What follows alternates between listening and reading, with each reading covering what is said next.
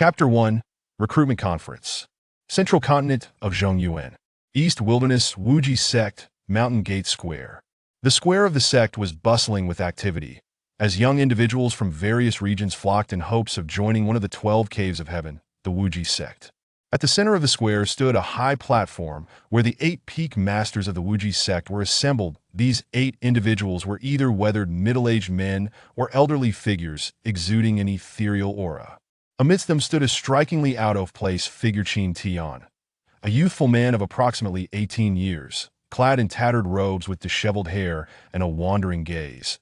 His lips curled slightly downward, embodying a sense of languor and indifference, while strands of hair danced freely in the wind. Song Lantian, the master of the Zhangqiong Peak, spoke up. Qin Tian, should the Piaomiao Peak fail to recruit new disciples today, according to the sect's regulations, this lineage of Piaomiao Peak shall be disbanded even if your master returns. There shall be no recourse. The other peak masters also turned their eyes toward Qin Tian, although his strength was meager. He was the sole representative of the Piaomiao Peak, and thus the matters concerning it fell solely upon him. Otherwise, he would have no standing to stand alongside the esteemed peak masters. The Wuji sect comprised 9 peaks, collectively forming a dominant force in the realm of Wuji. Yet the Piaomiao Peak had suffered from a dearth of disciples for years, nearly facing extinction, with only the peak master and Qin Tian remaining. Furthermore, the master of the Piaomiao Peak had been missing for years, leaving Qin Tian as the sole representative. This was undoubtedly a significant waste of resources as one of the 9 main peaks. Such decline would be detrimental to the sect in the long run. A main peak ought to cultivate exceptional disciples for the sect, yet Qin Tian's performance was rather mediocre. He was merely at the late stage of qi refinement, placing him among the lower ranks of his contemporaries. Suddenly, Qin Tian's previously wandering gaze sharpened with his master absent. The Piaomiao Peak was his home, and he could not simply relinquish it to others. Song Peak Master, with my master away, it is difficult for me to make decisions, Qin Tian replied. Unwilling to engage further, these individuals dared not trouble his master, but would only harass him, the junior disciple. Your master has been absent for 4 years as the senior brother of Piaomiao Peak. You should naturally take charge. Song Lantian continued. I have discussed this matter with the sect leader. With so many disciples at Zhangqiong Peak and limited resources, you are permitted to join Zhangqiong Peak. Piaomiao Peak will serve as a branch, and you may still reside there. Qin Tian's expression turned grave. It was evident that this old man sought to usurp the Piaomiao Peak, and it seemed the sect leader had tacitly agreed. Song Peak Master, the sect rules stipulate that a lineage is disbanded if the number of disciples falls below 10. But this is only applicable after 5 years. It has only been 4 years. We are not yet at that threshold. Rest assured, you will be given this opportunity if you fail to recruit 10 disciples today. For the remainder of this year, the Piaomiao Peak will have no chance of attracting new members. The Wuji sect held a recruitment conference annually, offering opportunities to the world. The criteria for talent were not excessively stringent. A mere second-grade aptitude sufficed.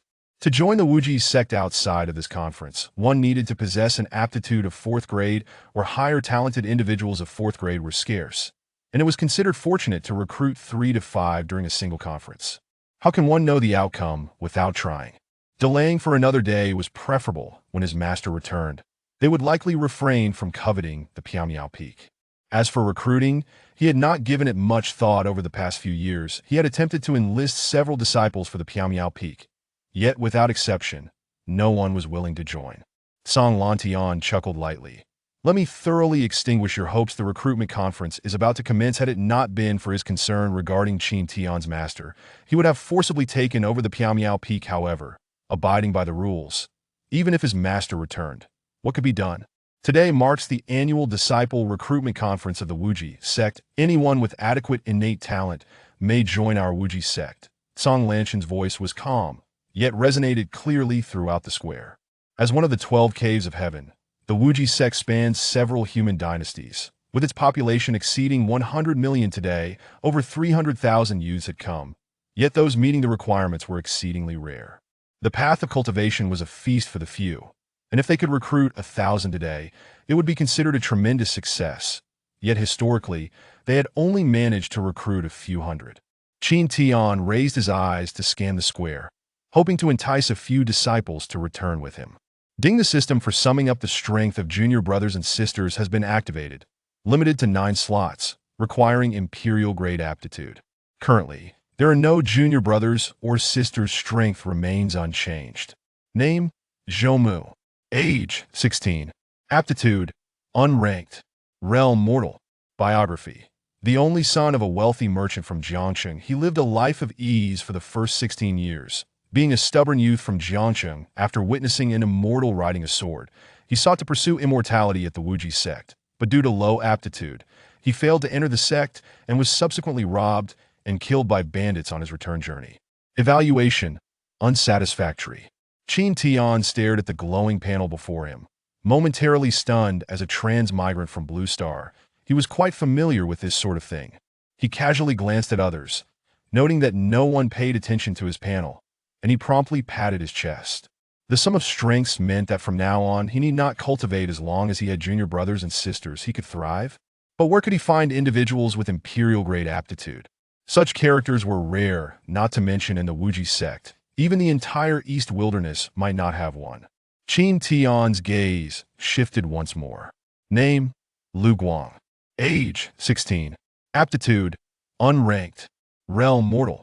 Biography: son of a hunter from several hundred miles away from the Wuji sect. He followed his father hunting from a young age.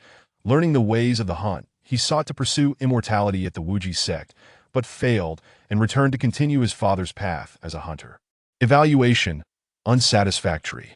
Name: Chen Da. Age: 16. Aptitude: first grade.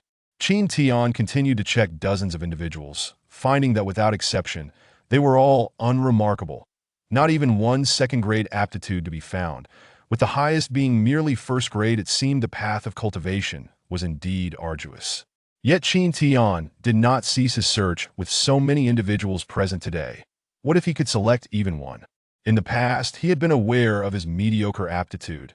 Thus he had begun to languish, but now, with the system accompanying him, why not leverage the strength of junior brothers and sisters to ascend to the pinnacle and pursue immortality? If he had 9 Imperial-grade junior sisters, would he not possess the power of 9 emperors? How splendid, truly splendid. Qin Tian's gaze swept across the crowd when suddenly, information on the panel nearly caused him to exclaim in surprise. Name: Feng Yu. Age: 16. Aptitude: Imperial grade. Not yet awakened. Realm: mortal. Biography. Evaluation: satisfactory. Qin Tian momentarily froze, his eyes radiating with fervor. Imperial grade, how astonishing. Aptitude was classified into 9 grades, and above the 9 grades lay divine, sacred, and imperial. Imperial grade was already the recognized pinnacle of human potential. Such aptitude was a rarity, appearing once in 10,000 years. The lifespan of an emperor could reach 100,000 years, and throughout the history of the Central Continent, only 9 had emerged. Why had the biography not yet appeared? Qin Tian noticed the panel information was still loading. Could it be that the Imperial-grade aptitude was too astonishing? As Qin Tian turned his gaze toward Feng Yu, she too met his gaze. Senior brother Qin Tian? Upon seeing Qin Tian, Feng Yu was suddenly reminded of a fragment of memory from the future. Chapter 2.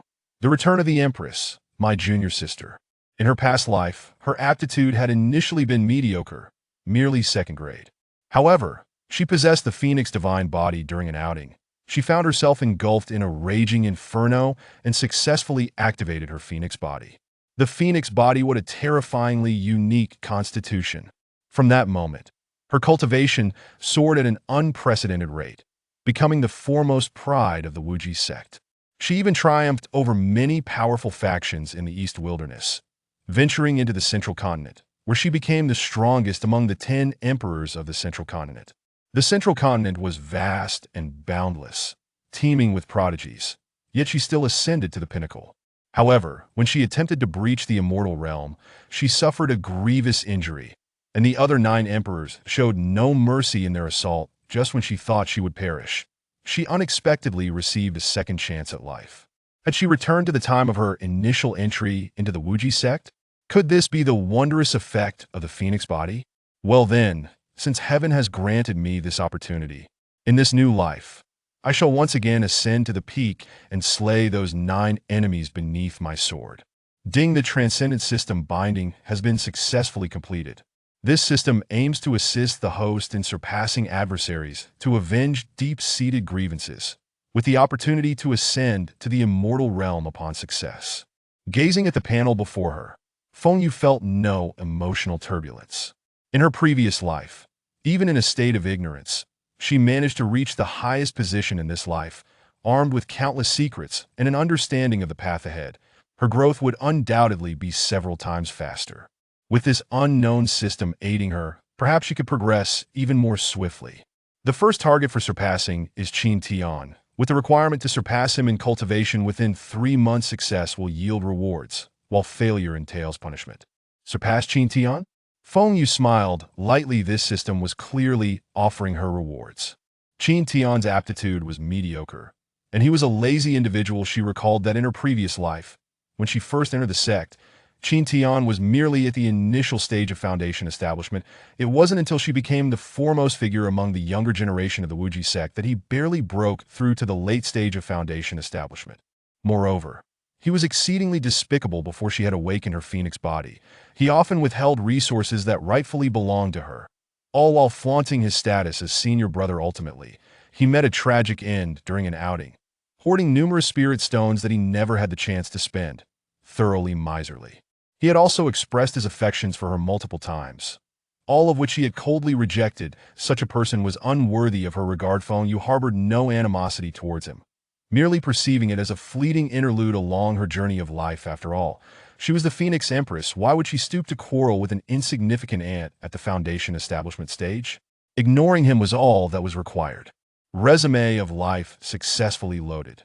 Feng Yu, endowed with the Phoenix divine body, was born into the esteemed Feng family of Phoenix City, a lineage steeped in the art of cultivation. She joined the Wuji sect, and prior to awakening her Phoenix divine body, her innate talent was merely ranked at the 2nd tier. Unfortunately, she was assigned to the Misty Peak, where the eldest disciple, Qin Tian, withheld her cultivation resources. Ultimately, during an expedition, she was engulfed in flames, leading to the awakening of her Phoenix divine body. From that moment, she underwent a rebirth akin to that of a phoenix, soaring high above the 9 heavens. She became the foremost prodigy of the Wuji sect, vanquishing the master of the 12 caves, rebuffing the sect leader's offer of succession, and traversing the eastern wilderness, where she reigned supreme. Sweeping through the western desert, southern ridge, and northern plains. In the end, she triumphed over 14 holy lands and 9 imperial sects of the central continent, establishing the mightiest imperial dynasty, the Phoenix Palace, and ascending to the pinnacle among the 10 emperors. However, during her quest for the path to immortality, she sustained grave injuries while besieged by 9 revered emperors and has now returned in a state of rebirth.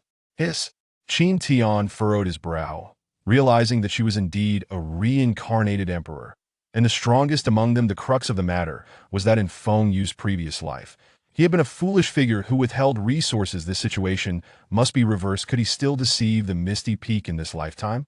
Upon witnessing Qin Tian's frown, Song Lantian assumed he had resigned himself to fate and waved his hand. Commenced the testing. 3 talent stones stood tall at the forefront of the square. Though talent stones were not particularly rare, only sects possessed the means to procure them. Su Zhao, innate talent of the 1st tier, disqualified. Hu Ju, innate talent of the 1st tier, disqualified. After a continuous stream of over 100 individuals, all possessing exceedingly ordinary talents, not a single one qualified. It appears that this year's standards are even lower than last year's, remarked the master of the beast-taming peak, shaking his head. In the past decade, we have rarely seen disciples above the 5th tier. If this continues, the Wuji sect may face a talent shortage. Indeed, if this persists, the Wuji sect may gradually decline, falling out of the 12 caves and becoming merely a blessed land. Years of scarce prodigies had already led to a disconnect within the Wuji sect. The master of the refining peak, Lei Xing, waved his hand dismissively. Do not be anxious this time. The Wuji sect has dispatched numerous disciples to promote recruitment far and wide. Surely we will uncover a few seeds of immortality. In the past, youths aged 14 and above had sought out their own fortunes. But this year, The Wuji sect had sent forth many disciples to spread the word, promising better prospects than in previous years. Li Xingtian, innate talent of the fourth tier, qualified for entry into the Wuji sect. A fourth-tier talent truly enviable. With diligent cultivation, he is bound to emerge as one of this year's outstanding figures, destined for a prominent position within the Wuji sect. If only I possessed a fourth tier. Many youths displayed expressions of envy, for even a first-tier talent was a rarity among 100, while a fourth-tier talent was virtually unheard of. The crowd began to stir. The appearance of a fourth-tier talent had provided them considerable encouragement. The expressions of the many peak masters lightened somewhat. A fourth-tier talent indicated the potential to cultivate to the nascent soul stage, a position of power within the Wuji sect. The master of the refining peak, Lei Xing, praised, "Excellent, excellent. I hope to see a few more of the fourth tier, or even the fifth." After his praise, he shifted his focus. "This Li Xingtian possesses a robust physique, well suited for my refining peak." Nonsense. This lad is clearly destined for the beast-taming peak. A fourth-tier prodigy was sufficient to ignite competition among the peaks. Qin Tian remained silent, for not only did he possess merely 9 slots, but the Emperor's qualifications were also inadequate. A fourth-tier talent was simply too disappointing. Qin Tian silently lamented, entirely oblivious to the fact that he himself only had a third-tier talent. Enough of this squabbling. Let us wait until the talent testing is complete before we proceed with allocations. The master of the 100 Flowers Peak, adorned in resplendent attire, spoke up. Upon her utterance, several peak masters promptly fell silent. Let us adhere to the arrangements set forth by junior sister Yi Yao. Regardless of the talents of the disciples recruited today, we shall reserve allocations until the conclusion, and no dispute shall arise mid-course, Song Lantian declared, as he was the person in charge of the recruitment event and thus held authority in the matter. Agreed. All the peak masters nodded in assent. At present, Song Lantian's influence was soaring, and he was likely to be the next sect leader, prompting everyone to accommodate his wishes. Next, Yin Lai, the outer sect elder responsible for talent testing, called out. From the crowd emerged a youth clad in a crimson robe adorned with a vermilion bird motif, his gaze sharp and vitality robust. Qin Tian turned his attention to Yin Lai. Name, Yin Lai. Age, 17. Talent, 7th tier. Realm, late-stage Qi refinement. Resume. Born into the Lihua family, he began cultivating the family's fire attribute techniques at the age of 16. Achieving initial success today, he passes the Wuji sect's talent test and joins the 100 Flowers Peak. Evaluation. Disqualified. A 7th-tier talent. Such an innate ability was sufficient to break through to the Dao integration stage, a feat not witnessed within the Wuji sect for a century. Yet regrettably, it still did not meet the system's requirements. Qin Tian felt a tinge of disappointment. How could this individual join the 100 Flowers Peak? Fire attribute techniques would be better suited to the 5 Elements Peak, the Alchemy Peak, or the Refining Peak rather than the 100 Flowers Peak. Qin Tian gained a general understanding of this resume. It could highlight significant past events and display recent actions. Was this not akin to a cheat? Yin Lai bowed respectfully to the elder before placing his hand upon the talent stone, and in the next moment, the stone erupted in a dazzling brilliance, emanating 7 vibrant rays of light. 7th tier, Song Lantian and the other elders fixated intently on the talent stone, 7 orange beams of light illuminating the air. Chapter 3. The Prodigy Heavens. 7 radiant beams of light. Just moments ago, for beams had already incited a fierce competition among the various peak masters, and now, these 7 beams must undoubtedly signify the first place in this assessment. Not only is it a first for this occasion, but I dare say it has not been witnessed in a century, perhaps even a millennium. Many prodigies displayed deep envy in their eyes, for this was a manifestation of 7th-grade talent. Yin Lai slightly curled his lips, as if he had anticipated all of this to eye in a grand sect or sacred land. His 7th-grade talent would elicit astonishment, yet it could hardly compare to the shockwaves created within this celestial realm. Hearing the gasps of the crowd around him, Yin Lai felt a surge of elation. It was worth his special journey to this place. To shine before others was the pursuit of his life. 7th-grade talent is indeed commendable, but that is all there is to it.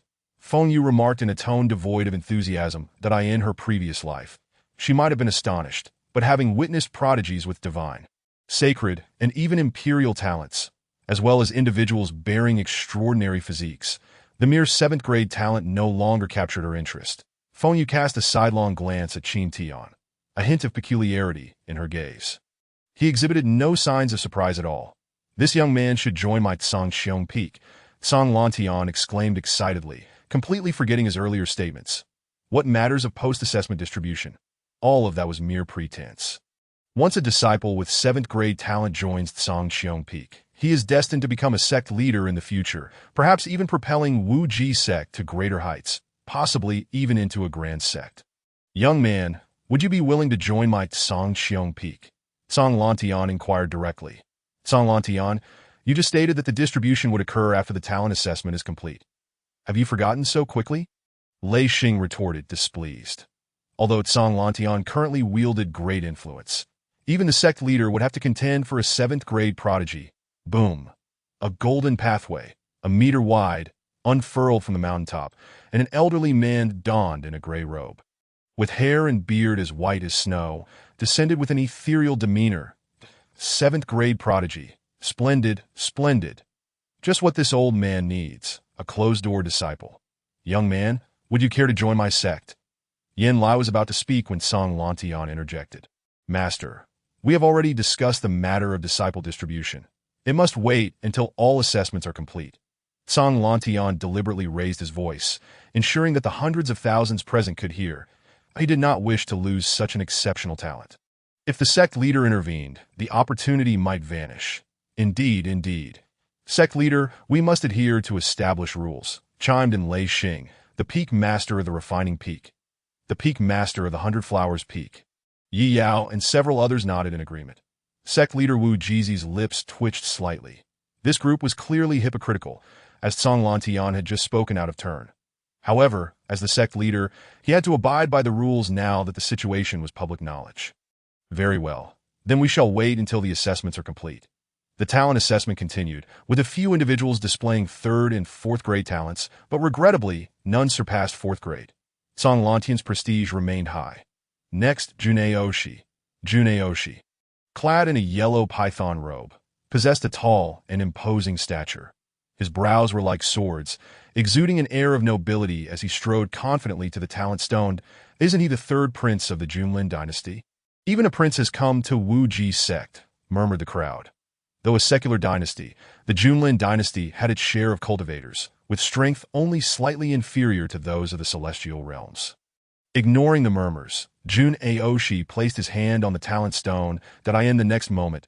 8 beams of rainbow light soared into the heavens. Heavens, 8th grade talent. Even in the sacred lands, that qualifies as genius. And yet he has come to Wu Ji sect. 8th grade talent is impressive, but it still falls short of the system's requirements. Qin Tian remarked with a hint of regret. The presence of such a figure left many young cultivators feeling as if they were mere ants in the presence of a celestial dragon. An 8th grade talent was rare in Wu Ji sect, with perhaps only one appearing in a millennium. The sect leader and the 8 peak masters found their breaths quickening. With an 8th grade talent, as long as he did not perish prematurely, Wu Ji's sect was sure to flourish. Should he become their disciple, the opportunities for advancement would be boundless. However, despite the unspoken agreement, everyone held their tongues. Knowing they must remain patient, Jun Aoshi stepped aside, his entry into the sect already a foregone conclusion. Next, Feng Yu. The crowd, though eager, understood that the talent assessment was not yet concluded. Yet, they were astonished to have witnessed both a 7th grade and an 8th grade prodigy, truly top-tier talents. Feng Yu emerged from the throng. Although she was merely 16, her physical form had begun to mature at that age. Her beauty was breathtaking. Her black hair cascaded like a waterfall. Her skin was as fair as snow. Her brows arched elegantly, and her eyes resembled cold pools. With a high-bridged nose and ruby-red lips, her black dress accentuated her graceful figure. Even amidst the throngs of tens of thousands, she shone like a brilliant jewel.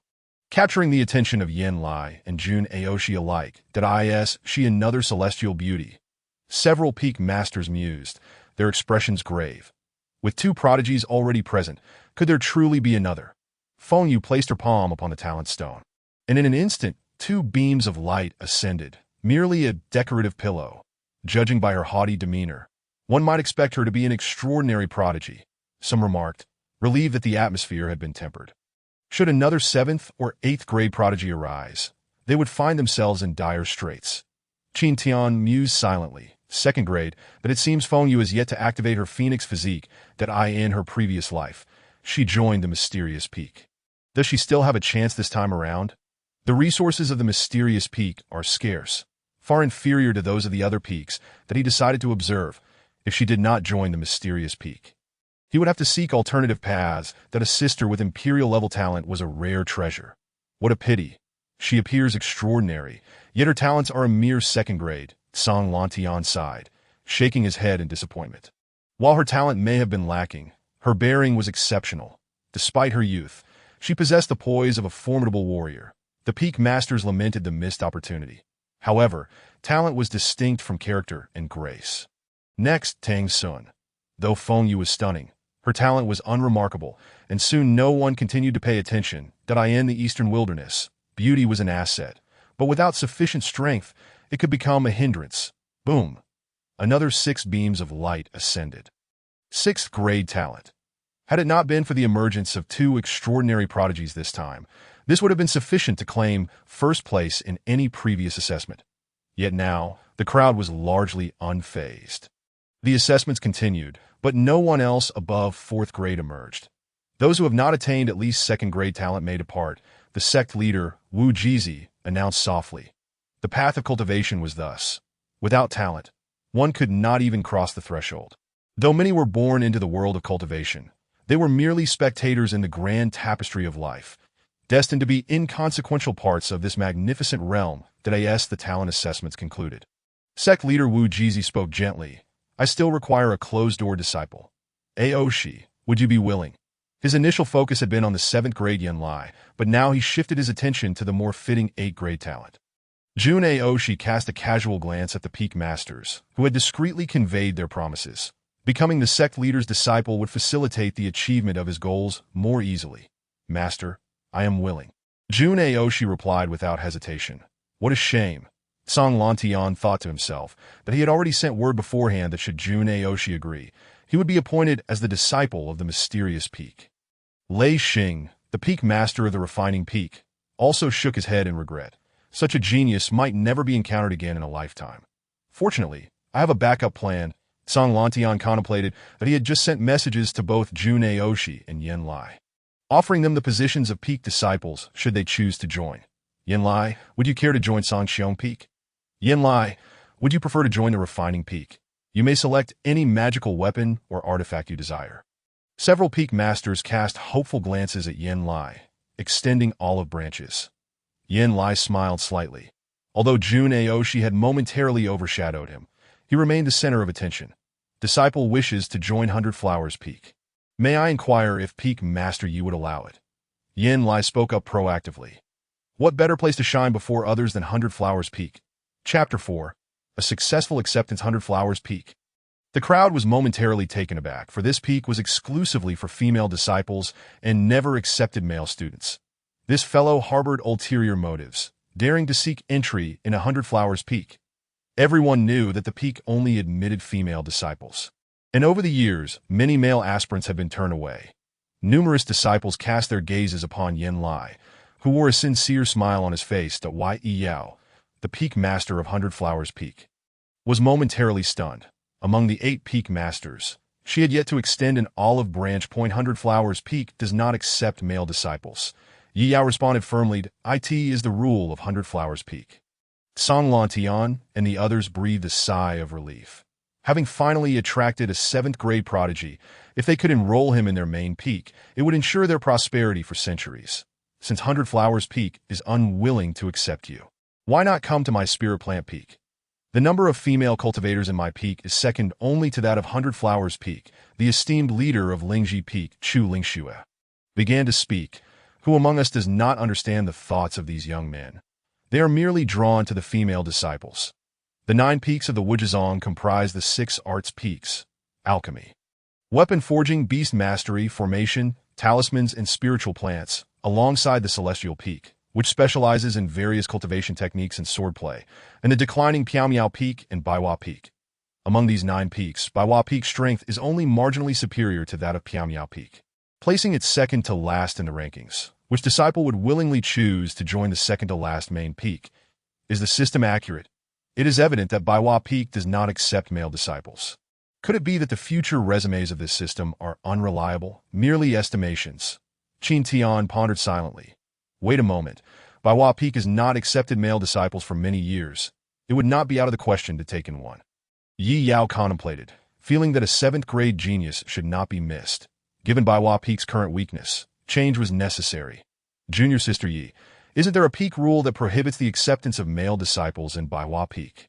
Song Lantian inquired anxiously that it would be a significant loss if we miss out on a 7th grade genius after already losing an 8th grade one, that the peak rule is merely a formality.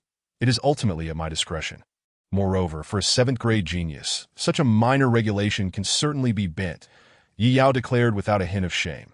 Yin Lai, would you be willing to take me as your master? I am willing. Master, Yin Lai replied, maintaining a serene smile. Wonderful. Now I am surrounded by beauty. With senior and junior sisters by my side, life will be exceedingly pleasant. What could be more delightful than showcasing one's talents before such enchanting companions? How infuriating! Song Lantian's heart seemed to bleed. Peak Master, Tang Sun wishes to join Celestial Peak. A 6th grade genius spoke up. Song Lantian nodded. A 6th grade talent had been rare in the past, yet with 7th and 8th grade geniuses ahead. His brilliance was overshadowed. 4th grade genius Li Xingtian entered the weapon forging peak, while other 4th grade geniuses were vying for positions across the peaks. Following that were the 3rd grade disciples, numbering quite a few. Around 40 to 50, while the remaining hundreds were 2nd grade disciples who could only wait for their assignments to 2nd grade disciples. Each peak may claim their share. Although the selection is mutual, 2nd grade disciples are fortunate to have a main peak willing to accept them. They possess little choice. Should they be rejected after expressing interest, they might find no main peak willing to accept them. So it is best to wait for their distribution. That I truly envy the disciples above 3rd grade. They can be chosen, while we can only wait for our assignments. Indeed, it is a pity that we lack such formidable talents that if only we were more gifted, we could persuade the peak master to bend the rules and make exceptions. The remaining 2nd grade disciples looked enviously at those with high-grade talents. Yet the reality was harsh. Talent represented too much. Few could defy fate and exceed their innate limits. Qin Tian smiled, realizing it was time to act. Feng Yu was indeed still unwanted, just a mere 2nd grade disciple after all. Feng Yu, I am the eldest disciple of Piamiao Peak. On behalf of my master, I invite you to join us. This is an imperial-level genius. Missing this opportunity could mean losing it forever. I must act swiftly before anyone else notices. Feng Yu's expression was as calm as still water. It had been the same in a past life when Qin Tian extended an olive branch to her. In her previous life, she had been unaware of Piamiao Peak's dire situation, thus she had readily accepted. However, upon entering Piamiao Peak, she discovered that it lacked even a guiding elder. Originally, she was not permitted to join Piamiao Peak. But the Overcomer system signaled that she needed to surpass the eldest disciple. Qin Tian, Tio earned the system's reward. Joining Piamiao Peak would suffice. Wait a moment. Feng Yu, would you like to join Baiwa Peak instead? Yi Yao interjected, having observed Feng Yu for a while. Although Feng Yu's talent was average, her composure in the face of adversity, her steady temperament, and her extraordinary aura marked her as a candidate for cultivation. Among 2nd grade talents, some could indeed defy fate. She sensed that Feng Yu might possess such potential that if not for Feng Yu's weak strength, she would have suspected her to be a hidden expert. It seemed that beauty was also a form of capital, as main peaks continued to vie for her. Many disciples looked on with envy. Yin Lai softly suggested, Junior Sister, why not join Baiwa Peak together? Feng Yu's ethereal figure began to emerge. With her extraordinary beauty, she was destined to become an unparalleled beauty in the future. Yin Lai eagerly anticipated the opportunity to display his talents before such a captivating presence. Feng Yu murmured, the master of Baiwa Peak has also extended an invitation to me. This was not a part of my previous experience. It seems the trajectory of history has shifted subtly. Qin Tian frowned, wondering what Baiwa Peak was up to. A mere 2nd grade disciple was actively recruiting. The allure of Piamiao Peak could not possibly compete with Baiwa Peak. Junior Sister, although Piamiao Peak is one of the 9 main peaks. It currently consists of only a peak master and a single disciple, and that master has not returned in years. The go to Piao Peak, devoid of elder guidance, would likely hinder your cultivation journey. Yen Lai continuously persuaded that it is certainly more appealing to join Baihua Peak. Who would choose Piao Peak? It has been said that Piao Peak is to be merged with Celestial Peak. Going there now would be foolish. Many disciples whispered to one another.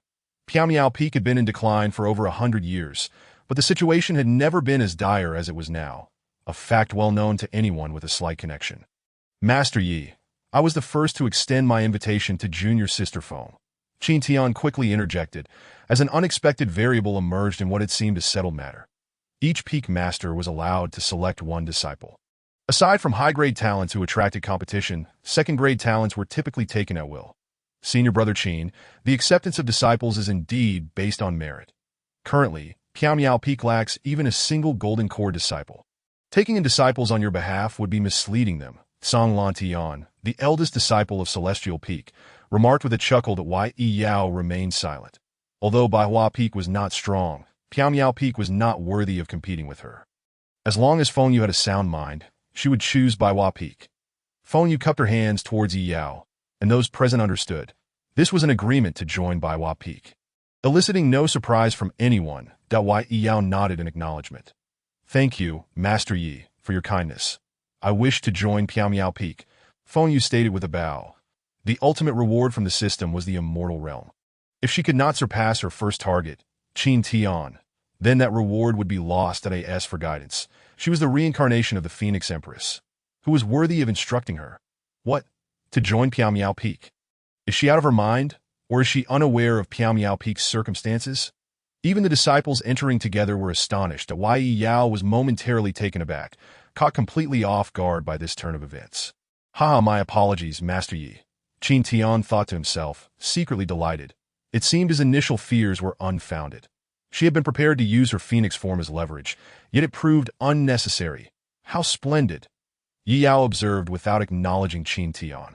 She merely found Feng Yu's demeanor impressive and desired to recruit her for Baihua Peak. Since she did not wish to, there was no sense of regret. Song Lantian furrowed his brow, wondering if Qin Tian might truly find 10 disciples. I too wish to join Piao Peak, one disciple confessed, feeling unwanted. He thought it wiser to try his luck at Piao Peak. Celestial Peak has lifted its restrictions on recruitment today. Anyone wishing to join may enter. Song Lantian declared, confident that no one would choose Piao Peak over Celestial Peak. The disciple who had just spoken instantly regretted his words, but in the eyes of the public, to retract them would be troublesome. What if Celestial Peak refused to accept him as well? I'm sorry, but your talent is insufficient. You cannot join Piao Peak. Qin Tian decisively rejected him. How amusing. Someone is willing to join your Piao Peak. And you still refuse? Do not forget that Piao Peak requires 10 disciples. Song Lantian laughed heartily, seeing that Qin Tian had seemingly given up.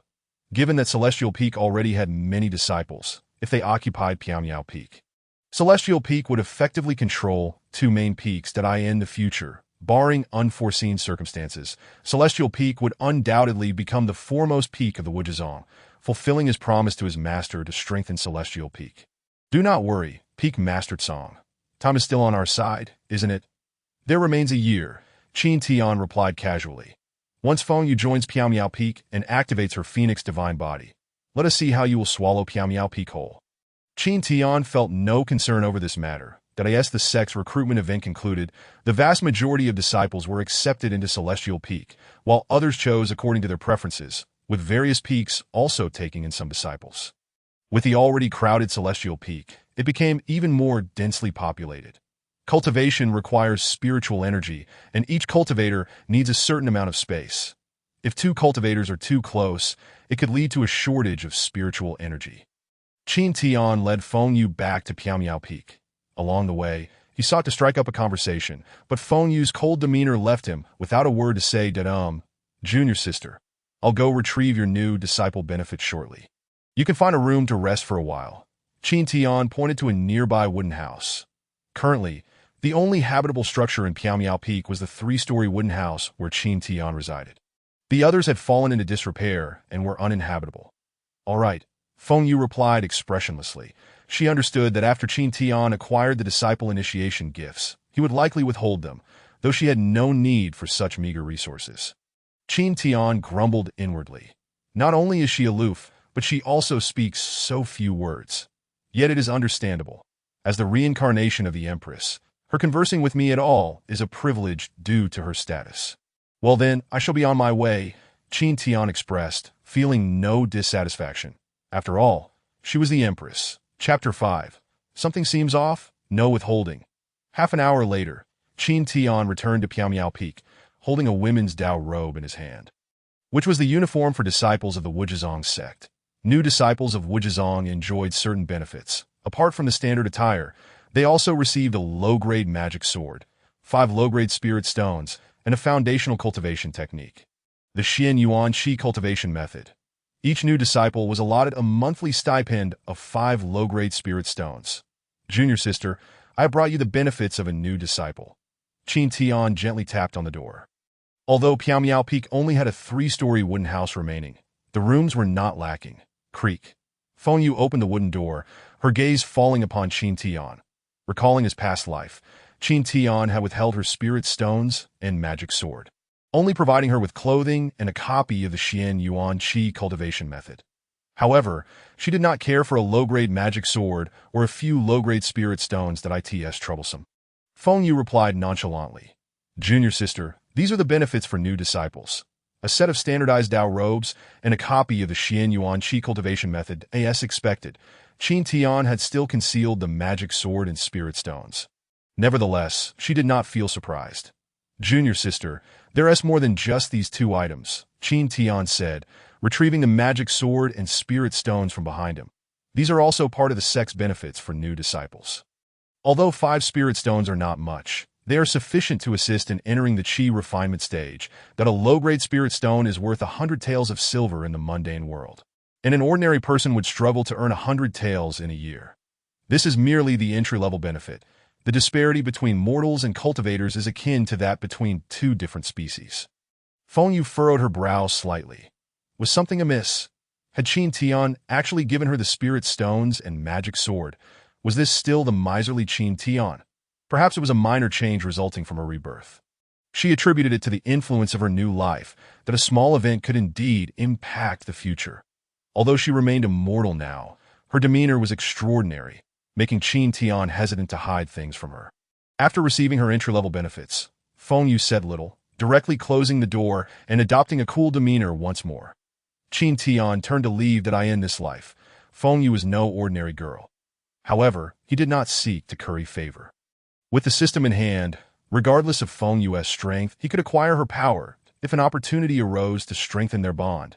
That would also be acceptable, as she was, after all, his junior sister. Qin Tian was not one to take on the role of a teacher. With only himself on Piaomiao Peak, he should, in theory, guide the new disciple. Yet it was evident that Feng Yu did not require his instruction, and he did not wish to embarrass himself by teaching a reborn empress. Qin Tian brought over a grandmaster chair and sat down in the courtyard, but he possessed only average talent and progressed slowly in his cultivation, unsure of why his master had favored him.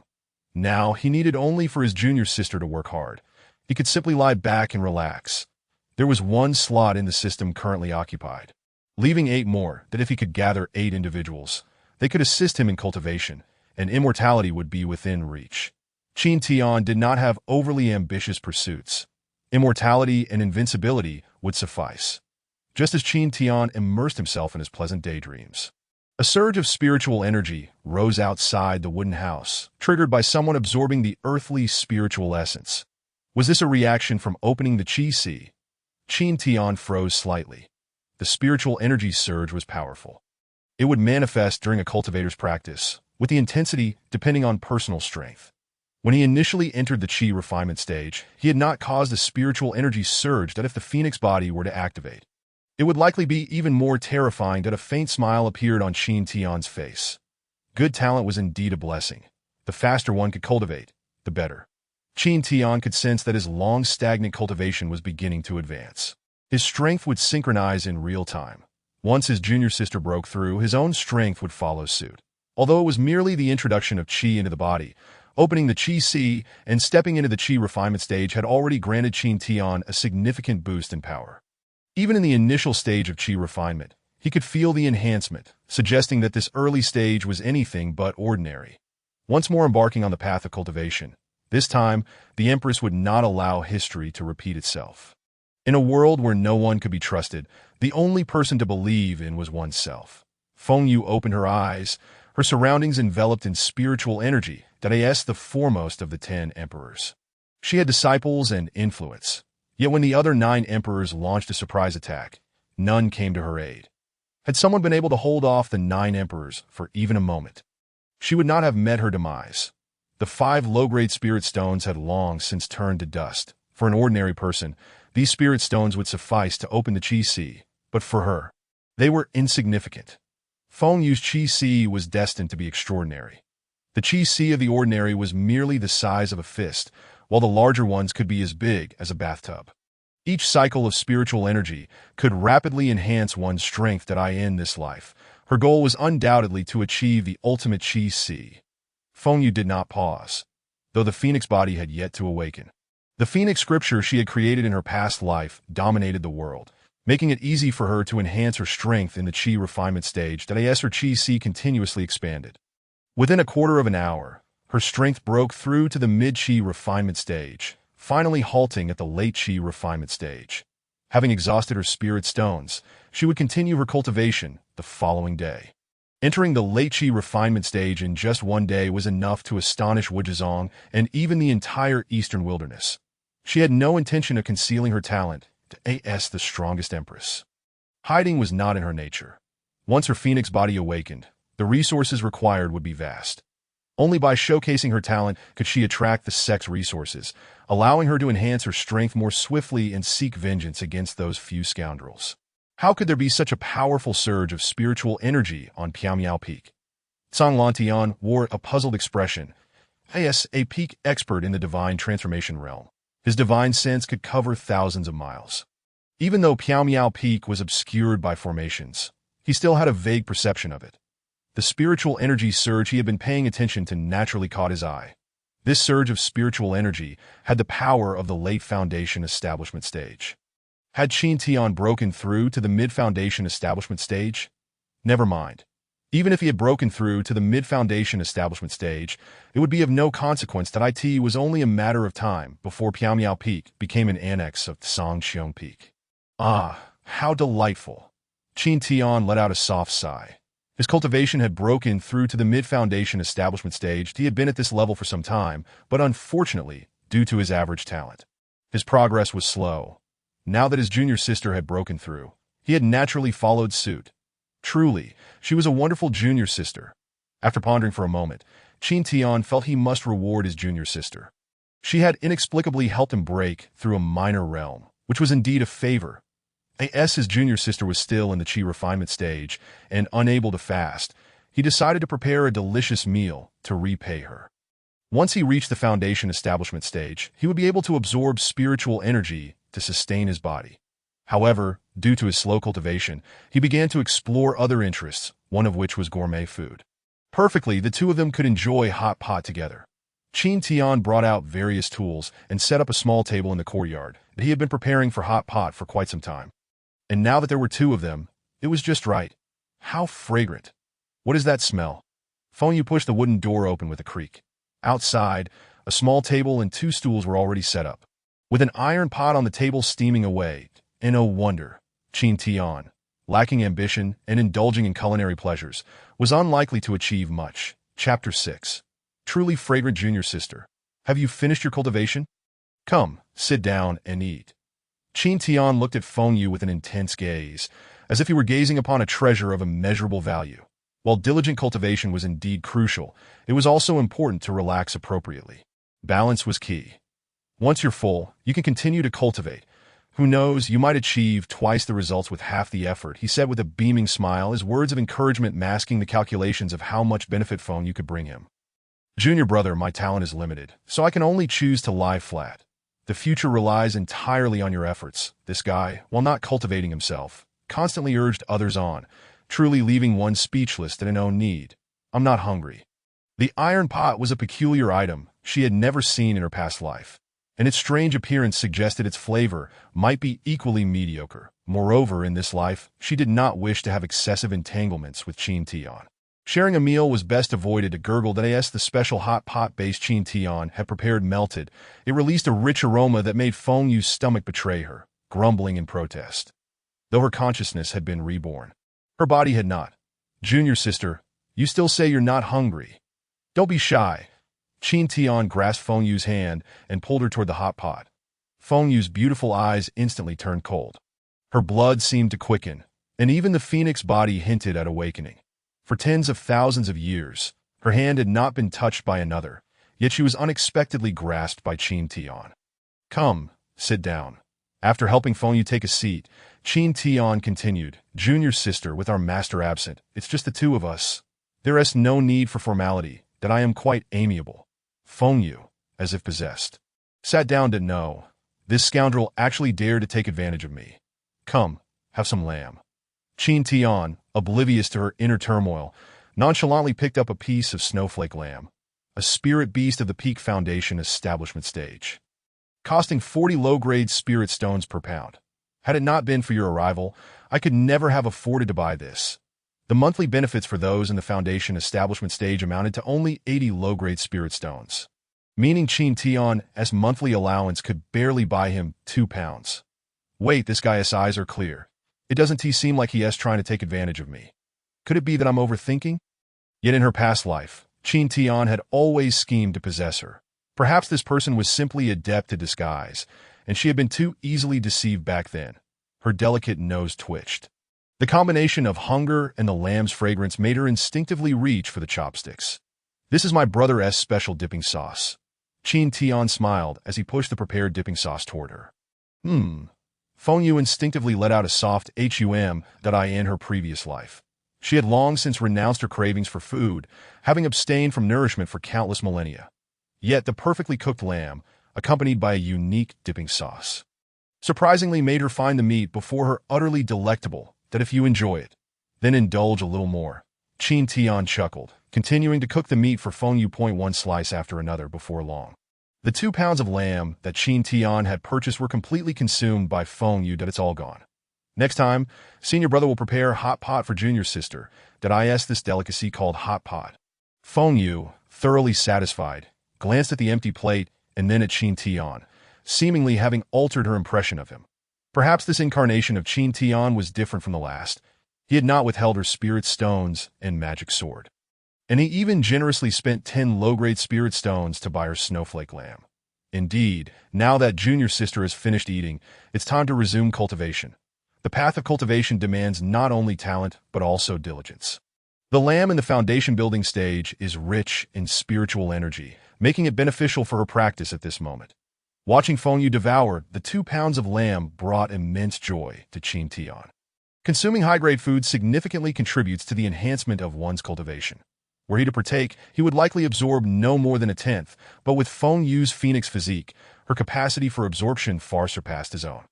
Thus, feeding junior sister was akin to feeding himself. Although Qin Tian was not stingy, spending 80 spirit stones on 2 pounds of meat was still quite extravagant. However, with an efficient converter at his disposal, he would not hesitate to spend even 800 spirit stones.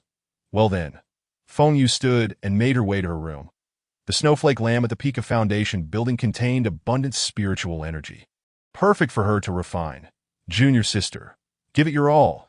Qin Tian encouraged her with unwavering determination. Feng Yu's expression turned peculiar.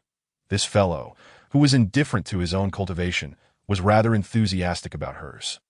Wait a moment, junior sister. Qin Tian called out to Feng Yu. Opening the chi consumes a tremendous amount of spirit stones that I still have 100 low-grade spirit stones and 10 recovery pills. You should take them. Qin Tian presented all his savings, and the thought of aiding his own strength brought him greater joy. Feng Yu was taken aback, staring at Qin Tian as he handed her the spirit stones and pills, making her question whether her rebirth was a mere illusion. Was this Qin Tian truly the same person she remembered? Had time rendered her memories faded? She had lived for thousands of years, with only a brief intersection with Qin Tian before entering Wuji's sect. Following his demise, he had long since become a mere memory. What are you standing there for? Quickly accept what your senior brother has given you. Qin Tian urged, as this was tantamount to nurturing his own cultivation. Not only did Qin Tian feel no reluctance, but he even thought it insufficient. Feng Yu accepted the spirit stones and pills. These resources were immensely helpful to her current self. However, she would not take them for free. In the future, she would offer some guidance to Qin Tian, helping him avoid downfall and advance further.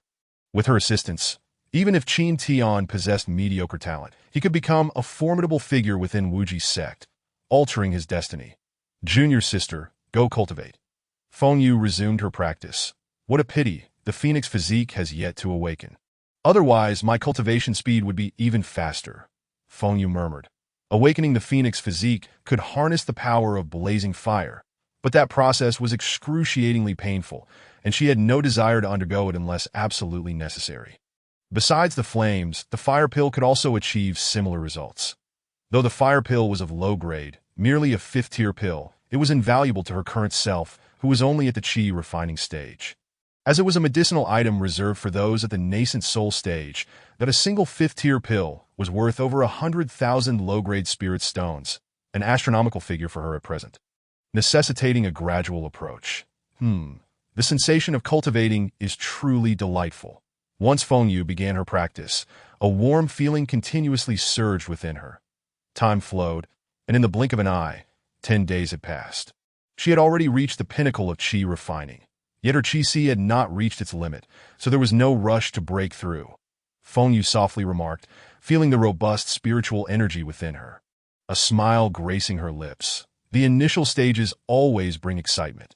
After having ascended to become an emperor, her cultivation had stagnated for many years, yet this could be considered a unique form of progress. The spirit stones and pills provided by Qin Tian had been entirely consumed, and since the phoenix physique could undergo rebirth, she need not worry about any aftereffects from using the pills. Although it did demand significant resources, the system required her to surpass Qin Tian within 3 months, and given that he was merely at the initial foundation building stage, surpassing him would be effortless. Currently, her qi was only slightly smaller than a bathtub, with spiritual energy continuously swirling within, allowing her to easily defeat even those in the foundation building stage. How fast! Not only have I broken through to the late foundation building stage, but I have also fully solidified my foundation, with only a thin line separating me from the pinnacle of foundation building. Qin Tian was so exhilarated he nearly leaped up. Junior sister, I am counting entirely on you. In just 10 days, she had advanced 2 minor realms, something he would not have dared to imagine previously. At the outskirts of Piaomiao Peak, 3 figures soared on their swords, approaching the peak. This is Piaomiao Peak. It truly deserves its reputation as one of the 9 peaks, with dense spiritual energy and an abundance of exotic flora and fauna. Such a principal peak, yet it was occupied by 1 person, no. 2. What a waste of resources for Wuji's sect. Senior Brother Su is correct. This time the Peak Master has recruited hundreds of new disciples, resulting in a dwindling cultivation space at Sangqiong Peak. If one is not careful, they will compete with others for spiritual energy. One early foundation building disciple chimed in. Chapter 7. Junior sister makes her mark. With numerous disciples at Sangqiong Peak, the area for cultivation had become increasingly congested. To counteract Piaomiao Peak's recruitment of disciples, Sangqiong Tian had brought in hundreds of newcomers, significantly increasing the number of disciples at Sangqiong Peak. Let us go take a look. Piaomiao Peak should not be left to waste. After all, it will revert to Sangqiong Peak in a year. Senior Brother Su led his 2 junior brothers down towards Piaomiao Peak. Qin Shixiao, on such a vast principal peak, you are the only one here. It must be rather lonely, Senior Brother Su said as he descended from his flying sword, gazing at Qin Tian reclining in a grand chair. Qin Tian was the personally instructed disciple of the Piaomiao Peak Master. Although his strength had yet to be displayed, his status was not trivial. Even some relatively inexperienced elders needed to address him as senior brother, creating a significant generational gap with these junior disciples. Nevertheless, everyone had always referred to him as senior brother, and no one had raised any objections. Qin Tian remained seated in the grand chair, not rising, merely stating, "You have intruded upon Piaomiao Peak without prior notice. I have already informed the law enforcement hall, Senior brother Su's expression changed abruptly. How could this fellow act so unpredictably, directly contacting the law enforcement hall? Currently, Pyamiao Peak housed only a handful of individuals. Was prior notice truly necessary? Senior brother Su coldly retorted, Qin Tian, calling you senior brother. You ought not to be ungrateful. Pyamiao Peak is soon to become an affiliate of Songqiong Peak. We have merely come to familiarize ourselves with the surroundings. Indeed, if you wish to remain at Pyamiao Peak, you will need to consider Songqiong Peak's opinion. You ought to be more courteous now, as it will make your future days easier. Get lost. Qin Tian coldly commanded. He had no inclination to engage in idle chatter with these individuals. What if we do not leave? Senior brother Su arrogantly challenged, considering that Qin Tian was merely at the initial foundation building stage while he had already reached the mid-foundation stage. Accompanied by two early foundation building junior brothers, currently, only Qin Tian and a newly initiated female disciple occupied Pyamiao Peak, leaving them with little to fear that if they chose not to depart, Qin Tian would have no means to counteract them. Then do not blame me for throwing you out that ha ha ha. Qin Tian, do you possess such ability? Senior brother Su stepped forward, immediately releasing his aura. Indeed, do you have that capacity, Qin Tian? The other two disciples echoed, unleashing their own auras in unison. 3 against 1. The advantage was clearly on their side. Qin Tian's master was powerful, being the strongest among the 9 peak masters, yet he had ventured to the Eastern Wilderness Forbidden Zone 4 years prior, and had yet to return. The Forbidden Zone was shrouded in mystery, filled with countless resources, yet many who entered never returned. The master of Pyamiao Peak was likely in grave danger, which was precisely why Songqiong Tian coveted Pyamiao Peak. Had the master still been present, even if he had not recruited 10 disciples, not a single one would have dared to act presumptuously. With a creak, the long-neglected door slowly opened, revealing Feng Yu. Her expression cold as she regarded senior brother Su and his companions. Had it been before, she would have cared little for Qin Tian. However, now that he had provided her with ample resources, she was not one to forget kindness, especially since Pyamiao Peak was now her own domain. Leave, or I shall break your legs and throw you out. Feng Yu's voice was frigid, laced with a palpable killing intent. Although the sect forbade disciples from harming one another, these individuals had intruded without permission. Thus, if they were to be punished, the law enforcement hall would have nothing to say. How absurd! A newcomer who has just entered for 10 days dares to speak so boldly. Senior brother Su was nearly driven to laughter by his anger. Qin Tian's arrogance was one thing, but what right did Feng Yu have to be so brazen? It seems Pyamiao Peak should indeed cease to exist. Lacking in strength is one thing, but to be so arrogant is quite another. Unyielding, Feng Yu flicked her fingers, and a low-grade magic sword fell into her hand. With a sword in hand, Feng Yu emanated an aura of sword intent that seemed poised to burst forth. Although her cultivation required re-establishment, the moment she grasped the sword, she intuitively comprehended the essence of the blade. Despite merely being at the perfected Qi refinement stage, dealing with several foundation establishment cultivators was effortless for her. Qin Tian remained seated in the Grandmaster's chair, his demeanor unperturbed. He harbored no concern that Feng Yu might falter against these opponents. The reincarnated Empress, if she could not contend with a few foundation establishment insects, might as well embrace oblivion. Senior Su, teach them a lesson. They are truly oblivious to the vastness of the heavens and the earth. Once they step beyond the mountain gate, they are bound to suffer great losses. Su, the senior brother, replied with a smile, that is precisely my intention to as fellow disciples. It is only fitting that I assist in correcting their misguided ways. Otherwise, they will only regret it later after they have faced misfortune. Junior sister, I hope you can grasp the good intentions of your senior brother. Su licked his lips, for although Feng Yu was but 16 years of age, her physique had already begun to exhibit graceful curves. Complemented by her unparalleled beauty and an air of invincibility that stirred his heart, to conquer a woman, the most effective method is undoubtedly to subdue her. Feng Yu, uninterested in idle chatter, directly executed the first move of the Wuji sword technique. The thrusting sword style. The Wuji sword technique is the most widely practiced sword art within the Wuji sect, and it is the first sword technique one encounters upon entering the Qi refinement stage. Su also drew his sword, yet his demeanor was composed, dismissing Feng Yu entirely. He was, after all, at the mid-foundation establishment stage. Even if he exerted merely a fraction of his power, she would be unable to withstand it. A newly initiated disciple reaching the initial chi refinement stage was already commendable. How could she possibly contend with him? Junior sister, I shall only use 10% of my strength, that I hope you understand that one should remain humble and low-key, and not be arrogant and ignorant, that Su unleashed a strike, employing neither technique nor skill, merely a blow infused with his spiritual energy, against a newly initiated disciple. He deemed it unnecessary to utilize formal techniques. Despite Su's deliberate restraint, his speed surpassed Fengyue's, and his attack arrived before she could react, cleaving directly towards her. Though this strike contained merely 10% of his power, it was sufficient to effortlessly defeat her. A faint smile curled at the corner of Su's mouth. Once he had disciplined Qin Tian, his mission would be accomplished, and he could expect ample rewards. With a clang, Fengyue's sword lightly flicked, shattering Su's mid-grade magic sword. And her long sword thrust directly at him. A chilling glimmer surged forth, instilling a sense of impending death within Su. He recoiled sharply, his face awash with astonishment. How could this individual sever his mid-grade sword with a single strike? What sorcery was this? His sword was shattered. How could that be possible? Was she not a new disciple? She is at the perfected chi refinement stage, exclaimed another disciple in shock.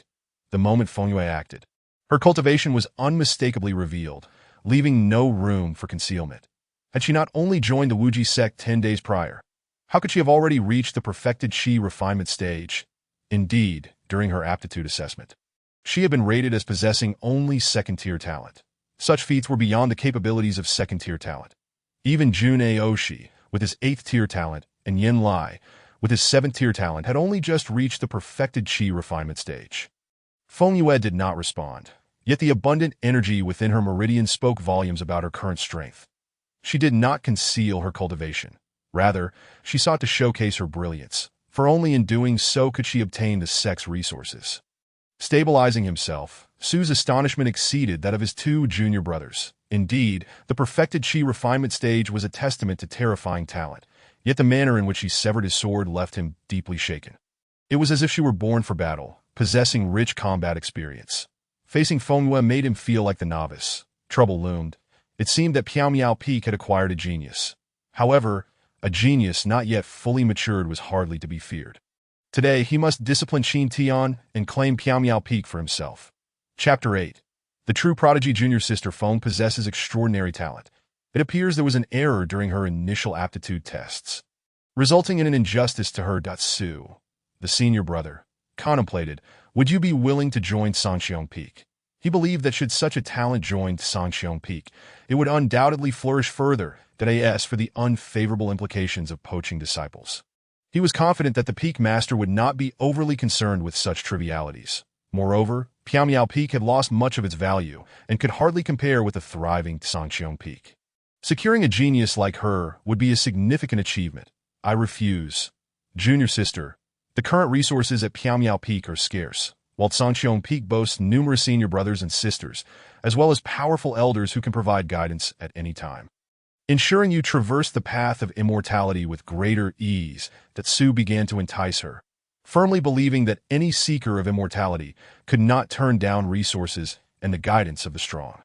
I do not need it. Her response remained cold. Stubborn and unyielding, Su resolved to demonstrate their superiority, that he intended to make it clear that a main peak could not be claimed by just 1 or 2 individuals. You wish to take Piao Peak. Does Kanglan Tian not realize that there is still a year until the sect's stipulated time? Qin Tian rose from the Grandmaster's chair, the seat creaking under him. As he gazed at the group, he discerned their covetous intentions towards Piao Peak from the moment they arrived. The rich spiritual energy at Piao Peak ranked among the finest across the 9 peaks. It was indeed a suitable place for cultivation, and it was not that he wished to squander the sect's resources. Rather, his master had instructed him to safeguard Piao Peak before departing. Naturally, he could not allow Sanxiong Peak to seize it. With his strength having ascended to the later foundation establishment stage, it was time for him to reveal his prowess, making it clear that Piao Peak was not to be trifled with. Qin Tian began to channel his spiritual energy, preparing to deal with these intruders. You are not their match, Fengyue interjected, raising a hand to stop Qin Tian. Qin Tian is merely at the initial foundation establishment stage. While they comprise 2 at the initial stage and 1 at the mid-stage, there is still a year remaining. We are simply here to cultivate that we can officially become affiliated with Sanxiong Peak after that. Su chuckled lightly. Before the deadline, let Piamiao Peak maintain its nominal status. It is of no consequence. However, this place is needed by Sanxiong Peak. There are too many disciples at Sanxiong Peak. Conflicts often arise due to the surfeit of spiritual energy during cultivation. My visit has received directives from above. Otherwise, I would not have come. Junior sister's talent is exceptional. I shall not overexert myself, and will use my full strength that if you do not wish to be injured. It would be wise to concede that we are merely cultivating at Piamiao Peak. It is vast enough that our presence will not be an issue as long as the three of them remained. It would be far simpler for the subsequent disciples of Sanxiong Peak to arrive. Dream on, Qin Tian replied coldly. Inviting gods is easy, but sending them away is a different matter. We cannot set such a precedent. Although he now possessed a system, his junior sister had yet to mature, and he himself had not fully developed. Once Sanxiong Peak's disciples moved in, it would not be his decision to make. In that case, let us see if senior brother Qin possesses the strength to drive us away. Senior brother Qin, do not expect the law enforcement hall to intervene. They will not be coming. Qin Tian's expression turned cold. The disciples of the law enforcement hall were selected from various peaks. Yet curiously, none had come from Piamiao Peak. The majority hailed from Sanxiong Peak, and since he had sent his message, none had shown up, leading him to believe they would not be making an appearance at all. Let us all strike together. Su was done with words. He believed that those who do not learn would be taught through a beating. And Qin Tian would learn to behave as long as Qin Tian was not killed. Sparring among fellow disciples was commonplace. Swords and blades are blind, and being injured was something no one would comment on. Indeed, responded the two Foundation establishment disciples in unison. The three of them launched their assault. Overestimating yourselves, Feng Yue called out, and a surge of sword intent shot skyward, cold and piercing like frost, slicing through the air with an irresistible ferocity. It seemed like an invisible giant sword, capable of severing all illusions in the world. Around the blade, the air was torn apart, producing a sharp howling sound. The brilliance of the light was more dazzling than the sun, rendering it nearly impossible to gaze upon directly. She had not yet unleashed her true strength. With a casual swing of her sword, the light erupted like a shower of stars, imbued with an inexhaustible aura of slaughter. Above Piamiao Peak, an invisible sword coalesced, formed from the gathering of sword intent that on the ground. Cracks spread out from Feng Yue like a spider's web, stones cascading down, that a tempest arose, howling around the sword intent. As if paying homage to this formidable power, leaves were swept up, spiraling away as though fleeing from this terrifying atmosphere. Birds in the distance sensed the extraordinary aura, flapping their wings in panic and emitting cries of terror. The timid beasts huddled in their caves, trembling and daring not to utter a sound. The Feng Yue's gaze was cold and resolute, as if she had fused with the essence of the sword, exuding an aura of inviolable authority. Qin Tian brushed his hair, tousled by the sword's might, a flicker of excitement glimmering in his eyes. Impressive. Now I can do it too. At the moment Feng Yue unleashed her sword intent, Qin Tian experienced a sudden epiphany, as the essence of the sword manifested vividly in his mind. Were it not for the presence of others, he would have been unable to resist the urge to wield a sword and test the power of the sword intent. After all, this was a comprehension only attainable by masters of the sword path. The enhancement provided by sword intent to one's combat prowess was immeasurable for those who grasped the sword intent. Battling beyond one's rank was merely commonplace. Senior brother Su and his two junior disciples halted in their tracks the moment the sword intent materialized, refraining from further aggression. Their pupils contracted violently, as though they had witnessed some colossal terror. Standing before Feng Yue's sword intent, the three felt as if the very world were crashing down upon them, with celestial starlight raining down like a barrage. They perceived themselves as mere ants upon the ground. The sword's aura struck them, shattering the swords in their hands instantaneously. Simultaneously, three resounding thuds echoed as they were sent flying, crashing to the earth. Blood sprayed from their mouths in crimson arcs. Feng Yue, however, did not slay them. The sect had regulations against killing fellow disciples, yet intruding upon Piamiao Peak warranted a small punishment that would raise no objections. Leave, senior brother Su urged, ushering his companions to retreat in haste. They were no match for her. 10 days into the Foundation establishment, comprehending sword intent. Could this still be considered human? Junior sister, truly remarkable, Qin Tian praised.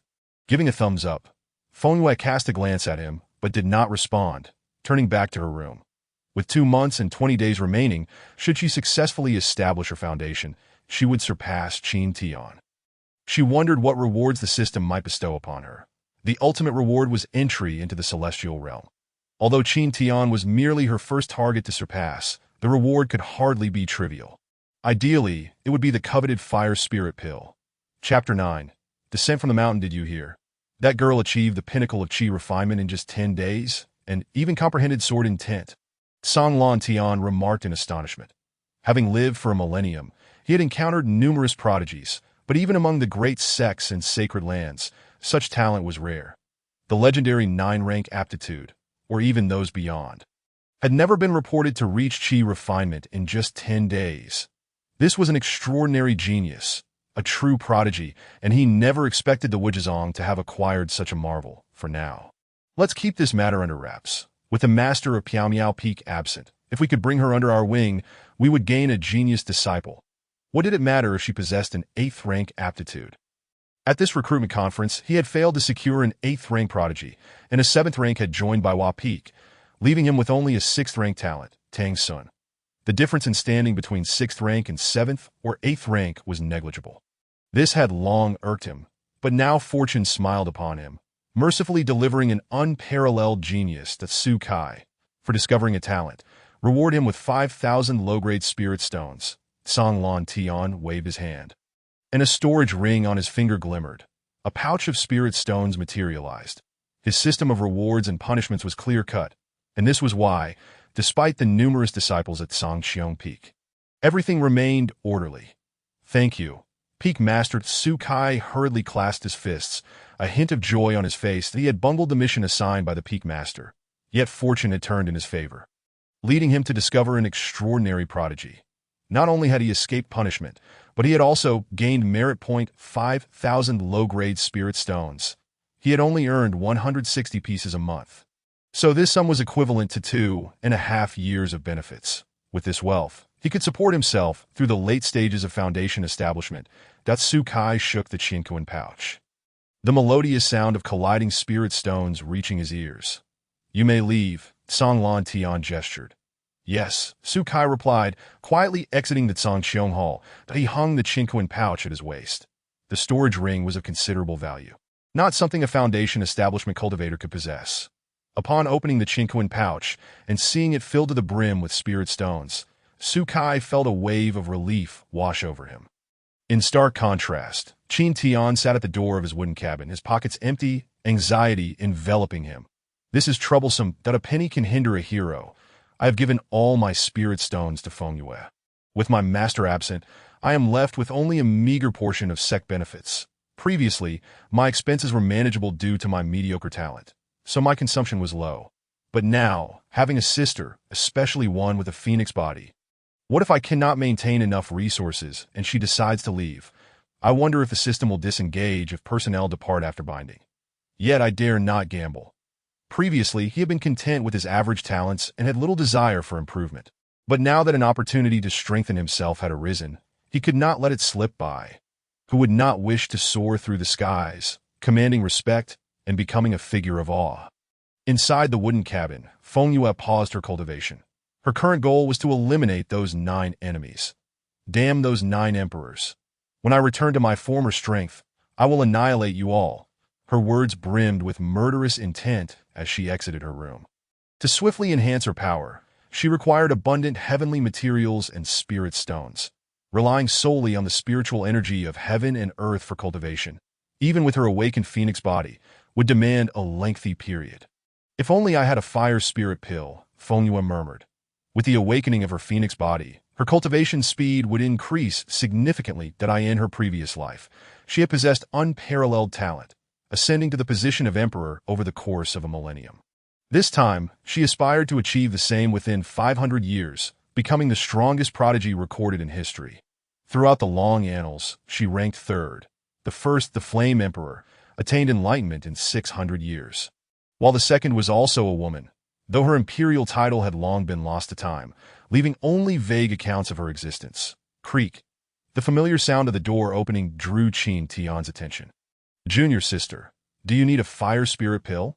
he inquired. Fengyue nodded, her subconscious whisper surprisingly audible to Qin Tian, though she paid it no mind that it mattered little to him, for he neither possessed nor could acquire such a treasure.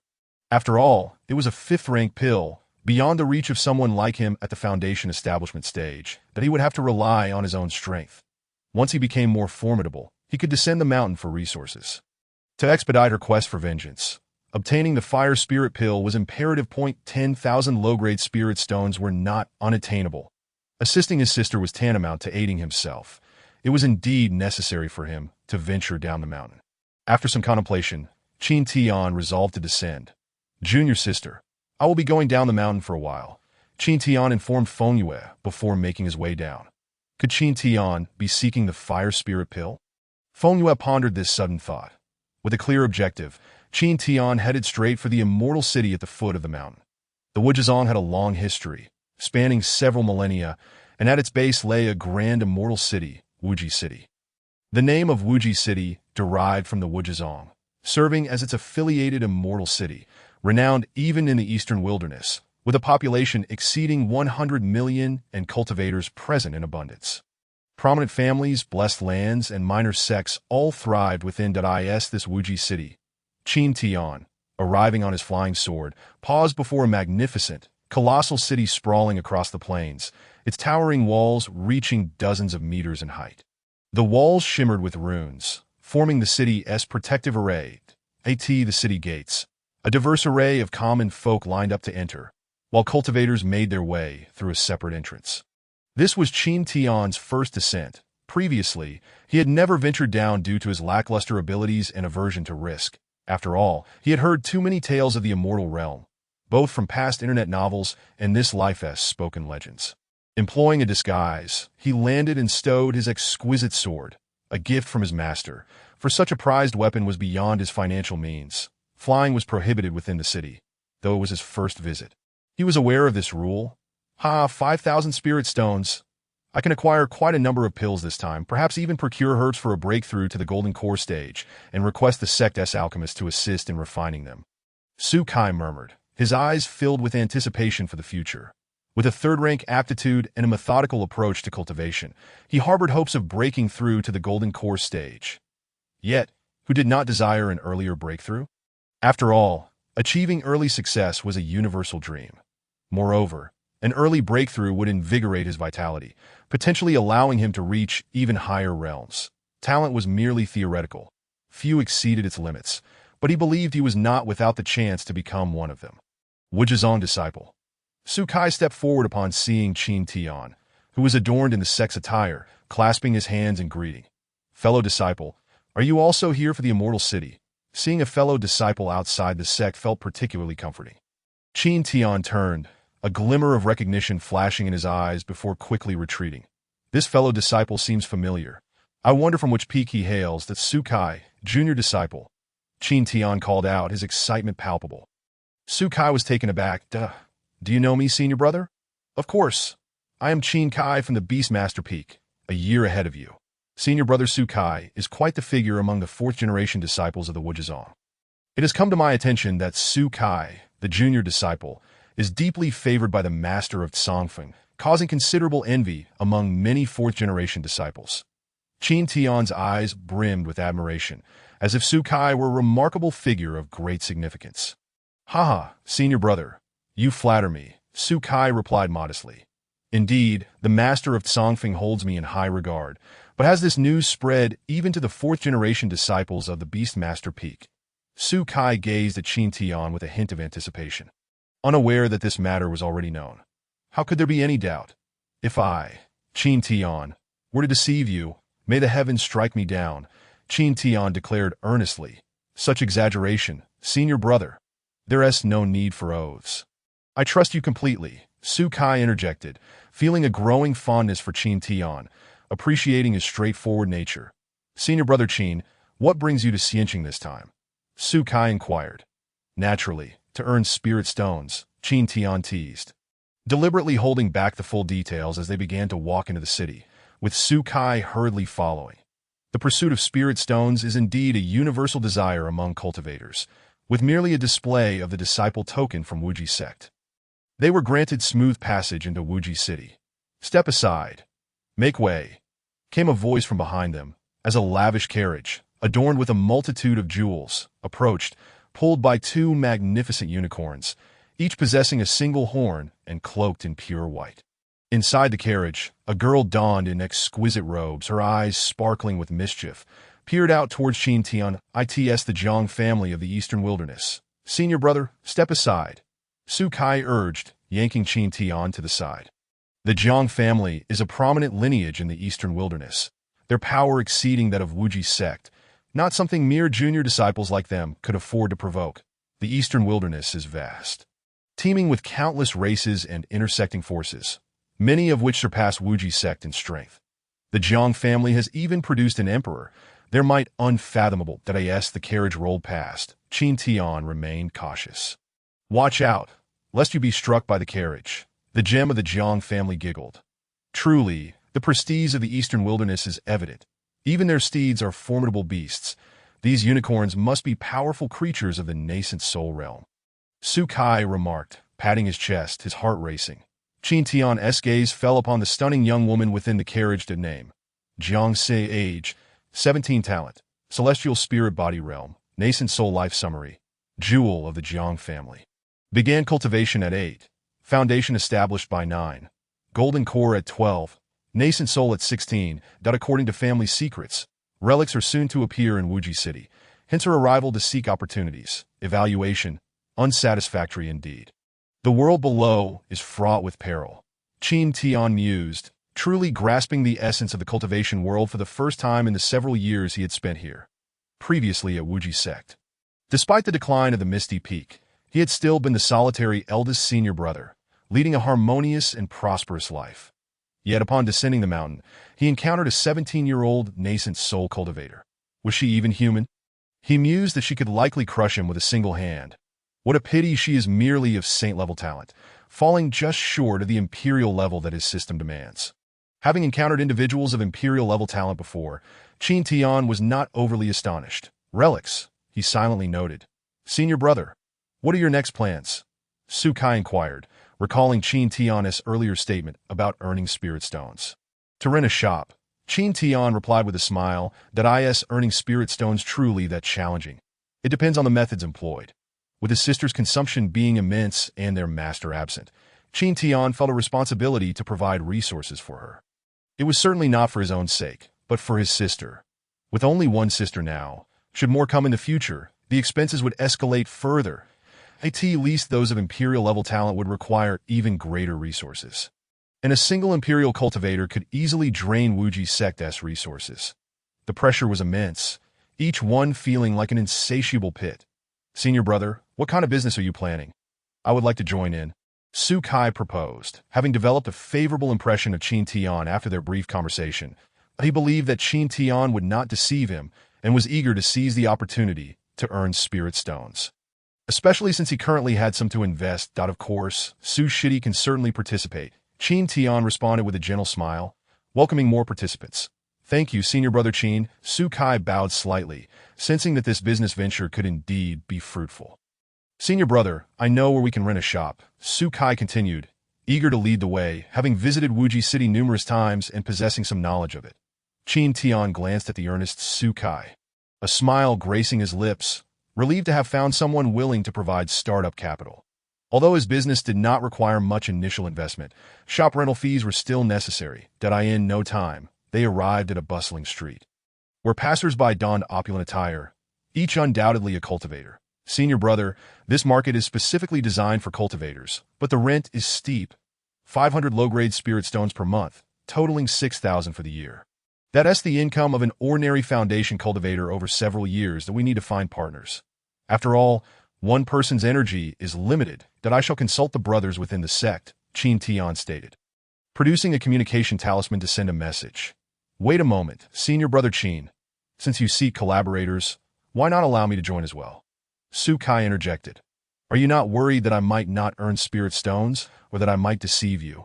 Qin Tian asked. That I have faith in you, senior brother, Su Kai replied. Given the necessity of renting a shop for the business, he felt assured that it posed little risk that in that case, let us both earn spirit stones together. Qin Tian decided.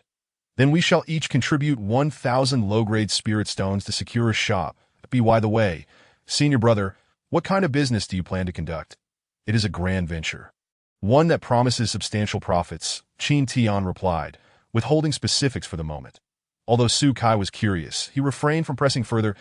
1,000 low-grade spirit stones was no small sum, but the prospect of an opportunity made it worthwhile, especially since he had 5,000 at his disposal.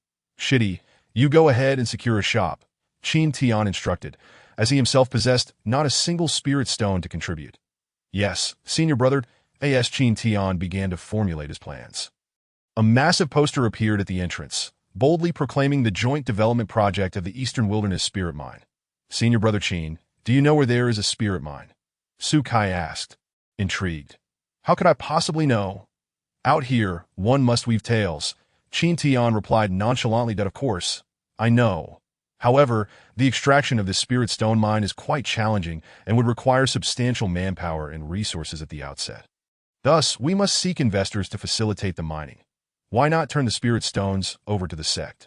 Su Kai suggested eagerly, realizing the magnitude of the opportunity before them. A spirit stone mine. Such resources are typically controlled by major forces. One of the 12 caves of heaven.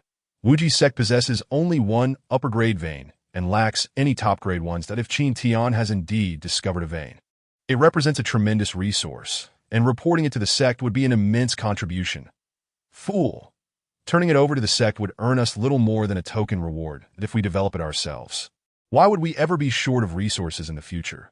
Qin Tian chided, exuding a mix of exasperation and disbelief at Su Kai's naivety. Su Kai realized with a dawning comprehension. Personal opportunities for disciples need not be reported to the sect. Whether to disclose them rests solely on the disciples' discretion. Once they claim it for themselves, the resources could be boundless. That a spirit stone mine represents an immense quantity of spirit stones. Who would have thought that a casual inquiry would lead to such a grand opportunity? Perhaps fortune has begun to smile upon Su Kai, first discovering the prodigy Feng Yu, and now encountering a senior brother willing to share a spirit stone mine. Joy surged within him, but he suppressed his excitement, not wanting to appear inexperienced. Senior brother, what is the grade of this spirit mine? I'm not entirely sure. The mine is buried deep underground, several hundred meters down. That I found low and mid-grade spirit stones on the periphery. But the exact grade will depend on the stones found within. Qin Tian explained. As Su Kai's eyes gleamed. Having read about spirit mines, he understood that mid-grade stones on the outskirts indicated that this mine was at least upper grade, with a strong possibility of it being top grade. That he gazed at Qin Tian as if he were a treasure, a benefactor. Senior brother, the shop has been secured for 2 months. By the way, what shall we name our business? Su Kai inquired, recognizing the need for a title once they commenced trading. Let us call it the Pang Clan Chamber of Commerce. Pang Clan Chamber of Commerce? Su Kai pondered. Why isn't it called the Qin Merchant Association? However, he refrained from further inquiries. Securing a share of the profits was already a fortunate outcome. He certainly did not harbor any illusions that his mere 1,000 spirit stones would elevate him to a position of significance. Although he had joined the endeavor, he was acutely aware of his own standing. Jointly developing the spirit stone mine, the street they occupied was the most bustling commercial avenue in Wuji City. As soon as the announcement was posted, passers-by began to stop and gaze at the poster. Could it be possible that someone was actually offering a spirit stone mine? Was there a catch? Most of the time, such claims were deceptive. Spirit stone mines were typically controlled by powerful factions, who would willingly relinquish them to share with others. It seemed implausible. Smaller factions would hoard any spirit stone mine they possessed, not proclaim it openly. Many onlookers shook their heads, dismissing the matter as a hoax. Qin Shixiao, what if these people do not believe? Su Kai exclaimed anxiously. Without spirit stones, how could they mine the resources? No need to fret. Skepticism is only natural, as no one in the Eastern Wilderness has ever presented a spirit stone vein for public exploitation. Qin Tian stepped to the entrance and smiled. Do you all doubt my words? To be honest, I find it hard to believe myself. Who are you? I am Qin Kai, merely a wandering cultivator, Qin Tian casually fabricated an identity once more. What? Sukai was perplexed. Why would he claim to be a wandering cultivator? He wished to inquire further, yet with so many guests present, it was not the right moment. How could a mere wandering cultivator possess a spirit stone mine? Nearby shopkeepers were drawn in, and the first to speak was the manager of Wandan Lu. Wandan Lu had numerous branches in various immortal cities and was a significant commercial entity specializing in the trade of elixirs. It was merely a serendipitous discovery. Yet as a wandering cultivator, even if I were to find a spirit stone mine, I would lack the means to exploit it. This mine lies hundreds of meters underground, making extraction exceedingly challenging. As a foundation-building cultivator, I possess neither the power nor the influence. Thus, I reasoned that it would be more prudent to gather manpower for a joint venture. In this manner, I could secure the spirit stone vein, while all of you investors would also reap some rewards. It is a win-win situation. Why not embrace it? This wandering cultivator seems to possess a degree of self-awareness. However, how could a spirit mine be entrusted to a mere wandering cultivator? One among the crowd, a disciple from the esteemed Qingyun sect, interjected, "Since you claim to have discovered spirit stones, would you kindly reveal the location of this mine?" Upon hearing this, the crowd turned their attention to Qin Tian, for the factions conducting business here were no trifles. Once they discerned the location of the spirit stone mine, this foundation-building cultivator would lose all value. The notion of joint development could only be self-deception. Who would not wish to monopolize cultivation resources? This esteemed friend, as I mentioned earlier, I am merely a wandering cultivator. If I were to disclose the location, would it still be relevant to me? Yet one cannot simply take your word at face value. You must provide proof of your knowledge of the spirit stone mine, the Qingyun disciple continued. Then turned to a companion, instructing, "Inform the senior brother that we have news of a spirit stone vein." Spirit stone veins are a stable resource in the eastern wilderness, requiring no perilous ventures into secret realms or mountains. They can be harvested gradually with manpower. Any faction that learns of a spirit stone mine will not ignore it. Simultaneously, many began to send messages, whether true or false. An investigation was warranted. Qin Tian observed the crowd's movements with keen interest. The more who knew, the better. That if some chose not to invest, he would not compel them. Qin Tian maintained an air of indifference, as if to say, "Invest if you wish, or not." At this moment, he could not appear weak. He had to exude sufficient confidence. Should no one invest, he would simply extract the resources alone, albeit at a slower pace. Nonetheless, that was preferable to exposing the mine and ultimately gaining nothing. I believe it is genuine. It is indeed difficult for a wandering cultivator to undertake such extraction. Mining requires pinpointing the spirit vein, which entails significant cost. It would be more prudent to collaborate on the extraction, allowing for a substantial yield of spirit stones in the short term. May I inquire, Qin Zhongge, what is the investment model? Regardless of the truth, curiosity persisted. While many were unfamiliar with investment, they assumed it was akin to partnership. Pooling spirit stones and distributing profits. It is quite simple. Everyone contributes spirit stones, and when the mining is completed, I shall return the stones along with interest.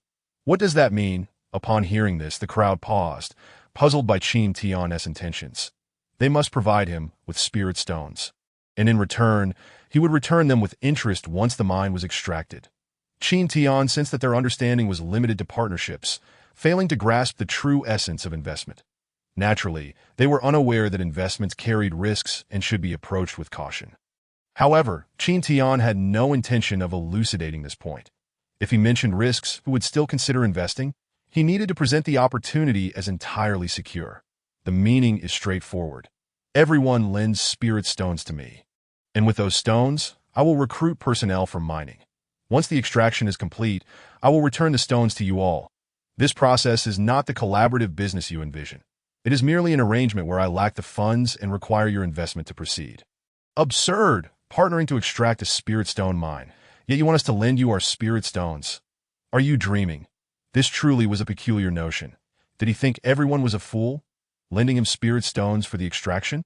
Such folly was unexpected in Wuji City. Laughter erupted from the crowd. Previously skeptical, they now found Qin Tian utterly ridiculous. I reiterate, those who believe may come forward. For those who do not, you may choose not to invest. Qin Tian remained composed, unfazed by their mockery, which struck the crowd as peculiar. He seemed too calm, as if their disbelief were a loss on their part. Qin Zhengge, how much spirit stones will you return once we lend them to you? Someone queried from the crowd. Qin Tian surveyed the onlookers, a glimmer of amusement in his eyes.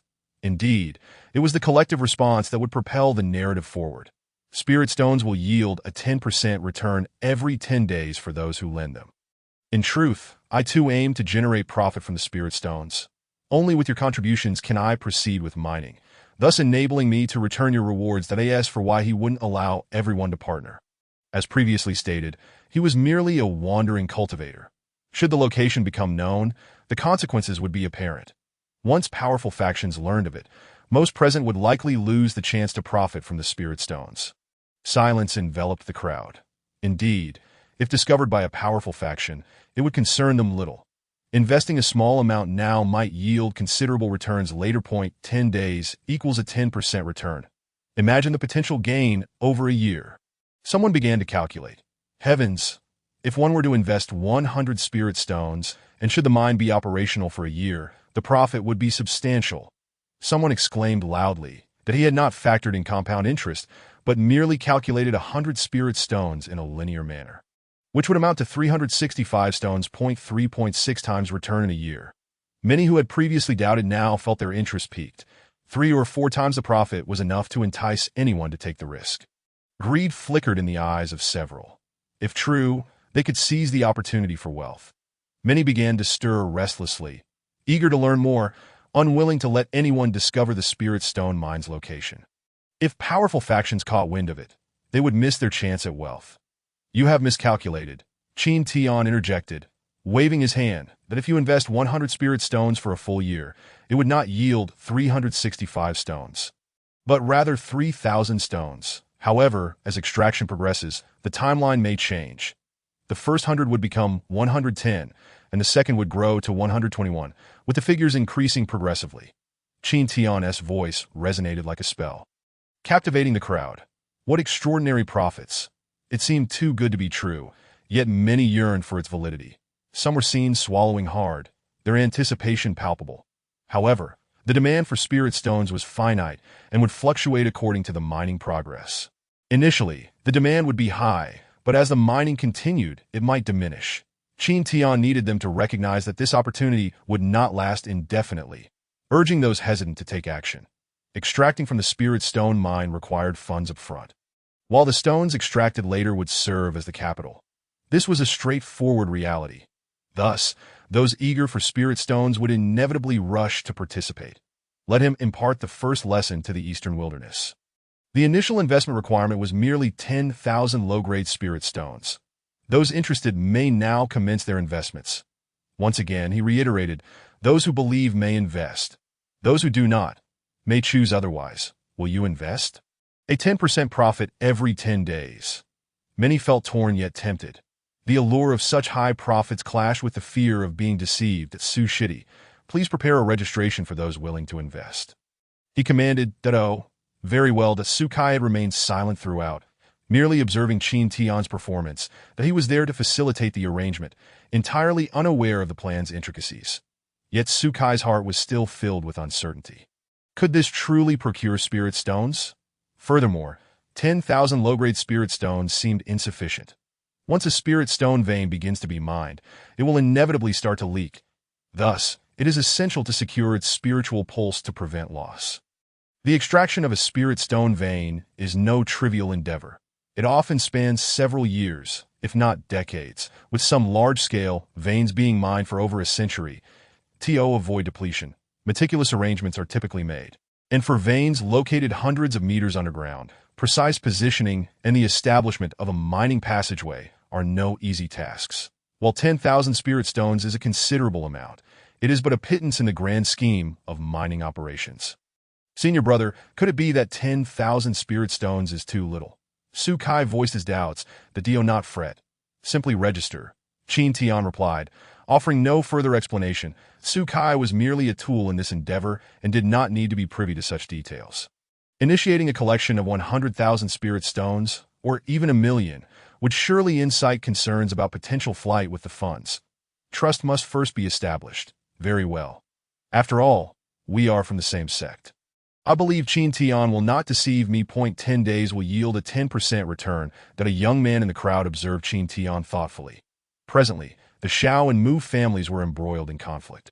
Engaged in a price war, leading to diminished revenues across many industries and plunging into financial strife that if this continued, the Shao family would surely decline within a year. This is an opportunity. I happen to have 1,000 low-grade spirit stones. Why not give it a try? Xiao Yan from the Shao family of Qingang City invested 1,000 low-grade spirit stones. Although he felt this venture was dubious, he was willing to gamble for the sake of the Shao family. Should it prove true, he could increase his investment and perhaps amass a substantial amount of spirit stones, enabling the Shao family to triumph in their rivalry with the Mu family. Chapter 13. Stirring the city, I too shall invest 500 spirit stones. A powerful golden core cultivator spoke slowly. For him, 500 low-grade spirit stones were but a trifle, a mere test to ascertain if this venture could be profitable. That I will invest 100. I will invest 10. Though the shouts were few, there remained those who, at any time, were never averse to taking a gamble. Before the entrance of the Pang clan commerce, the crowd bustled, primarily drawn by curiosity. After all, this method of fundraising for spirit stone mining was unprecedented. The announcement of a spirit stone mine was not only a first for Wujiqing, but also for the entirety of the eastern wilderness. This news spread swiftly, permeating Dublin. Is it real? They have not concealed the spirit stone mine, but made it public. Are they not afraid of powerful figures coveting it? How could it be false? The streets of Yulong are now teeming with people and show no signs of dispersing. Patience. The speed of spirit stone mining is rapid. That if it is true, I shall invest as well. Many cultivators, despite being tempted by the lucrative spirit stone returns, decided to observe for the moment. After all, spirit stones were not easily obtained. They could be used to purchase cultivation resources and expedite training. Spirit stone veins have traditionally been mined over years, often buried deep underground. The Pang Clan Commerce S mine was located several hundred meters below the surface, making extraction even more challenging and time-consuming. City Lord's Mansion. City Lord. This individual is publicly collecting spirit stones. Should the spirit stone mine be exposed, we must consider whether these investors are willing to act. The tactics employed by the Pang Clan Commerce were indeed astute. However, it was a pity to handle a spirit stone mine in such a manner. To allocate such a rich resource to a group of weaker individuals was undoubtedly a waste in the eyes of stronger factions. Do not worry. Simply send someone to follow him. A robust middle-aged man, resembling a cylindrical figure, said calmly. This man was Xiang Yang, the city lord of Wujiqing, and also a transformation stage elder of the Wujizong. Wujiqing, being an affiliate of Wujizong, enjoyed economic prosperity and frequent trade. Naturally, Wujizong would not overlook such a lucrative opportunity, as Wujiqing provided substantial spirit stone revenue annually. Yes, city lord, since he intends to develop the spirit stone mine. The commotion will undoubtedly be considerable. Once we ascertain its location, it shall be of no concern to him. The city lord spoke with confidence, asserting that there was no need for direct action. Merely keeping watch would suffice, lest their reputation be tarnished. Furthermore, violence was prohibited within the city, and no one was allowed to transgress this rule. That it had never been heard that scattered cultivators could control a spirit stone mine. Small sects that discovered spirit stone veins often took extreme measures to conceal them, fearing covetous eyes. Now that Qin Tian had openly revealed it, numerous factions would surely take action, and Wujiqing simply needed to follow suit. Indeed, city lord. The steward clasped his fists and then departed from the city lord's mansion. The city had long-standing prohibitions against violence. However, the allure of spirit stone veins was too great for mere city guards to deter. It was inevitable that some would take risks, attempting to abduct Qin Tian, which could not be allowed. That he was not overly concerned for Qin Tian's safety. After all, the more people watched, the greater the balance of power.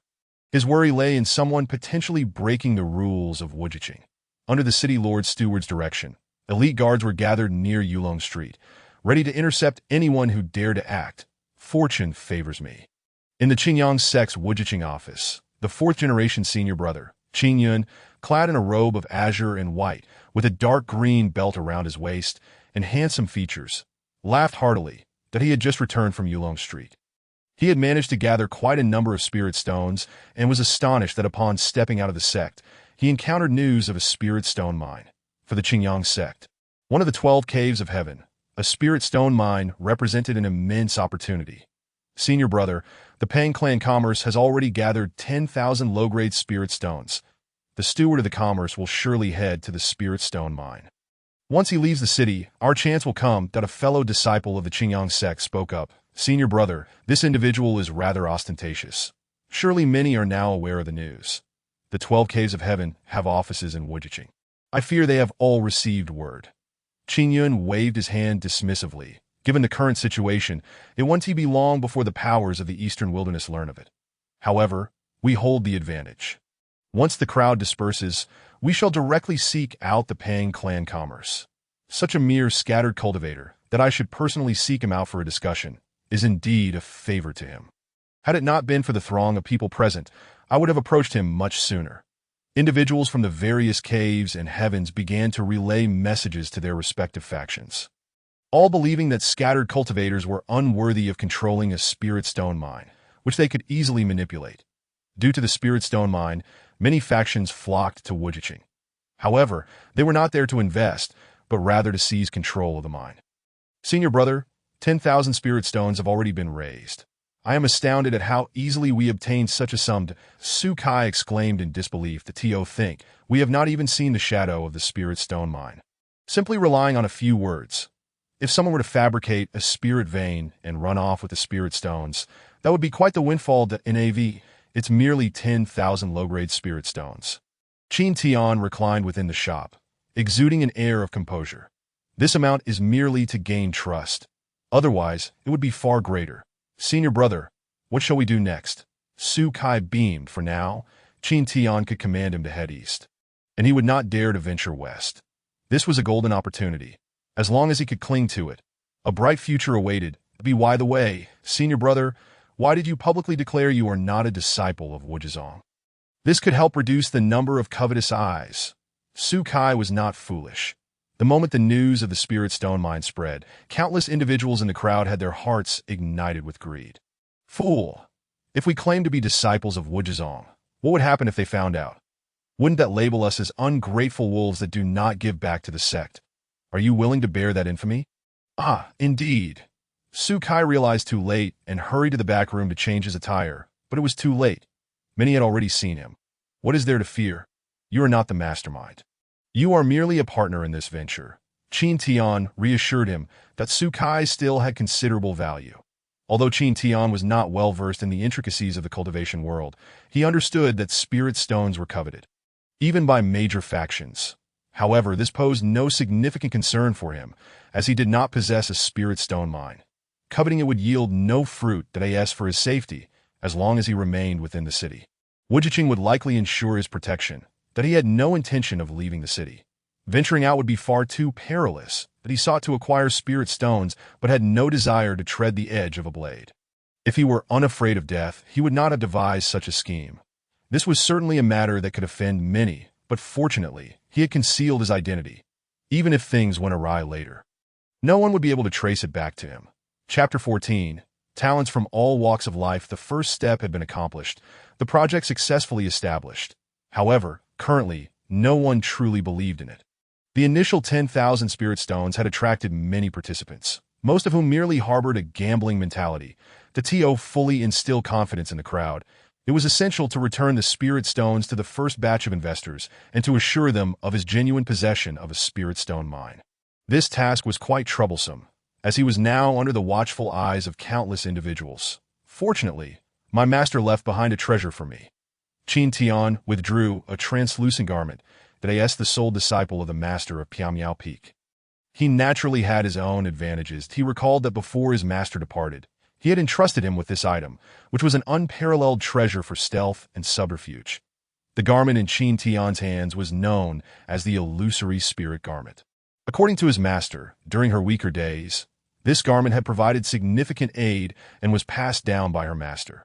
The illusory spirit garment, as its name suggests, possessed dual effects of illusion and shadow, capable of concealing one's presence and altering one's form, that if it were not for this precious garment, Qin Tian would not dare to descend the mountain to establish the Pang Clan Chamber of Commerce.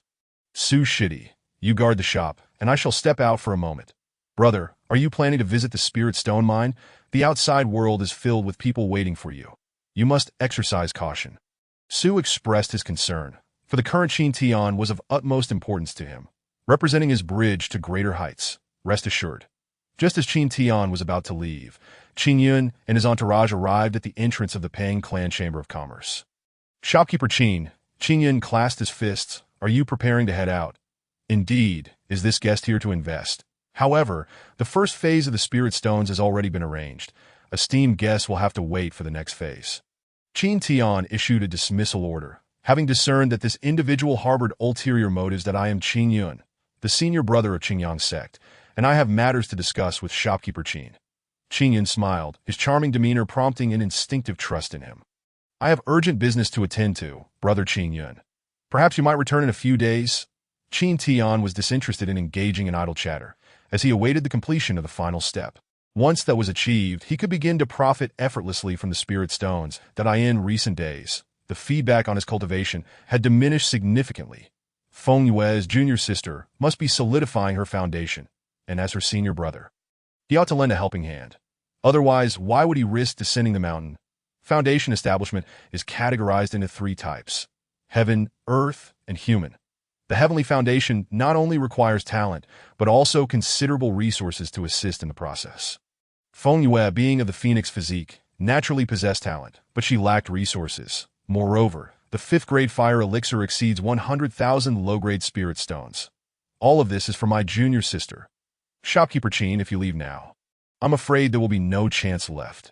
The allure of the Spirit Stone Mine is far greater than you might imagine. That Qin Yun's tone was calm, yet it carried a hint of disdain. Loose cultivators are but loose cultivators. How could they comprehend the extent to which a Spirit Stone Mine would attract those with nefarious intentions? Once Qin Tian stepped beyond the city gates, he would likely struggle to maintain even an hour's safety. Countless individuals sought to capture Qin Tian to extract the location of the Spirit Stone Mine or directly search his soul to obtain what they desired. And now it was merely a matter of which faction would act faster. Qin Yun believed that rather than competing with various factions outside the city, it would be better to seize the Spirit Stone Mine from within. What do you mean? Now, individuals from the 12 Cave Heavens have arrived in Wujiqing, and even members of the Great Sects have already appeared for their intentions. I trust you are well aware. With so many powerful factions, do they truly wish to seize my spirit mine? Qin Tian's expression turned serious, though internally he scoffed. Indeed, the immortal cultivation world operates this way. Your possessions do not guarantee ownership. Only what you can protect is truly yours.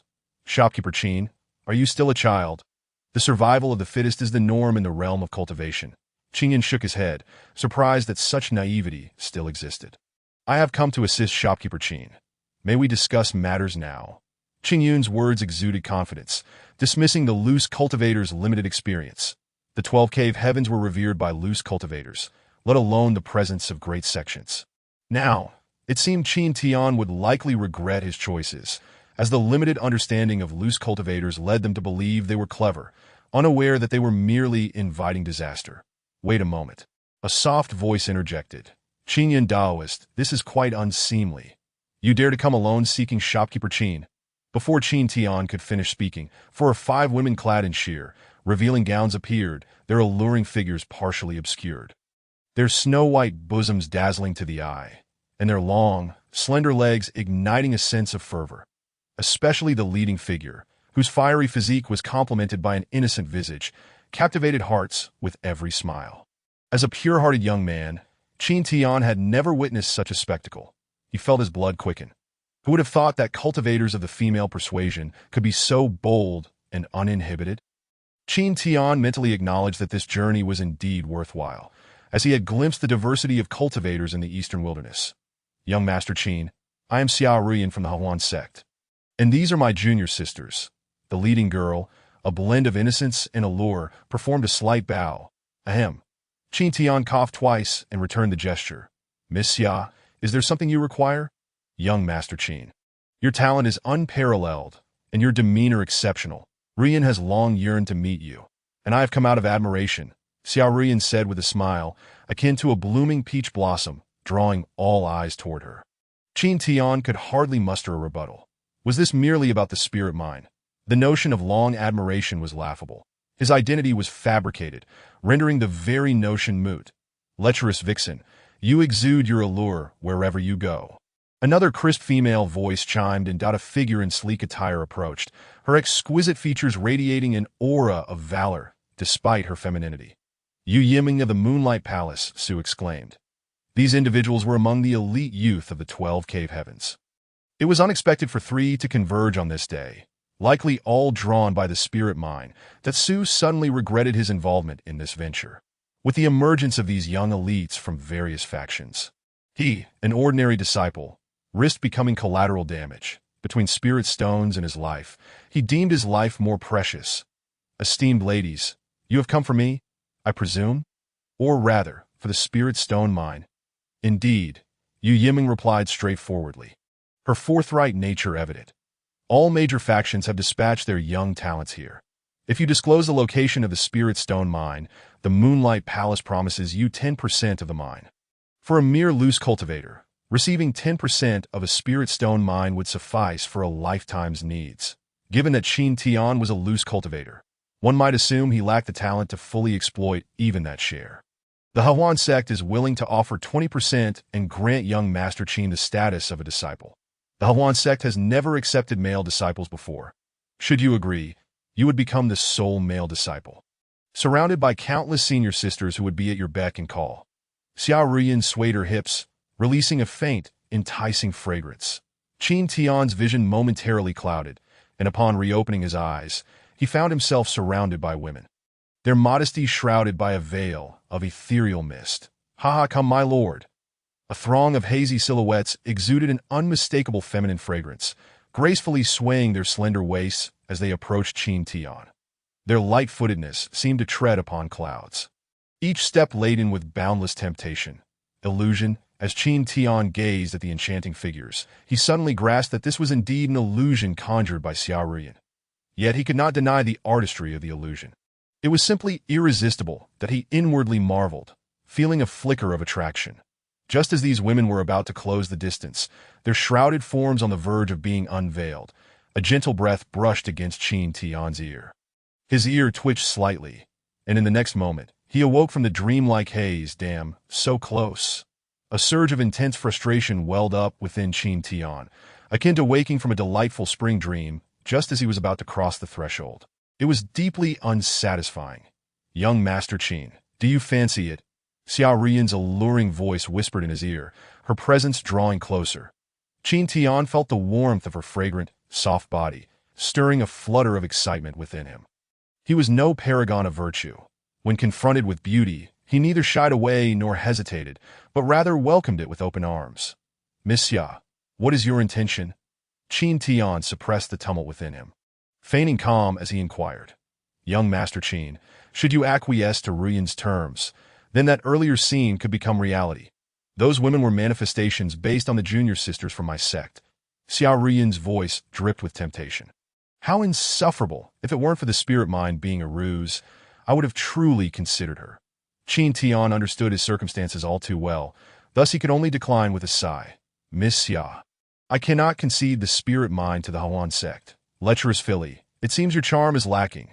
Yu Yiming's lips curled into a smirk, her expression dripping with mockery. Daoist Qin, the Hahuan sect is a nefarious cult that thrives on absorbing life force. If you truly join them, you might end up with nothing but bones, devoured by their temptresses. Yu Yiming crossed her arms, accentuating her figure clad in black attire. Though her name sounded endearing, she radiated an undeniable masculine vigor. As for my Moonlight Palace, we are a reputable sect. While we may only offer 10%, we can guarantee your safety and uphold our promises. Qin Yun's expression turned grim. Had it not been for the sudden appearance of these two women, he might have successfully secured Qin Tian's cooperation.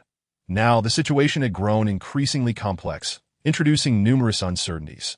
Shopkeeper Qin, Qin Yun's sect, was the first to arrive and informed you of your current predicament, which underscores our sincerity. Qin Yun believed that if he did not act soon, Qin Tian might be swayed by others. Esteemed guests, Wujiqing is the territory of my Wujizong.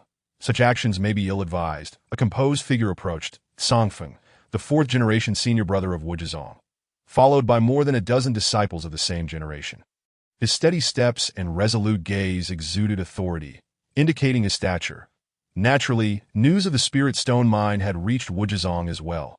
However, this time, various powerful factions are keen to hone the younger generation, thus entrusting the battlefield to them.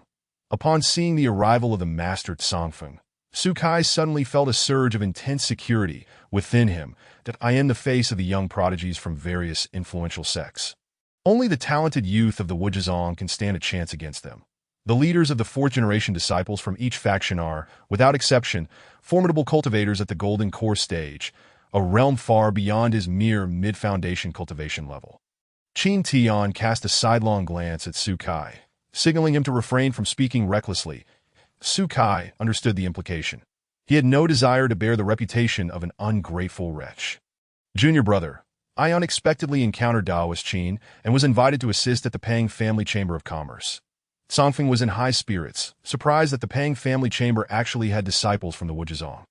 However, Xiao Rian, Qin Yun, and Yu Yiming's expressions changed. They had not anticipated that the Wujizong had already infiltrated the Pang Family Chamber. Manager Qin, it seems you are fated to be with our Wujizong. How about joining us? Not only will you retain 1/10 of the Spirit Stones, but we can also promise you a position as elder. Tsongfeng felt that this Spirit Stone mine was destined to be connected with the Wujizong. This time, he was confident of victory, that the young generation operates independently. The promised elder position should not raise any objections within the sect, though it would be a nominal role, since Qin Tian was merely a foundation cultivator. Su Kai refrained from speaking.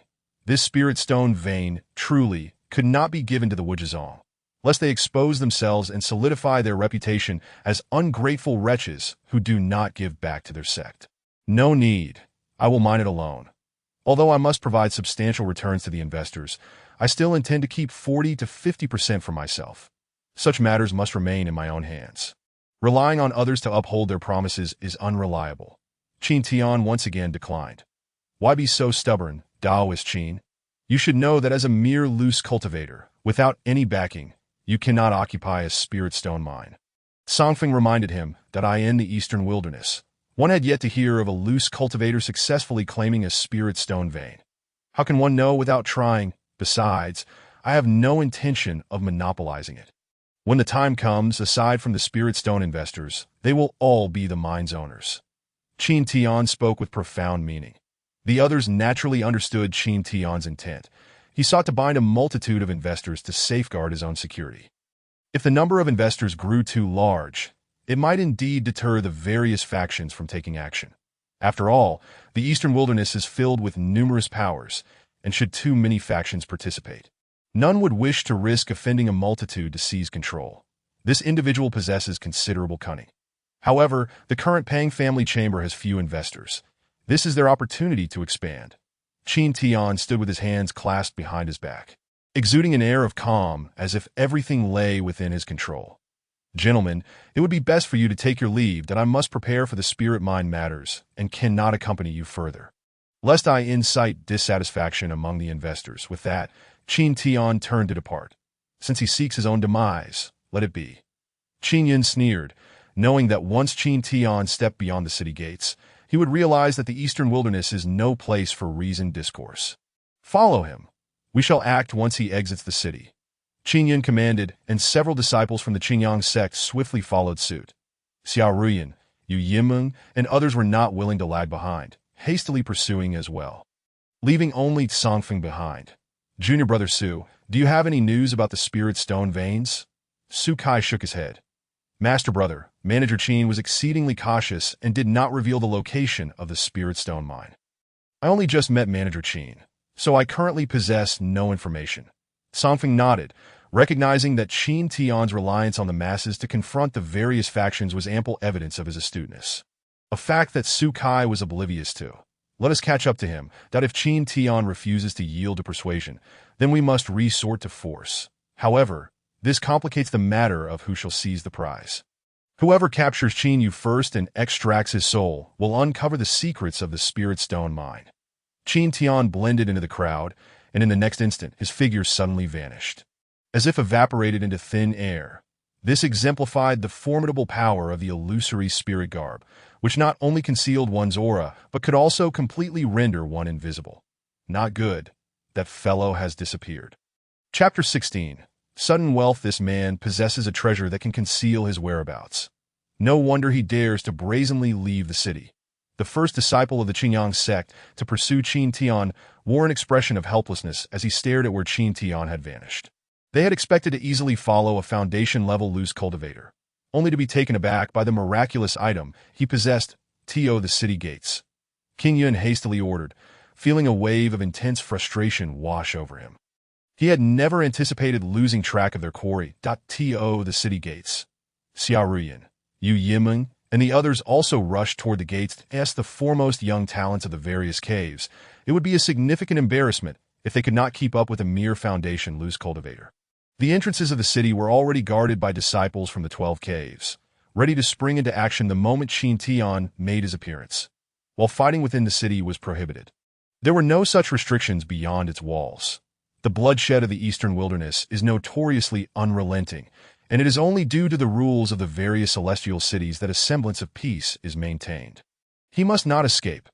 The thought surged within everyone's minds that if they could secure the Spirit Stone mine, then one among them would undoubtedly rise above the rest and achieve great renown. Senior brother. This fellow possesses a concealing artifact. If he emerges from the city gates, how will we track him down?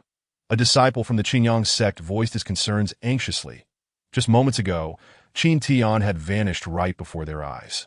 A mere loose cultivator, even if he possesses a treasure, it cannot be anything of high caliber. I have a spirit-detecting mirror. There is no need for concern. Qin Yun was resolute. He was determined to acquire the Spirit Stone mine and had brought the mirror specifically to locate its veins.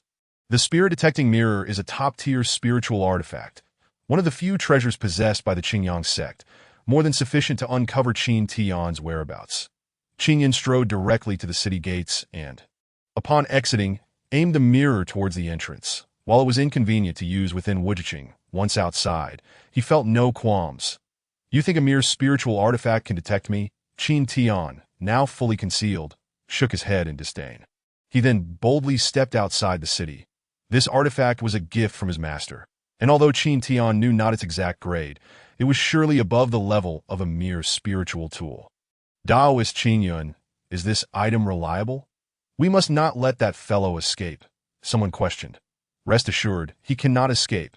This is a top-tier spiritual artifact. Qin Yun replied with unwavering confidence, as if envisioning the scene of capturing Qin Tian. Once outside the city, Qin Tian walked a short distance before removing the illusory spirit garb, revealing his figure once more. Hey, you idiot! Qin Tian waved his arm and shouted loudly. His voice echoed through the air, striking a jarring note. Upon hearing the voice, everyone turned to look at the distant Qin Tian. Qin Yun followed the sound and saw Qin Yu pointing at him, berating, I'm talking about you, you fool. Do you not realize there are 4 city gates? Who is this person, daring to insult the elder brother of the Qingyang sect? Many at the gates, unaware of the context, exhibited expressions of astonishment. Ha, Daoist Qin Yun, you have been called an idiot. Xiao Rian's voice was gentle, yet it pierced Qin Yun's heart like a dagger. A.S. the esteemed elder brother of Qingyang Dantian. How could he endure being publicly insulted by a mere loose cultivator? Seize him. Qin Yun's face darkened, his expression stormy as if it could spill water. The disciples of Qingyang Dantian surged forward, all elite members among the 4th generation, each at the golden core level, dashing toward Qin Tian with fierce intent. Follow closely, Songfeng commanded, hastening after them. This fellow was on the territory of the Wuzhizong. He held the advantage of home ground that if others snatched him away, he would have no face to return to the sect. Yu Yimeng, Xiao Ruyan, and others also followed suit, while several young leaders from the other caves did not wish to lag behind, joining the pursuit. What has this guy done to provoke the ire of all 12 cave elites? Someone curiously inquired. A knowledgeable person explained, this is the manager Qin Tian of the Pang family chamber, who has recently caused quite a stir in Wujiqing. Could it be that he truly knows the location of the Spirit Stone mine? Otherwise, why would all 12 caves mobilize? Some skeptics began to believe. Perhaps Qin Tian did indeed possess knowledge of the Spirit Stone mine. Does this mean that the investment could yield Spirit Stones? Many felt a flicker of hope. As long as Qin Tian did not disclose the mine's location, their investments might indeed be profitable. They all hoped that Manager Qin would evade capture by the 12 caves. Qin Tian chuckled softly and donned the illusory spirit garb once more, disappearing from sight, that he won't escape far. Split up and pursue. Someone shouted, PS merely at the foundation level. How could he possibly evade a group of golden core cultivators? Qin Tian, draped in the garb, did not flee. Instead, he ran toward the crowd. However, due to his invisibility, he brushed past them without being seen that he had no spirit stone mine. Leaving the city was merely a ruse to convince others of his possession of one. Now that the 12 cave elites were pursuing him, it further solidified the authenticity of his claim to a spirit stone mine. Truly, what benevolent souls they were. Returning to the city gates, Qin Tian adjusted his aura and resolved to find an inn to settle down. The Rui Inn, with its lavish decor and enticing aromas wafting through the air, beckoned him as he strode inside. Cultivators rely on spiritual energy, which allows them to forego the consumption of grains. However, high-grade spiritual delicacies not only satisfy one's culinary desires, but also significantly contribute to the enhancement of their cultivation. Moreover, there exists a considerable number of cultivators who, despite their ability to abstain from food, still retain a yearning for gastronomic pleasures. The Rui restaurant is specifically established for these cultivators. The attendant, upon spotting Qin Tian, hurried forward with a broad smile, inquiring whether the guest was there to dine or to lodge. First, prepare a lavish feast, and then provide a private room, Qin Tian declared with a grand gesture, exuding an air of affluence, as he now possessed a substantial fortune of 10,000 low-grade spiritual stones. Naturally, he intended to indulge extravagantly, especially since these spiritual stones came easily. Pleased this way, the attendant beamed, seemingly thrilled rather than put off by Qin Tian's ostentatious display of wealth.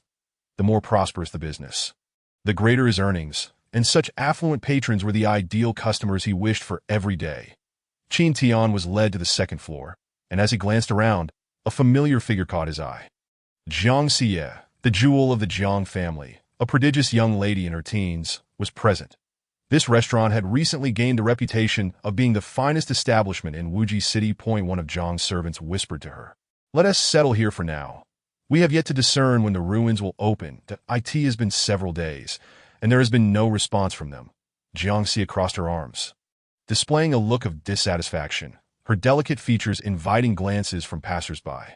After a brief observation, Qin Tian retreated into a private room on the second floor, deeming it prudent to avoid interactions with such influential figures. The presence of a young girl at the nascent soul stage was rare, akin to elders in the Wuji sect, that if she possessed imperial-level talent, he might consider approaching her to see if she could take him as a junior disciple. Esteemed guest, here is our menu, the attendant offered, presenting it to Qin Tian. He waved his hand dismissively. Bring forth your finest dishes. Eager to sample the culinary delights of the eastern wilderness, he awaited the attendant's response. Certainly, esteemed guest, the attendant replied with a beaming smile, promptly preparing to depart. Qin Tian felt assured, confident that his wealth of spiritual stones would suffice, for it was well known that no one could dine without paying at the Rui restaurant.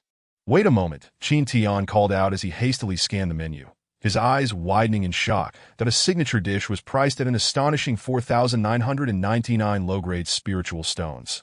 This was not merely dining, but akin to consuming gold.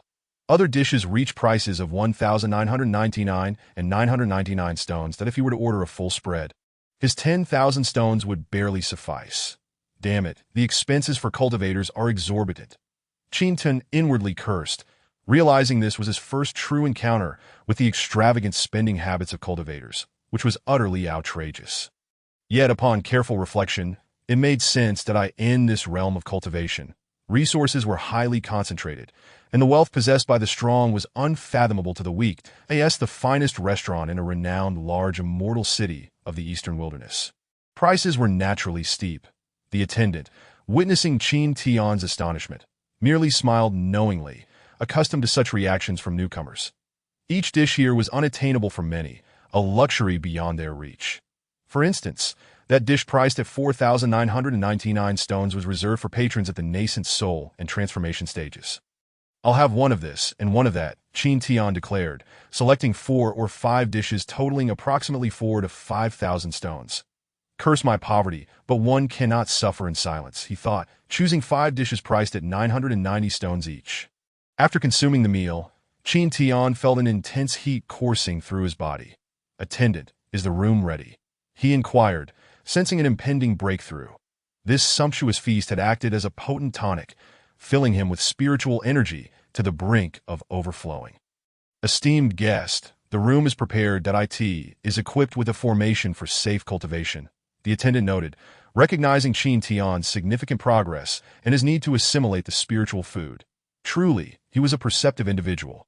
Qin Tian exhaled in relief. "Excellent. My foundation in the late stage of qi condensation has been thoroughly solidified," he mused. Indeed, spiritual delicacies were of superior quality and left no adverse effects. Regrettably, his innate talent was lacking. The 5,000 stone delicacy had not enabled him to break through to the pinnacle of qi condensation. Had it been his junior sister, she would likely have easily ascended another level. Time flew by, and soon it was the 9th day of the 10-day cycle. Qin Tian had already consumed a significant portion of his spiritual stones. It was time to continue earning. The initial 10,000 stones were merely an appetizer. With the young elites from various caves backing him, the trust in him would surely increase, warranting the commencement of the first round of financing. Qin Tian chose not to appear himself, but instead sent a message to Su Kai, requesting the raising of 100,000 spiritual stones. 100,000 spiritual stones. Su Kai was taken aback upon receiving the news, his eyes widening in disbelief. The previous reward of 5,000 stones for discovering a talent had already left him elated. He could hardly fathom now raising such a colossal sum. "Our manager has stated that the second round requires 100,000 stones. Those interested should act swiftly," Su Kai conveyed to the others. "It is not that our manager has fled. Rather, he is being pursued by the elites of the 12 caves and cannot return to the city. Do you wish for the Pang family's spiritual stone mine to be discovered by those from the caves?" Su Kai had inherited Qin Tian's persuasive rhetoric and spoke with confidence. "Tomorrow marks the end of the first round. When will Manager Qin return?" Qin Yin inquired, having invested 1,000 low-grade spiritual stones.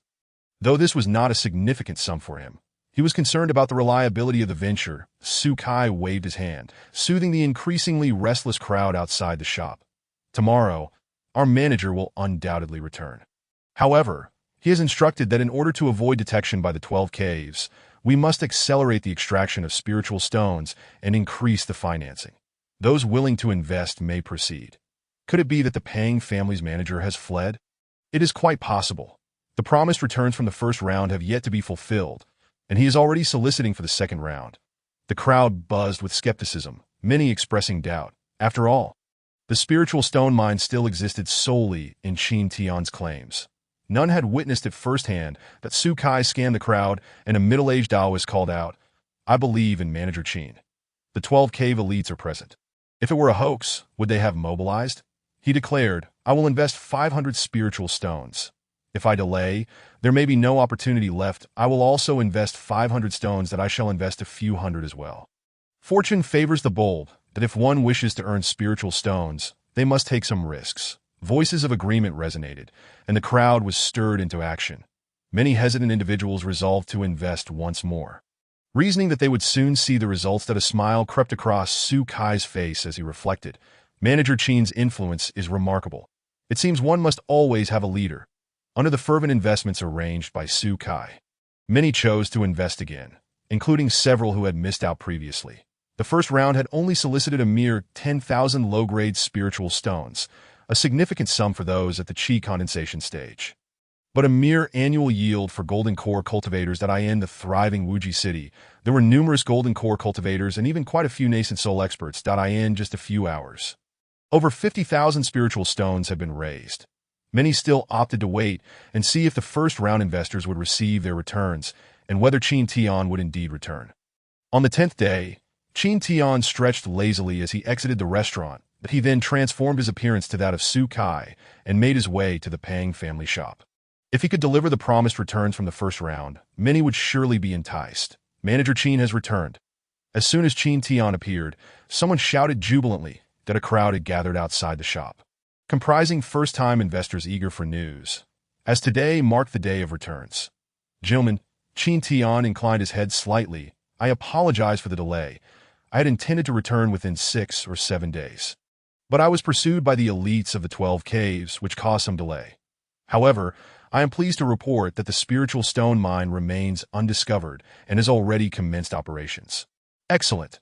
In this vast eastern wilderness, without precise coordinates, even the 12 caves would find it challenging to locate as long as the spiritual stone mine remains hidden. We shall have a continuous source of income. Manager Qin, you are magnanimous to share the profits of the spiritual stone mine with us. Many gazed at Qin Tian as though he were a treasure. For 10 days of investment promised a 10% return, an extraordinary profit with minimal risk. Far safer than venturing into the wilderness. Wherever Qin Tian went, the crowd parted to form a path. He was their benefactor. Now, let us distribute the returns to the first-round investors. Su Kai, please dispense the spiritual stones to the first-round investors. Su Kai arranged the spiritual stones he had gathered yesterday, but he found it rather peculiar that senior brother Qin had not extracted any spiritual stones from the mining veins throughout the entire process. Junior brother Su Kai, you have worked hard recently. From this batch of spiritual stones, you may keep 1,000 for yourself. Henceforth, your daily remuneration will be set at 100 spiritual stones. What do you think? Su Kai was indeed a vital worker, and he had great potential for future endeavors. He could not be treated poorly. Chapter 18. Distribution of investment returns. How much? Su Kai exclaimed in astonishment, disbelief evident in his voice. Earning 100 spiritual stones a day was extraordinary. During his time in the sect, he had only earned a mere 160 spiritual stones in a month. Now, he would receive 100 each day. Such fortune felt like a pie falling from the sky. Su Kai's breath quickened. His heart raced as if it might leap from his throat. Senior brother Qin, I have no objections. Overjoyed, Su Kai realized that by investing 1,000 spiritual stones to rent a shop, he had already recouped his initial investment, with all future earnings being pure profit. That a radiant smile illuminated Su Kai's face. His joy akin to the warm sun of spring, uplifting the spirits of those around him. In that moment, his movements as he distributed the spiritual stones to the first round of investors became remarkably agile. As if fueled by boundless energy, I actually received spiritual stones. I invested 100, and now it's grown to 110. Someone shouted excitedly, their voice brimming with joy and exhilaration. Mine has turned into 550. Another person exclaimed, their face alight with excitement. The crowd was in a frenzy. Within just a few days, they had earned a 10% return, an unprecedented boon in the eastern wilderness. It was rare to find such a fortunate occurrence throughout the annals of eastern wilderness history. Many individuals felt exhilarated, believing they had astutely recognized a gem in the rough by discovering such an advantageous business opportunity. Xiao Yin of the Xiao family gazed at the 1,100 spiritual stones in his hand, a thrill coursing through him. It's real. It's truly real. The Xiao family is saved. Recently, the Xiao and Mu families had been fiercely competing for dominance in Qingyang City, continuously lowering prices to see which family would withdraw first. The key to victory lay in spiritual stones. As long as one possessed sufficient spiritual stones to absorb the losses, they could emerge as the ultimate victor. The Xiao family has invested 6,100 spiritual stones, Xiao Yin declared loudly, his voice resolute and strong. This was his entire fortune, and he placed all his hopes on this investment. Originally, he had come to Wujiqing seeking cheaper sources, never anticipating such a fortuitous turn of events. I will also invest 550 spiritual stones. Many of those who had just received spiritual stones flocked to the shop, eager to continue investing. Qin Tian's earlier words echoed in their minds. Investing 100 spiritual stones could yield a 30-fold return if maintained for a year. The prospect of such profit was simply irresistible. Qin Tian smiled faintly to himself, thinking, once they experience success, how many will manage to restrain themselves? The spiritual stones they were given were merely passing through their hands. Ultimately, they would return to him. Now, he was not short of spiritual stones, but he needed 100,000. Still insufficient, but by the next round, he would be able to return to Wujizong. 100,000 spiritual stones for the fire essence pill was not overly expensive. Once his junior sister awakened her phoenix body and her cultivation soared, his own path to longevity would hasten as well. Alas, he had only one junior sister.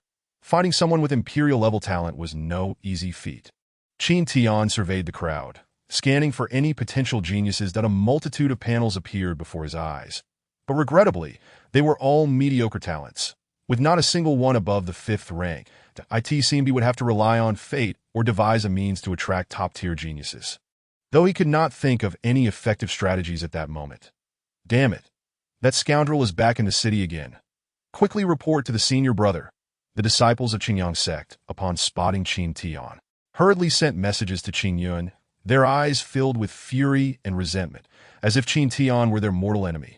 Half an hour later, a brooding Qin Yun arrived outside the Pang family shop, seeing Qin Tian, who wore a smug grin, only fueled his anger. The 4th-generation senior brother of Qingyang sect, he could not tolerate being publicly humiliated by Qin Tian. Following Qin Yun were Yu Yimeng, Xiao Ruyan, and other leaders of 12 Cave Heavens. The notion that 12 cave leaders were being toyed with by a loose cultivator was a scandal that would be hard to live down. Isn't that the senior brother of the 12 Cave Heavens? What brings you here again? Qin Tian chuckled lightly, his tone laced with mockery and disdain, as if he regarded the 12 cave leaders with utter indifference. The crowd at the shop turned their attention to the 12 leaders, recognizing them as young prodigies beyond their reach. However, their sentiments toward them were not favorable.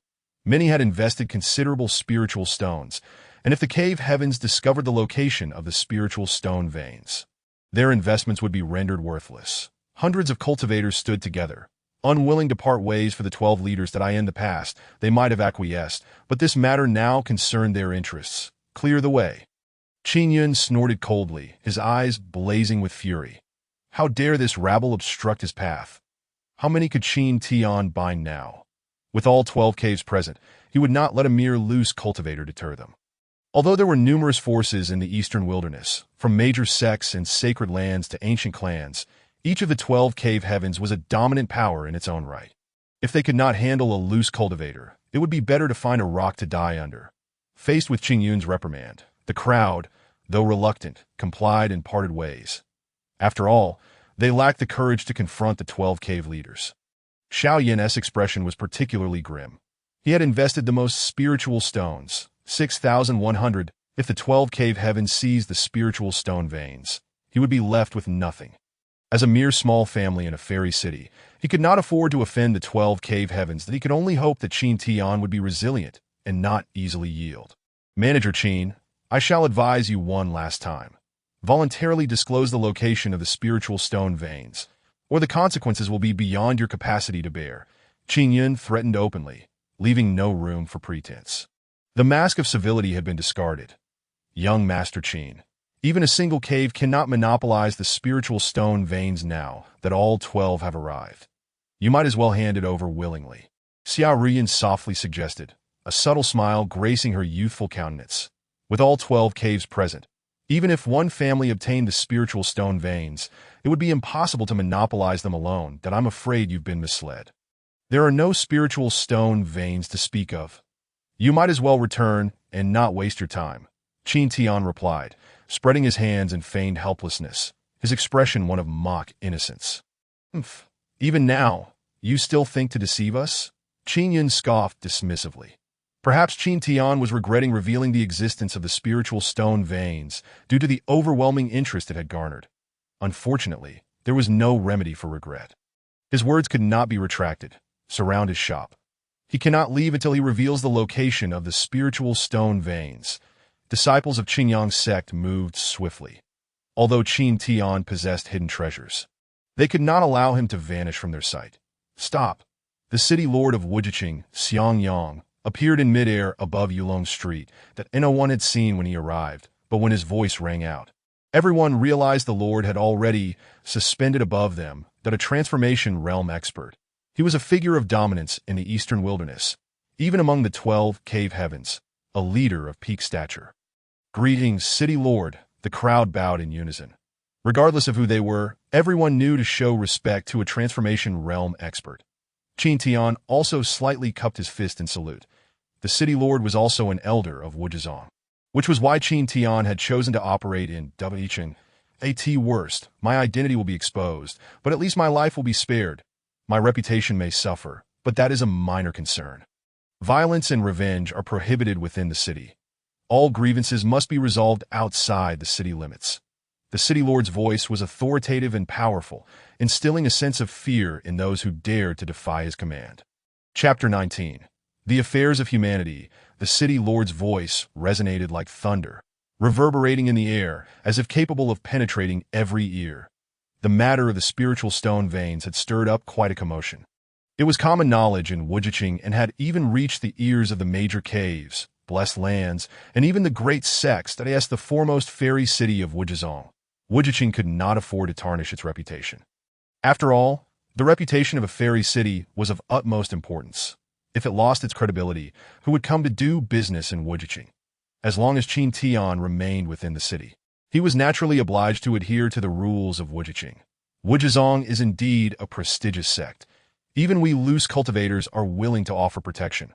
The city lord was both magnanimous and honorable.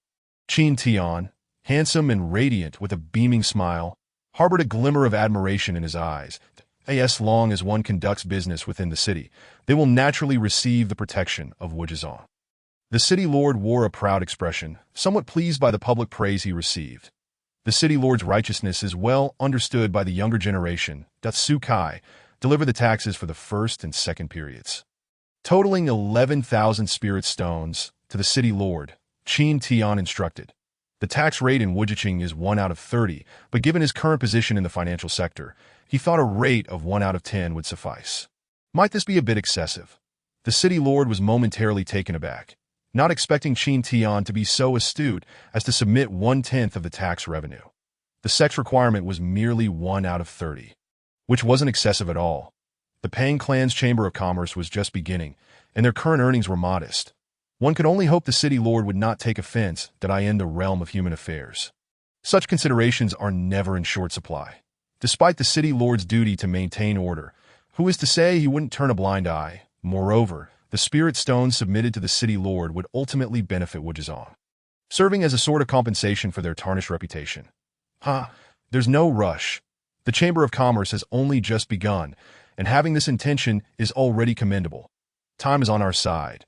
Opportunities will arise in the future. The city lord was in good spirits, realizing that this individual was not only eloquent, but also adept at navigating social dynamics. After the city lord completed his instructions, he departed, leaving the young elites of the 12 caves to discreetly exit. For once the city lord had spoken, they had no grounds to argue. City lord, Manager Qin has sent a gift as a token of gratitude, the steward announced, handing several storage bags to the city lord. Upon opening them, he found them brimming with spirit stones, totaling over 10,000. A clever fellow indeed. Though 10,000 spirit stones are not a substantial sum for me, it does represent my monthly salary. And I recall Qin Tian mentioning that the Pang clan's Chamber of Commerce is just starting out. It's likely to yield even more in the future. City lord, Manager Qin has also conveyed a message. What message? In the future, spirit stone revenues will be submitted at a rate of 10%, and the city lord shall receive a 10% share.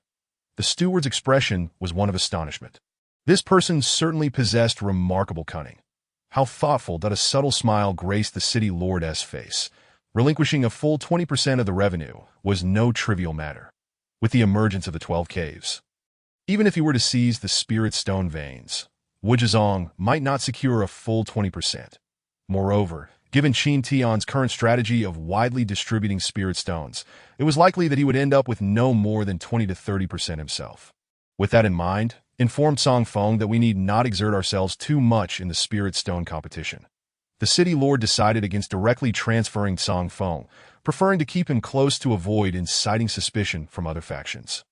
8 days later, within the Ru Yi restaurant, Qin Tian indulged in the culinary offerings, having successfully broken through to the pinnacle of the foundation establishment stage. He consumed the dish priced at 4,999 without hesitation.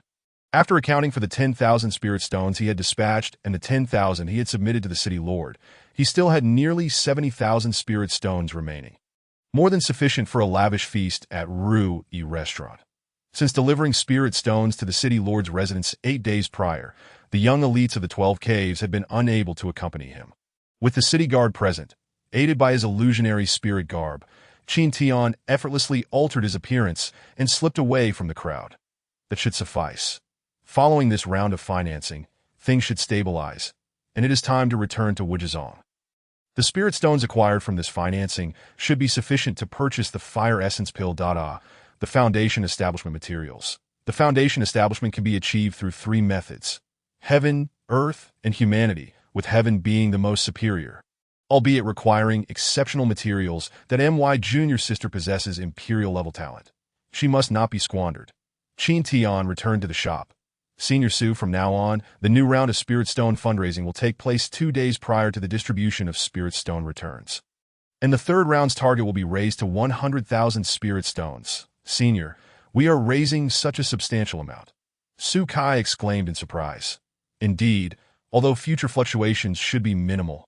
Currently, you are the sole member of the Chamber of Commerce. I appreciate your hard work. Henceforth, your monthly Spirit Stone allocation will increase to 5,000. Su Kai felt as though he had glimpsed a bright future. Who would have thought that a casual greeting would lead to such a prosperous path? 5,000 Spirit Stones a month was a sum many nascent soul cultivators could scarcely hope to earn. Not at all. I am part of the Chamber of Commerce, and it is my duty to contribute. By the way, if you feel overwhelmed, you may recruit additional help, with salaries set at twice the market rate to facilitate hiring. Understood, Senior. Done. In that moment, Su Kai felt as though he had become the confidant of his senior, being entrusted with the authority to recruit. The Pang Clan's Chamber of Commerce continued its Spirit Stone fundraising. Su Kai posted a notice at the shop's entrance. Are we beginning fundraising again? Su Kai nodded, explaining, yes, henceforth Spirit Stone fundraising will occur at fixed times, and all may come regularly. Deputy Manager Su, how much Spirit Stone will be raised this time?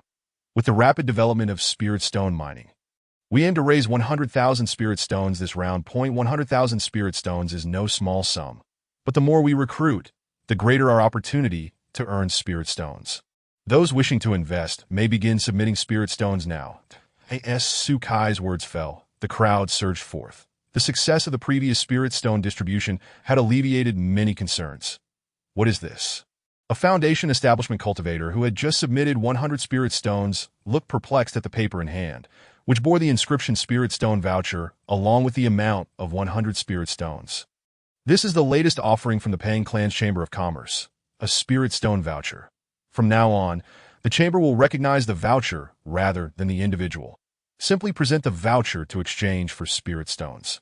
Su Kai inwardly marveled at Senior Qin's ingenuity, continuing to explain that this voucher would be freely tradable among individuals. Does this mean that as long as the Pang Clan's Chamber of Commerce exists, this voucher will always hold a value of 100 Spirit Stones? Su Kai nodded affirmatively. Precisely. How interesting. The manager of this Chamber of Commerce is quite clever. A graceful, enchanting young woman murmured within the crowd. Miss, this individual is quite astute. His ambitions are considerable, remarked a maid of decent appearance and golden core cultivation in a hushed tone. Jiang Xia nodded, then spoke. Procure 50,000 Spirit Stone vouchers that as you wish. Miss, the maid promptly acquiesced, knowing her place was merely to obey without offering opinions. Chapter 20. Spirit Stone Voucher. Jiang family. Jiang Xia invests 50,000 Spirit Stones. The maid effortlessly dropped a storage bag at the shop's entrance. The crowd fell into a stunned silence. Both the illustrious name of the Jiang family and the staggering sum of 50,000 Spirit Stones were enough to leave everyone speechless. The Jiang family. Could it be the renowned Jiang family of the Eastern Wilderness? Someone murmured in shock. Which other Jiang family could possibly produce 50,000 Spirit Stones? Another replied with conviction. Su Kai gazed at the young woman resembling a maid before him. Breath caught in his throat. Even as a maid, she exuded an immense aura of pressure, and he clearly recognized that her strength far surpassed his own. Jiang Xia, is she not the jewel of the Jiang family? Murmurs rose among the crowd. The jewel of the Eastern Wilderness's Jiang family had a brother known as the pinnacle prodigy of the Eastern Wilderness, said to possess a divine body with boundless potential. The hope of the Jiang family, destined to be the future Eastern Wilderness God King. Once the divine body reaches full maturity, its combat prowess is unparalleled, rendering it invincible among peers. The Jiang family is destined to reign over the Eastern Wilderness. And who could withstand the might of the divine body? Even the leaders of great sects would find themselves unable to contend. All gazes turned to the vivacious and ethereal Jiang Xia. She waved her hand, greeting everyone with a charming sparkle in her eyes and a radiant smile that made it impossible to look away. "Hello, everyone," Jiang Xie, resembling a friendly neighbor, warmly addressed the crowd. "Miss Jiang is also investing. This business is surely secure." The previously indecisive cultivators swiftly took action. Nongming Fudi invests 10,000 spirit stones. Many from Fudi followed suit. With Miss Jiang investing, the 12 caves dared not act recklessly. "What are you dawdling for? Is our young lady not allowed to invest?" The maid coldly inquired, noticing Su Kai's dazed expression. "My apologies. Of course, she can invest," at Su Kai, still taken aback by Jiang Xie's identity and her substantial investment. Was astonished. 50,000 spirit stones was no small sum. Senior Qin Tian also stood, though he did not feel pleased. After all, this was a family of a sacred land, and he could not afford to offend them. Nevertheless, having come this far, if he rejected this business, he would risk losing it entirely and could only brace himself to accept that in the southern region of the Eastern Wilderness, in a place like this, he had attracted the jewel of the Eastern Wilderness family. Haha, Miss Jiang truly has an eye for talent. Instantly recognizing the immense potential of this Chamber of Commerce's investment, Qin Tian said with a forced smile. "Of course, I am no ordinary person," Jiang Xie replied proudly, a confident smile gracing her lips. What she valued was not merely the Spirit Stone mine, but the Spirit Stone voucher, although she did not fully understand its significance. She felt it held great potential. "Miss Jiang, here is your 50,000 Spirit Stone voucher." Qin Tian respectfully presented the Spirit Stone voucher. After Jiang Xie accepted the voucher, her nose wrinkled suddenly as she inquired, "You seem familiar. Have we met before?" "We had a brief encounter at the city gate," Qin Tian replied. Jiang Xie's eyes sparkled with recognition as she suddenly recalled, "You are the one who almost got knocked over." "Indeed. Well then, I have other matters to attend to, so I shall take my leave." Jiang Xie did not linger, for Qin Tian was not sufficiently significant to warrant her wasting too much time. With the assistance of the jewel of the Jiang family, Qin Tian swiftly raised 1,000,000 spirit stones within the span of just 1 hour. After paying a tax of 100,000 and presenting another 100,000 spirit stones as a gift to the city lord, as well as reserving a second portion of spirit stones for future returns, Qin Tian vanished with nearly 700,000 spirit stones remaining. The Li Huidan, priced at 180,000 spirit stones, was indeed exorbitant. Qin Tian gazed at the pill in his hand, unable to suppress a sigh, acknowledging that the path of cultivation truly demands an endless supply of resources. What he required now were foundational spiritual items. Within Wuji City, there existed a merchant association specializing in the sale of foundational spiritual items, aptly named the Foundation Establishment Association.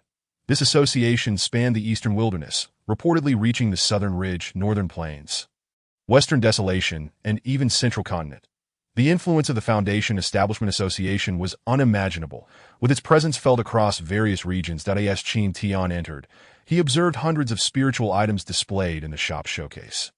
Spiritual items were a collective term that encompassed rare divine metals, seeds of mysterious plants, and even the bones of formidable beings, all classified as foundational spiritual items. Esteemed guest, are you in need of foundational spiritual items? The shop assistant approached Qin Tian upon noticing him. The Foundation Establishment Association catered to a diverse clientele, ranging from the esteemed masters to those at the Qi refinement stage. Indeed, I am curious about what spiritual items you have available. Please take a look, the assistant gestured. There are hundreds of items displayed, and you can examine which foundational spiritual items resonate with your needs. It is essential that foundational spiritual items not only possess high tiers, but also align with one's essence for a harmonious integration. My junior sister possesses a phoenix physique. I presume that fire attribute foundational spiritual stones would be suitable. Yes? Qin Tian pondered as he perused the offerings.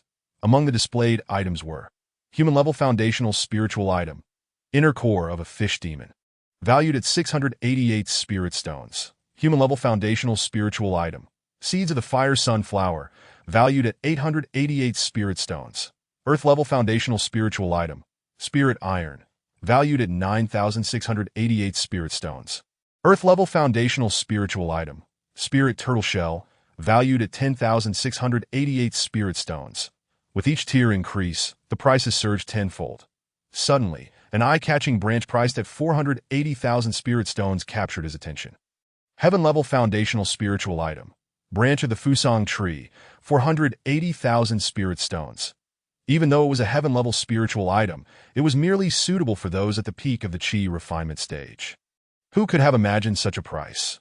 It was beyond the reach of the average person, accessible only to the heirs of major factions or direct descendants.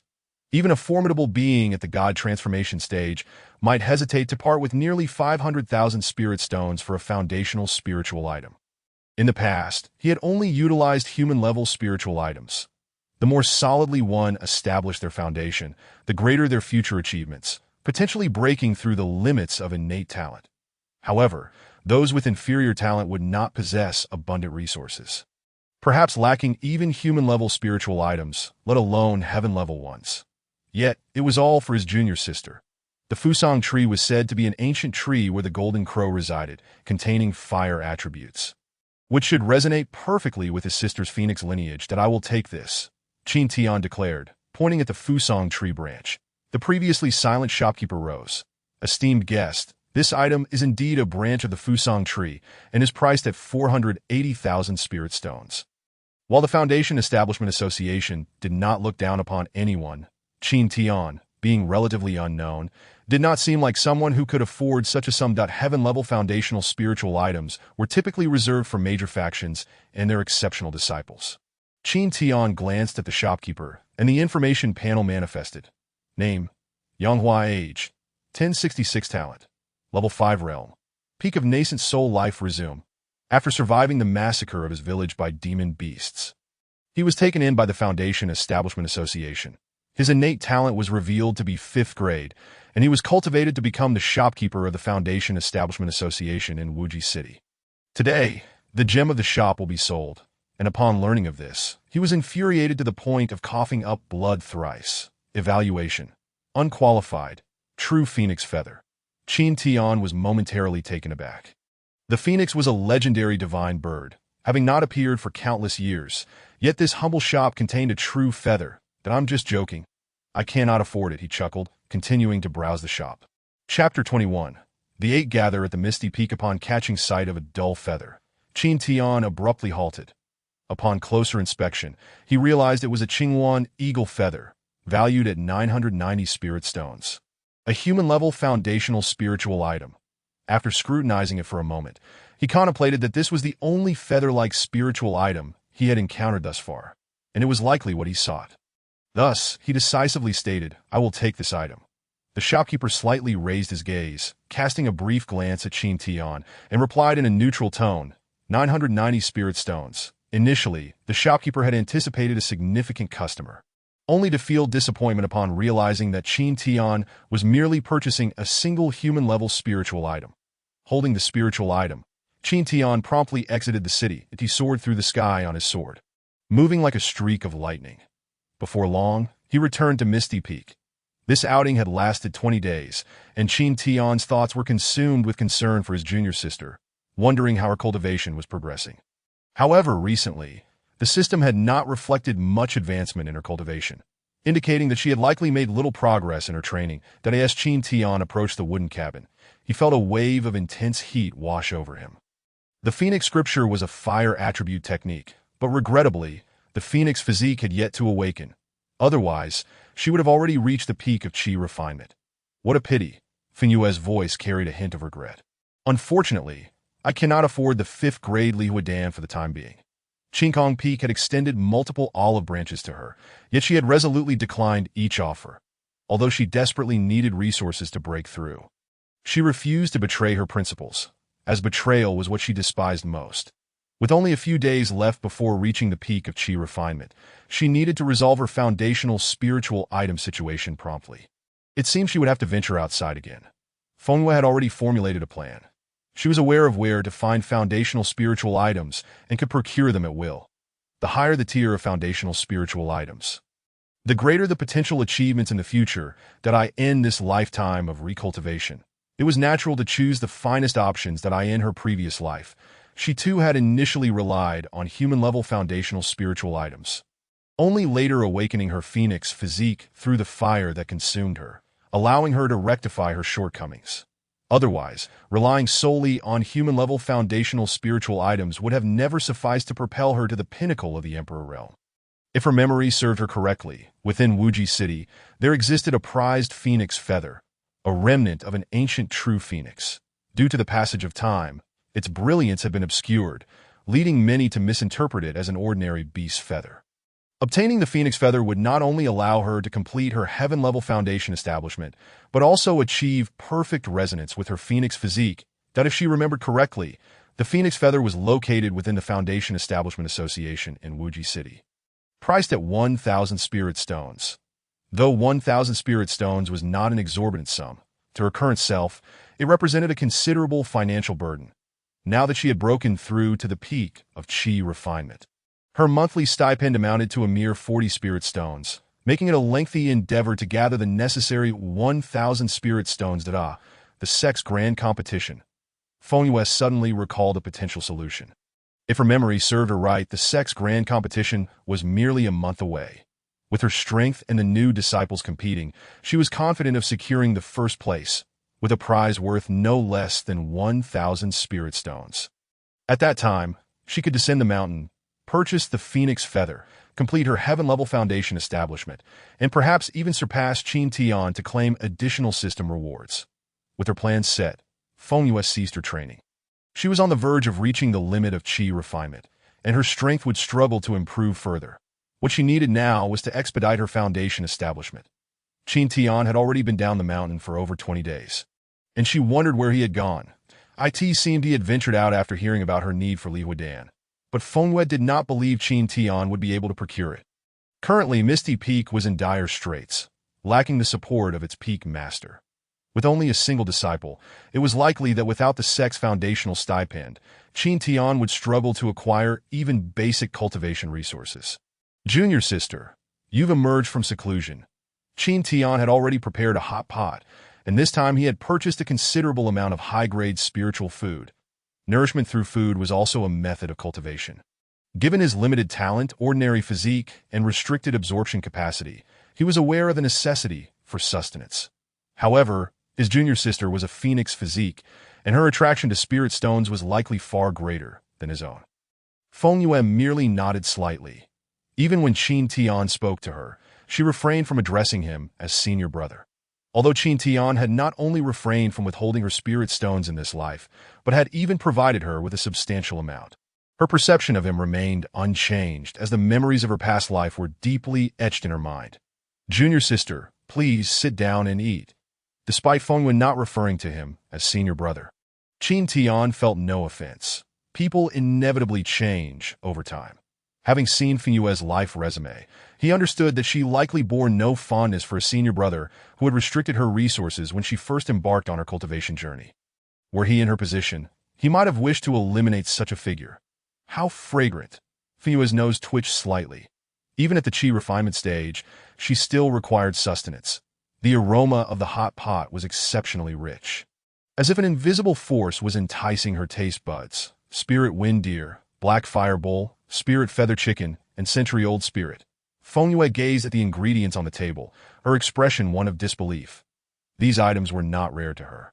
Yet their prices were exorbitant, beyond the means of mere foundation establishment practitioners, that a single spirit feather chicken cost 300 to 400 spirit stones, a prized delicacy that not only enhanced the eater's spiritual energy, but also fortified their physique. Spirit wind deer and black fire bowl were also valuable, with prices exceeding 200 spirit stones per pound. The total cost of the ingredients on Qin Tian's table alone amounted to 2,000 to 3,000 spirit stones. How has this world diverged from my previous impressions? How could Qin Tian possess such an abundance of spirit stones? Junior sister, why are you in a daze? Come eat. These delicacies were specially prepared for you by your senior brother. I would never have the heart to indulge in them myself. As Qin Tian spoke, he placed various ingredients into the stove. These are high-grade spiritual dishes, which will undoubtedly be of great benefit to my junior sister's cultivation. With her foundation establishment imminent, her consumption will be substantial, and consuming spiritual food will serve as an excellent supplement. It appears that the master of Piamiao Peak left behind quite a few resources before departing. Indulging in such extravagance, a single meal of spiritual stones costs several thousand, An untimely voice interrupted. It was the fourth-generation disciple, Song Feng. Following him were several others, including Tang Sun, who had entered with a sixth-grade talent. Qin Tian glanced at Song Feng, and a panel instantly materialized. Name: Song Feng. Age: 37. Talent: sixth-grade realm. Mid-gold core life summary. Joined Wuzhizong at 16, the top talent of his generation. Diligent in cultivation, and the fourth-generation senior brother of Wuzhizong, master of Song Qiong Peak. Previously descended the mountain in search of spiritual veins, but returned empty-handed. Under the master's command, invited Feng Yu to join Song Qiong Peak. Invitation unsuccessful. Evaluation unsatisfactory. Name: Tang Sun. Age: 17. Talent: sixth grade realm. Late Qi refining life summary. Joined Wuzhizong a month ago, became the strongest prodigy of Song Qiong Peak, already designated as the next peak master, and accompanied Song Feng to Piaomiao Peak. Evaluation unsatisfactory. So, they have come to covet my junior sister. Indeed, geniuses attract attention. Although my junior sister's talent test yielded only a second-grade result, she has broken through to the pinnacle of Qi refining in merely 10 days and has comprehended sword intent. I am certain that every peak wishes to vie for this swordsmanship prodigy. My junior brother's speed is truly remarkable. Junior sister Feng, just as you emerge from seclusion, senior brother Song Feng has already arrived. Another voice chimed in. It was Lei Ying, the peak master of the refining peak. Name: Lei Ying. Age: 38. Talent: fifth grade realm. Early gold core life summary. Joined Wuzhizong at 17. Possesses considerable skill in refining. Became the peak master of the refining peak, and under the master's command, invited Feng Yu. Evaluation unsatisfactory. The senior brothers are all quite swift. It seems they are all quite enamored with junior sister Feng Yu.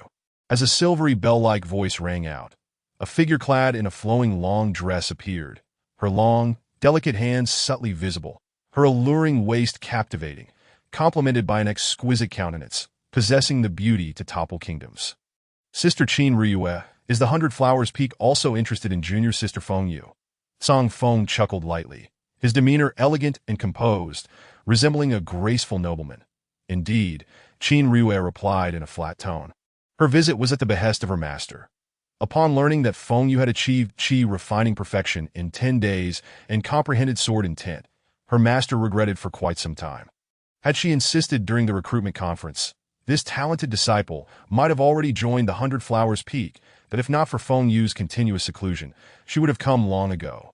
Now that Feng Yu has become the object of contention among the peaks, should she join another peak, it might be acceptable. However, for a once-fading Piaomiao Peak to possess such a talented disciple, they would not stand idly by and let a genius be buried. Accompanying Qin Ryue was the seventh-grade prodigy Yan Lai, wearing a carefree smile and a casual demeanor, exuding an air of nonchalance.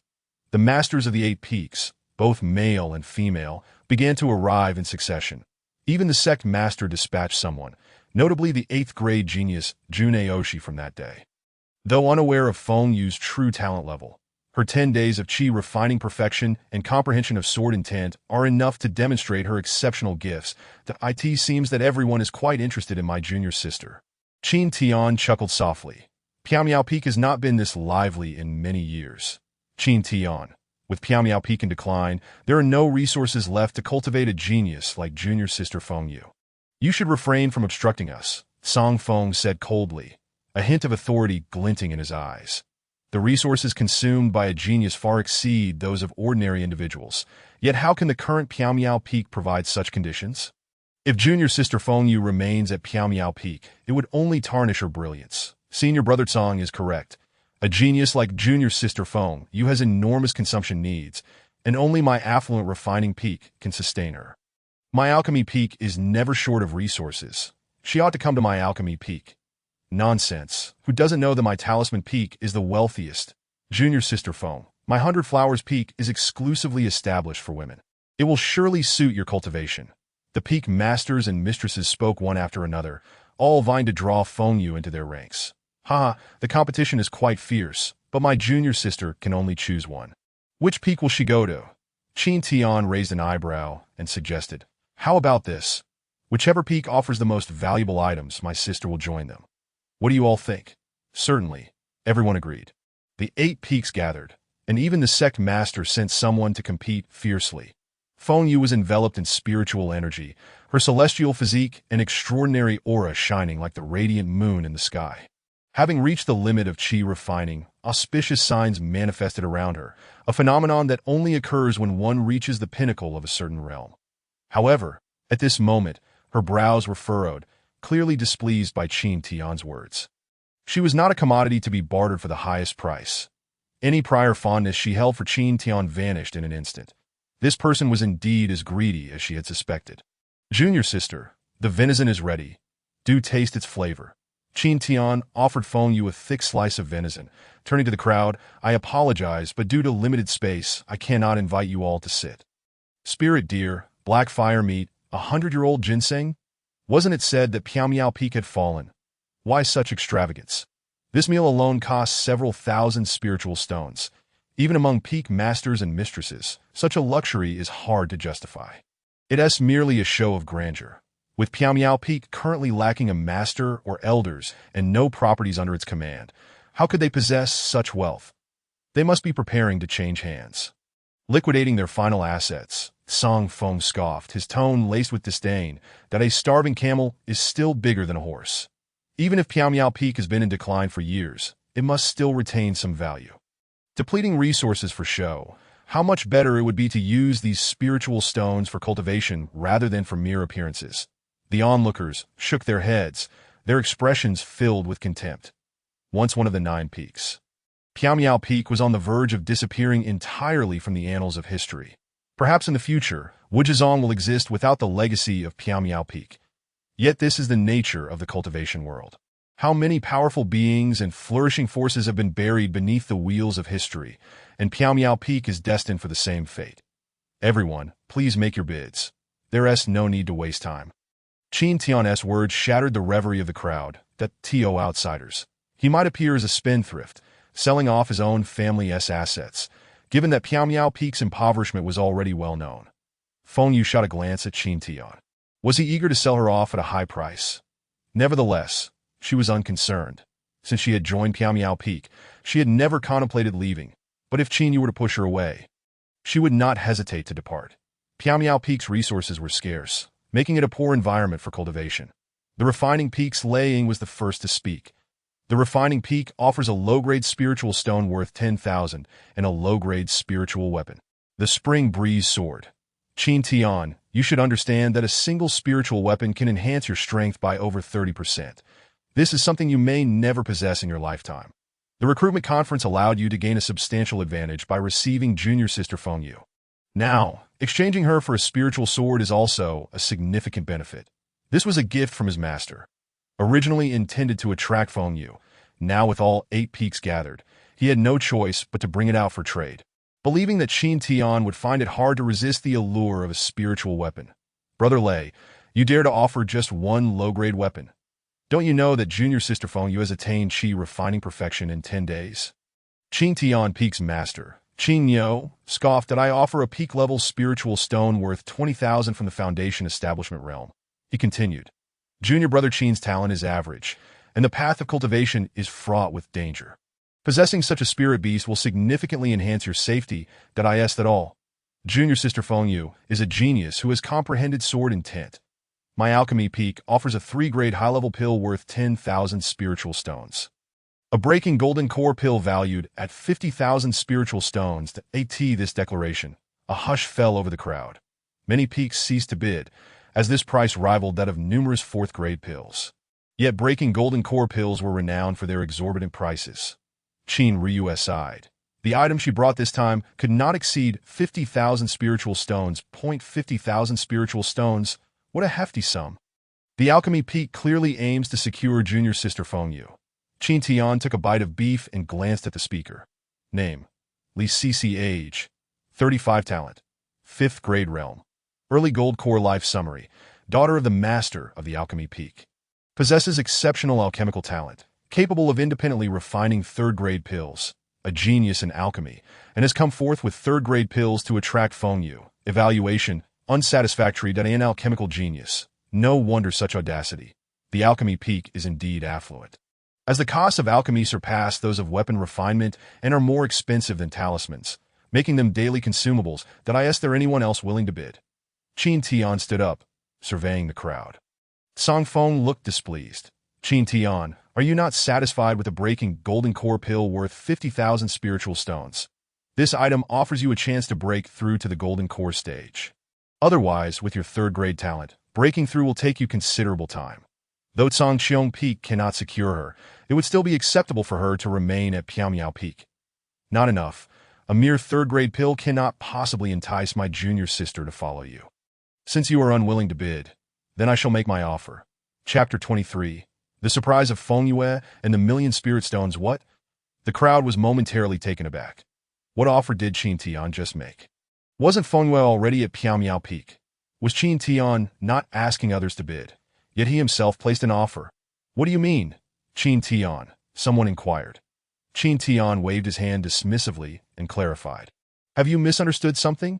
I am inviting you to bid to see if you can present treasures that would entice sister, make that if you can offer something that satisfies her, I will naturally not hinder her departure. However, I too must present treasures to persuade her to stay. What a joke! What treasures could you possibly offer? Surely they cannot surpass the value of my meager golden core. Li Sisi scoffed, regarding Qin Tian with disdain. In her eyes, a mere Qin Tian could hardly compare with her insignificant golden core. What treasures can you present, Qin Tian? Is there anything of worth left at Piaomiao Peak? No one believed that Qin Tian could produce anything of value. If he were to accept the elixir and allow Feng Yue to leave, they might have held him in slightly higher regard, as it would be for his own benefit. But now, to challenge them on financial strength and attempt to retain Sister Feng with sheer force was utterly laughable. Far superior to you, worthless trash, Qin Tian retorted arrogantly. Feng Yue remained silent for a moment, realizing it was not that he viewed her as an object, but rather that she had misjudged him. No matter what Qin Tian produced, she would choose him. Having joined Piaomiao Peak, she was now one of them. She needed resources, but not those obtained through betrayal. She was aware that Qin Tian was not affluent. He had previously been exceedingly frugal, largely due to his poverty. Though she was uncertain where Qin Tian had acquired the spiritual food on the table today, it was likely he had sold some treasure. As the sole disciple of Piaomiao Peak, he must have possessed some valuable items. Qin Tian retrieved a storage bag from his waist, contemplating purchasing a storage ring next, as the Pang clan's business had now stabilized, yielding a considerable daily income of spirit stones. The Pang clan should sustain itself for several years, but Qin Tian needed to extend that timeline. A 10-day cycle was too rapid and prone to collapse. After a few cycles, he would shift to a monthly, then to a quarterly or semi-annual rhythm, thus buying some time. Once he amassed a substantial fortune to support Sister May's growth, any collapse would be inconsequential. For by then he would have grown as well. Such bluster! Do you truly believe you possess any treasures? Someone mocked. Whether I do or not, we shall find out, Qin Tian declared, pulling forth a white jade vial from the storage bag. It's an elixir.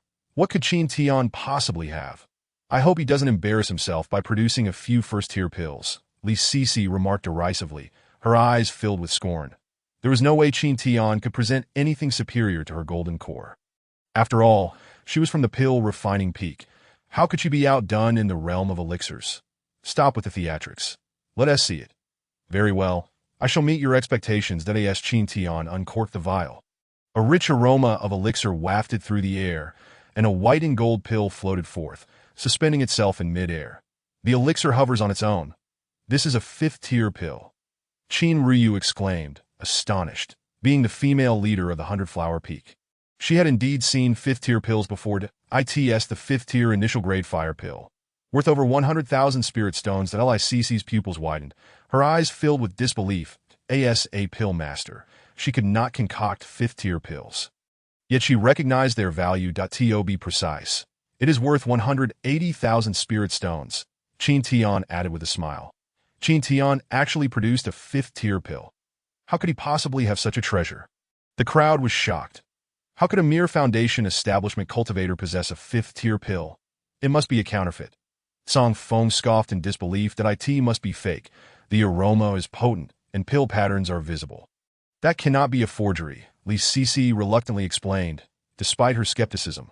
Qin Tian, where did this pill come from? Song Feng asked, baring his teeth. This was a fifth-tier pill. How could Qin Tian possess it?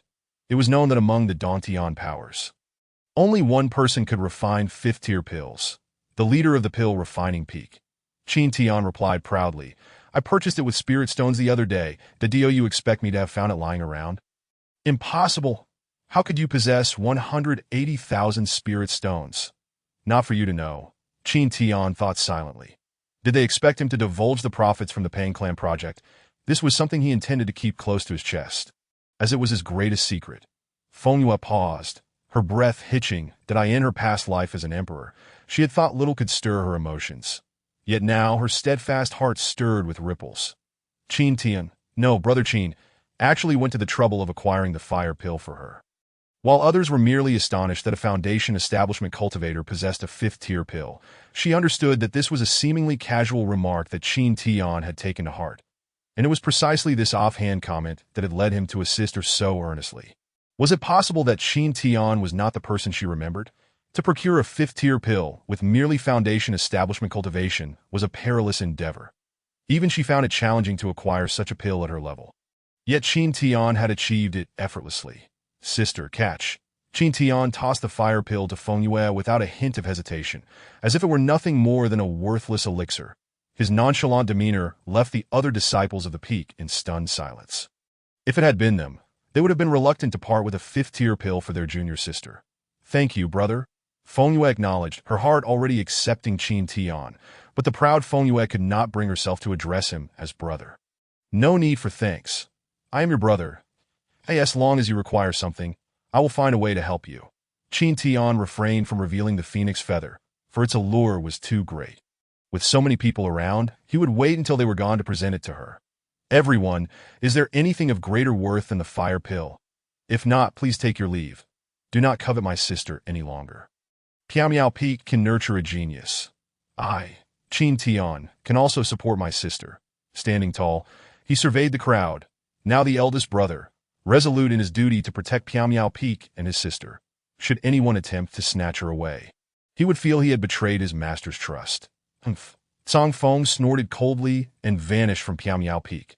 Though Feng Yue's cultivation pace was astonishing, having grasped the essence of sword intent, her current talent level still registered as second tier, which did not warrant fervent competition among the crowd. The talent stone had never yielded any discrepancies. Perhaps Feng Yue's comprehension was high, yet whether she could break through her talent limit remained uncertain. They're gone. Laying also departed. The representatives from Hundred Flower Peak and even the sect master had vanished. Jun Aoshi had not spoken during his visit. His master's instructions merely permitted an invitation. And there was no need to press further if it was unsuccessful. Sister, can this fire pill resolve your difficulties? Feng Yue nodded. With the fire pill in hand, she would awaken her phoenix body, soaring to new heights. And her cultivation speed would increase exponentially. Those 7th and 8th tier prodigies would be beneath her feet. That be why the way, sister, I noticed you have reached the peak of chi refinement, so I specifically purchased a foundational spiritual item for you. I wonder if it suits your taste, Qin Tian revealed, producing the phoenix feather. Feng Yue's eyes widened in astonishment. This is Chapter 24. Brother Feng Yue's hair danced wildly in the wind, her entire being seemingly electrified. Her gaze fixed intently on the mysterious and precious phoenix feather before her. Feng Yue felt a tremor coursing through her body. Her unique phoenix body reacted strongly to the presence of the phoenix feather. How could Qin Tian have acquired such a treasure? This item was something she had stumbled upon in her past life, and it was precisely because of her phoenix body's acute sensitivity that she had sensed the feather's existence. But how had Qin Tian managed to procure the phoenix feather? Everything seemed to have changed dramatically. Not only had he secured the fire pill ahead of time, but he had also acquired the phoenix feather sooner than she had anticipated, allowing her to break through her cultivation bottleneck earlier than expected. Sister, this may only be a feather from the Qinghuan eagle, but I believe it might be suitable for you, Qin Tian said earnestly, extending the phoenix feather toward Feng Yue. Feng Yue hesitated, her heart filled with doubt. Was this truly the same Qin Tian? Not only had he gifted her a precious elixir, but he had also prepared such an important foundational spiritual item for her. This was a treasure beyond measure. If others learned of it, countless people would fight fiercely for it, risking their lives in the process. It's just a feather, and no matter how precious it is. If it is what you need, Brother will procure it for you. Qin Tian's gaze was profoundly sincere, devoid of any distractions. As Feng Yu looked at him, she noted the earnestness reflected in his eyes, which stirred a warm feeling within her that in her past life, she had been besieged by the 9 emperors, isolated and abandoned, with no one extending a helping hand to her from beginning to end. Thank you, senior brother, I shall repay you in due time. Feng Yu finally accepted the phoenix feather, an item she desperately needed. The difficulty of finding a substitute for it was beyond imagination. A smile of relief appeared on Qin Tian's face. At last, he had heard Feng Yu address him as senior brother, indicating a thaw in their relationship. Although his personal resume indicated that he had once withheld spirit stones from her, he considered this an act of compensation. You are my junior sister. There is no need to speak of repayment. Besides, is it not natural for a senior brother to assist his junior sister, as long as you focus on your cultivation? That is repayment enough for me. Qin Tian's eyes radiated sincerity.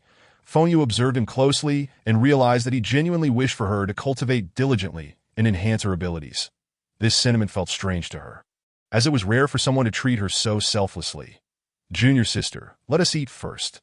Afterward, we can resume cultivation. I have spent quite a fortune on these spirit foods. Do not let them go to waste. Qin Tian warmly urged her to continue dining, having missed the opportunity to savor these delectable spirit dishes earlier due to the presence of others from various peaks. Senior brother, these spirit foods are quite valuable. And what of that fire essence pill? Where did you procure such a wealth of spirit stones? Feng Yu asked, filled with curiosity, as she distinctly remembered that Qin Tian seemed to possess no rare treasures. Was there a secret she was unaware of? Why concern yourself with such matters, junior sister? These spirit stones were all earned through my hard work, Qin Tian replied, his eyes darting about. Senior brother, please refrain from engaging in dangerous endeavors. Feng Yu felt compelled to caution him, genuinely concerned for his well-being, especially considering his kindness towards her. With the fire essence pill in hand and the phoenix feather secured, her path to enhancing her cultivation was now unobstructed. Fear not. Your senior brother is quite afraid of death. Qin Tian laughed heartily, attempting to mask his unease. After all, the business he was currently engaged in was not exactly above board. Should it be exposed, it would indeed spell trouble. However, this was the fastest way to acquire spirit stones for now. Given his limited personal strength, venturing into dangerous quests for treasure was too risky. Thus, he had resorted to this desperate measure. Feng Yu sensed that Qin Tian was hiding something from her. A sum of 180,000 spirit stones was not a fortune that a foundational stage cultivator could possess. She resolved to investigate further in a few days. But for now, her priority was to awaken her phoenix body and complete her foundation establishment.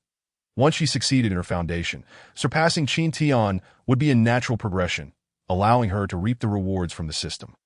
After taking a few bites of the spirit food, Feng Yu once again immersed herself in secluded cultivation. Such diligence. Qin Tian nodded slightly, thoroughly pleased that if my junior sister does not strive in her cultivation, how can I harness her power to achieve immortality? Feng Yu retrieved the fire essence pill from its exquisite porcelain vial. The pill, imbued with 5 golden threads, floated gracefully in the AIRDAS, a 5th-grade pill.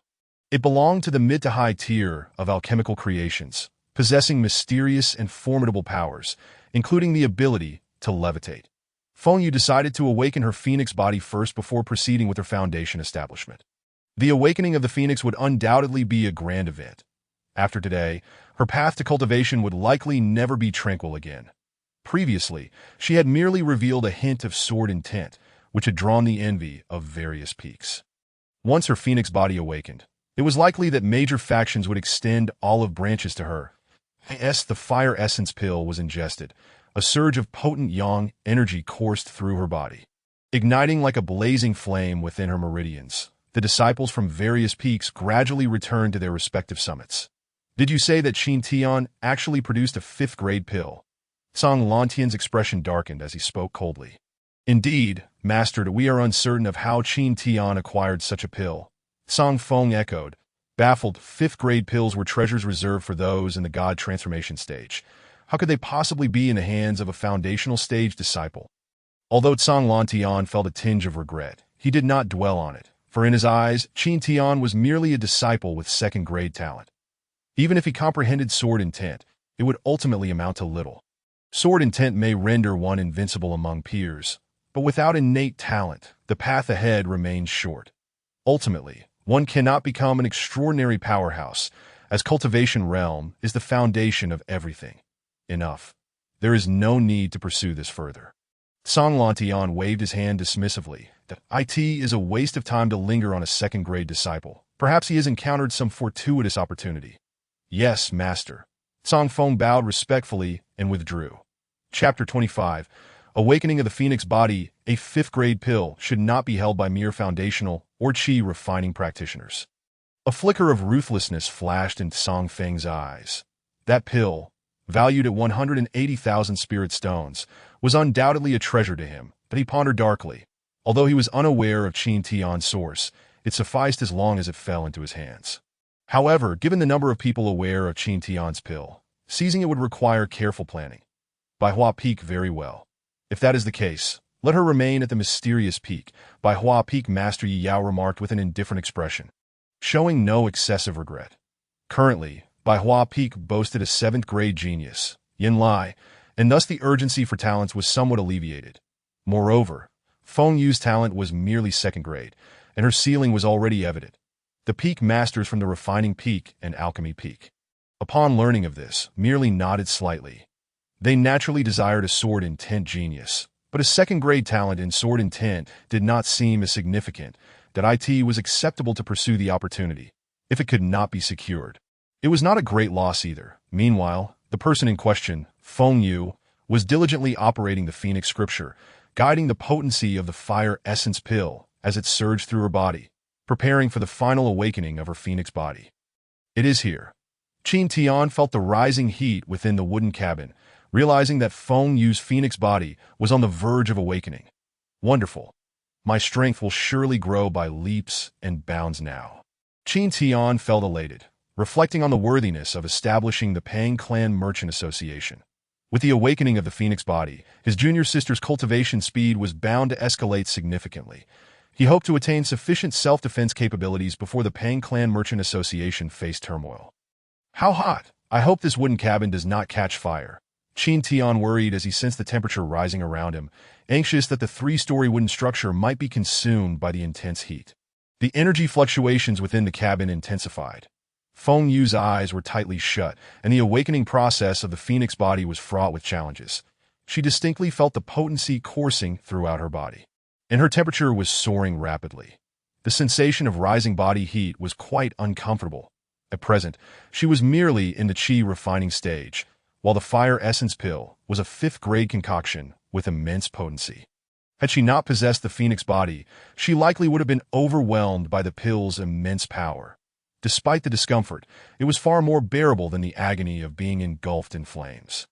Feng Yu had endured the excruciating pain of fiery burns. Thus, the suffering brought about by the pill's potency was trivial in comparison. Her body gradually began to attract the pill's power. Once the energy was fully absorbed, her Phoenix body would manifest. A terrifying and searing aura converged upon the mysterious peak, eliciting the attention of the powerful figures within the Wuji sect, who extended their senses toward the mysterious peak. What is happening at the mysterious peak? Song Lantian's gaze sharpened as he sent forth his formidable consciousness to probe the mysterious peak. Unfortunately, the peak's protective array thwarted his efforts, preventing him from gaining complete insight. I must see for myself what is transpiring at the mysterious peak. Song Lantian furrowed his brow. Taking a step forward, since he could not ascertain the situation through his senses, he resolved to investigate in person. Besides Song Lantian, over a dozen powerful figures in the god transformation stage from the Wuji sect, including the 8 peak masters and the sect leader Wuji Zi, also set off. Such intense fluctuations. Could it be that yet another sword intent genius has made a breakthrough? Curiosity filled their hearts. Peak Master Yi, sect leader, you are all here? As Song Lantian approached the mysterious peak, he encountered Wuji Zi and the others. This fluctuation in aura seems indicative of a special constitution awakening. Wuji Zi nodded slightly, his expression grave.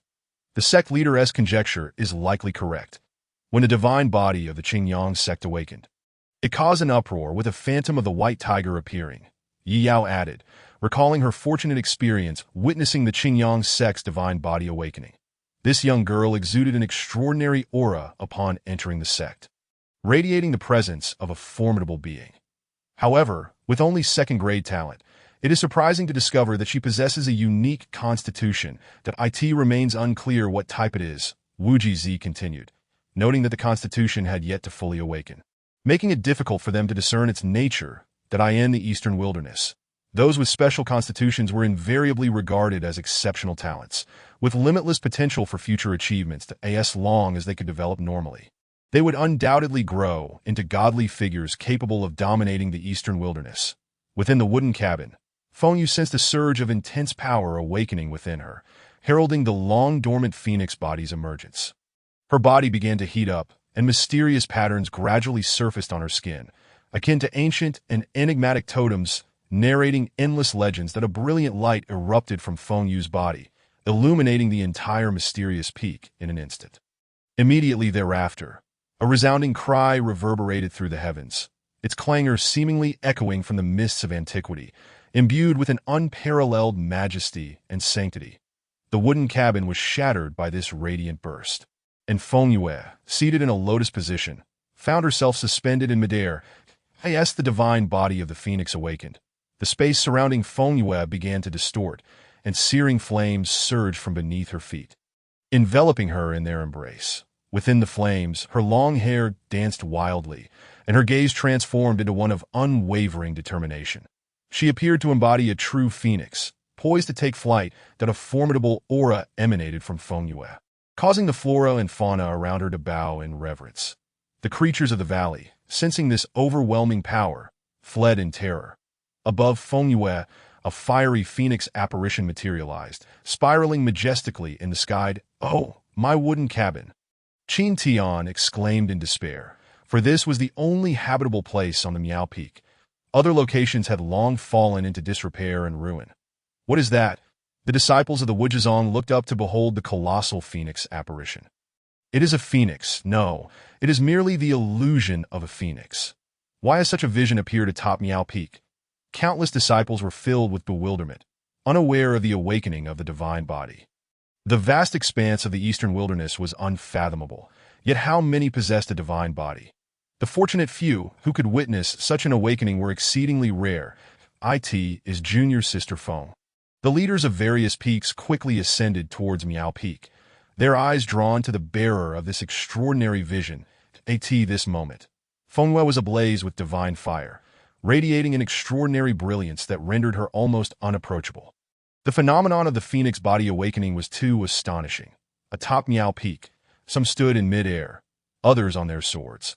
The expressions of the disciples were grave, for the emergence of a divine body meant they would henceforth live under its formidable shadow. Only a divine body could contend with another divine body. They were destined to remain mere supporting characters. Yin Lai's eyes glimmered with profound envy. This was the true manifestation of glory. Jun Aoshi's expression was solemn. The arrival of a divine body posed a significant threat to his future ambitions. What kind of constitution is this? Divine fire swirling, the phoenix's hooves resounding. Lei Xing was filled with confusion, having never witnessed or even heard of such a spectacle accompanying the awakening of a divine body. "Ha! The heavens favor Wuzhizong. Could it be that fortune has graced us this year?" The typically composed Wujizi suddenly burst into laughter, proclaiming, "This is the phoenix body." Chapter 26. The struggle for supremacy. Wujizi felt an overwhelming sense of exhilaration, his aged visage adorned with a broad smile. Heaven bless Wuzhizong.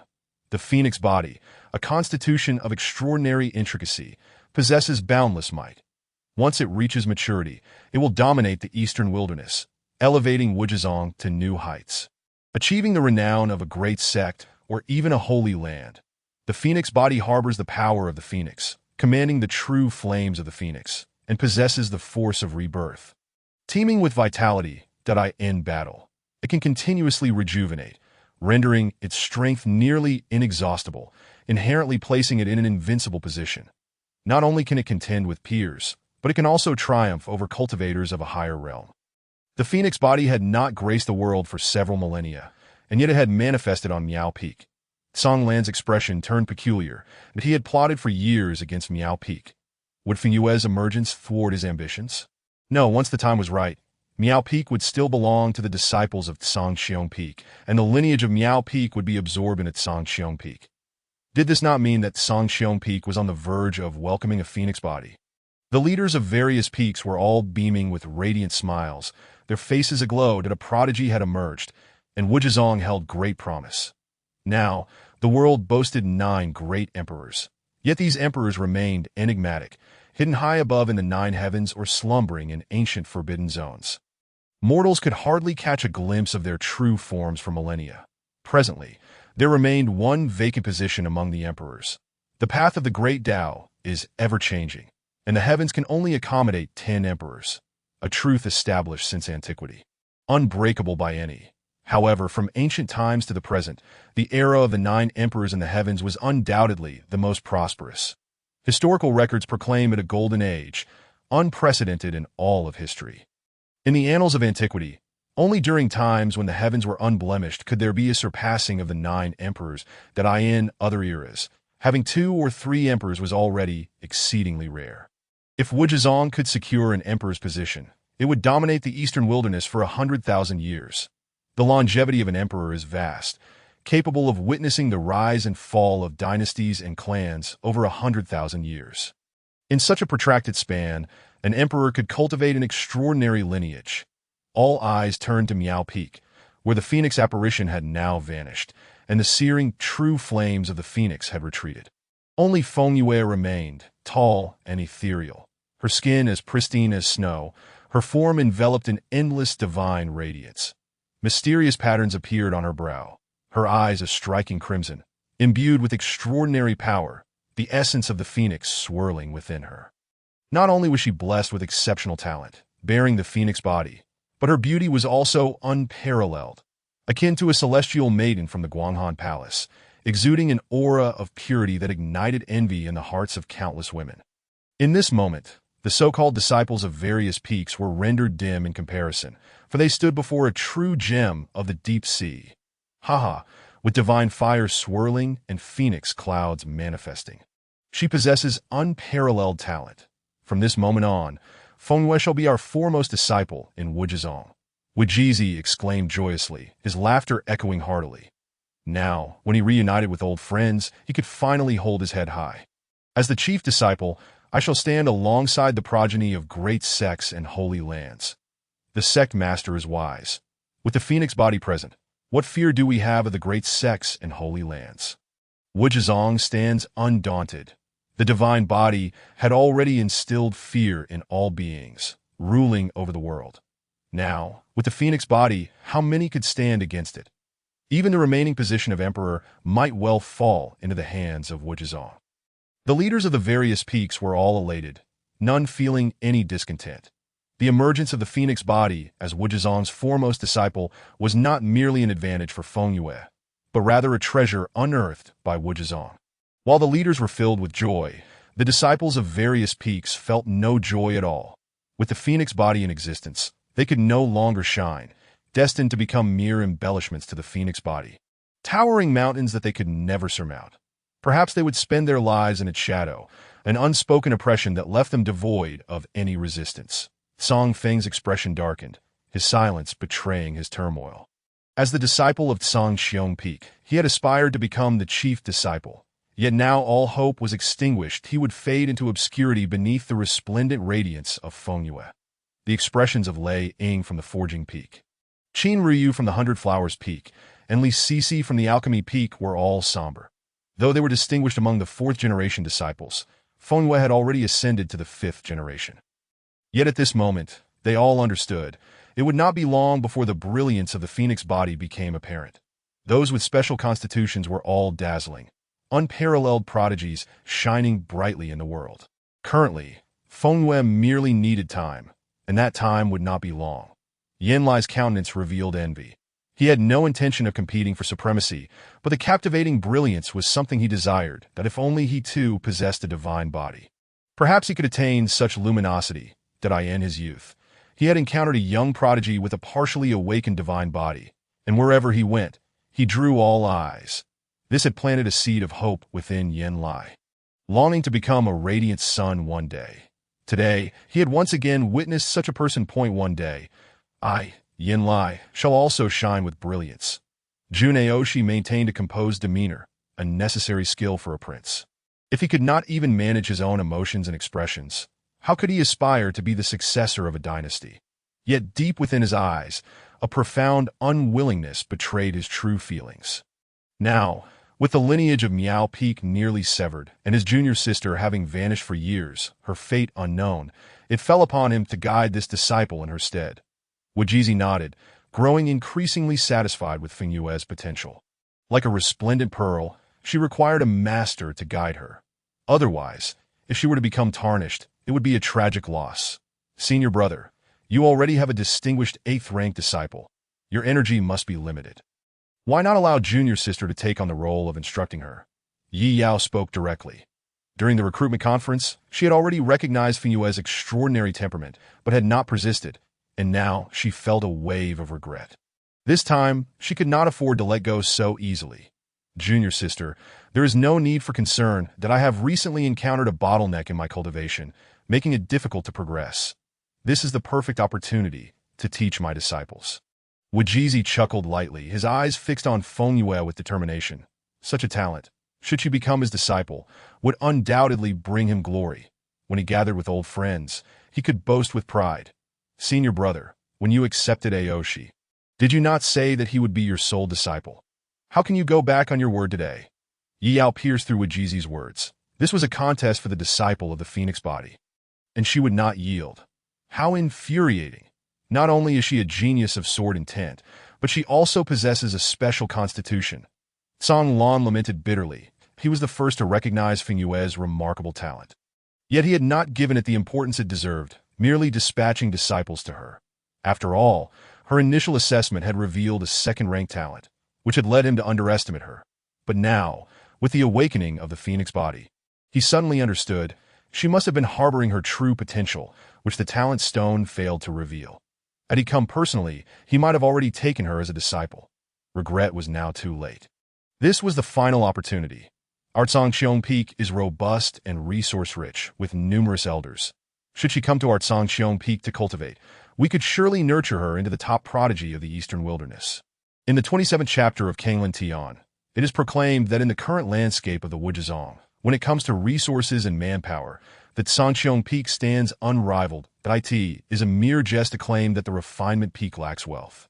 After all, who is unaware that alchemists are often affluent? Lei Xing hastily interjects, stating that geniuses are as rare as precious divine herbs, seldom encountered over the years, and should one cross paths with such talent, it would be folly to let it slip away.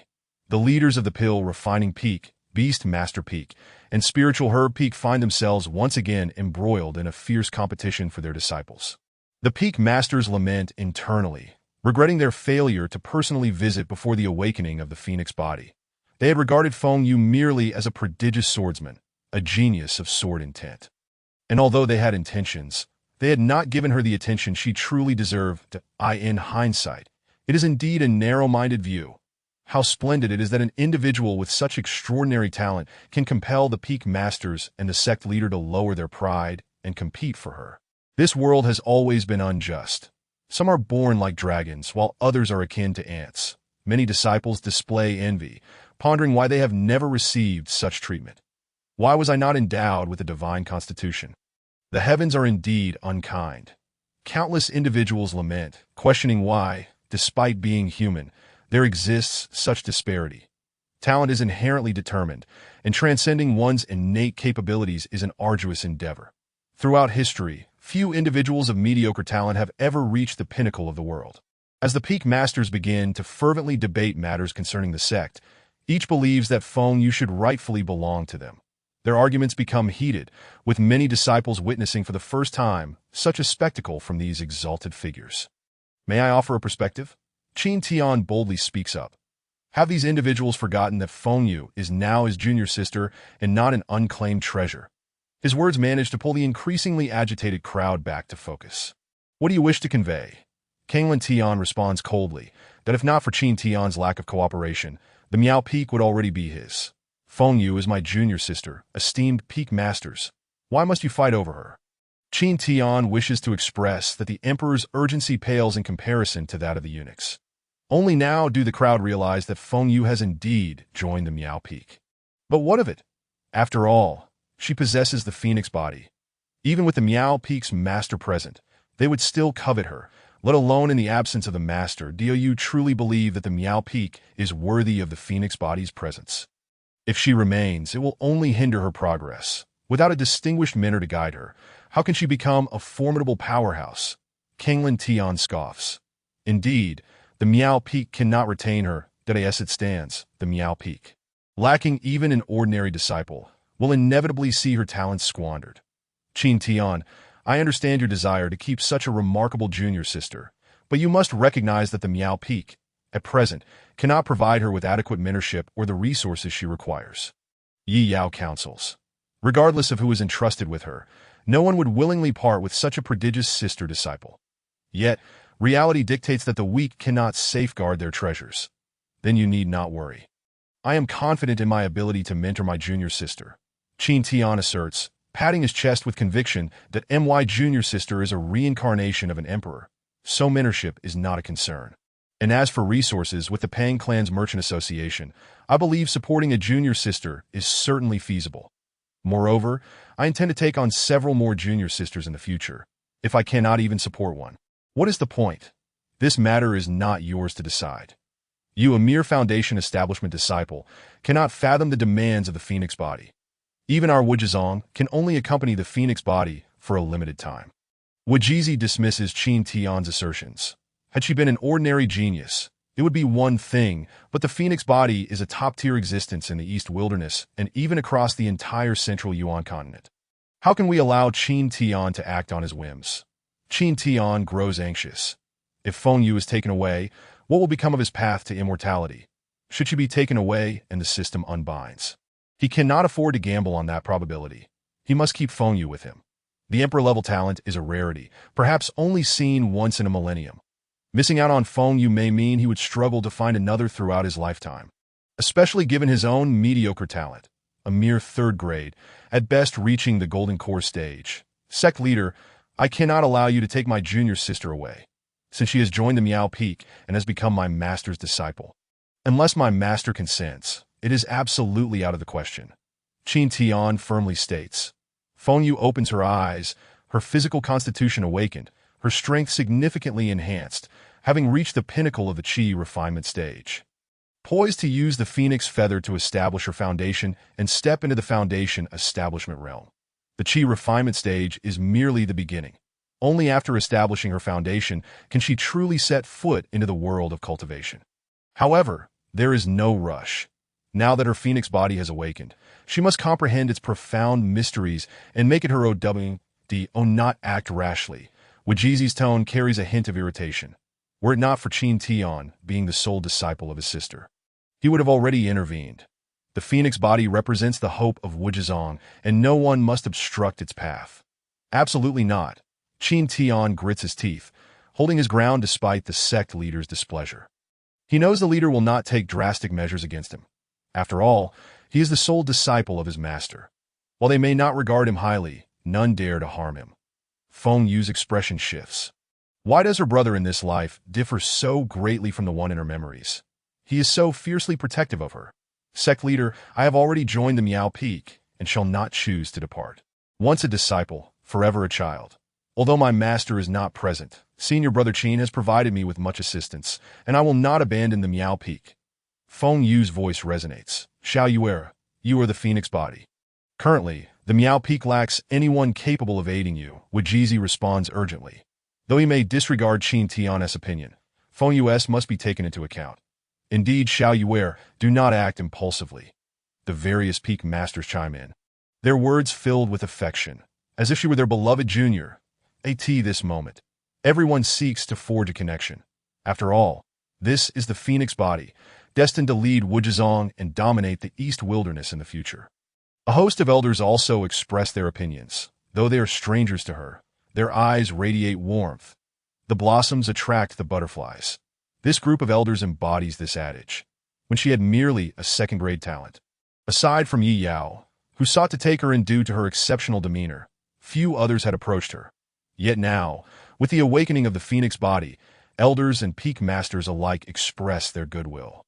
I have decided, should I betray the Miao Peak and become a heartless individual, can the esteemed elders still place their trust in me? Feng Yu asserts resolutely. She will not leave the Miao Peak. Though she harbors little affection for the Miao Peak, Qin Tian has assisted her on numerous occasions. Since he does not wish for her to depart, she shall remain. The elders and peak masters fall silent.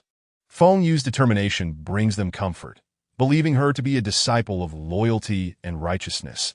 Yet they worry about the precious pearl being tarnished, fearing the hope of Wujizong may be extinguished. Very well. Wujizi sighs that if you insist on staying, then so be it. However, from this day forth, you shall be the sect's foremost disciple, with the sect's resources fully available to you. Should you wish to learn from any peak's heritage, you may do so. Do any of you have objections? Wujizi surveys the peak masters. None. They all readily concur. Although they cannot take Feng Yu as their disciple, should she come to learn at their main peaks. It will forge a bond of goodwill. Xiao Yuer, you may come to learn from the Hundred Flowers Peak at any time. And from the Beast Master Peak as well, the various peak masters cheerfully affirm. Regarding it as a privilege to have the Phoenix body learn from them, in the 28th chapter, the Child of Destiny, the peak masters depart. The fact that Feng Yu can continue to remain at the Miao Peak is not merely due to Qin Tian, but rather her own merits. Such extraordinary talent will not be allowed to languish within the Wujizong.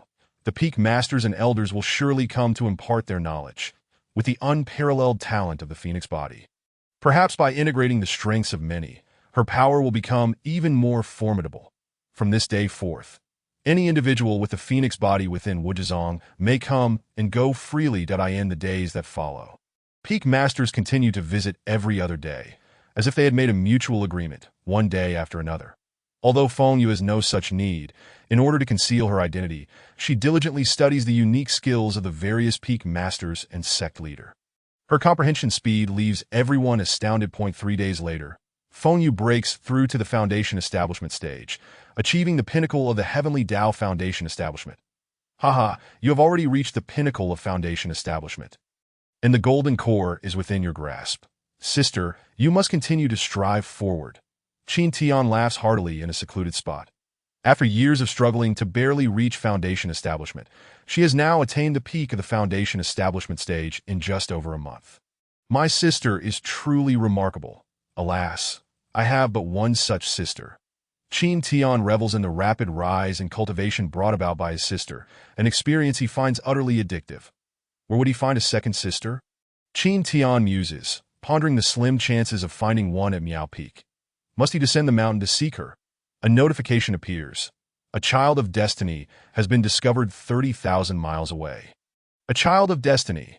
In an instant, Qin Tian sprang to his feet, his eyes gleaming with excitement as he scrutinized the information displayed on the panel. To his astonishment, the system provided a hint. Otherwise, relying solely on his own efforts, he feared he might spend a lifetime in vain searching for the 9 individuals gifted with imperial-level talents, but he lamented that the system had not mentioned this sooner, deeming it a rather unintelligent contraption. Now that his junior sister had become the jewel of the Wuji sect, well-resourced and requiring no further concern from him, he was free to descend the mountain and seek out his junior brother. Relying solely on one junior sister was ultimately too slow. He needed to gather a total of 9. Resolute, Qin Tian conveyed his intentions to Feng Yu before descending the mountain. Upon hearing of the Child of Destiny, she understood the urgency and did not attempt to dissuade him. With her phoenix body awakened, her cultivation progressed swiftly each day. She required no earthly insights, having accumulated a millennium's worth of understanding. All she needed was to elevate her strength further. In this lifetime, she would remain the strongest. However, the system's tasks had indeed underestimated her, setting a mere 3-month time frame to surpass Qin Tian, while she had already laid her foundation in the Tao of Heaven, her strength now surpassing his. All she could do was wait. 30,000 miles, a distance neither excessively long nor short. Yet, even with sword in hand, it would take 7 or 8 days to arrive. The vast expanse of the eastern wilderness was unfathomably large, and for a powerful being, 30,000 miles was but a fleeting moment. Days later, Qin Tian finally arrived at the location indicated by the system, Qingang City. Hovering in the air atop his sword, he gazed down from above. Even at a distance of several dozen kilometers, the densely packed buildings were clearly visible. This was a small celestial city, with a population of merely several hundred thousand. A subordinate county city within the domain of the Wuji sect. Although Qin Tian had never visited, he had perused relevant information beforehand. The system had pointed out the location, but had failed to specify who he was to look for. How troublesome! He couldn't help but grumble. This useless system could at least label the individuals. Despite its modest size, Qingang City housed a population of tens of thousands, making it akin to searching for a needle in a haystack. Nevertheless, he decided to enter the city and conduct a thorough investigation. Just as he was lamenting the system's lack of intelligence, a sudden clanging sound echoed from several miles away, the clash of metal resounding ominously. "Capture her, and the Shao family will think twice," urged one of the three masked figures, who moved with astonishing speed across the ground. Ahead of them fled a blue-clad girl, her beauty reminiscent of a fairy, desperately trying to escape. The girl was covered in blood, her garments tattered, resembling a fallen princess. "Hold on, we're almost at Qingang City," she called back, glancing over her shoulder at her pursuers before accelerating further. Name: Xiao Ling. Age: 17. Talent: 5th rank realm. Late Qi refinement background. The youngest daughter of the Xiao family head in Qingang City, she had ventured to Wuji City 5 days prior in search of medicinal pills, only to be captured by disciples of the Mu family on her return, who now threatened her father. Evaluation: unsatisfactory. Name: Mu Shan. Age: 31. Talent: 2nd rank realm. Late foundation establishment background. A collateral member of the Xiao family, tasked by the family head to capture the Xiao young lady. Evaluation: unsatisfactory. Several panels floated before Qin Tian, revealing the identities of the 3 black-clad figures from the Mu family, 2 of whom were in the mid-stage and 1 in the late stage of foundation establishment. As Qin Tian observed from the sidelines, he noticed Xiao Ling racing towards his direction. Internally cursing, he had no desire to become embroiled in someone else's conflict and prepared to depart. "Young master, please save me. The Xiao family will reward you handsomely." Xiao Ling's voice was as ethereal as a sprite, her enchanting eyes filled with a glimmer of desperation. Qin Tian remained silent, thinking, "Do not look at me with such pitiful eyes. I, Qin Tian, possess a heart of stone." The path of cultivation was fraught with peril, and he understood well that avoiding unnecessary entanglements was the key to survival. "You foolishly hope for help. You shall not escape." The black-clad figures, emboldened by their good fortune, recognized Qin Tian's evident cultivation level, which was clearly above foundation establishment. Should he intervene, it would undoubtedly complicate matters. Seeing Qin Tian fly away without a second thought filled Xiao Ling with despair.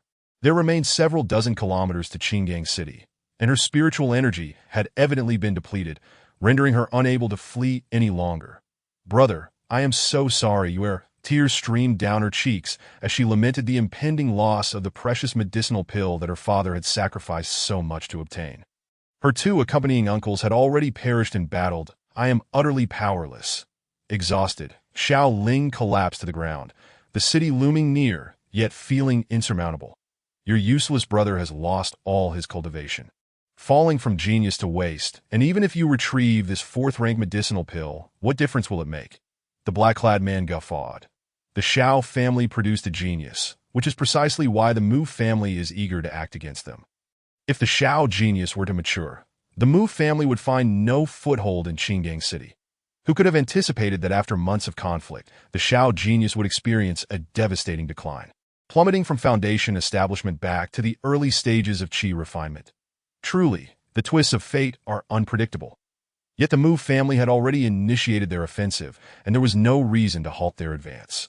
When their infiltrators within the Xiao family relayed the news that the Xiao young lady was heading to Wuji City in search of a remedy for her family's waste, they had discreetly followed her. To procure a 4th-rank upper-tier medicinal pill, they had expended over 70 or 80,000 spirit stones. The Xiao family, already under the Mu family's thumb, was now further burdened with immense financial strain. Seizing the pill would hasten their decline, especially with the Xiao young lady in their grasp. Suddenly, Qin Tian furrowed his brow. This bore a striking resemblance to the template of a child of destiny. And her surname was Xiao. Stop. Qin Tian abruptly pivoted. Chapter 29. The Shao family Qin Yu. He bellowed, then swiftly retrieved a spiritual sword from his storage bag and hurled it with force. The sword arced through the air, embedding itself before the three men. Fellow Daoist, why meddle in such trivial matters and invite trouble upon yourself? The leader among the black-clad men possessed the late-stage prowess of Foundation establishment, though they were unsure of Qin Tian's exact strength. They assumed that, given his youth, he could not surpass them, especially with three of them present. 3 grown men bullying a single girl. As a paragon of justice, how can I allow such villainy to persist? Qin Tian declared, his righteous demeanor radiating as his robe billowed in the wind, embodying the gallant hero who intervenes at the sight of injustice. You grasp our identity. Boy, do not meddle in affairs beyond your ken. The black-clad man warned. As the Mu family was one of the 2 leading families in Qingang City, their influence far beyond that of a mere Foundation establishment cultivator, I shall intervene nonetheless. Qin Tian, as the eldest disciple of the Wuji sect's Piamiao Peak, had no reason to fear a mere celestial city family. Moreover, I not only know your identity, but also the powers that back you. Am I correct, Mu Shan? Qin Tian directly called out Mu Shan's name. Mu Shan was taken aback, his expression hidden beneath the veil revealing his astonishment.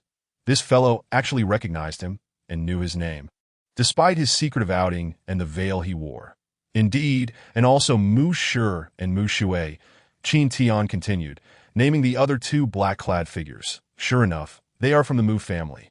Although Xiaoling had suspected the assailants were dispatched by the Mu family, she had not known precisely who they were, and she wondered how this young master had discerned their identities. Being publicly named left the Mu family members feeling uneasy, as if they had been unmasked in broad daylight after hiding in the shadows. Leave at once. I am the eldest disciple of Wuji sect's Piamiao Peak. Dare to utter another word, and I shall annihilate you. Qin Tian, with his hands clasped behind his back, seemed to regard them with disdain. The mention of being the eldest disciple of Wuji sect caused Mu Shan's expression to shift. Such a status was not one they could offend. However, capturing Xiaoling would render the Shao family hesitant to retaliate, allowing the Mu family to ascend as the foremost family in Qingang City. Stubborn fools, Qin Tian scoffed, recognizing that they required a lesson in humility. Though 3 Foundation establishment cultivators faced him, Qin Tian felt no trepidation. He had already reached the pinnacle of Foundation establishment and comprehended the essence of swordsmanship, able to contend even against those of the Golden Core stage.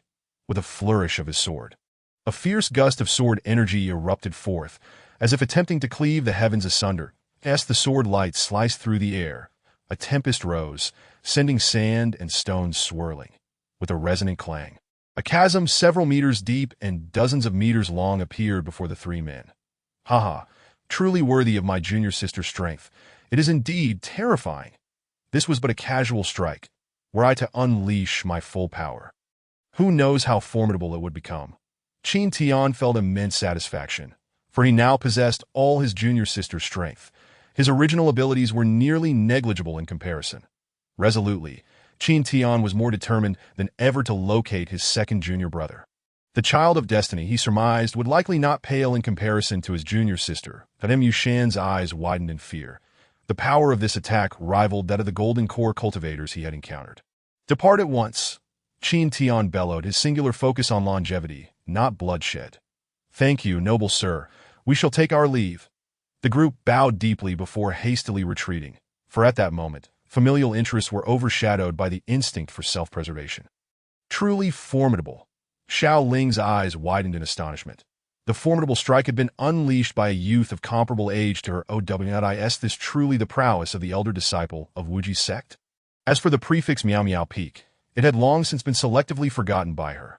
Thank you, my lord, for saving my life. Xiaoling rose gracefully and cupped her hands in salute towards Qin Tian. Had it not been for him today, she would undoubtedly have been captured by the Mu family, losing not only the precious spirit stones she had painstakingly acquired, but also plunging her family into dire straits. No need for excessive courtesy. Qin Tian waved his hand dismissively, his focus directed towards the so-called waste. Young Master Qin, might I request you to accompany Linger to our family? Linger shall be most grateful. Aware of Qin Tian's revered name, Xiaoling prepared to extend an invitation to the Xiao family, at present, She possessed nothing but a single elixir, yet a life-saving grace must be repaid. Moreover, there existed something of even greater importance than her own life. Very well. Qin Tian did not decline. His indifference towards repaying the favor was evident, yet he felt compelled to see this wasteful young master. Please, my lord, that a radiant smile blossomed on Xiao Ling's face. Her expression as bright as the sun, resembling a celestial sprite. The injury she bore seemed to have no bearing on her spirits, as if they were of no concern to her. What a carefree disposition. Qin Tian mused inwardly, astonished by her ability to laugh so joyously after narrowly escaping death. That is it true, young master, that Wuji sect is as formidable as you claim? Xiao Ling's bright eyes were fixed upon Qin Tian, her gaze pure and innocent, akin to that of a naive little girl. Indeed, disciples like myself are abundant within Wuji's sect. Qin Tian raised his chin slightly, a sense of pride swelling within him at the compliments from outsiders regarding his sect. Wuji's sect is indeed impressive. However, young Master Qin, as the elder disciple, must be the most formidable of all. How humble you are! Stars seemed to sparkle in Xiao Ling's eyes as she continued. Yet it is a pity that I had intended to join Wuji's sect. But the troubles of the Xiao family delayed my plans. No matter, there will be other opportunities. You can try again next year, Qin Tian consoled her. It's just a pity that your talent is slightly lacking. Otherwise, you would have already been accepted at Miao Miao Peak. Of course, this slight deficiency referred to the system's requirements. Possessing a 5th-grade talent was hardly poor, placing one among the elite within Wuji's sect. After all, talents of 7th or 8th grade, or even the monstrous talents like that of his junior sister, were exceedingly rare, appearing perhaps once in several decades, or even a century, with a 5th-grade talent in a less competitive year. You could even become the top candidate. Young master, we have arrived at Qingyang City. Qingyang City boasted a population of several 100,000 and was the largest immortal city within a 1,000-mile radius. This small city, when compared to Wuji City, was still considered quite significant in the eyes of the villagers, being the most prosperous town for miles around. The two made no delays and proceeded directly towards the Xiao residence. Miss Xiao, why are you covered in blood and in such a state of injury? The sight of Xiao Ling, drenched in blood, drew considerable attention. Yet she appeared utterly unconcerned. Mississippi, the people of the Xiao family rushed forward upon seeing her. How despicable! Which scoundrel dared to harm our young lady? The housekeeper of the Xiao family, a middle-aged man, was filled with anguish upon witnessing Xiao Ling's injuries. She was someone he had watched grow up. A throng of servants gathered around, their faces etched with worry, clearly indicating that Miss Xiao treated her subordinates well. That I am fine. Is my brother at home? Xiao Ling replied with a smile, seemingly oblivious to her wounds. Little sister. Xiao Yan appeared at the entrance of the Xiao residence, his eyes filled with concern. Qin Tian's heart leapt with joy. He had found his target. Chapter 30. The old man who accompanies me. The moment Qin Tian looked at Xiao Yan, a panel instantly materialized before him. Name. Xiao Yan. Age, 19. Talent. Imperial grade cultivation. Initial stage of Qi refinement. Life summary. Son of the head of the Xiao family in Qingyang City. Possessed the remnant soul of a powerful being, drained of spiritual energy by the remnant soul, resulting in a decline in cultivation. Today, after consuming a 5th-grade elixir, he may activate his identity as the child of destiny after surviving a life-and-death experience. Evaluation. Qualified. Qin Tian nearly burst into laughter. A second candidate had finally arrived, and his own strength could now be amplified. The remnant soul appeared to lack spiritual energy, and all it required was an ample supply to awaken. Qin Tian was in high spirits, confident that this posed no problem, for with the old man accompanying him, there would be no need for his guidance. Without elders at Miao Miao Peak, he would truly be unable to manage teaching. As Qin Tian glanced at the ring in Xiao Yan's hand, another panel emerged. Name. Yao Yuan. Age, 79-52. Talent. Sacred grade cultivation. Saint, retains golden core strength. Life summary. Head of the Yao family in Zhongzhou. Later conspired against by several other families, narrowly escaping with a remnant soul under the protection of a treasure ring, to awaken within a day. Evaluation. Unqualified. What an extraordinary background. The families of Zhongzhou, akin to those of Dongwang, are only deemed worthy of the title family if they have produced an emperor. Such families are titanic entities forged over 100,000 years of imperial nurturing. possessing immense depth and resources. Young Master Qin, have you thought of something joyful? Xiao Ling inquired with a smile. Oh, nothing, nothing, Qin Tian replied, snapping back to reality, his expression involuntarily revealing his thoughts upon encountering the Child of Destiny. Summon all cultivators of the Xiao family immediately. How dare that despicable Mu family lay a hand on my sister? Xiao Yan's eyes turned bloodshot. He could tolerate harm to himself, but not to his sister. Brother, no need for that. I am fine, Xiao Ling interjected, blocking Xiao Yan. The Xiao family was not a match for the Mu family at present, were it not for the city lordess intervention. The Mu family would have undoubtedly resorted to violence rather than merely suppressing the Xiao family's business. This grudge must be avenged. I cannot swallow this indignation. I will confront the Mu family for an explanation. Despite knowing they were outmatched, Xiao Yan's fury remained unabated. Yinner, do not act rashly. The head of the Xiao family stepped forward, his heart aching at the sight of Xiao Ling's bloodied form. Yet as the head of the family, he understood the critical juncture at which the Xiao family stood. They could not afford to give the Mu family any leverage by acting impulsively. Let us return home and deliberate further on this matter. Benefactor, please. The head of the Xiao family was acutely aware that his daughter's return was solely thanks to Qin Tian, and that Qin Tian's status as a disciple of Wuji sect warranted utmost respect. Wuji sect was the most powerful force within tens of thousands of miles, and the city lord of Qingang City was, in fact, an outer elder of Wuji sect, within Wuji sect's sphere of influence. Many immortal cities fell under its control, for such a vast sect required numerous resources, and immortal cities were indeed a vital asset. Please. Qin Tian did not decline, even if he were not invited inside. He would still enter the reception hall of the Xiao family. Xiao Ling had changed into a white silk gown, her entire being radiating purity akin to the bright moon, resembling a celestial maiden from the Moon Palace. Breathtakingly beautiful, young Master Qin saved Ling'er, and for that, our Xiao family owes you a great debt. This is a third-grade breaking golden core elixir, a token of our gratitude. The head of the Xiao family produced a white porcelain box. As the box opened, a rich fragrance of elixir wafted through the air. This elixir had originally been prepared to aid Xiao Yan in breaking through to the golden core stage, but alas, it was now of no use. The prodigy of the Xiao family, a peerless talent who had broken through to the foundation establishment stage before the age of 20, had suddenly experienced a decline in cultivation a few days prior, reverting to the status of an ordinary cultivator in the initial stage of qi refinement. The members of the Xiao family felt a pang of reluctance, but a life-saving grace must be repaid. They were not the sort to be ungrateful. The head of the Xiao family is being overly courteous. It was merely a small effort on my part. Please keep the elixir for yourself. Qin Tian interjected, declining the offer. The elixir held no value for him. Even if given, he might not be able to utilize it to break through, and it would be better to leave a favorable impression. For he had come with intentions. Young Master Qin, please accept it. Although it is merely a third-grade elixir, it can enhance the user's chances of breaking through by 30%. The head of the Xiao family insisted, channeling spiritual energy to present it to Qin Tian.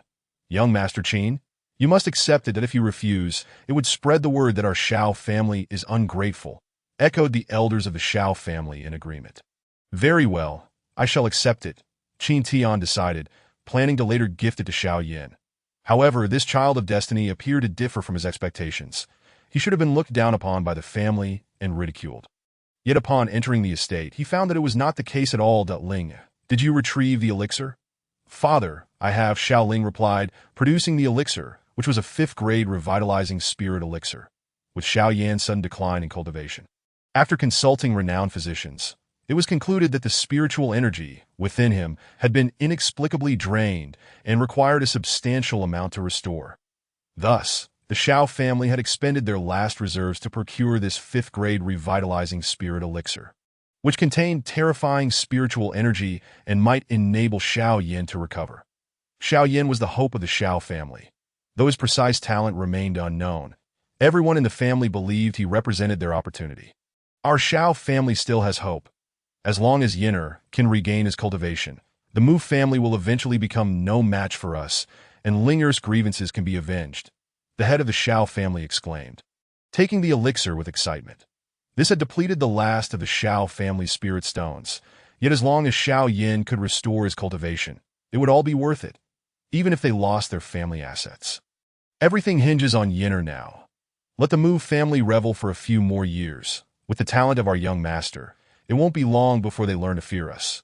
Several elders of the Shao family appeared equally exhilarated. As if glimpsing the bright future of the Shao family, the Yinner.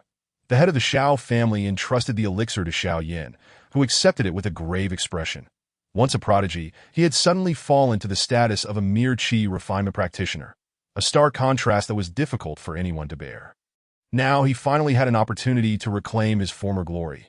This elixir was reputedly crafted by the most renowned physician in Qingyang City, and it was expected to resolve the issues that had recently arisen for him. At the entrance of the Shao residence, the head of the Mu family, accompanied by 3 elders, approached, each of them wearing a smile. The head of the Mu family donned a black robe, his countenance that of a middle-aged man exuding an imposing demeanor.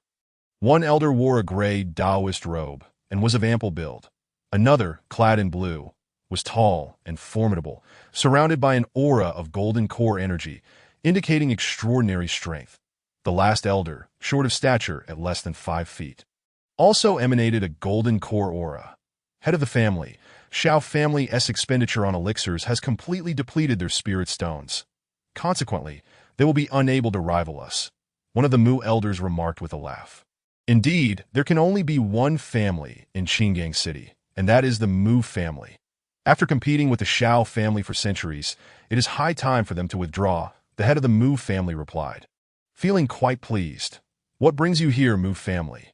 The guards of the Shao family glared with indignation, furious that the Mu family dared to ambush their young lady. Had it not been for the head of the Shao family intervening, they would have charged at the Mu family already. Impudent! How dare mere servants show disrespect towards the head of the Mu family? Hurry and announce our presence. Do you wish for us to storm in uninvited? One of the taller Mu elders bellowed. Chapter 31.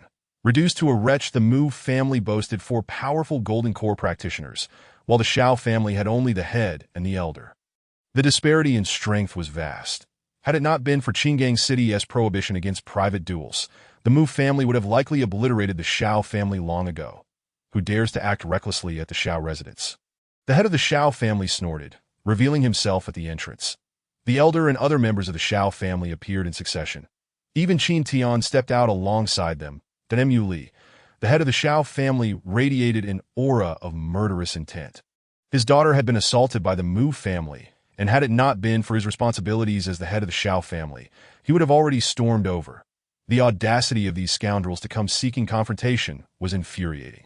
Brother Shao, as fellow heads of families in Qingyang City, the Mu family has come to pay a visit. How could we harbor intentions of hostility? Is this how the Shao family treats its guests? The head of the Mu family maintained an air of calm. The Mu family's overwhelming strength manifests in your every action, retorted Xiao Yin, his eyes darkening as he pointed a finger at the head of the Mu family. Youngster, do not speak recklessly without proof. Your sister possessed a precious treasure, and it was stolen.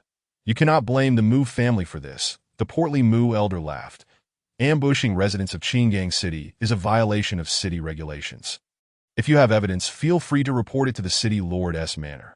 Though the 3 were named, they had not revealed themselves, leaving the Shao family powerless against them.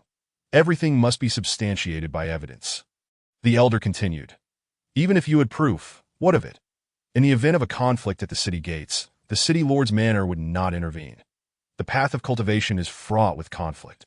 How could the city lord possibly manage it? Most rules exist merely to maintain public order, never truly enforced. Alas, my second brother, it is merely a threat from a qi refinement wretch. Why bother? The head of the Mu family chuckled. Xiao Yin was the hope of the Shao family.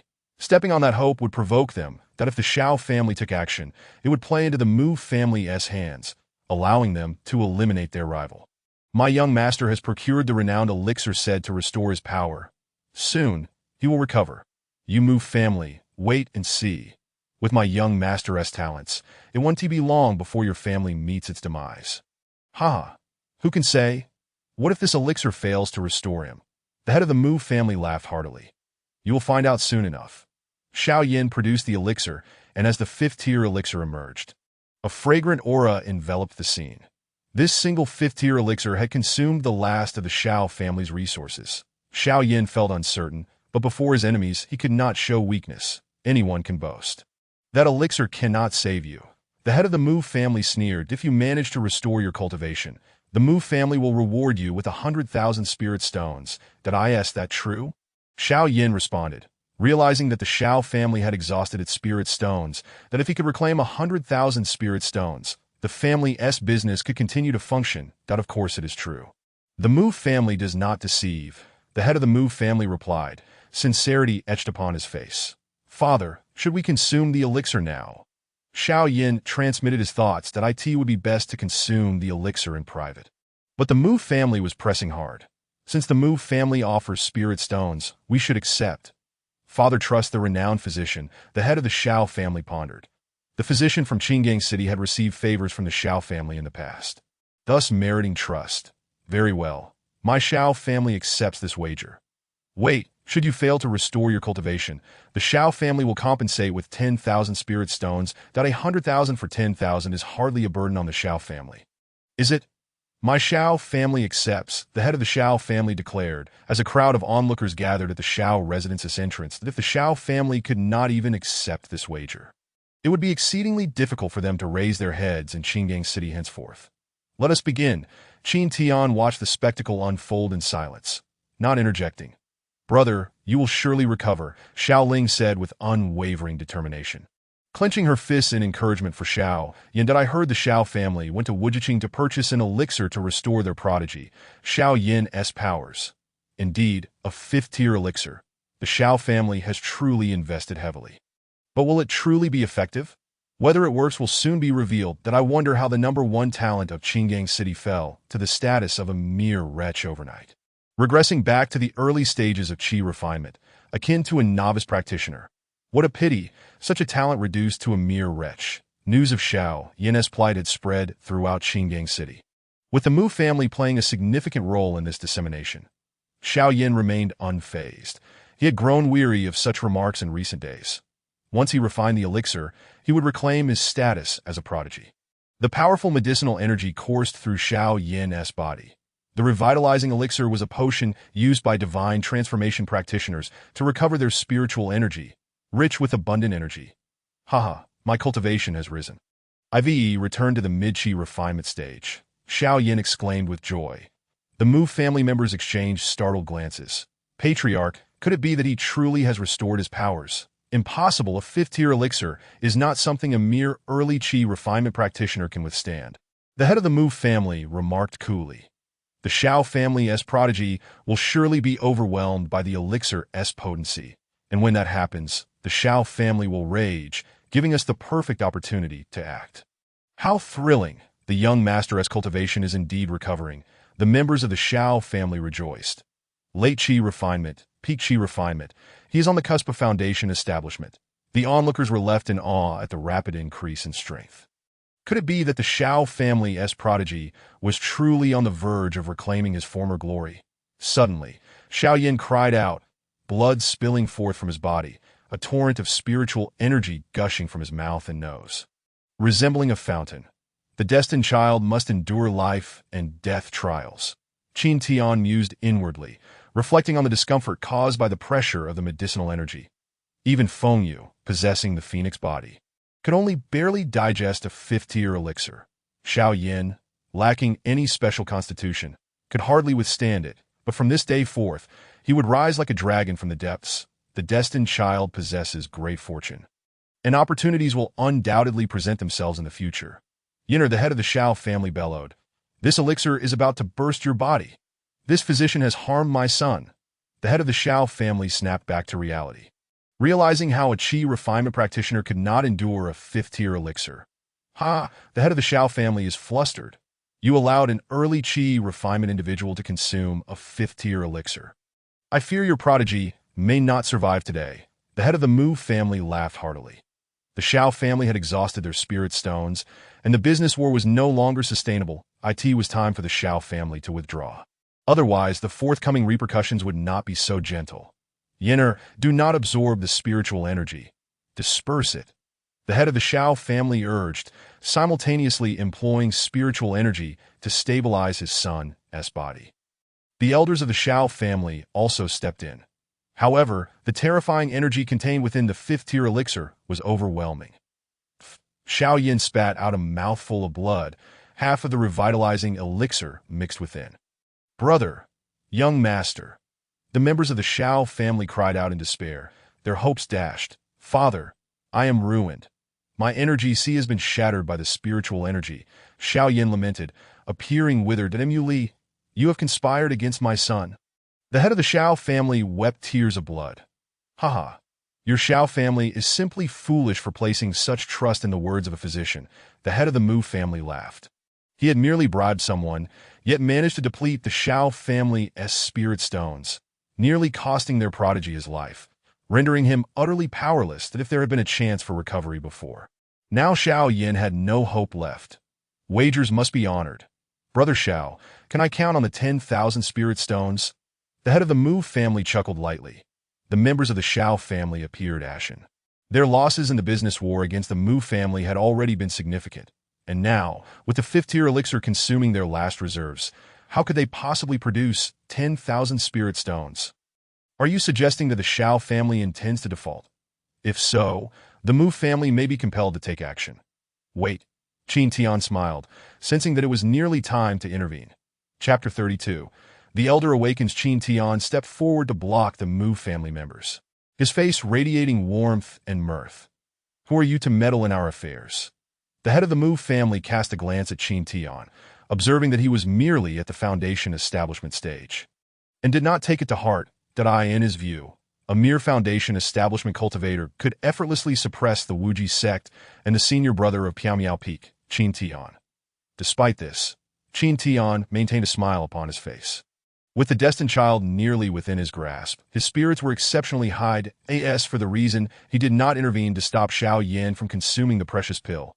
It was due to the system's reminder that the destined child must endure life and death to achieve greatness. Should he intervene, it could alter the child's fate, which would be detrimental for both parties involved in the Wuji sect. Upon hearing this, the members of the Mu family were momentarily taken aback, their expressions turning serious. For families of their stature in the small immortal city, the Wuji sect was an unfathomable existence, and they were certainly aware that Piao Peak was one of the 9 main peaks of the Wuji sect. The head of the Mu family wore a peculiar expression, fully aware that they could not provoke Qin Tian. "Senior brother Qin, what do you mean by this? If I recall correctly, disciples of the Wuji sect are forbidden from meddling in worldly disputes." The head of the Mu family remarked, "The Wuji sect, as a dominant force among the 12 caves of heaven, had its own rules that I do not interfere. Recently, the Shao family gifted me a broken golden pill, and I have yet to receive the spirit stones that I will assist them with these 10,000 spirit stones," Qin Tian casually declared, retrieving a pile of glistening spirit stones from his storage bag, their brilliance dazzling on the ground. This young Master Qin, the head of the Shao family, was momentarily speechless, feeling quite troubled. That was clearly a token of gratitude. How could they accept spirit stones? No need for further words. Qin Tian gestured for the head of the Shao family to be silent. Now that the wager has been fulfilled, the head of the Mu family may take the spirit stones and depart. Qin Tian said softly. He preferred not to directly involve himself in the matters between the two families. Thus, the issue concerning Shao Yin would have to be resolved by Shao Yin himself, at least overtly. Leaving behind any incriminating evidence would only hasten Kanglin Tian's attempts to swallow Piao Peak. Still not leaving? What? Is it insufficient? Qin Tian's voice turned cold as he noticed the Mu family remained still. "Brother Shao, consider yourselves fortunate. However, you will not be able to endure for long." The head of the Mu family dared not offend Qin Tian and could only leave with the spirit stones. He understood that Qin Tian had merely saved Qin Ling out of a fleeting connection that in a few days, once Qin Tian departed, he would return to confront the Shao family. "Thank you very much, young Master Qin," the head of the Shao family said with a respectful bow. As Qin Tian had once again assisted them, that it is nothing. Qin Tian waved his hand dismissively, that it is a pity. The Shao family's prodigy has been rendered completely incapacitated. The top genius of Qingang City now has no opportunity for cultivation. Among the crowd were many cultivators who could clearly see that Xiao Yan's energy sea had been destroyed, making further cultivation impossible. Even if the Mu family retreated, the Xiao family had no capacity to resist. Qin Tian could protect them for a time, but not for eternity. Moreover, his relationship with them was merely a fleeting encounter. How could he continuously shield the Xiao family, alas, disperse the crowd, and take Yin'er back to the residence? This calamity is entirely my fault. The renowned physician colluded with the Mu family to harm my Yin'er. The head of the Xiao family appeared as a weary elder, deeply affected by the loss of Xiao Yan, who had been reduced to a cripple. The entire Xiao family was engulfed in despondency, with Qin Ling sobbing uncontrollably, mourning the brother who had always protected her. Everyone, there is no need for sorrow. Qin Tian spoke after they returned to the residence that it is time to accept disciples. No destruction, no construction. Only through breaking can one rebuild. This is not an opportunity in itself. Young Master Qin means to say that Yin'er still has a chance. The head of the Xiao family fixed his gaze on Qin Tian, who now appeared as his last ray of hope.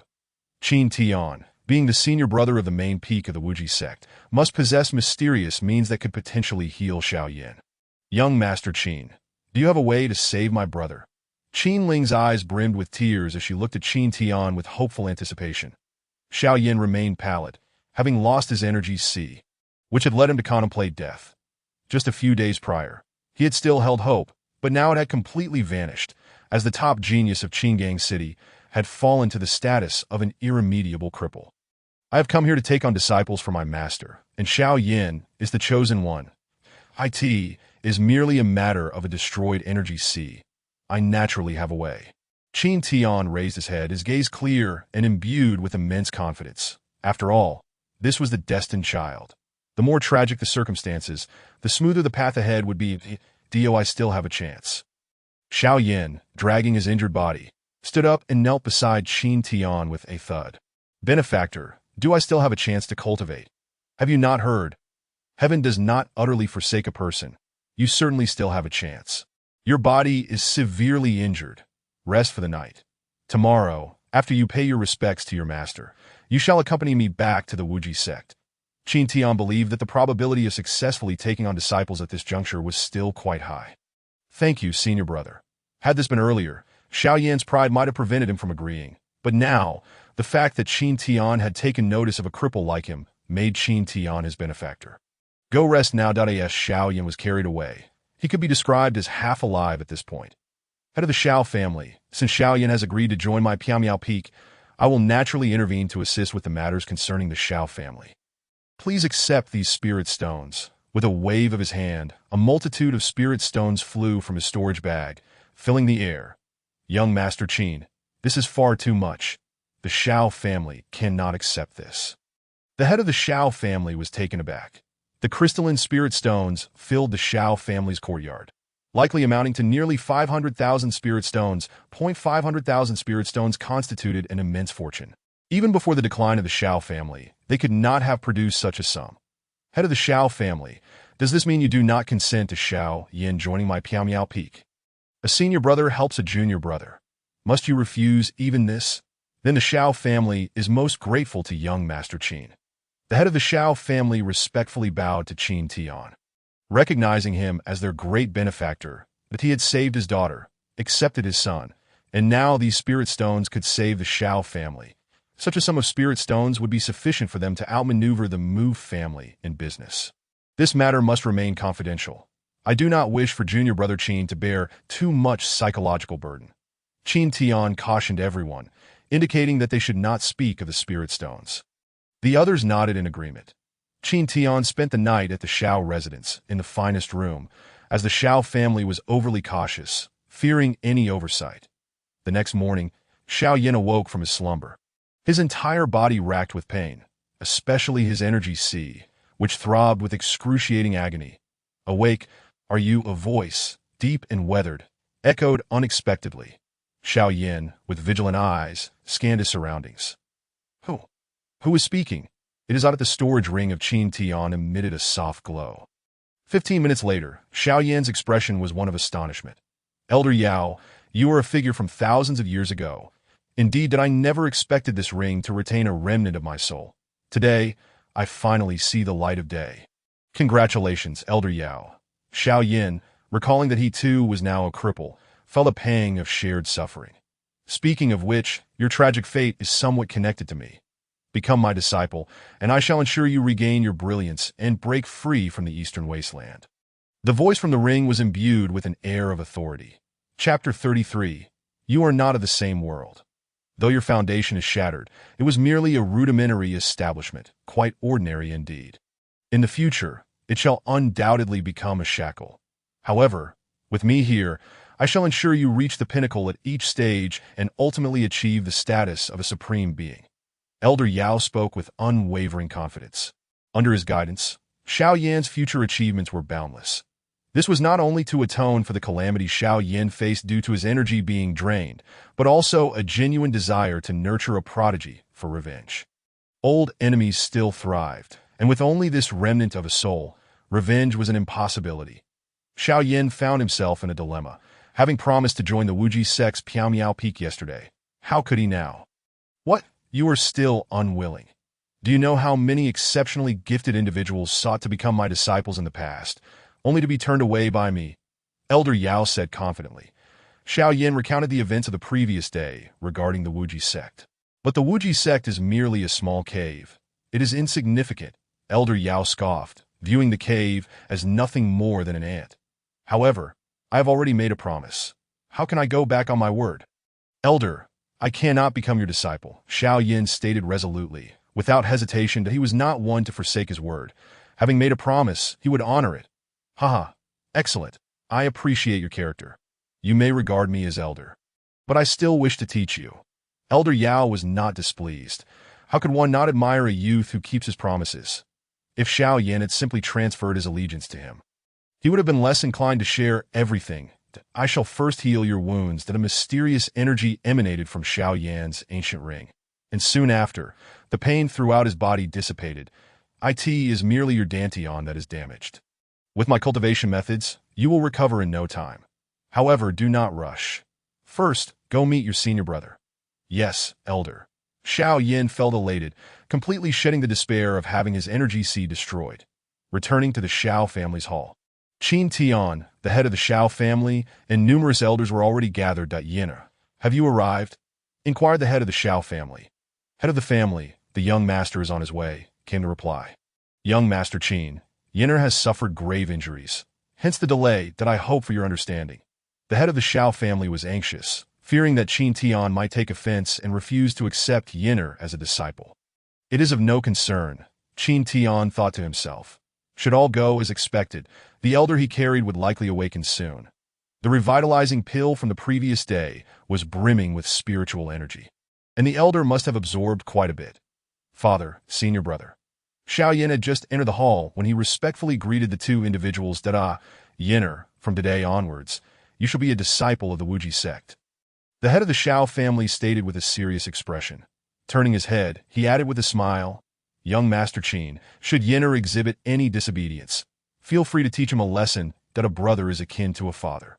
Instruct him as you see fit. Qin Tian had indeed contributed 50,000 spirit stones, which was a life-saving grace for the entire Xiao family. As fellow disciples, we should assist one another. When a junior is in distress, a senior will naturally exert all efforts to aid him.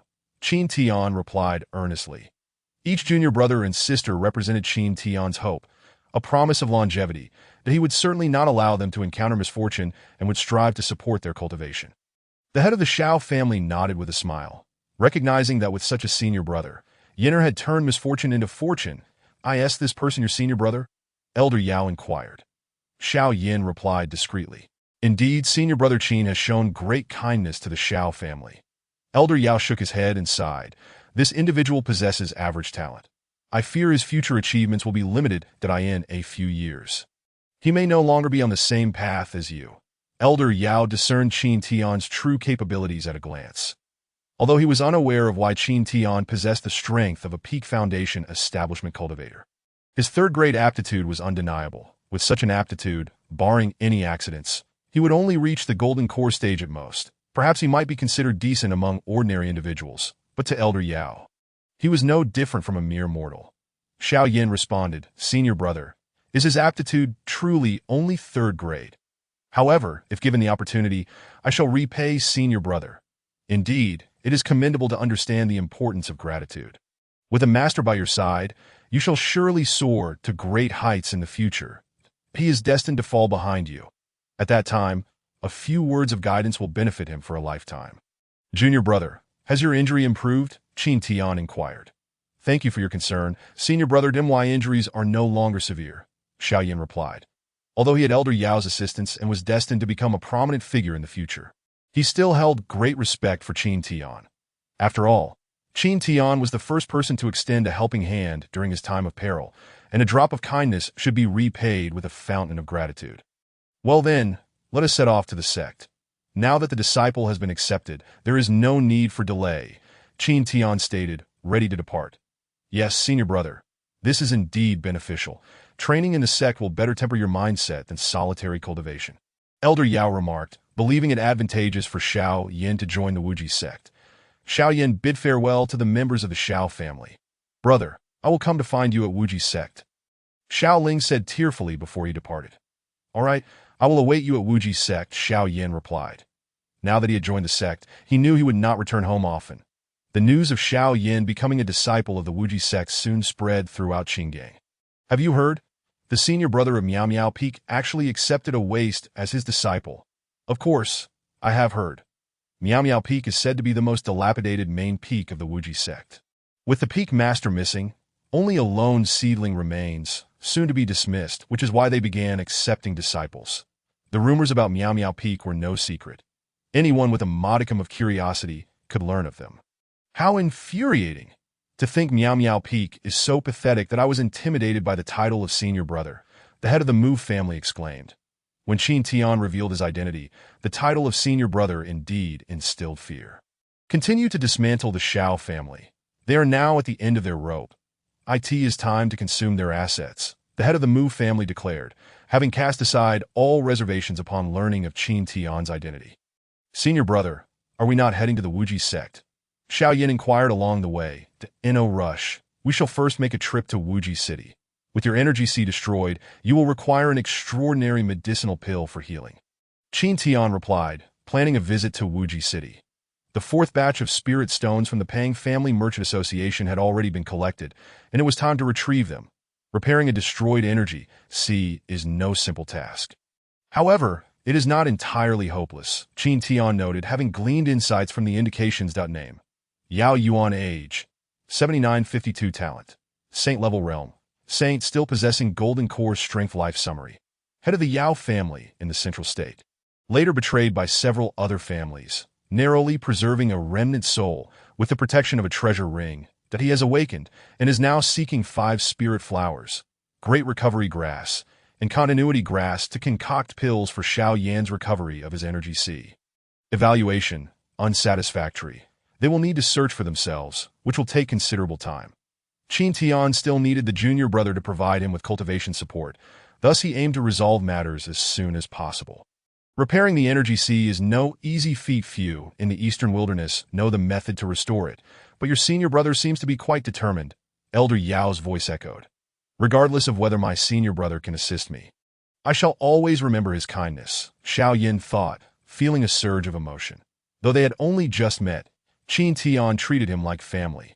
Chapter 34. Purchasing medicinal herbs. Wuji City is a renowned metropolis in the eastern wilderness. Stretching for hundreds of kilometers, boasting majestic rivers and towering mountains, all while exuding a rich atmosphere of human life. Qin Tian arrived once more in Wuji City. Junior brother, please wait for me at the inn. I have some matters to attend to, Qin Tian said after ensuring Xiao Yin was comfortably settled before altering his appearance and departing alone. It had been over 10 days since he left. He hoped the Pang Family Merchant Association had not encountered any issues. Surely there would be trouble if the Merchant Association was exposed, Qin Tian pondered. After his departure, Xiao Yin quietly exited the inn. Elder Yao, I previously invested over 6,000 spirit stones in a merchant association. I believe it's time to collect my returns.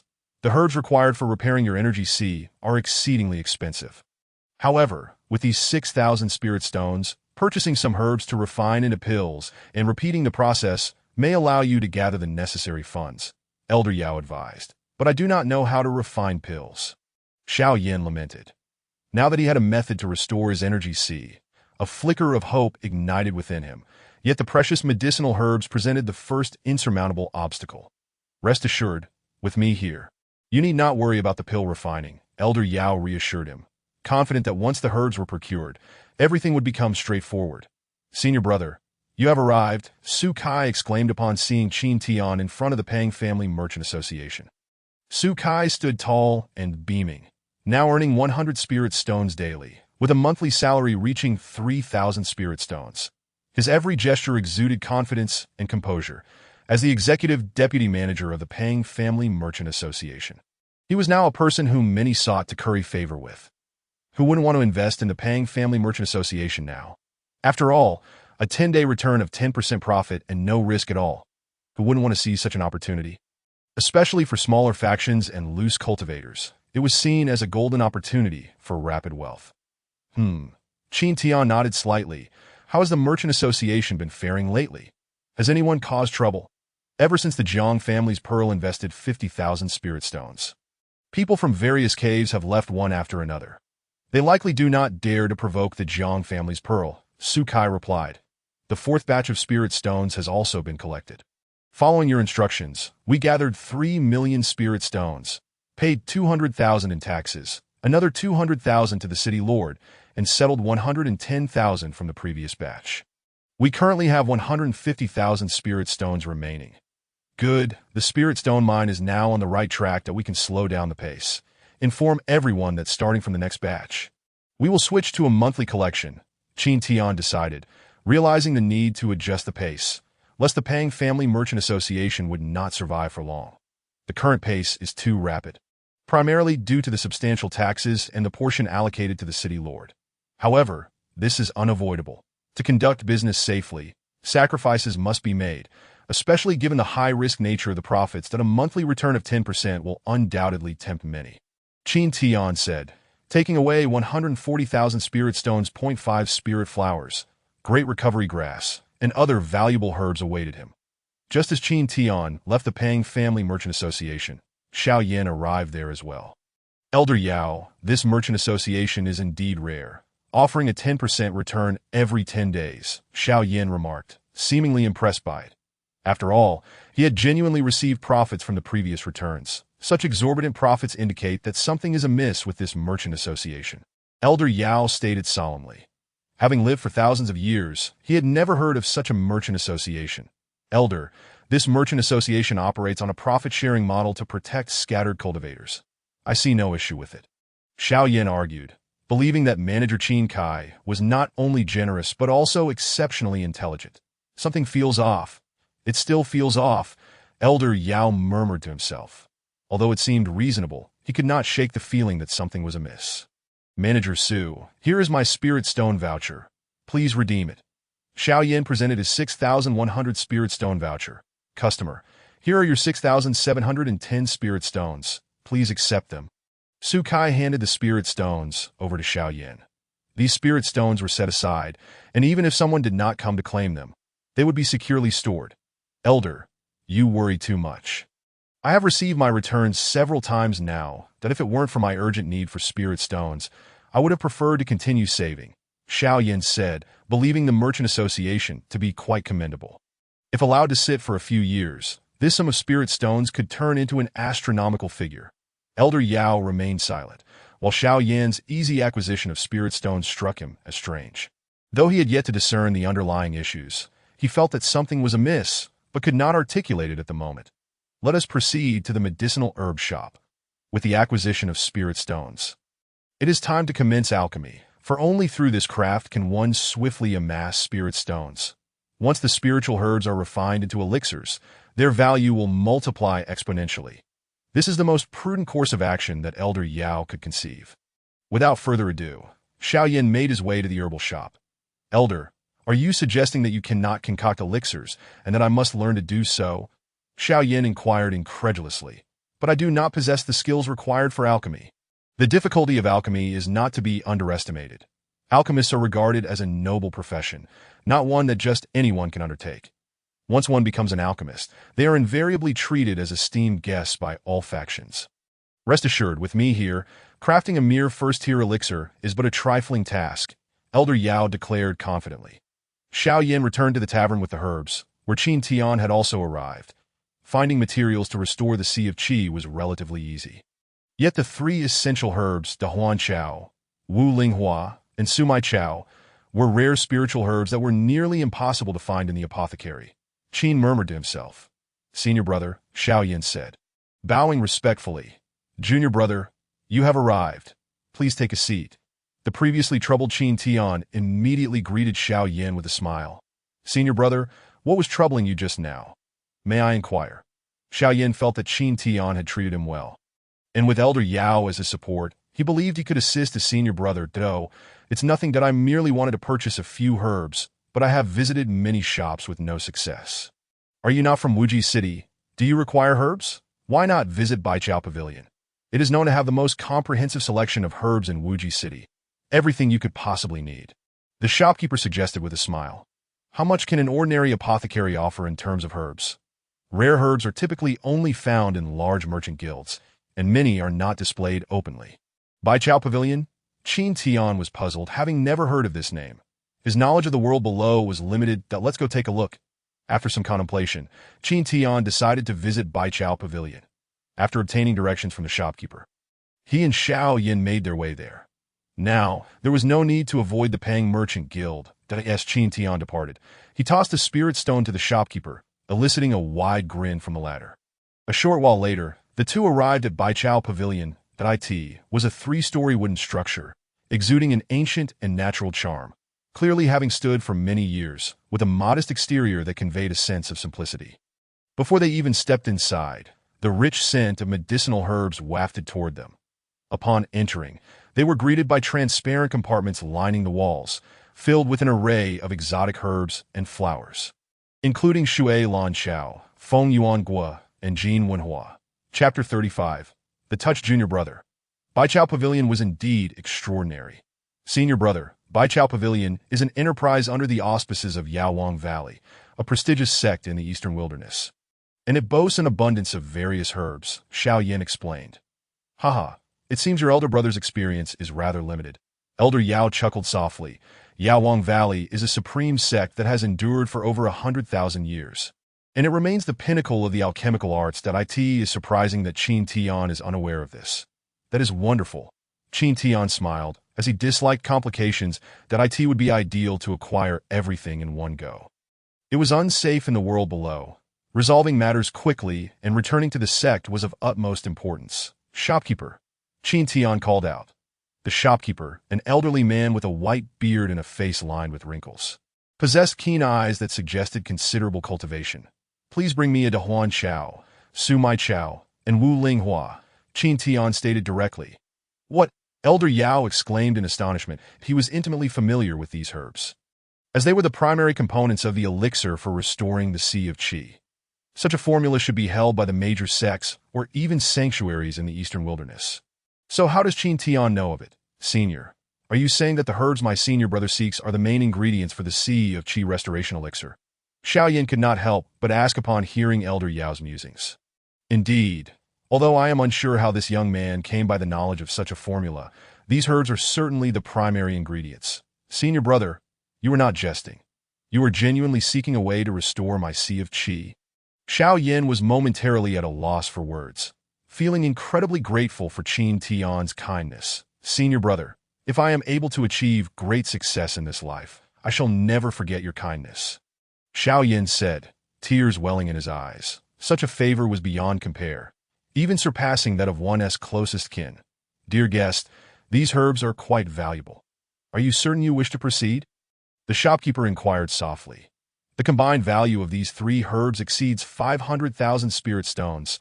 Can an unknown foundation establishment cultivator afford such a sum? Baichao Pavilion frequently encountered those who feigned wealth, many hoping to save their lives, but Baichao Pavilion was not a charitable establishment. Absolutely, Qin Tian replied firmly.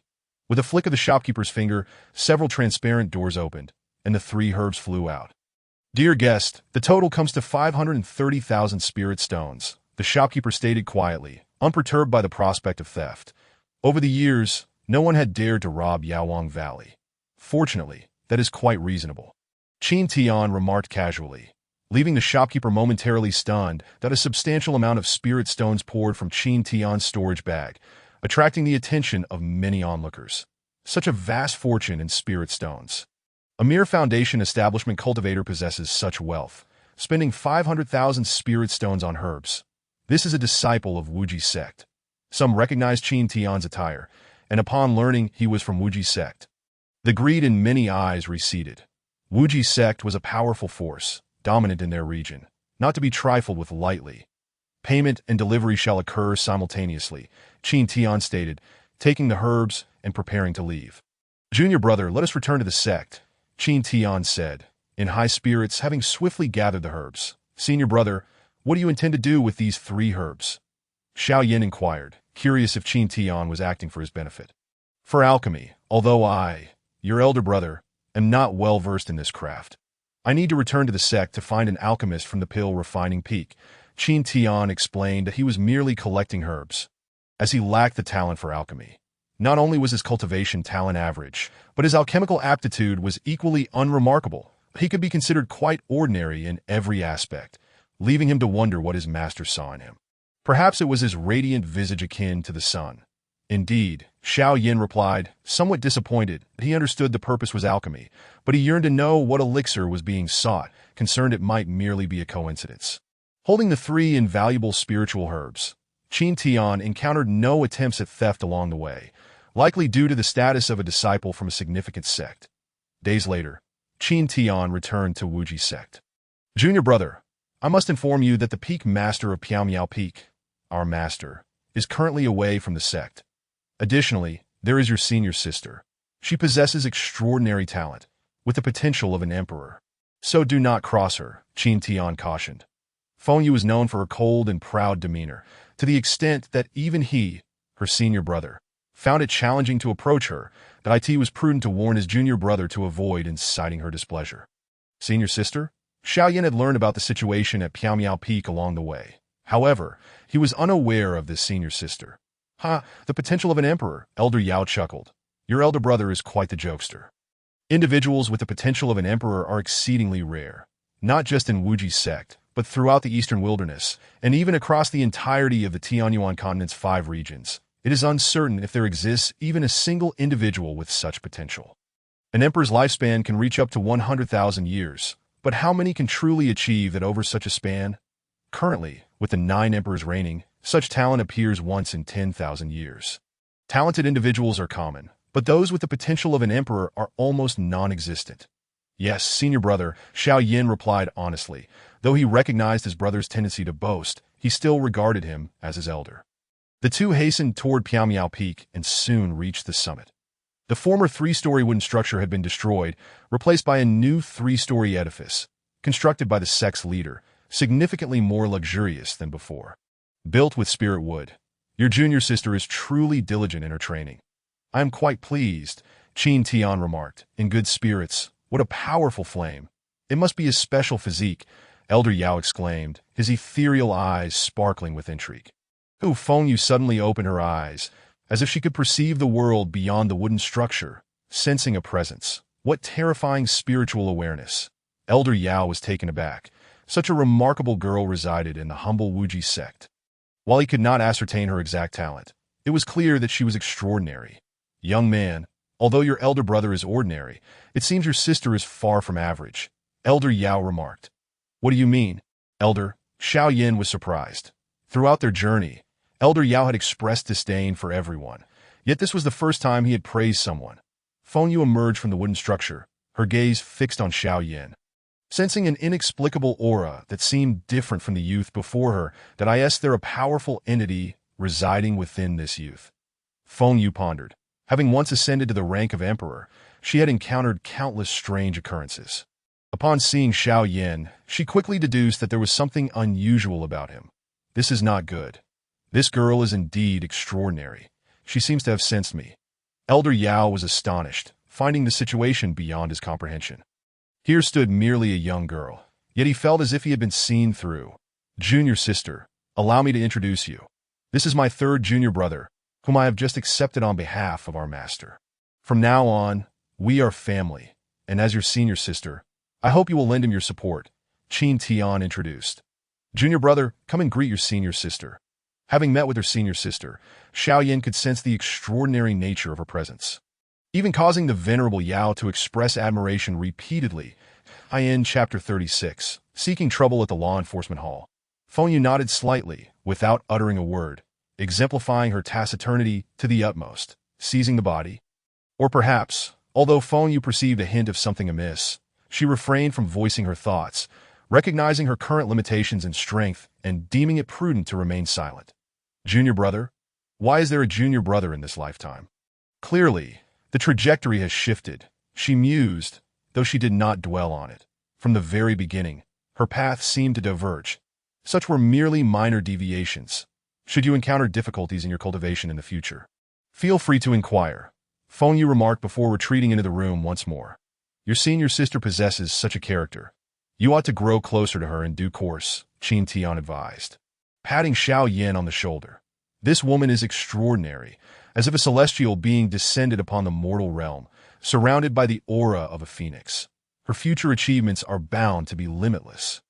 Destined to emerge from the eastern wilderness and become a powerful force controlling the entire continent. Yao, known for his loquacity, continued to speak fervently. Is my senior sister truly that formidable? Xiao Yan inquired.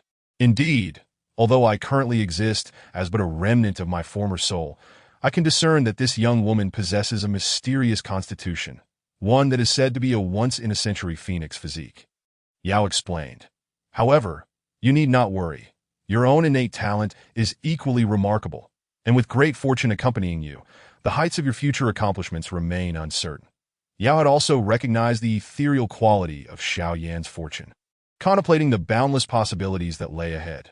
Unexpectedly, on this small peak, two prodigies had emerged, while only one senior brother appeared rather ordinary. Ding! The surpassing system has been successfully bound. This system aims to assist the host in surpassing their rivals. Upon success, there is a chance to ascend to the immortal realm. The first target for surpassing was Qin Tian, with the requirement of surpassing him in cultivation and combat prowess within 6 months. Success would yield rewards, while failure would incur penalties. Xiao Yan stared at the suddenly materializing panel, momentarily taken aback. Unsure of what it was, senior, there is a glowing object appearing before me. Do you know what it is? He hurriedly asked, having never encountered anything of the sort and thus seeking Yao's guidance. What glowing object? Yenner, are you perhaps hallucinating? Yao queried. Senior, you cannot see it? Am I the only one who can? Xiao Yan hesitated, then laughed it off. It must be my imagination, that a chance to ascend to the immortal realm. The legends of the immortal realm are known throughout the continent, yet they remain mere hearsay, never witnessed firsthand. It is said that such a path only appears at the culmination of one's cultivation journey, with only emperors having a glimmer of insight into it. To surpass a senior brother would yield rewards, while failure would bring about penalties. Senior mentioned that my brother is only at the foundation establishment stage. Surpassing him within 6 months should be quite manageable. Qin Tian, unauthorized, you have brought outsiders into the sect and leaked confidential information. Do you understand your crime? At that moment, a voice rang out, belonging to a figure clad in the law enforcement hall's uniform. The newcomer was Wu Ricken, a golden elixir stage enforcer, standing at a modest height with a round physique and a face marked by numerous blemishes. His appearance somewhat unappealing to Wu Ricken chuckled lightly, stating that Qin Tian had already received relevant information since his entry into the sect. However, they had not intervened in his actions of bringing someone along, choosing instead to act at this moment. Wuji sect is an influential entity. Many secrets lie within. The sect has always mandated that outsiders require permission to enter and exit. Where did this outsider come from? Qin Tian glanced around, turning his head dismissively. Do not speak nonsense. There are no outsiders on Miaofeng. Only you lot. You boast with words, but the facts are undeniable. Wuji sect has never had such a disciple. Are you reluctant to acknowledge it? Wu Ricken accused, pointing at Xiao Yan. Bringing outsiders into the sect is neither a trivial matter nor a major one. It depends on how it is adjudicated. In Qin Tian's case, it is certainly a significant issue. Now that Miaofeng has produced a genius, no one wishes to offend him. Yet he hails from Sanxiong Peak and has received a secret order from there to gather evidence against Qin Tian. If he could imprison Qin Tian, then Miaofeng would fall under the control of Sanxiong Peak. That I asked the senior brother of Miaofeng. I have just recruited this disciple. Do not speak carelessly. Qin Tian replied coldly. It seems the master of Sanxiong Peak still harbors ambitions towards Miaofeng. What nonsense! The disciple recruitment event has already passed for over a month. How could there be a new disciple? Wu Ricken retorted disdainfully. You fool! How can you, as an enforcer of the law enforcement hall, not know that even outside of the recruitment period, if a genius disciple is discovered, they may still be accepted? Qin, you mocked. Wu Ricken's expression turned icy in an instant. How dare this fellow insult him as a fool? Since his arrival at the law enforcement hall, which disciple had not treated him with utmost respect? Had it not been for Feng Yu's esteemed position at Miaofeng, he would have already descended upon Qin Tian to administer punishment. Now that Feng Yu was present, everything had to be conducted according to the rules. How can you prove that this disciple is a genius? Wu Ricken said coldly. Not just any stray cat or dog can be considered a genius. Now that everyone knew that Miaofeng was lacking in disciples and was on the verge of being disbanded, Qin Tian undoubtedly felt a sense of unwillingness. This matter does not require your concern. I will personally take the junior brother for testing. Until the disciple test is conducted, he is still considered an outsider and is not permitted to linger within the sect without permission. Wu Ricken insisted firmly. Moreover, if his talent does not meet the standards, then you would be in violation of sect rules, and according to those rules, you would spend 3 months in the dungeon. Wu Ricken crossed his arms, gazing at Qin Yu. Once 3 months pass, who knows what might become of Miaofeng? You may either proceed to the test now, or I shall expel him, deeming you in violation of sect rules. Finding a genius disciple is no easy feat, and Qin Tian does not even possess a talent stone. How could he ascertain that this young man before him is a genius? Outside of the recruitment period, a talent of 4th rank or higher is required. 4th rank talent is already exceedingly rare, even within the vast Wuji sect. Very well, I shall acquiesce to your demands. After all, new disciples must eventually undergo talent testing. Let us conduct the test. Wu Ricken, sensing Qin Tian's unwavering confidence, felt a tightening in his chest. Could it be that this truly was a genius of 4th rank or higher? Wu Ricken scrutinized Xiaoyan, and the next moment erupted into laughter. Ha! Qin Tian, you are quite amusing. You have found a waste whose qi has been destroyed and yet dare to claim he is a genius. Who among the eastern wilderness does not know that once the qi is ruined, one becomes a cripple, unable to embark upon the path of cultivation? Yet here is Qin Tian, brazenly parading a cripple as a prodigy. Qin Tian, you have violated sect regulations. I shall now place you under arrest, awaiting the sect's judgment. As Wu Ricken finished speaking, the disciples of the law enforcement hall charged toward Qin Tian. Stop! Xiaoyan coldly regarded the law enforcement hall's members, declaring, since Wuji sect is unwilling to retain me, I shall take my leave. Do not make things difficult for my senior brother. Qin Tian treated him like family, and Xiaoyan did not wish to implicate him. This insignificant Wuji sect is not worthy of troubling you. Yao interjected, for he valued this disciple highly. How could he allow such a minor sect to create obstacles for him? Even if you enter the sacred land, you shall still be regarded as a saintly child. Yao stated confidently, believing that if Xiaoyan did not join Miaofeng, he would gladly accept him as his disciple. Thinking of leaving, having glimpsed Wuji sect's secrets. How can we allow you to depart so easily? Wu Ricken sneered, for Xiaoyan was evidence. If the evidence fled, how could they pin the crime on Qin Tian? In Chapter 37, Refining Peak, a surge of blazing phoenix fire erupted, positioning itself before the disciples of the law enforcement hall, causing them to be instantly forced back. Should the phoenix fire make contact, they would likely leave no bones behind. Should anyone dare to wreak havoc on Miaofeng again, they shall face death. Though Feng Yu's form was that of a fire phoenix, her words conveyed a chilling, bone-deep coldness that Wu Ricken was drenched in cold sweat, for this flame posed a deathly threat even to someone of his golden elixir stage. Yet for the sake of Sanxiong Peak, he could only muster the courage to say, Chief, Qin Tian has violated sect rules. We are merely acting according to the regulations. Begone. Feng Yu was unconcerned with sect regulations. Moreover, Xiaoyan's exceptional talent likely matched her own. and her discernment was far beyond that of ordinary individuals that Wu Ricken found himself in a dire predicament. Should he leave, he would be unable to fulfill the task assigned by the Peak Master. Yet if he did not leave, he could not afford to offend the chief. Leave now, or face death. Feng Yu issued her final ultimatum. Though still in the Foundation establishment stage, she still instilled a profound sense of impending doom in Wu Ricken, a golden elixir stage cultivator. Chief, I apologize for the disturbance. Leave that Wu Ricken had no choice but to depart.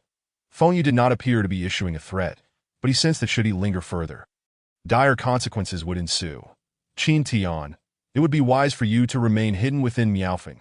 Otherwise, the Law Enforcement Hall will certainly enforce the sex regulations. That Wu Ricken left with a final remark laden with malice. Thank you, senior sister. Xiao Yin expressed his gratitude with a respectful gesture. Do not mention it. The destruction of your Qi Si is not a grave matter. If we can procure Great Recovery Herb, Continuation Herb, and 5 Spirit Flower, your Qi Si can be restored, Feng Yu noted, before retreating back into her room. Now that her phoenix physique had awakened, her cultivation speed was equivalent to that of 100 days for an ordinary person. Thus she could not afford to waste time. She actually knows how to restore the Qi Si. Yao mused inwardly, feeling utterly bewildered. He had long believed that such a secret would be unknown in the eastern wilderness, as it was a closely guarded secret of the Medicine King Valley. Yet now, not only did Qin Tian seem to know, but this girl appeared to possess knowledge of it as well. Is it possible that the formula for the Medicine King Valley has become common knowledge? The elixir for restoring the Qi Si, while not exceptionally high in grade, possesses remarkable effects and is considered an absolute secret. I must find an opportunity to clarify this matter. Junior apprentice, you should take a moment to rest. I will step out for a while and later take you to test your talent and receive your disciple token. Qin Tian prepared to head to the Alchemy Peak.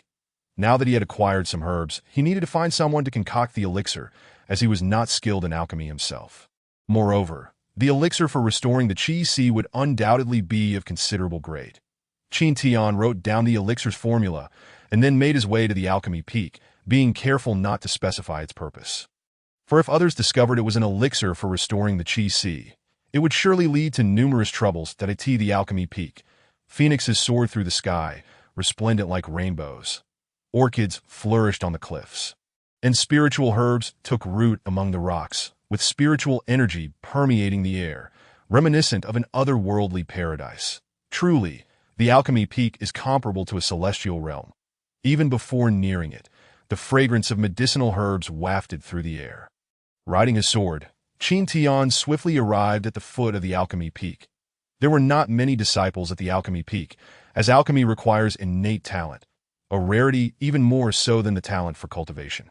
Disciples occasionally wandered in and out of the mountain gate. Although the number of disciples at the Alchemy Peak was few, it was still several hundred times more than that of the Misty Peak. There were still thousands of disciples on the Alchemy Peak, a result of the long lifespans of cultivators accumulated over many years. With less than 2 months before the Grand Disciple Competition, many people had come to seek elixirs, which had kept me exceedingly busy.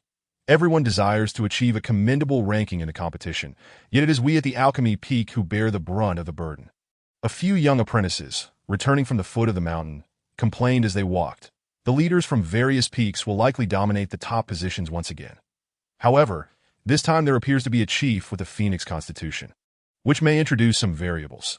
Despite the chief's outstanding talent and possessing a phoenix body, their cultivation time is still relatively short, and it is feared they may struggle to compete with the other peaks. Regarding the phoenix body, although the young apprentices were unsure whether it was a divine or sacred body, even the weakest divine body, upon reaching great mastery, could become a formidable divine king, wielding immense power, capable of suppressing the mightiest sections. Is the Grand Disciple Competition about to commence? Upon hearing this, Qin Tian displayed little reaction. He had been initiated for nearly 5 years and had already participated in a Grand Disciple Competition. The Grand Disciple Competition occurs every 3 years, and those who rank highly receive generous rewards, a means for the sect to motivate its disciples in their cultivation. 3 years ago, Qin Tian was merely at the Qi refinement stage and participated in the Qi refinement group, failing to even enter the top 500, being eliminated in the second round. Several apprentices approached him, slightly bowing. "Senior brother, how may we assist you?" they inquired.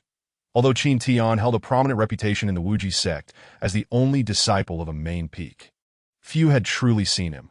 After all, Qin Tian preferred to remain on the mountain, and alchemists were a rare group that seldom ventured out. Junior apprentice, I have come to request an elixir. Might I inquire who among the alchemists here can concoct a fourth-grade elixir? Qin Tian casually retrieved some spirit stones from his storage bag, distributing 10 to each of the 3 apprentices. Senior brother, you are too generous, they protested, though they accepted the spirit stones into their storage bags. After receiving the spirit stones, the apprentices' attitudes noticeably improved, smiles gracing their faces. Senior brother, there are 5 alchemists capable of concocting 4th-grade elixirs on the alchemy peak, and the peak master can even produce 5th-grade elixirs.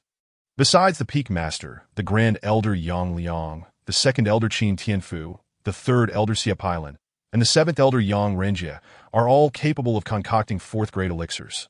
Only 4 individuals. Although Qin Tian was aware that alchemists were scarce, he was astonished to discover that in the illustrious Wuji sect, one of the 12 celestial realms, only 4 could concoct 4th-grade elixirs. Senior brother, do you have further inquiries? The apprentices asked, appreciating his courteous demeanor, which was a rarity. The 10 spirit stones were no small sum for the Qi refinement apprentices. Qin Tian inquired further about their residences and the protocols for seeking alchemists. The fees for alchemy were no small matter. Qin Tian internally lamented that the alchemists at the alchemy peak, aside from the sect-assigned tasks, also took on private commissions. The fee standard was 30% of the elixir's value, and in the event of failure, one bore the cost alone. Indeed, alchemy proved to be a lucrative endeavor. A single 4th-grade elixir could be valued at tens of thousands of spirit stones, meaning each concoction could yield over 10,000 spirit stones in profit. Which of the 5 alchemists should he approach? After much contemplation, Qin Tian resolved to seek the peak master directly. The elixir for restoring the Qi Si was of considerable value, and should it fail, he could not bear the loss. As for how to persuade the peak master to assist, Qin Tian had his methods. The disciples at the alchemy peak did not impede his passage, with the grand disciple competition approaching. Many visitors flocked to the alchemy peak daily, a sight they had grown accustomed to. Chapter 38. Li Sisi, the formula for the Qi Si Nirvana elixir. Surely it must be worth at least 10 million spirit stones. Qin Tian walked slowly along the winding path to the alchemy peak, murmuring to himself about the appropriate price to set. This time he had no intention of spending spirit stones. Rather, he was plotting to earn a substantial sum. However, he found it quite challenging to determine the value of the formula. Regardless, it was a formula he had acquired for free. The priority was to secure the Qi Si Nirvana elixir. If his 3rd junior apprentice could commence cultivation one day sooner, his strength would improve that much quicker. Halfway up the path, Qin Tian suddenly halted, that if he sought to sell the formula to others, he would inevitably face price reductions, that it would be better to devise a way for others to come to him instead. Come one, come all. The price of the 4th-grade elixir formula is negotiable. Qin Tian arrived at the small marketplace established on the Alchemy Peak, a dedicated venue for trade. The Alchemy Peak had long been a hub for various transactions related to elixirs, resulting in the formation of this bustling little marketplace. Damn it, despite the Alchemy Peak having relatively few people among the 9 peaks, it was still so lively, with a flourishing little market. Meanwhile, at my misty peak, there are barely 2 or 3 people left, desolate and forlorn. Qin Tian gazed enviously at the lively scene before him. Regrettably, the system's requirements for talent were exceedingly high. Otherwise, with the system's powerful detection abilities and his own foresight, he could have ventured through various major cities and potentially found prodigies with talents of 4th or 5th grade, or even 6th or 7th grade. Curse the system for not lowering the conditions a bit. Qin Tian could not help but curse inwardly. If he could gather several exceptionally talented disciples, it would be all the better. Never mind. Let us focus on procuring the Qi Si Nirvana elixir first. Fellow disciple, is it true that you are selling a 4th-grade elixir formula? A 2nd-grade alchemist, clad in a black robe and exuding a calm demeanor, paused at Qin Tian's stall, his gaze filled with skepticism and anticipation. A 4th-grade elixir formula is indeed a valuable asset. The worth of a 4th-grade elixir exceeds 10,000 spirit stones, and a 4th-grade formula, if it already exists in the market, typically holds a value between 10 to 50 times that of the elixir.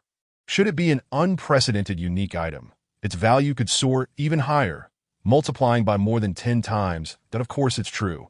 Who would dare to joke about such matters at the alchemy peak?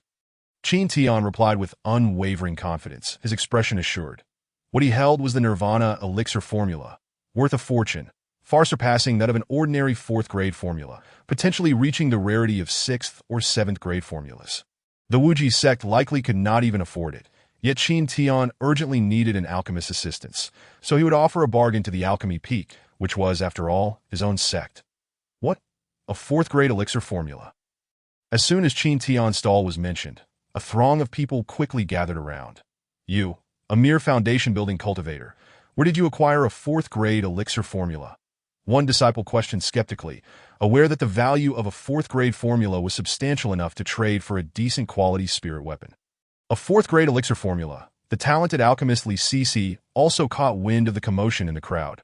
Sister, a foundation-building cultivator, is here to sell a 4th-grade formula. It is likely a fraud, remarked a girl in a blue fairy dress, who was none other than Han Ling, a talented alchemist second only to Li Sisi, now capable of concocting 3rd-grade elixirs, albeit only the basic ones.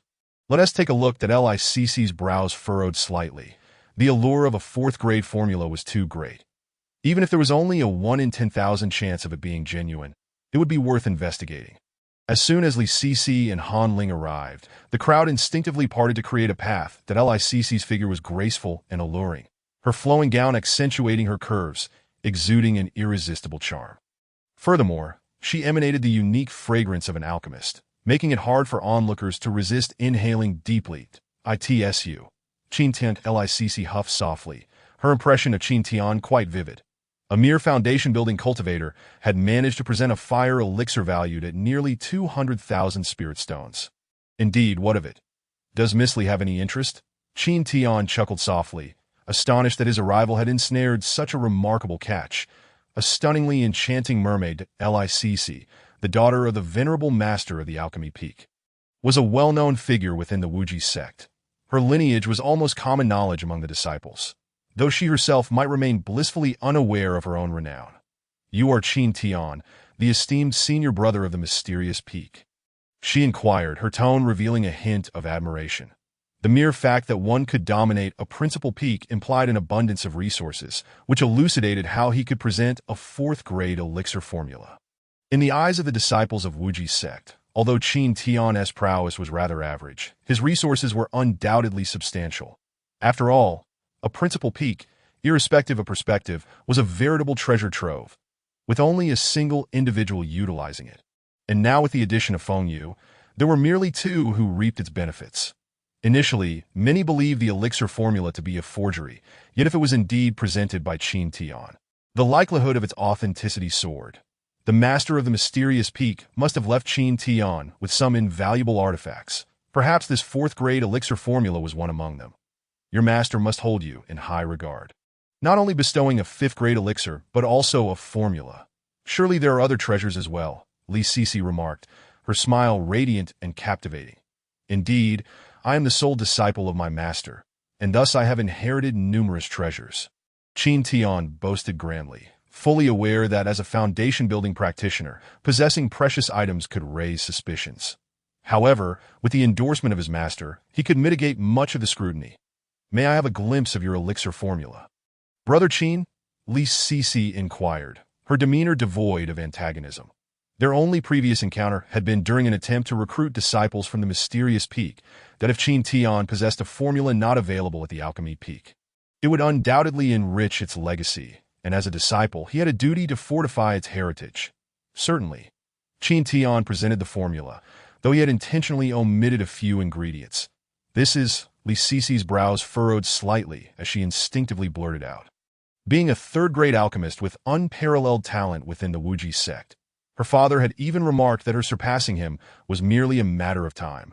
She quickly discerned the nuances of the formula. While the components appeared ordinary, the pharmacological implications seemed to converge toward a mysterious essence, impossible. How could such a formula exist? Li Sisi's mind surged with tumultuous waves, the impact of the formula on her akin to the shattering of mountains and rivers. Brother Qin, from whence did you acquire this formula? She instinctively asked, but quickly realized the impropriety of her inquiry, and no need to answer. Brother Qin. I was remiss to ask. Qin Tian smiled, perceiving that Miss Li had likely grasped the formula's profundity. Can you afford it? The formula is genuine? I envy you, Brother Qin, for possessing a fourth-grade elixir formula. It could fetch at least 2 to 300,000 spirit stones. 2 to 300,000 spirit stones? The value of a single elixir formula is that exorbitant. The disciples around them were astonished. To most, such a sum was astronomical. They recognized that Qin Tian's formula was likely one not found at the alchemy peak. Brother Qin, while a fourth-grade formula is indeed valuable, Sister Li is a third-grade alchemist under the tutelage of the peak master. Surely she could afford even a fourth-grade formula. Han Ling interjected, her blue attire accentuating her ethereal grace. Akin to a willow swaying gently in the breeze. Han Ling's beauty and demeanor were exquisite, though she paled slightly in comparison to Li Sisi, making her the object of many male disciples' affections. Brother Qin, has anyone else seen this formula? Li Sisi was acutely aware of the gravity of the matter. If others had viewed it, they must be silenced, lest it attract undue trouble. No, you are the first. Qin Tian affirmed with unwavering confidence, fully aware that Li Sisi had discerned the extraordinary potential of the formula. Are you certain about selling it? Li Sisi pressed, a glimmer of doubt in her enchanting eyes. Qin Tian, with a resigned gesture, echoed his predicament. I have no choice. With junior brothers and sisters on the mysterious peak, their training demands considerable resources, and I must part with my possessions. You all know. The Phoenix body consumes vast amounts of energy. What the sect provides is hardly sufficient. Brother Qin is quite generous indeed, sacrificing his treasures for the sake of his junior sister. How many spirit stones do you seek? Li Sisi queried directly, knowing the formula's worth was immeasurable. She needed to ascertain Qin Tian's asking price. Hoping for a fortunate bargain, that an elixir capable of restoring the Qi Si was invaluable to practitioners whose Qi Si had been devastated. And one such elixir could command an astonishing price. Although it merely restored the Qi Si for those below the nascent soul stage, it remained a treasure of extraordinary worth. Wait, Li Sisi interjected, raising a hand to halt Qin Tian. This matter was too significant to discuss in plain view. Brother Qin, this location is not suitable for such negotiations. Let us move. Sister Li seems to hold this formula in high regard. The master of the mysterious peak is said to be one of the most formidable practitioners in the Wuji sect, second only to the sect leader. Truly, what he leaves behind is not of ordinary quality. Qin Tian felt fortunate. Despite possessing only third-grade talent, he held treasures that even the peak masters could not rival. The alchemy peak housed numerous alchemical chambers, and Qin Tian followed Li Sisi to her exclusive chamber. This was where my master concocted elixirs in years past. It is safe and discreet, free from prying eyes. It was Qin Tian's first visit to an alchemist's sanctum. The air was thick with the fragrance of herbs. And a bronze cauldron, nearly as tall as a person, stood within. The cauldron shimmered with an alluring glow, wisps of radiant mist swirling about, exuding an extraordinary aura. The warmth radiating from it was palpable. What a splendid cauldron! It would surely keep one warm in winter. Qin Tian mused aloud. Such ignorance. This is a spiritual treasure cauldron, not merely a fire pit. Han Ling retorted, her indignation palpable at Qin Tian's lack of discernment. Li Sisi remained composed, her demeanor serene as a faint smile graced her ethereal features. Once inside the alchemical chamber, Li Sisi cut to the chase. Brother Qin, this formula is exceedingly precious, and I presume the elders of the mysterious peak have spoken to you about its value. There is no need for pretense. What price do you seek? Since we are of the same sect, I shall offer you a discount. 10 million spirit stones, Qin Tian stated, raising a finger with an air of composure. This price was already considered a bargain for an elixir that could resurrect the Qi Si. You must be mad, Han Ling exclaimed, leaping to her feet. Although she had not seen the formula, she understood it to be merely a fourth-grade one. Even a formula absent from the alchemy peak would not exceed 500,000 spirit stones. What? Is that too much? Qin Tian remained unfazed, asserting, this is the Qi Si rebirth elixir, not something that has ever appeared in the eastern wasteland. The Li Sisi furrowed her brow. 10 million spirit stones was no trifling sum, yet the value of the Qi Si rebirth formula warranted such a price. However, she found herself momentarily unable to procure that much wealth. Sister, return the formula to him. This fellow clearly lacks awareness of its market value. Han Ling fumed, incredulous that Qin Tian had not first informed himself of the prevailing prices before making such an audacious demand. Li Sisi attempted to placate Han Ling's sister. Do not be hasty. Those unfamiliar with the situation might indeed consider 10 million spirit stones excessive. Brother Qin, 10 million is quite steep. Might I request a little time to gather the necessary funds? This elixir was absolutely indispensable. Even if it meant exhausting the resources of the alchemy peak, it must be secured, lest they regret it for eternity. Were it not for Qin Tian being a disciple of the Wuji sect, Li Sisi might have resorted to force to acquire it. Sister, it is merely a fourth-grade formula. How could it possibly be worth 10 million spirit stones? Han Ling remained unconvinced. The value of this formula exceeds 10 million. If offered to a prestigious sect or a holy land, they would likely part with several tens of millions of spirit stones. Despite being a fourth-grade formula, it could be extrapolated to derive higher-grade formulas. The Eastern Wasteland was vast and teeming with practitioners, with conflicts never ceasing. Countless practitioners had their chi seas destroyed. Once this elixir became known, not only would the alchemy peak thrive, but even the Wuji sect would gain renown. 30 million spirit stones. Han Ling was momentarily stunned, believing Li Sisi to be jesting, but upon seeing her serious expression, she realized the gravity of the matter. While the formula was indeed precious, Li Sisi was an alchemical prodigy. Despite currently only being able to concoct third-grade elixirs, her understanding of pharmacology rivaled that of the peak master. Thus, even with the formula being incomplete, she could glean some insight from it that a fourth-grade formula valued at 10 million spirit stones indicated that it was exceedingly rare. Perhaps even something that had yet to surface in the Eastern Wasteland. Have you made up your mind? Will you buy it or not? Qin Tian was confident that no alchemist could resist such a tremendous temptation. Brother Qin, please hold on. I shall return shortly. This matter is beyond her authority. It is imperative to consult her father, for this alchemical formula bears significant implications. Han Ling has long harbored a desire to discern the inscriptions upon the elixir. Yet Li Sisi has not permitted her a glimpse. Naturally, the fewer individuals privy to this formula, the better. However, a little over a quarter of an hour later, the esteemed leader of the Pill Peak, Li Longfei, hastily arrived at the alchemy chamber. Clad in a robe embroidered with intricate patterns of various herbs, he clutched the formula in his hand, his expression fraught with urgency. Greetings, master. Han Ling respectfully bowed. Qin Tian also offered a slight bow, for Li Longfei was one of the 10 most influential figures within the Wuji sect, presiding over a principal peak, and possessed extraordinary cultivation that placed him among the elite in the entire eastern wilderness. It is surprising that your master possesses such a treasure, yet has never alluded to it. She certainly conceals her secrets well. I Longfei's first utterance was one of astonishment, yet it was understandable. Your master is immensely powerful and often traverses various secret realms and ancient domains. So discovering this rare formula is not entirely unexpected that my master has always been elusive, often disappearing for months on end. This time, she has been absent for several years. Once I achieve a certain level of cultivation, I shall seek her out, Qin Tian replied, his tone imbued with profound yearning.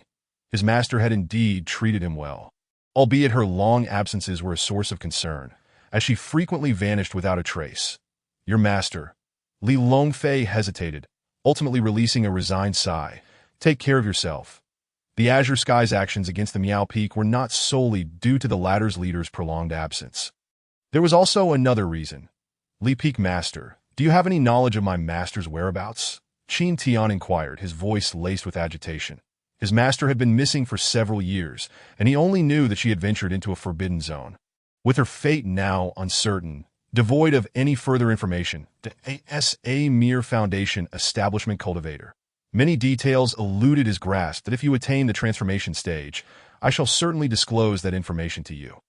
Li Peak Master appeared to share a substantial camaraderie with Qin Tian's master and was reluctant to divulge too much to Li Peak Master. If you could inform me of my master's whereabouts, I would only require one complete elixir in return for the formula, which I would generously offer for free.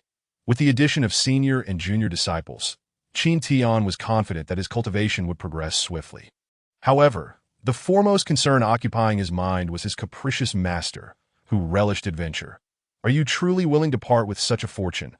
This is worth millions of spirit stones. Li Longfei, having lived for centuries, had never encountered someone so willing to make such sacrifices. The value of this formula could easily exceed millions. Should it be auctioned, its price would undoubtedly soar several-fold. That I am willing, provided that I can ascertain my master's whereabouts. Qin Tian's voice was resolute and unwavering, for in his heart, the value of spirit stones paled in comparison to his master. Upon hearing Qin Tian's words, both Li Sisi and Han Ling were momentarily taken aback. Seemingly unprepared for his unwavering determination that I cannot divulge this information to you, Li Longfei firmly shook his head, his stance resolute. Despite the formula's extraordinary value, he remained tight-lipped that I cannot produce 1,000,000 spirit stones at this moment. However, I can provide you with 500,000 spirit stones up front. Additionally, I will immediately gather the necessary materials and commence alchemical refinement, offering you the first elixir as interest on the remaining amount. What say you? Qin Tian, Li Longfei proposed, a glimmer of anticipation in his eyes that to him. Providing a single elixir was a trivial matter, especially since possessing the formula meant he would never lack for elixirs. Upon reviewing the ingredients listed, while they were considered valuable among fourth-tier elixirs, their worth was merely a few 100,000 spirit stones, that a priceless formula that he could not disclose. Even a whisper about left Qin Tian increasingly uneasy, prompting him to suspect that perhaps his master had encountered misfortune. Very well, but Li Peak Master, is there truly no way to discuss my master's situation? If you deem the formula insufficiently valuable, feel free to propose any conditions. Qin Tian sought to persuade Li Longfei to reconsider, that if you can cultivate to the transformation stage, I shall certainly reveal that to you. Until then, do not dwell too much on it. But alas, I am but a third-tier talent. It seems I shall never attain the transformation stage in this lifetime. Qin Tian lamented, unwilling to concede defeat, for he must ascertain his master's current condition. There is no need for further discussion. This matter is one I shall not disclose to you. The N01 within the Wuji sect will share this information with you, so do not waste your efforts. If you cannot reach the transformation stage, then knowing will be of no consequence. Let us return to the matter of the formula. I have already acquiesced to your request. Would it be possible to complete the remaining ingredients?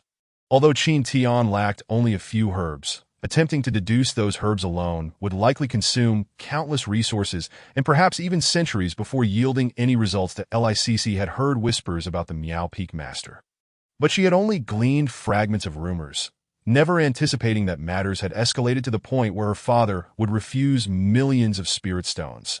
Han Ling's eyes sparkled with intrigue, as if she had caught wind of a secret tucked away in a secluded corner of the sect. Qin Tian sighed helplessly. Li Longfei seemed resolute in his silence, and he could only temporarily concede. Yet, he remained steadfast in his belief that with sufficient leverage, no secret could remain unbroken. Qin Tian presented a prepared note to Li Longfei, unconcerned that he might renege on their agreement, that a man of such principle would never resort to deceit over spirit stones. Li Longfei glanced at it before the note instantly disintegrated into ashes. The value of this formula was far too great to be handled carelessly. CC, please prepare the herbs. Li Longfei was eager to commence alchemical refinement. Although this formula was intricate, it was merely a fourth-tier elixir, and as a fifth-tier alchemist, crafting the Qi Si Nirvana elixir would pose no challenge. Yes, master, done in the presence of outsiders. Li Sisi always addressed her master with respect. One moment, Qin Tian called out to Li Sisi, Li Peak Master, I have prepared the elixirs. As he spoke, he retrieved a substantial quantity of elixirs from his storage bag. His purpose for coming was to refine elixirs, and the spirit stones were secondary. How could you possess such an abundance of materials? While it was likely that the formula had been left by his master, the spirit materials and herbs were clearly not his. My master left behind quite a few items, so I sold some and purchased additional herbs. Recently, I just took on a junior disciple, but his Qi Si has been damaged, hence the need for an elixir. Qin Tian candidly explained, as the transaction had already been solidified, leaving nothing to conceal. Moreover, with Xiao Yan's recent exposure by the various law enforcement halls, it was merely a matter of time before news of it spread. Qin brother, you truly care for your junior brother and sister. Li Sisi smiled gently, first producing a fifth-tier elixir and now willingly offering a priceless formula for her junior brother. should this formula be auctioned.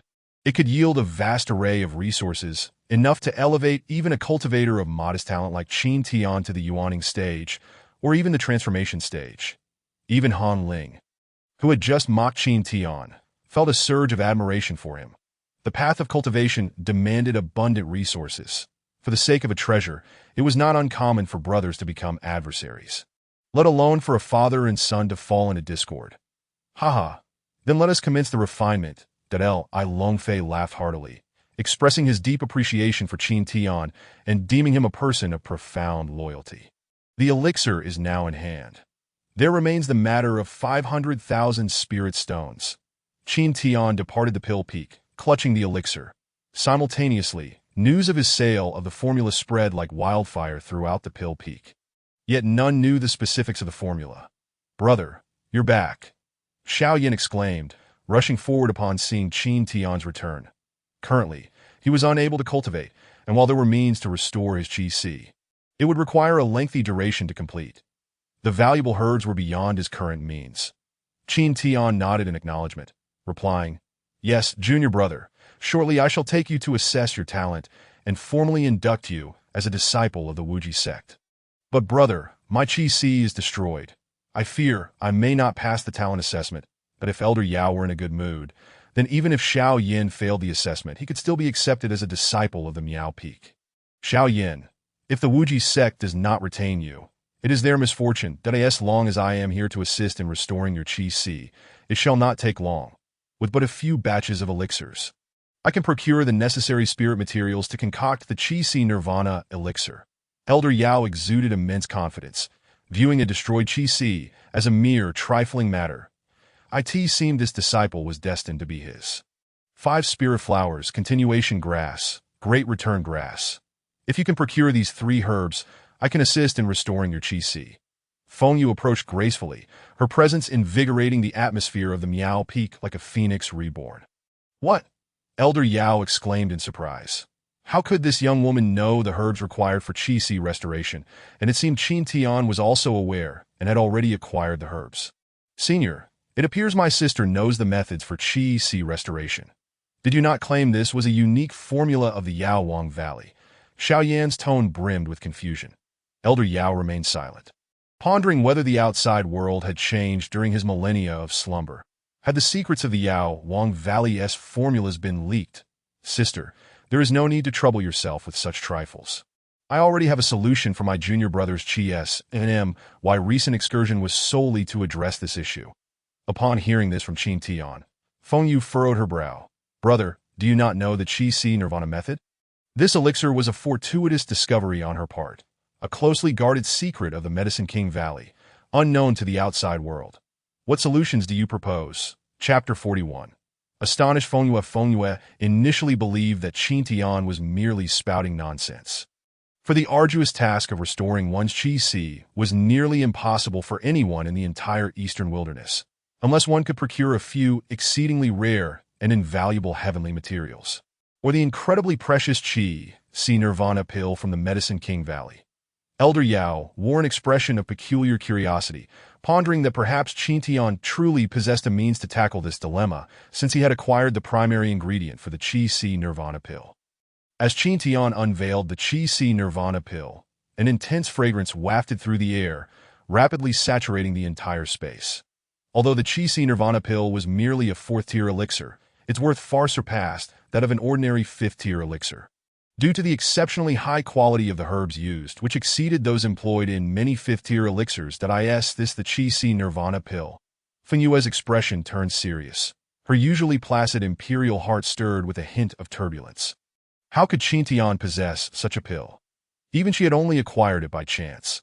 The Medicine King Valley had always regarded it as an internal secret, almost unknown to the outside world. And now, this elixir had inexplicably appeared in Qin Tian's possession.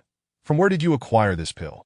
Feng Yue voiced her lingering doubts that a fragment of Elder Yao's lingering soul also gazed intently at Qin Tian, eager to uncover how he had come by this knowledge. It's a secret." Qin Tian struggled to conjure a plausible excuse, believing that silence was the best course of action. Feng Yue chose not to press further. Recognizing that everyone had their own secrets. What a pity, but I will eventually uncover the truth. Elder Yao's fragment muttered softly, for this formula was one of the 3 great secret elixirs of the Medicine King Valley. And it was imperative to ascertain how the information had been leaked. It is unfortunate that Qin Tian has managed to keep this secret. Elder Yao felt a pang of regret, though he did not outwardly express it. Third junior brother, I bestow this elixir upon you. Recover your Qi swiftly and resume your path of cultivation. Thank you, senior brother. Xiao Yin did not refuse. He genuinely needed the Qi Nirvana pill at this moment. And he deeply cherished Qin Tian's kindness to go, refine it. Once your Qi is restored, we shall proceed to assess your talents. How delightful! Qin Tian reclined languidly in the grand chair, a contented smile gracing his face. Immortality seemed within reach. With 2 imperial-level geniuses striving for their cultivation, a promising future awaited. 2 hours later, Qin Tian and Xiao Yin arrived at the Mountain Gate Square. That moment. The square was sparsely populated, with only a few disciples passing through intermittently, alongside some mortals who were devoutly worshipping at the gate. This was a stark contrast to the bustling scene during the recruitment conference. Outside the law enforcement hall, Steward Wu announced, Qin Tian has brought someone to test their talents. Good, let us depart immediately, and also notify Kang Fengzi. That Wu Riken's lips curled upwards, secretly contemplating that once he dealt with Qin Tian, the rewards would undoubtedly be plentiful. He only possessed a 3rd-tier talent, and the difficulty of ascending to the next tier was immense. If he failed to break through this time, he would be relegated to an external position. Within the Wuzhizong, where spiritual energy was abundant, he still had a glimmer of hope for advancement. However, if he were to venture into the outside world and take on a minor immortal town or a town lord position, the likelihood of further progress would be exceedingly slim. In the Mountain Gate Square, there was an office where an elderly man clad in a Taoist robe Saturday. He exuded a decayed aura. His skin wrinkled, and both his beard and hair were pure white. Elder, I bring a new disciple for testing. Qin Tian slightly cupped his hands in greeting. The old Taoist did not even bother to open his eyes. Appearing lethargic. You understand the rules, do you not? Of course. Qin Tian nodded, swiftly presenting a token of respect. The old Taoist opened his eyes just a sliver, and in the next moment, the token vanished without a trace. Proceed with the testing. Only those with a talent level of 4th tier or above may remain. During the non-recruitment period, a minimum talent level of 4th tier was required for the sect to make an exception for acceptance. Possessing a 4th tier talent was already considered a minor genius, given that it indicated the potential to cultivate to the nascent soul stage. Within the Wuzhizong, the nascent soul stage was the starting realm for outer sect elders, representing a crucial pillar of strength in some lesser sects. One could even become a founding ancestor. Qin Tian, you have finally deigned to show yourself. Wu Riken approached, his gaze fierce as he locked on a Qin Tian, thinking that this fellow had slipped away when he tried to capture him at the Alchemy Peak, but now he could not possibly escape. Who are you? Qin Tian scoffed, ignoring Wu Riken and continuing on with Xiao Yin to prepare for the talent test. Wu Riken was nearly incensed to the point of contortion, as he was accustomed to being revered by those junior disciples due to his position in the law enforcement hall, yet Qin Tian dared to disregard him so blatantly. Qin Tian, you have violated sect rules. Come with us. Wu Riken stated coldly, contemplating that once they reached the law enforcement hall, there would certainly be ways to compel Qin Tian to comply and agree to release the Miao Peak. Isn't Qin Tian the senior brother of Miao Peak? As the sole disciple of the main peak, Qin Tian had always enjoyed considerable renown within the Wuzhizong, especially with Feng Yue as the chief disciple, which only heightened his visibility. Many passing disciples paused, and even several mortals nearby stopped to observe. The law enforcement hall governed punishment, and no ordinary disciple was exempt from fear. Senior brother Qin Tian has violated sect rules. If he were to be taken by the law enforcement hall, wouldn't Miao Peak be utterly lost?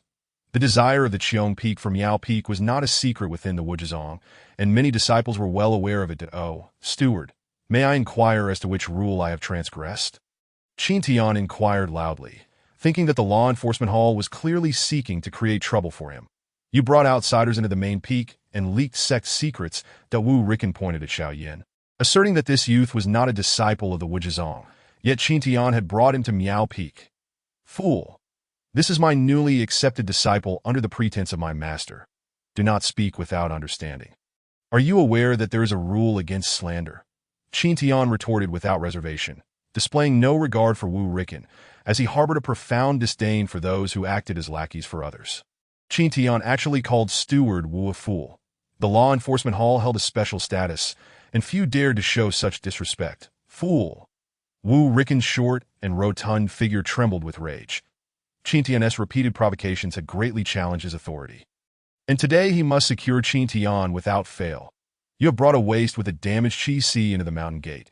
This serves as your evidence that Wu Ricken's eyes glinted with malice.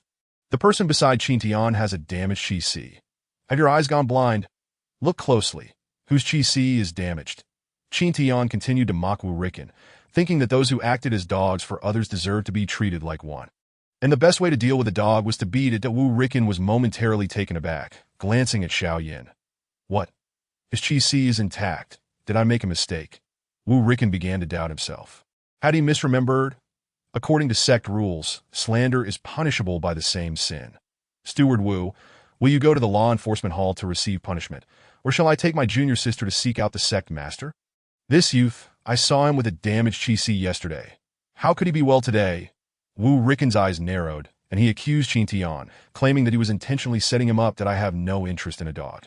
You are not worthy of my scheming against you. Qin Tian's words dripped with disdain, as if the person before him were not a steward, but an ordinary mutt. You would do well to voluntarily accept your punishment. Perhaps you might receive a lighter sentence, as the law enforcement hall consists of your own people. Senior brother Qin Tian, is it truly necessary to be so aggressive? Steward Wu is merely concerned for the safety of the sect. Furthermore, your disciple, should he fail the testing, would indeed be considered an outsider. The voice of Songfeng echoed as he descended slowly from the air, accompanied by several disciples, among them the previously noted sixth-tier prodigy. Tang Sun. Chapter 42. Xiao Yan's talent test. Am I being aggressive? I have barely exited the law enforcement hall when someone comes to confront me. Surely it is not I who am being aggressive. Qin Tian chuckled lightly, his expression serene, suggesting that the Songfeng Peak was closely following, implying that the law enforcement hall had leaked information. Qin Tian certainly had the audacity to speak, first accusing the law enforcement hall of collusion, and now insinuating that Songfeng Peak was complicit. However, this was indeed the case. Over the years, the law enforcement hall had long since lost its original purity, and most disciples therein originated from Songfeng Peak. The crowd watching grew increasingly larger. If the individuals were merely reminiscing, it would not attract attention, but should a conflict arise, those eager to witness the spectacle would multiply. Qin Tian was indeed the first in years to confront the law enforcement hall head-on. Senior brother, one cannot make baseless accusations without evidence. That if your new disciple fails the testing, and you have brought him back to the main peak, that would undoubtedly violate the sect rules. Songfeng smiled gently, his demeanor appearing mild, yet his words concealed profound implications. Were it to be a peak master or elder escorting a new disciple back to the mountain, the law enforcement hall would not intervene, regardless of the disciple's innate talent. However, this did not apply to Qin Tian. If the individual he brought did not meet the standards, it would be deemed an unauthorized violation, though the punishment was not excessively severe, as no grave consequences had yet arisen. A mere confinement for a period would suffice. Yet, that duration was ample for them to gradually erode Piamiao Peak. You have stated that a conviction can only be reached after the assessment is complete. Yet Wu Zhizhi was prepared to take action immediately, a fact witnessed by many fellow disciples. Qin Tian's gaze was resolute, harboring no intention of sparing Wu Ricken, that old dog. Given the person you have brought back, how could they possibly be a fourth-grade genius? I merely wish to prevent you from wasting time in vain. This individual is no longer young. Traces of cultivation are evident upon him, yet he possesses no prowess. How could he be a fourth-grade genius? He is nothing but a useless wretch. The sixth-grade genius Tang Sun snorted disdainfully and stepped forward. He had been with Songqiong Peak for over a month and had already reached the latter stages of Qi training at the tender age of 17. While Xiao Yin was nearing 20, even if a fourth-grade genius could not rival him, it was unfathomable for someone to be nearly 19 with no cultivation at all. Xiao Yan's Dantian had been destroyed, and all his cultivation lost. Although it had since been restored, he was merely an ordinary person devoid of any prowess. Brother Qin, I understand your eagerness to recruit disciples, but one cannot simply gather individuals indiscriminately. For a useless person must never enter Wuzhizong. Songfeng remarked with a smile, evidently regarding Qin Tian as desperate. The talent testing stone is of considerable value. It is likely that Qin Tian cannot possess one personally and might just be pulling in anyone he encounters. Whether one possesses talent is determined by the talent stone, not by mere words. Can you truly see through one's potential, or do you consider your tongue to be the talent stone itself? Qin Tian scoffed, his tone rife with mockery. Brother, this fellow's vision is lacking. I shall teach him a lesson later, Xiao Yin stated, his eyes filled with coldness as he looked at Tang Sun, that he was a once-in-a-century genius from Qingyang City. Having reached the latter stages of foundation establishment by 19, his talent's exceptional. Today, however, he was labeled a useless individual by another, while his senior brother, who treated him like family, faced all manner of difficulties. Despite his youth, Tang Sun possessed sixth-grade talent, allowing him to stand proudly among the crowd at Sanxiong Peak, where countless disciples lauded him, that if all went as expected, he would be the next peak master after Tsongfeng. Though he had only recently entered the fold, everyone at Sanxiong Peak treated him with utmost respect. Now, he found himself facing a person he deemed useless, who had the audacity to challenge him. Tang Sun's extraordinary demeanor radiated pure spiritual energy, and he fixed his piercing gaze directly upon Xiao Yin. Though you are 2 years my senior, do you truly think you could be compared to me? You may not yet realize that I am a rare sixth-grade talent at Sanxiong Peak. Surely, you are unaware of the value of sixth-grade talent. In the future, I have the potential to grow into a top-tier powerhouse beyond the transformation realm. With an unruffled expression, Tang Sun strolled leisurely through the crowd. It was time for him to shine, and it would begin with Qin Tian. You need not waste your breath on a useless individual. Brother Qin, if you seek clarity, let us commence the assessment. Songfeng gestured for Qin Tian to proceed as he indicated. Disciples of the law enforcement hall, listen closely, should this individual fail to meet the sex requirements. Seize him immediately and return him to the law enforcement hall for punishment. Wu Ricken glared coldly at Qin Tian, his eyes filled with menace. This fellow dared to insult him and even attempted to counter him with the sex regulations.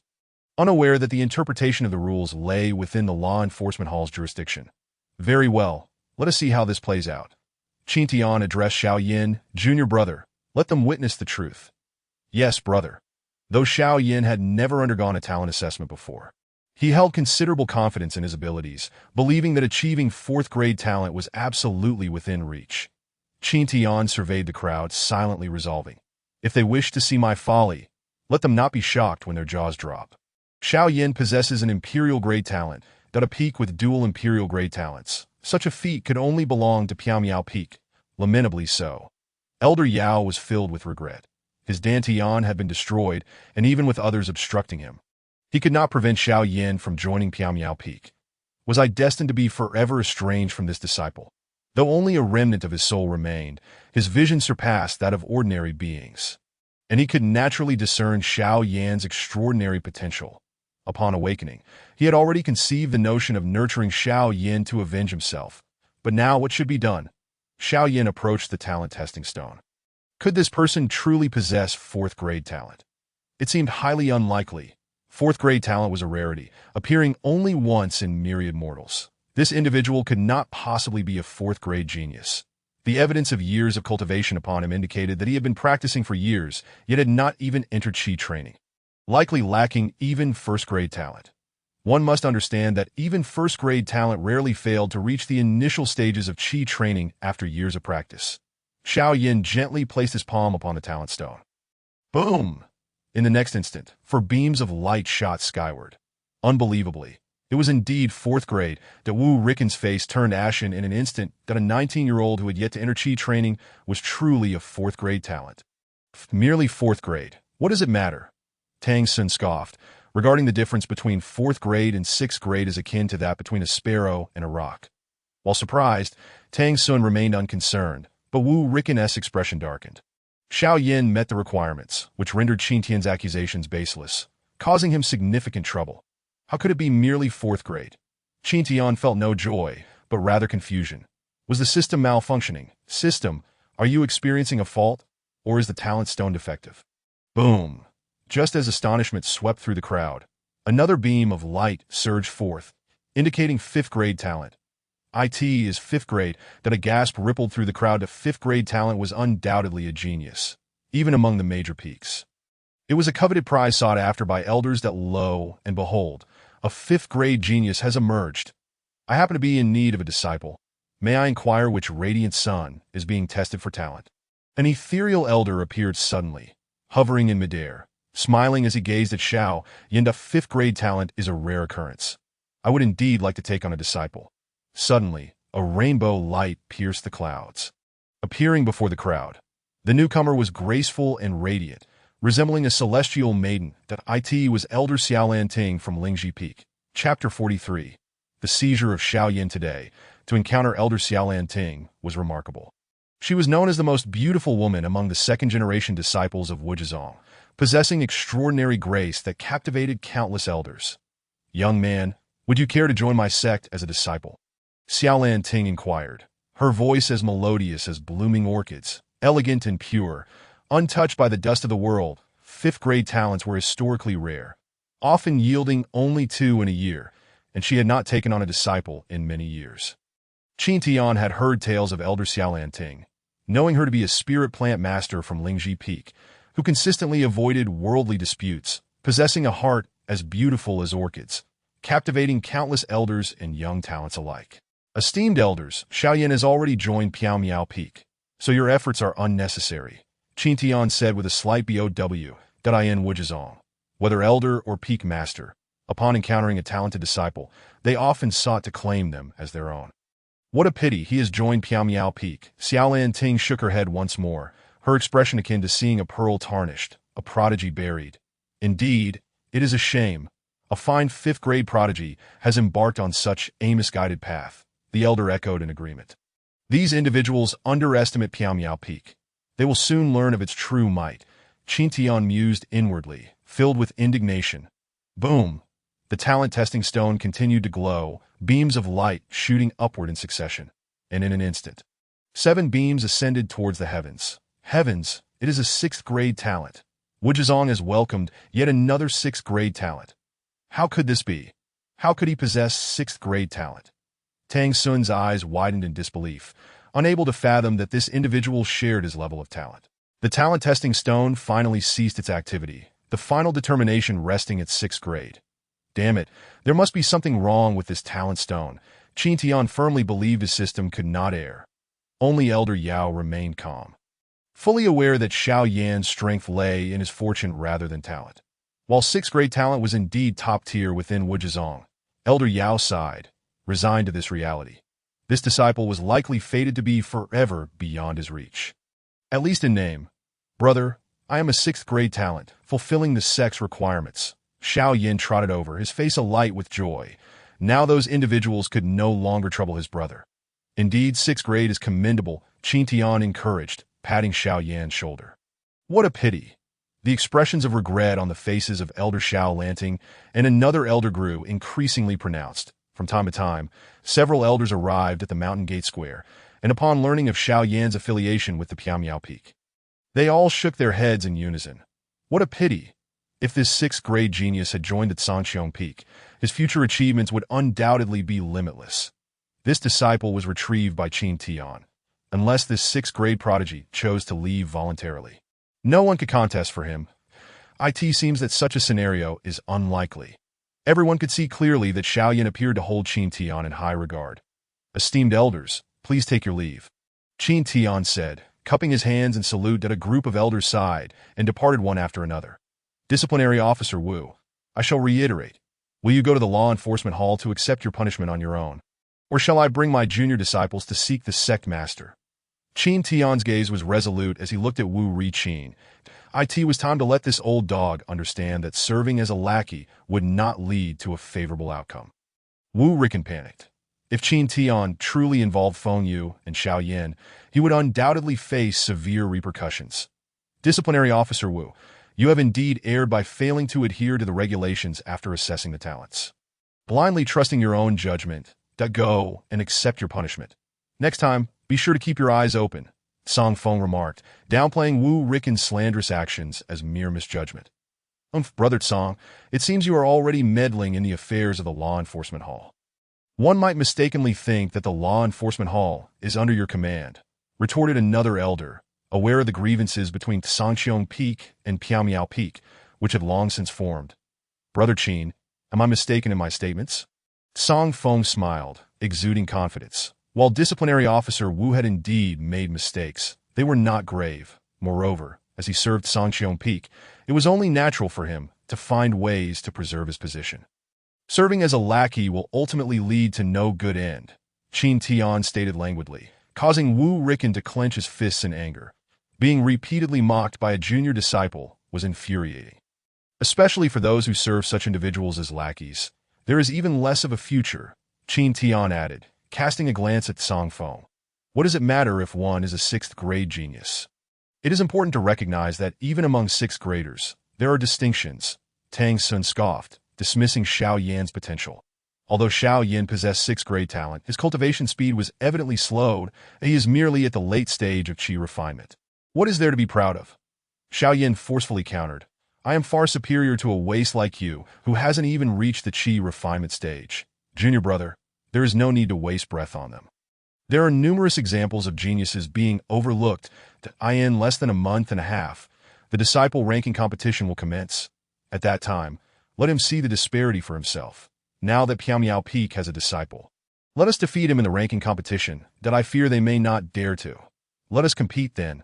Who is afraid of whom? Xiao Yan, brimming with youthful vigor, displayed no fear. Let us wait for the ranking competition to reveal the truth. Tang Sun said coldly, casting a disdainful glance at Xiao Yan.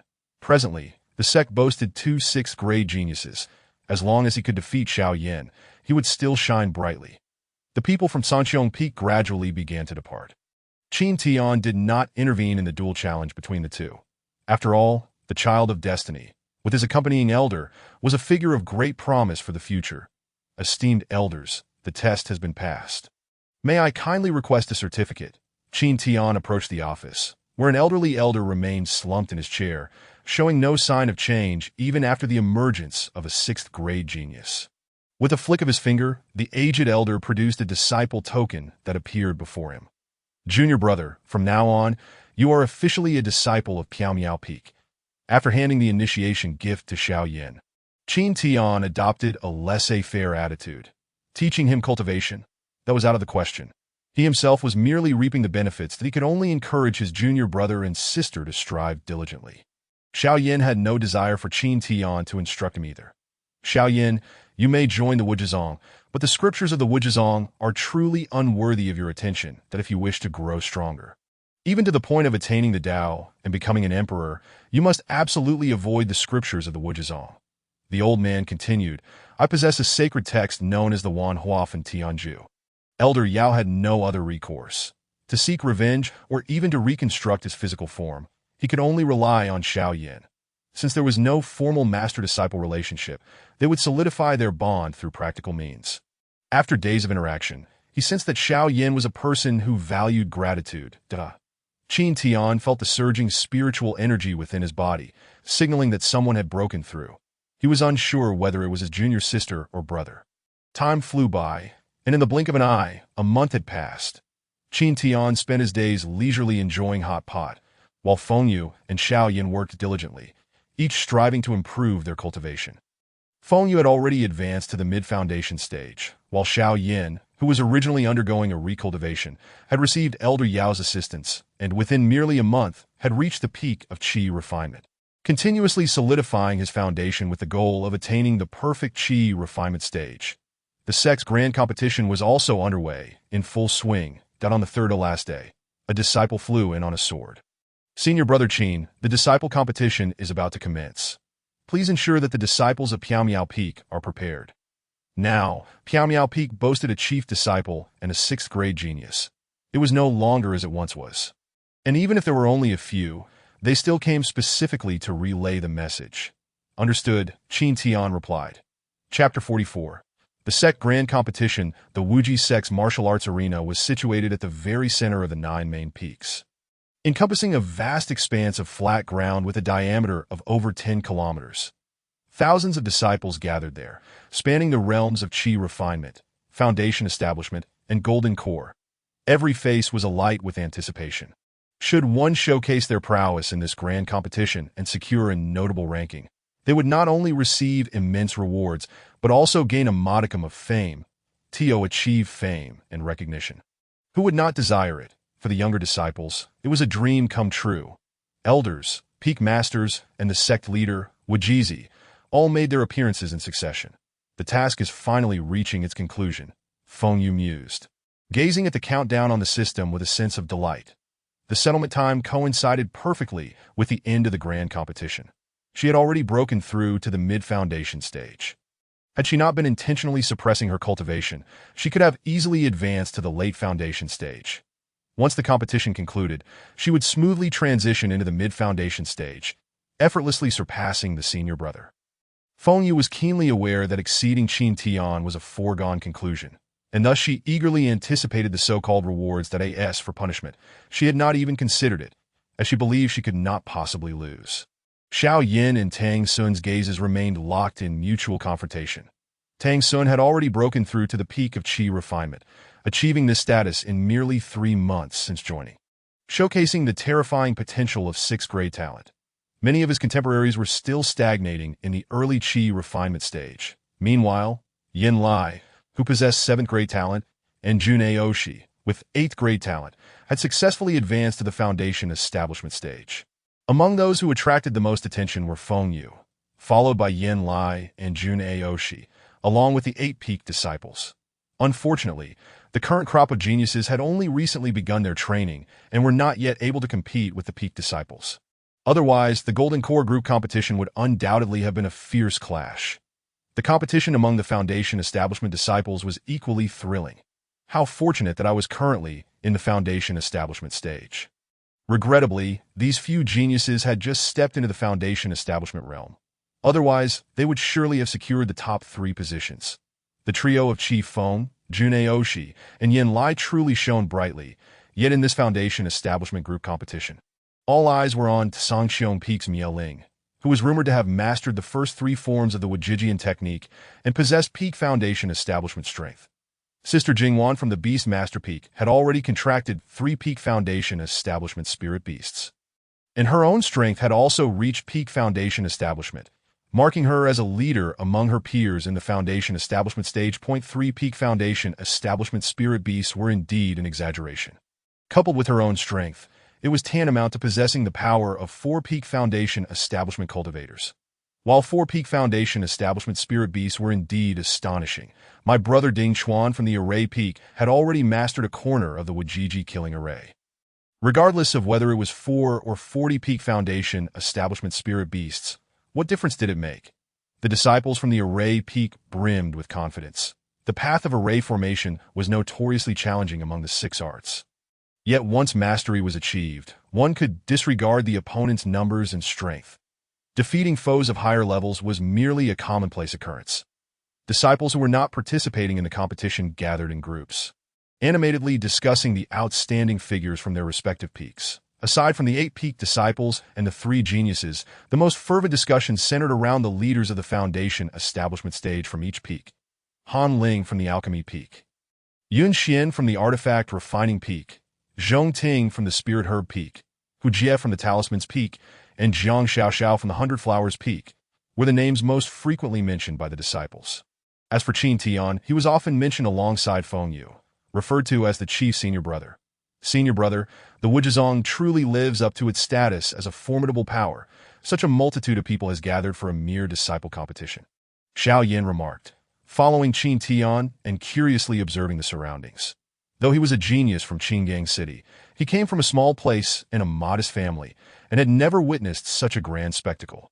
Only Feng Yu remained silent throughout, showing no reaction to the bustling disciple competition. Junior brother strived to secure a top 3 position in the Qi refinement stage.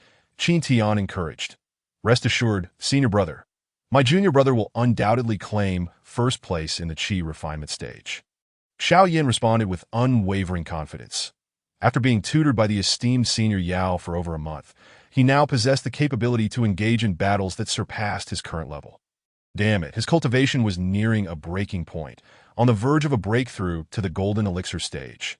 Fortunately, he managed to hold off until the disciple competition. Otherwise, he would have had no choice but to compete with those in the Golden Elixir group. Qin Tian silently lamented, pondering when it became necessary for him to suppress his own strength. The rapid advancement in his cultivation occasionally proved to be quite vexing. That it was all due to the relentless efforts of his junior disciples, who inspired him to exert himself as well. Haha. In this generation of Wuji's sect, this disciple competition is truly a showcase of exceptional talents. Wuji Zi chuckled softly, his heart brimming with joy as he observed these extraordinary individuals. Particularly noteworthy was the addition of a 6th-grade prodigy midway through this cohort, which made Wuji Zi envision a resplendent future for the Wuji sect. Master, you may announce the commencement of the competition. Yi Yao gently reminded. Oh, indeed. I was so caught up in my excitement. Wuji Zi cleared his throat twice, his voice resonating throughout the martial arts arena, instantly silencing the thousands of disciples present. The annual competition for the disciples of Wuji sect is about to commence. This year coincides with the 12 Caves, a joint competition held once every 30 years. The top 10 from each peak will have the opportunity to participate in the joint competition of the 12 Caves. Though Wuji Zi's tone was gentle, his words reached every ear with crystal clarity. To secure a position in the top 10 of the 12 Caves joint competition would indeed be a remarkable opportunity for fame. Many disciples were stirred, eager to seize this rare chance. How splendid! This will be a perfect opportunity to showcase my talents. Yen Lai exclaimed with a smile, brimming with confidence despite being merely at the initial stage of foundation establishment. He firmly believed he could secure a top 10 position in his group. Jun Ao Sure, however, wore an expression of indifference, as if this matter held little significance for him. The distinguished disciples from each peak appeared optimistic. Seemingly convinced that entering the top 10 was within their grasp, To further motivate everyone. The rewards for this ranking will be even more substantial than in previous years. I asked for the specifics of the rewards. That shall remain a secret for now. To keep everyone in suspense, Wuji Zi teased, withholding details.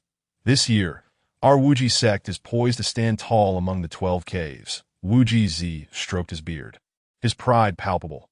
Despite the many iterations of the 12 Caves joint competition, this was the first time he felt such anticipation that if the other caves were to witness our sect's divine body and prodigies with 7th and 8th grade talents, they might very well be infuriated. This time, the 8 peaks of the Golden Elixir realm should dominate the top 10. I wonder who the other 2 will be, an elder remarked. The circumstances regarding the Golden Elixir stage are likely, as we conjectured. But the Foundation Establishment stage has presented us with 3 prodigies. Particularly concerning is Feng Yu, who possesses the Phoenix body. The variables are numerous, and some of the leading disciples from various peaks may miss this opportunity. Another elder interjected. Though these 3 are merely at the beginning stages of Foundation Establishment, it is not uncommon for geniuses to battle beyond their level, the head of the beast-taming peak asserted confidently. Our Jingwan will undoubtedly secure the title of number 1 in Foundation Establishment, with 4 peak Foundation Establishment spirit beasts who among the same tier can compete with her. Not to mention that spirit beasts inherently possess greater strength than humans. Just a few spirit beasts, however, in the face of the Wuji killing array, they are utterly insignificant.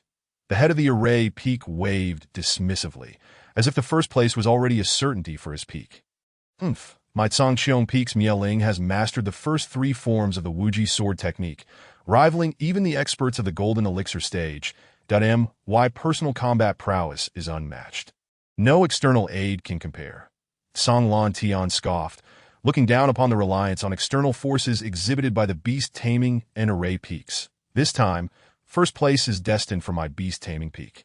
Preposterous. It shall undoubtedly be my refining peak that claims the top spot, in an instant. The peak masters and elders fell into a heated argument, the scene descending into chaos as they contended fiercely. Their faces flushed with fervor, while the disciples of the Miao Peak remained detached from the fray. The atmosphere spiraled into a state of disarray, leaving the disciples wide-eyed, utterly astonished to witness their elders and peak masters in such a disgraceful light. What a ruckus! What a disgraceful display! Wuji Zi's face flushed with embarrassment, lamenting the lack of decorum among these individuals. Now, I shall announce the competition rules. Chapter 45. Qin Tian, who can only flee the rules for this competition differ from those of previous years. This time it will not be a direct confrontation. Instead, it adopts a new format. The disciples will be divided into 3 groups: Qi Refinement, Foundation Establishment, and Golden Elixir. all groups will be sent to the Xian Beast Mountain Range for trials. With rankings determined by the points earned from hunting demon beasts, the scoring system is straightforward. Points will be awarded based on the strength of the demon beasts. Killing a demon beast of the same tier grants 1 point, while slaying a beast 1 minor realm higher doubles the points that if the beast is 2 major realms higher. 20 points are awarded that 0 points are given for slaying a demon beast of a lower realm. The disciples showed no signs of confusion, as the rules were clear and concise. The Xian Beast Mountain Range, adjacent to the Wuji sect, is an expansive forest spanning thousands of kilometers, teeming with numerous demon beasts. Albeit of generally low rank, Qi refinement disciples will operate in the outer regions of the mountain range. Foundation establishment disciples will venture to the middle area, and golden elixir disciples will head to the inner regions. Of course, there is no strict enforcement. Those who feel sufficiently strong may choose to explore deeper areas. This mountain trial is a deliberate arrangement by Wuji Z, as the disciples of Wuji sect have grown too comfortable in a sheltered environment, lacking the necessary brutal training. Positions will be randomly assigned, and each participant will receive a teleportation talisman. Should they find themselves in peril, they may activate the talisman, while Wuji Z wishes for the disciples to endure trials. He does not desire excessive casualties. To that end, he has already set up formations throughout the Xian Beast Mountain Range, allowing for immediate teleportation with the talisman. However, once the teleportation talisman is used, it will mean forfeiting participation in this competition, so everyone must use it judiciously. Now, we shall begin the allocation. Qin Tian had long since dashed to the audience seats by the edge of the martial arts arena. With his junior disciples working diligently, he felt no need to participate in the trials.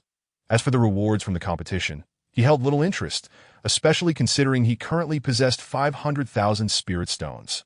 With a flick of Wuji Z's robe, the thousands of disciples in the arena vanished without a trace.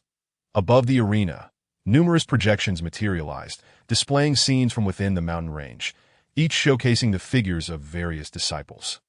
The projection technique is not particularly advanced. It is quite common in the eastern wilderness, and even the newly initiated disciples were unfazed. Only Qin Tian in the audience exclaimed, "Incredible!" Though I had heard of it.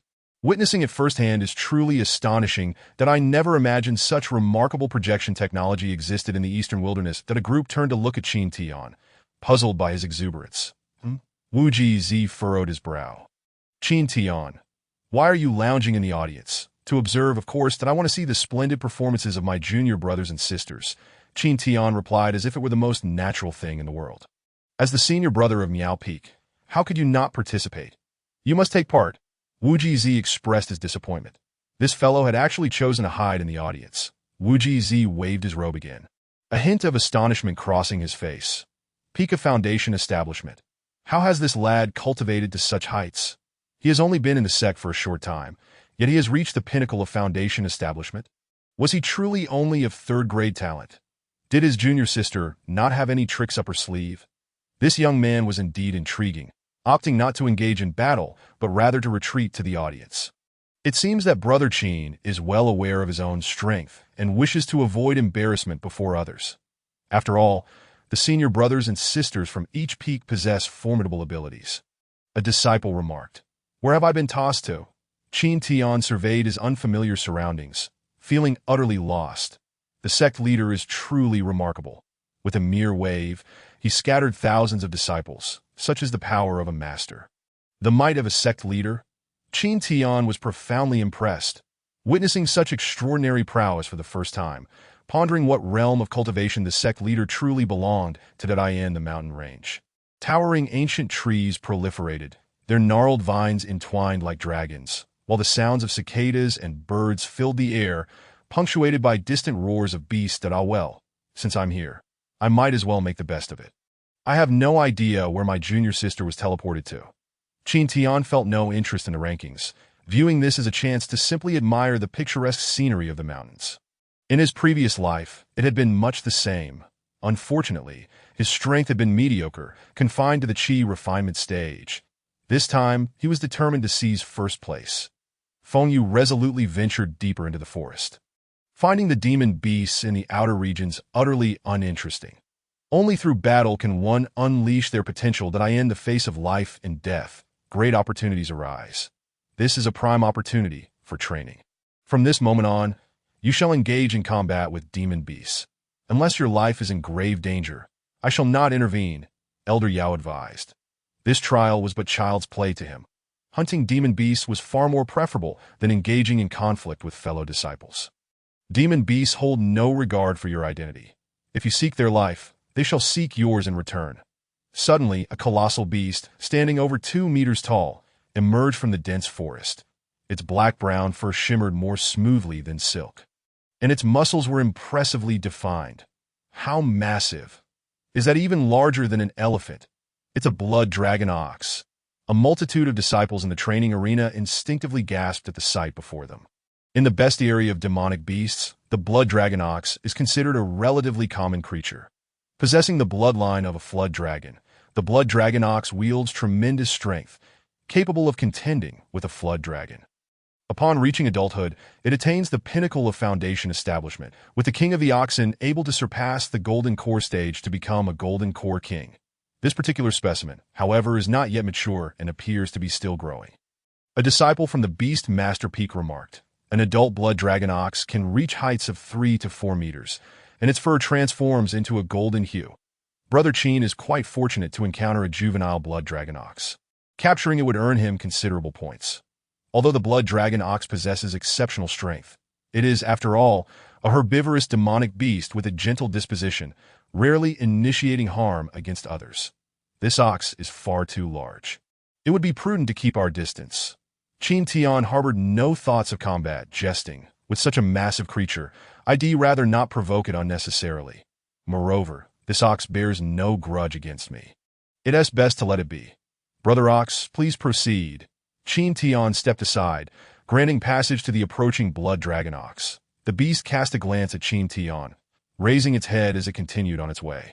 Is Brother Qin truly refraining from engaging even the blood dragon ox? What would he do if he encountered a carnivorous demonic beast? A thunderous roar echoed as a vividly colored rainbow leopard, adorned with a red stripe along its waist, came into Qin Tian's view. The rainbow leopard measured over 2 meters, comparable in size to a tiger. That red stripe indicates it is at the initial stage of foundation establishment. A disciple from the Beast Master Peak observed, demonstrating their familiarity with demonic beasts, that it is said that Brother Qin has already reached the foundation establishment stage. Surely, dealing with a rainbow leopard at the initial stage would be a trivial matter for him. It is a leopard, Qin Tian shouted, turning on his heel to flee, as he had no desire to partake in such a meaningless battle. The blood dragon ox followed closely behind him, that is he truly running away. Brother Qin is far too timid. What a cowardly creature he is. Wu Jizi wore a helpless expression. Quick, switch to another disciple as projection. Continuing this way will negatively affect the other disciples. Chapter 46. The timid ox demon, such a cowardly disciple, had indeed never been seen before. If other disciples were to emulate his behavior, it could have detrimental effects on the disciples of the Wujizong. Qin Tian's figure soon vanished from the sight of the crowd. Damn it. Why is this accursed ox chasing after me? Qin Tian fumed, irritated that the leopard, clearly in pursuit of the blood dragon ox, had instead chosen to pursue him. Enough is enough. I must drive them away. It's nonsensical to keep running like this. With a swift motion, a gleam of cold light flashed as a leopard's head was severed in an instant. Moo! The blood dragon ox, witnessing the leopard's decapitation, was instantly filled with dread, scuttling behind Qin Tian and burying its massive head deep into his back. This ox truly that timid? It was merely a rainbow leopard at the initial stage of foundation establishment. Slaying it wouldn't yield any points that a graceful figure emerged. Qin Tian, you possess the strength of the foundation establishment stage. How can you merely flee from a demonic beast at the initial stage? Han Ling's voice was melodious and enchanting, akin to a yellow oriole emerging from the valley. With waist-length hair, skin fairer than snow, and a near-perfect visage, she was a sight to behold without a single flaw. Thank you for your assistance, Junior Sister Han. Qin Tian shook his head inwardly. It was merely misfortune for the leopard, as he had no intention of engaging, only to have Han Ling dispatch it in an instant. No need. It was but a trivial effort that if one possesses no will to fight against a demonic beast, it would be wise to withdraw from this trial altogether. Han Ling swayed her slender waist, gracefully making her way into the dense forest. Were it not for Qin Tian's selfless act in providing a pill formula for her master, she wouldn't have felt any inclination to acknowledge someone as timid and cowardly as him. I'll just find a place to pass the time. Once the time is up, I'll activate the teleportation talisman to return. Qin Tian resolved to leave. Moo, the blood dragon ox called out. Closely following Qin Tian, having been thoroughly frightened by Han Ling's decisive strike against the leopard. Hey, why are you following me? Qin Tian patted the ox's head, signaling it to depart, but the blood dragon ox stubbornly trailed behind him, unwilling to leave. All right, you may stay. An hour later, Qin Tian lay comfortably atop the ox's back, thoroughly enjoying himself. However, the occasional branches whipping against his face in the dense forest proved quite irksome. By the way, this Xin Beast Mountain range is rumored to be rich in heavenly materials and earthly treasures, rare spiritual herbs. Why have I yet to encounter any? Little ox, are there indeed heavenly materials and earthly treasures within this forest? I've come this far. While I may disregard the competition, I cannot return empty-handed, especially with future expenses looming. The little ox called out, raising its head and forging deeper into the thicket. Demonic beasts at the Foundation establishment stage possess considerable intellect and awareness. Junior Sister Han, where there are capable individuals, treasures will be found. This first realm fruit has already been claimed by me. A first realm fruit. Qin Tian's keen hearing allowed him to discern this statement even from hundreds of meters away through the forest. Little ox, you're quite impressive. You've indeed found a treasure. Qin Tian praised, though regrettably, it seems someone else had gotten to it first. The little ox, as large as an elephant, raised its chin high. Its expression akin to that of a proud human. Let us approach slowly. The first realm fruit is no ordinary spiritual fruit. It is a premium spiritual fruit worth over 100,000 spiritual stones. The primary ingredient for crafting high-grade 5th-tier pills. Though Qin Tian possessed a fair amount of spiritual stones, he would not overlook the opportunity for such a valuable spiritual herb, particularly one worth over 100,000 spiritual stones. Peering through the gaps in the branches, he beheld a small mound of earth, upon which grew a verdant sapling approximately 30 centimeters high, its branches lush and thriving, resembling a potted plant. Atop the sapling sat a fruit resembling a small bird. That fruit, which resembled a small bird, was indeed the first realm fruit, quivering as if alive, appearing to dance gracefully amidst the remnants of a battle between several individuals. That Han Ling. Who were the others? Qin Tian had not spent much time away from the Miao Miao Peak and was unfamiliar with many within the sect. Brother Miao Ling, who is truly capable, remains to be seen. Han Ling maintained her calm demeanor, unfazed even in the presence of several onlookers. The first realm fruit is quite valuable. I must secure it at all costs. In that case, let us rely on our own abilities, Miao Ling stated coldly, signaling for action. Instantly, several disciples from the Tsangxiong Peak drew their swords, all of whom were at the pinnacle of Foundation establishment. Their prowess formidable. Miao Ling, I sent the leader of the Tsangxiong Peak's Foundation establishment group. Though Qin Tian had never met him, he had heard of him. Among the top contenders for the Golden Core and Foundation establishment groups, both Han Ling and Miao Ling were included, with Miao Ling being a particularly hot favorite among the top 3. Little ox, charge indirectly. Let us seize the first realm fruit. Qin Tian urged, patting the little ox's head. The first realm fruit, being the primary ingredient for high-grade 5th-tier pills, could elevate cultivators below the nascent soul stage by an entire realm if consumed directly. In the next moment, the little ox charged through the forest like a rampaging boulder, toppling numerous ancient trees in its path. Despite its massive size, the little ox moved surprisingly fast, covering hundreds of meters in the blink of an eye. The individuals engaged in fierce combat found themselves unable to halt in time, only to witness a massive ox, carrying a person atop it, stirring up a whirlwind of leaves as the first realm fruit vanished from sight. Thief, how dare you pluck my fruit? Miao Ling fumed, chasing after them. That single first realm fruit could save years of arduous cultivation. For those at the Golden Core stage, advancing a realm requires considerable time. This first realm fruit could allow someone to leap ahead. Its Qin Tian. Although Han Ling could not clearly see the person on the ox's back, she recognized the blood dragon ox, prompting her to pursue as well. Such a first realm fruit was invaluable, perhaps even more so than the reward for winning this competition. What a splendid treasure! if I give it to junior sister. Her advancement would elevate my cultivation as well. It's a win-win situation. Qin Tian's spirit soared, though he lamented the missed opportunity to claim the first realm fruit. Stop right there. Miao Ling was seething with rage. Having assumed the fruit was within his grasp, only to be thwarted at the last moment. What are you dreaming about in broad daylight? Or are you simply indulging in my misfortune?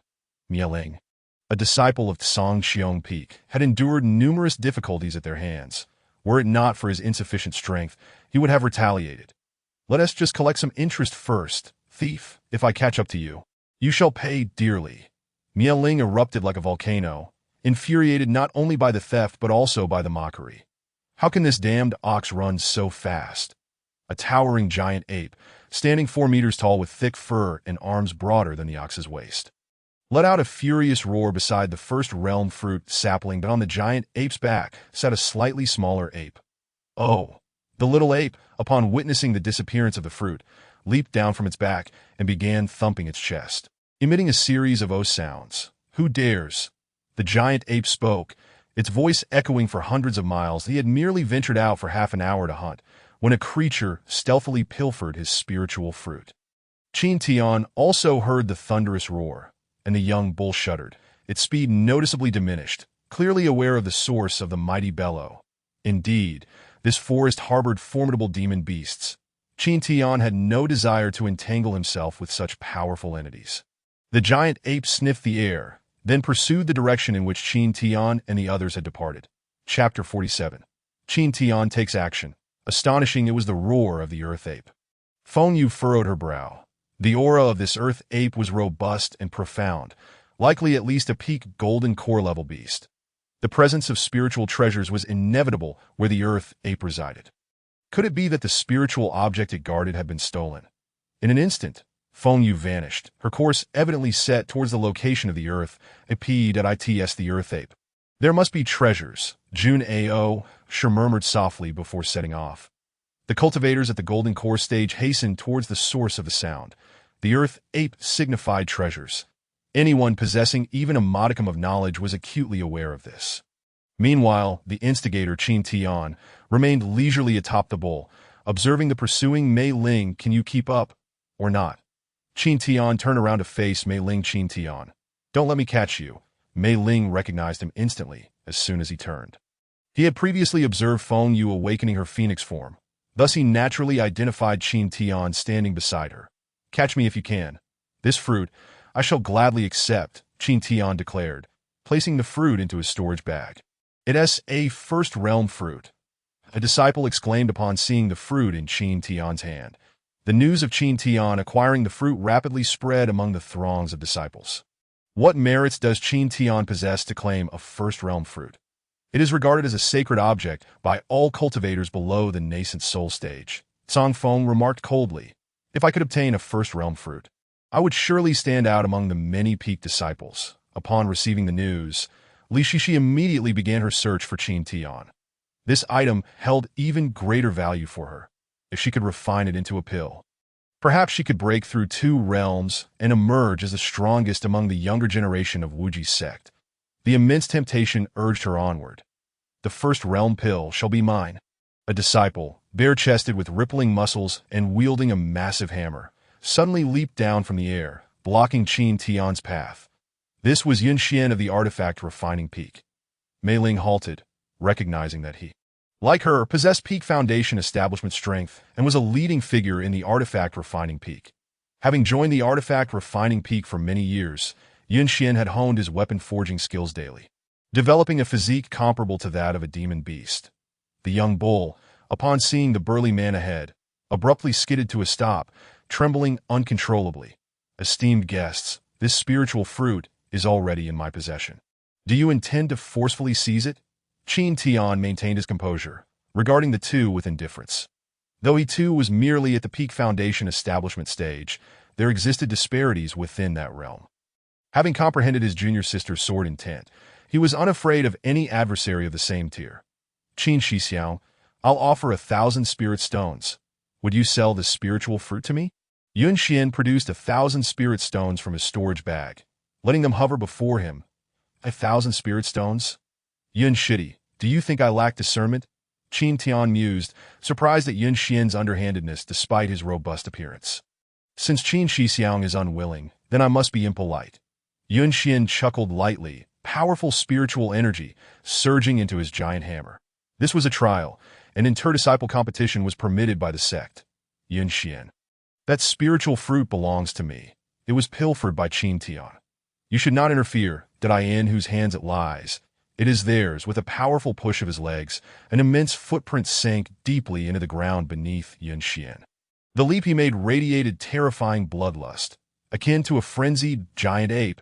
Brandishing his massive hammer, one strike from him could easily incapacitate even a golden core cultivator, let alone a foundation establishment one.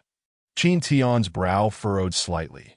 This seemingly honest man had unexpectedly unleashed a lethal strike that in the outside world. His strength was still at the early foundation establishment stage due to his relatively short cultivation time, and many disciples were aware of his unique circumstances.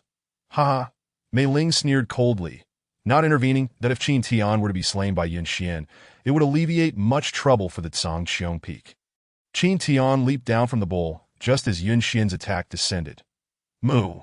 The young bull bolted away, its speed surpassing that of earlier. Qin Tian gracefully leaped back, narrowly evading Yun Xian's strike. Interesting. You managed to evade my attack. It seems you are not the waste everyone claims you to be, Yun Xian remarked casually, though his voice echoed with tremendous volume, far louder than a common shout. Such a waste. If you cannot even withstand a single strike, it would be better if you were directly crushed. Qin Tian retorted icily that he had no inclination towards conflict, but if someone sought to take his life, he would not be merciful, nor would he merely speak softly like a benevolent being. What of a waste death? It matters not, Yun Xian replied dismissively, as if the life of an ordinary person were negligible. Qin Shixiang, it would be prudent to surrender the spiritual fruit. With your strength, you cannot safeguard it. Innocent men bear the burden of possessing treasures. Come and take it if you want. Qin Tian produced the spiritual fruit, and in an instant, spiritual energy surged forth. The first realm fruit exuded a rich fragrance, igniting an instinctual craving within those present. Qin Tian had never considered concealing his strength when confronting an enemy. Decisive action was paramount. Haha, you waste. Do you think evading my strike makes you my rival? Yun Xian bellowed, gripping the hammer tightly, channeling all his spiritual energy into the weapon for another forceful swing. Hammer Shadow Forged Chi. First form, Dawn's Break. The iron hammer descended, seemingly imbued with the light of dawn, carrying a formidable momentum capable of shaking the heavens. This was the heritage technique of the artifact refining peak. Qin Tian was doomed. Mei Ling chuckled softly at the thought. This technique guided spiritual energy through the imagery of a hammer, opening specialized spiritual channels within the body, resembling the connection between hammer handle and head, allowing for a more solid and potent flow of energy that could even absorb surrounding metallic essence and the spiritual essence of mineral treasures, enhancing one's spiritual attributes to align with the fierce and pure qualities required for weapon forging. It was a top-tier technique for weapon crafting, equally formidable in combat. Haha, with Qin Tian's demise, the Piaomiao Peak shall fall into our Zhangqiong Peak's grasp. The remaining disciples of Zhangqiong Peak erupted in raucous laughter. Yun Xian was a prodigious artifact craftsman from the artifact refining peak, known for his arrogant demeanor, and would not hesitate to disregard Qin Tian's identity. Presently, Qin Tian held no noble status. He was merely an ordinary disciple of the beleaguered main peak. Utterly defenseless, suddenly, an exquisite magic sword appeared in Qin Tian's hand, a purchase he had made in Wuji City. The next moment, a surge of intense soared into the sky, leaves surrounding him split apart, their cuts precise and smooth. The sharp sword energy surged through the air. Though Qin Tian had grasped sword intent, Feng Yu had yet to demonstrate her sword techniques, so he had not yet acquired them. However, over the years, despite his average talent, he had practiced the Piaomiao Peak's sword technique. The Piaomiao sword art was said that this sword art was brought back by his master from an ancient tomb. But regrettably, it was cryptic and difficult to comprehend. He had only grasped 2 moves. Yet Qin Tian did not employ the sword techniques. With a casual flick of his wrist, a chilling sword intent burst forth, transforming into countless sword energies shaped like bamboo leaves, sweeping towards his opponent like a gale. Wherever the sword intent passed, leaves were severed, disintegrating into powder midair, producing a rustling sound as if the bamboo forest lamented this fierce attack. This is Sword Intent. Chapter 48. The terrifying Qin Tian Mei Ling and several disciples of Zhangqiong Peak were awash with astonishment. This was Sword Intent, a comprehension attainable only by prodigies of the sword path. Wasn't Qin Tian long regarded as a waste? Among the senior brothers and sisters of the Nine Peaks, he had consistently faced criticism, with many believing he was unworthy of the title. With a mere casual strike, Qin Tian effortlessly dismantled Yun Xian's attack, forcing him to retract his offensive. Otherwise, should he be struck by the sword intent, even his formidable physique would struggle to withstand it. Yun Xian, pushed back by a single strike, displayed not a hint of concern, but rather an exhilarated expression. Haha, sword intent. It seems Qin Shixiang has been concealing his true abilities all along. The rumors of him being a waste are unfounded. However, even if you have comprehended sword intent, you must leave the first realm fruit behind today. Hammer shadow condensation, that a faint glow emanated from Yun Xian, gradually forming a hazy hammer shape. This was the true essence of the hammer technique. Mei Ling was struck with disbelief. Witnessing one comprehend sword intent was already remarkable, yet another had emerged with an understanding of the hammer technique. The true essence of the hammer technique, like sword intent, was an extraordinary comprehension achieved only at the pinnacle of a particular path. Those who mastered it far surpassed their peers. Regrettably, this comprehension of hammer intent was still shallow, merely at 1/10 of its potential. Mei Ling lamented regretfully that Yun Xian's hammer intent had failed to exert any influence on the surroundings, remaining confined solely to himself, resulting in a limited enhancement to his combat prowess. Qin Tian, however, remained unconcerned.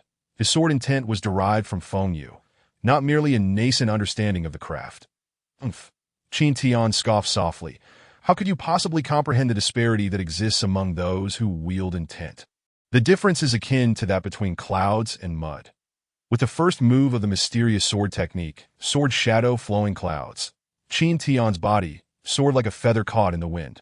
Rising several meters into the air, simultaneously, his wrist flicked, and the sword blade traced a smooth arc from bottom to top, accelerating from a leisurely pace to a rapid speed, leaving behind a series of illusory sword shadows that danced like flowing clouds.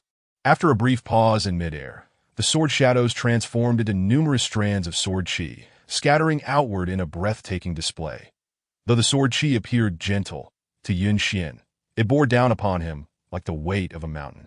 Akin to a divine strike that in that moment, his hammer intent dissipated into nothingness, replaced only by an instinctual fear of death. Flee! Yun Xian suppressed the overwhelming terror and leapt desperately. The sword chi arrived in an instant, and with a sickening sound, several sprays of blood erupted. Yun Xian found himself struck by the sword intent, blood gushing from his waist as a horrific cut severed flesh and sinew. Fear and shock consumed Yun Xian. Had he not evaded in time, he would have surely been cleaved in two. What terrifying sword intent! Mei Ling instinctively stepped back, astonished that even a Peak Foundation establishment cultivator like himself felt threatened. The moment Qin Tian had unleashed his attack, his true strength had been laid bare. This individual had deliberately concealed his prowess, perhaps aiming to make a stunning revelation during the competition. Han Ling's beautiful eyes widened in astonishment, surpassing even Mei Ling's disbelief. Qin Tian advanced steadily, while Yun Xian's countenance was filled with dread, fearing that Qin Tian would slay him. Did I concede? I no longer desire this realm fruit. Yun Xian, a prodigy of the refinement peak, was filled with pride. How absurd! This item rightfully belongs to me. You have no standing to decide whether I keep it or discard it. As Qin Tian's voice fell, he stood before Yun Xian. This was the leader of the Refinement Peaks Foundation establishment, yet he had been defeated by Qin Tian in a single move. How much more strength was this individual still concealing? Han Ling silently pondered whether senior sister Li Sisi was aware of the situation. What do you intend to do? This is merely a contest. Are you truly considering killing me? Among fellow disciples, we may spar, but we must not kill one another. Do you wish to violate the sex rules? Though defeated, Yun Xian was acutely aware that Qin Tian could not do as he pleased. Despite lacking support, he knew that if Qin Tian dared to act against him, the entire refinement peak would not let him off lightly. Although his talent in cultivation could not compare to Lei Ying from the refinement peak, he was undoubtedly the foremost among the younger generation in terms of refining, that he had also begun to grasp hammer intent. Destined to become a master of refinement in the future, Senior Qin, while Yun Xian has erred, he is highly favored within the refinement peak that it would be best to let this matter rest. Han Ling interjected, fearful that Qin Tian might make a grave mistake. Mia Ling remained silent, secretly relishing the prospect of Qin Tian slaying Yun Xian, thereby creating enmity with the refinement peak. That's so. Qin Tian's sword shadow flickered, and a streak of sword intent shot forth. Yun Xian clutched his abdomen, howling in agony. The pain of the gaping wound was eclipsed only by the terror of realization. Qin Tian, you have actually crippled my Qi. Yun Xian's voice was a shriek. To have his Qi destroyed was tantamount to being rendered a mere shell of a person. Even with his understanding of hammer intent, he would only be able to forge mundane artifacts. Yun Xian could scarcely believe that Qin Tian had crippled his Qi. It was almost indistinguishable from a death sentence. Qin Tian, what are you doing? Han Ling's eyes widened in disbelief, never anticipating that Qin Tian would strike so suddenly. You have committed a grave error. The refinement peak will never let this go unpunished. The destruction of a Qi could only be remedied by exceedingly rare heavenly materials. Otherwise, restoration was nearly impossible. After all, the Qi Nirvana pill was unknown in the eastern wilderness. How intriguing, Mia Ling chuckled softly before leading his companions away, acknowledging that Qin Tian possessed both sword intent and peak foundation establishment cultivation. He was aware that he was no match for him. And so what? I have merely crippled him. Not killing him is already a concession born of our shared bond as disciples. Qin Tian remained unfazed. Yun Xian had initiated the attack with lethal intent. Had it been the Qin Tian of 3 months prior, who had just begun his foundation establishment, he would have been reduced to mere scraps beneath such a hammer. With that, Qin Tian vanished into the depths of the forest, intent on seeking Feng Yu to help her enhance her strength. Roar! The mountain ape sniffed around the very spot where Qin Tian and his companions had just been, before disappearing without a trace. Did you hear? A realm fruit has been obtained by the eldest disciple of the mysterious peak, Qin Tian. How can that be? Qin Tian has only recently entered the foundation establishment. He is at most at the mid-foundation level. How could he possibly seize a realm fruit? The news of Qin Tian holding a realm fruit spread swiftly among the disciples, facilitated by those with ulterior motives. While his true strength remained shrouded in mystery, Senior Mia Ling truly has a knack for strategy. Now everyone knows that Qin Tian possesses a realm fruit, yet they remain unaware of his strength. This will surely provoke many to take action. The more enemies Qin Tian accumulated, the more perilous it would become for the mysterious peak. The acquisition of the mysterious peak was the intention of the peak master. As a disciple of the Tsangqiong peak, one had to contribute to think it is a realm fruit.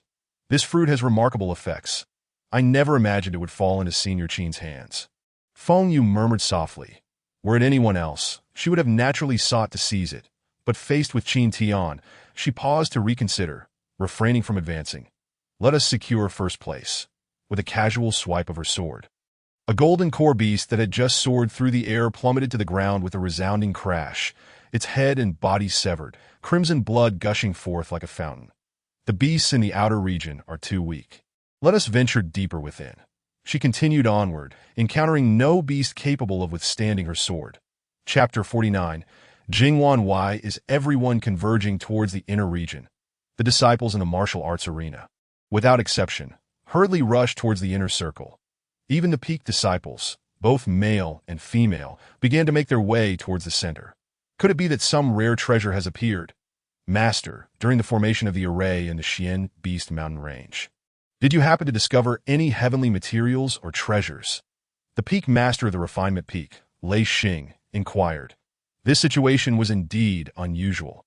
Even the Golden Core disciples were heading towards the inner region. Despite the fact that the beasts there were merely at the foundation establishment stage, with very few at the Golden Core level, their chances of acquiring points in the inner region were slim. Wu Jizi stroked his beard and smiled slightly. There is a realm fruit guarded by a mountain peak. Yes, the venue for the disciples' great competition, the Xian Beast Mountain Range, had already been meticulously surveyed by Wu Jizi, and the realm fruit had naturally been discovered by him, though he had chosen not to claim it. Tio think it is a realm fruit. No wonder even the Golden Core disciples have been stirred. Lei Xing nodded. This item is irresistible to cultivators below the nascent soul stage. It can elevate one by an entire minor realm without any side effects that I wonder into whose hands it will ultimately fall. Now that the Golden Core disciples had joined the fray, the outcome was uncertain. It was a pity for the Foundation Establishment disciples. With the Golden Core disciples now involved, they likely had no chance of participation. Tsang Xiong Peak's disciple, Tsang Feng, possess outstanding strength and look down upon all others. This item will undoubtedly end up in our Tsang Xiong Peak's possession, that a confident elder from the Tsang Xiong Peak declared assertively. Though there are 8 peak disciples, Tsang Feng's strength ranks among the very best. How absurd! Who doesn't know that the Lei Ying sword technique of the Refinement Peak is superb and far surpasses the Wu Ji sword technique? The master of the Refinement Peak scoffed, asserting that the title of champion would undoubtedly belong to the Refinement Peak. Master of the Alchemy Peak, Li Longfei, shook his head. My disciple, Li Sisi, is likely even stronger than any of you. Our Talisman Peak boasts countless talismans. Our Array Peak. Once again, the peaks erupted into heated arguments, each believing their disciples to be the most exceptional. Sigh, the peak masters and elders truly enjoy bickering. A disciple couldn't help but express his sentiments. Whenever they gather, it's highly likely that a quarrel will ensue. Rumors from the outside world suggested that the Wuji sect was united in purpose. Could such tales be false? Many disciples felt fortunate that the sect had not fractured. Enough, stop the quarrel. Wuji Zi bellowed, halting the chaos. This group would continue to argue for several days if left unchecked. In my opinion, Ao sure possesses extraordinary talent and great opportunities. He is quite likely to obtain the realm fruit. The various peak masters scoffed. Senior Feng Yu is exceptionally gifted, blessed with a phoenix physique. Her innate talent is surely greater. By talent alone, she should be ranked first. Upon this statement, the atmosphere fell into silence. This was a divine physique, destined to become a future deity king. Indeed, a goddess king, capable of leading the Wuji sect to glory. Many hoped she would succeed. Surely the master would not divulge any information to his disciples? Cough. How could that be? Would I engage in such actions? Wuji Zi chuckled before swiftly changing the subject. Now, how are the disciples' point rankings faring? Reporting to the master, the current first place in the Qi refinement group is Xiao Yin, followed by Nalen Rongrua and Tang Xun. In the Foundation Establishment group. The first place belongs to Senior Feng Yu, with the second to the Beast Master Peaks Jingwan. The first place in the Golden Core group is Tsang Feng, with Lei Ying in second. Xiao Yin, who is this person who managed to secure first in the Qi refinement group? An elder, filled with profound confusion, inquired. The Qi refinement stage is the first realm of cultivation and also the one with the greatest number of disciples.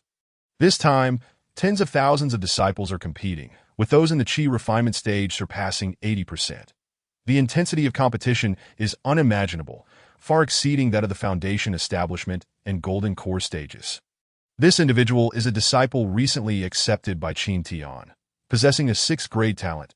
Elder Xiao, renowned as the most beautiful among the elders, remarked, her tone tinged with a hint of regret, for a 6th grade genius is indeed rare. A 6th grade talent. Where on earth did Qin Tian find such a disciple? It is well known that 6th grade geniuses are top tier within the Wuji sect, coveted by numerous peak masters, yet Qin Tian has quietly taken one for himself. How outrageous! What merit does the Miao Miao Peak have to possess a 6th grade talent? An elder exclaimed indignantly. They had long dreamed of having a 6th grade genius as a closed-door disciple to inherit their legacy. A chorus of jealousy resonated among the elders, including several peak masters among them, many of whom had yet to recruit a 6th grade talent. Meanwhile, a giant ape was pursuing Jing Wan of the beast-taming peak. In the scene, a colossal monkey leapt down from an ancient tree. Jing Wan's long black hair danced in the wind, her beautiful eyes wide with alarm as she clenched her pearly teeth. Beside her were 2 spirit beasts, a wind wolf and a purple tiger, while a golden-winged bird circled above. The moment the giant ape appeared, both the wind wolf and the purple tiger trembled uncontrollably. Their eyes filled with terror, instinctively sensing the overwhelming pressure emanating from the giant ape, which intimidated even 2 Peak Foundation Establishment spirit beasts' roar. The purple tiger let out a fearsome roar, positioning itself protectively in front of Jingwan. Purple Tiger, retreat, Jingwan commanded, fully aware that they were no match for the giant ape. The ape curled its lips in disdain, revealing an expression of contempt before effortlessly leaping over Jingwan and her beasts, seemingly uninterested in the humans before it. As it left, Jingwan pondered, bewildered. No, the giant ape is chasing after a spirit fruit that is an exceptional disciple of the beast-taming peak, accustomed to being in the company of spirit beasts. She deduced that the spirit fruit was likely guarded by the giant ape, which, with its keen sense of smell, would undoubtedly know its location. Without a moment's hesitation, Jingwan chose to follow it. The allure of the spirit fruit was simply too great, capable of elevating one's realm and saving years of arduous cultivation. Wolf, follow, Jingwan commanded, dispatching the wind wolf to trail behind while she rode the purple tiger. With the golden-winged bird soaring above the sun rose.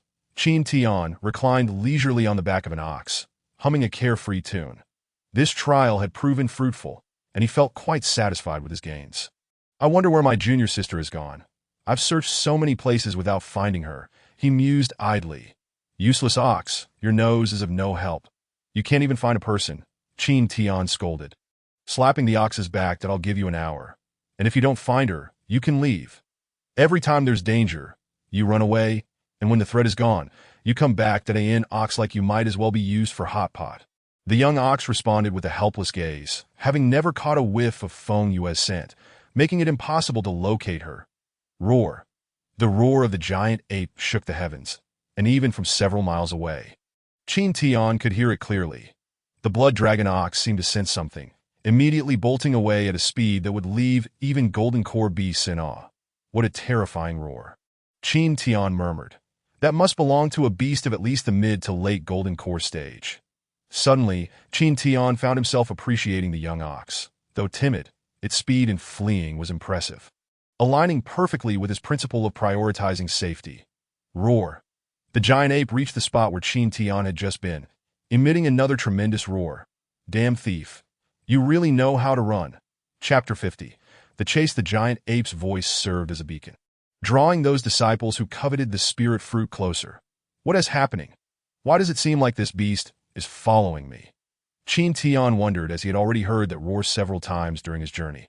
Each time alarmingly close. With every roar, the young ox would dash away, only for the sound to echo again nearby shortly thereafter, leading Qin Tian to suspect that the beast was indeed pursuing him.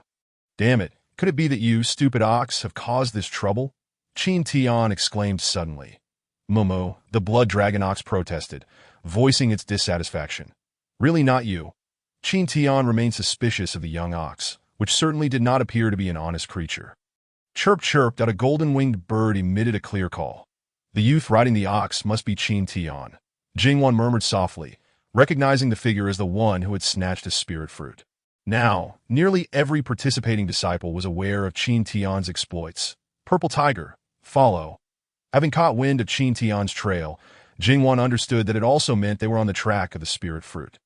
As for Qin Tian, nobody paid him much attention, aware that his strength was deemed mediocre among the disciples of the Wuji sect.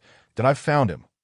Jingwan beamed at the sight of the young man on the blood dragon ox, her stunning face blooming with a smile akin to a blossoming peony. Qin Tian can run quite well, managing to evade the giant ape's pursuit. However, it shall be mine now. Jingwan signaled to the wind wolf. In the next moment, the massive wind wolf, measuring 4 to 5 meters in length with glossy fur, charged forward like an arrow released from a bow. Oh! The wind wolf howled, preparing to take down the blood dragon ox. The blood dragon ox's eyes widened, and it immediately took off in a frantic dash. However, the golden-winged bird had already anticipated this move, diving down with remarkable speed. 2 Foundation establishment beasts were closing in. Stupid ox, this is definitely your fault that you've brought me into this mess. Qin Tian had no desire to fight, yet found himself compelled to do so. With a superior sword in hand, Qin Tian swiftly drew 2 strikes.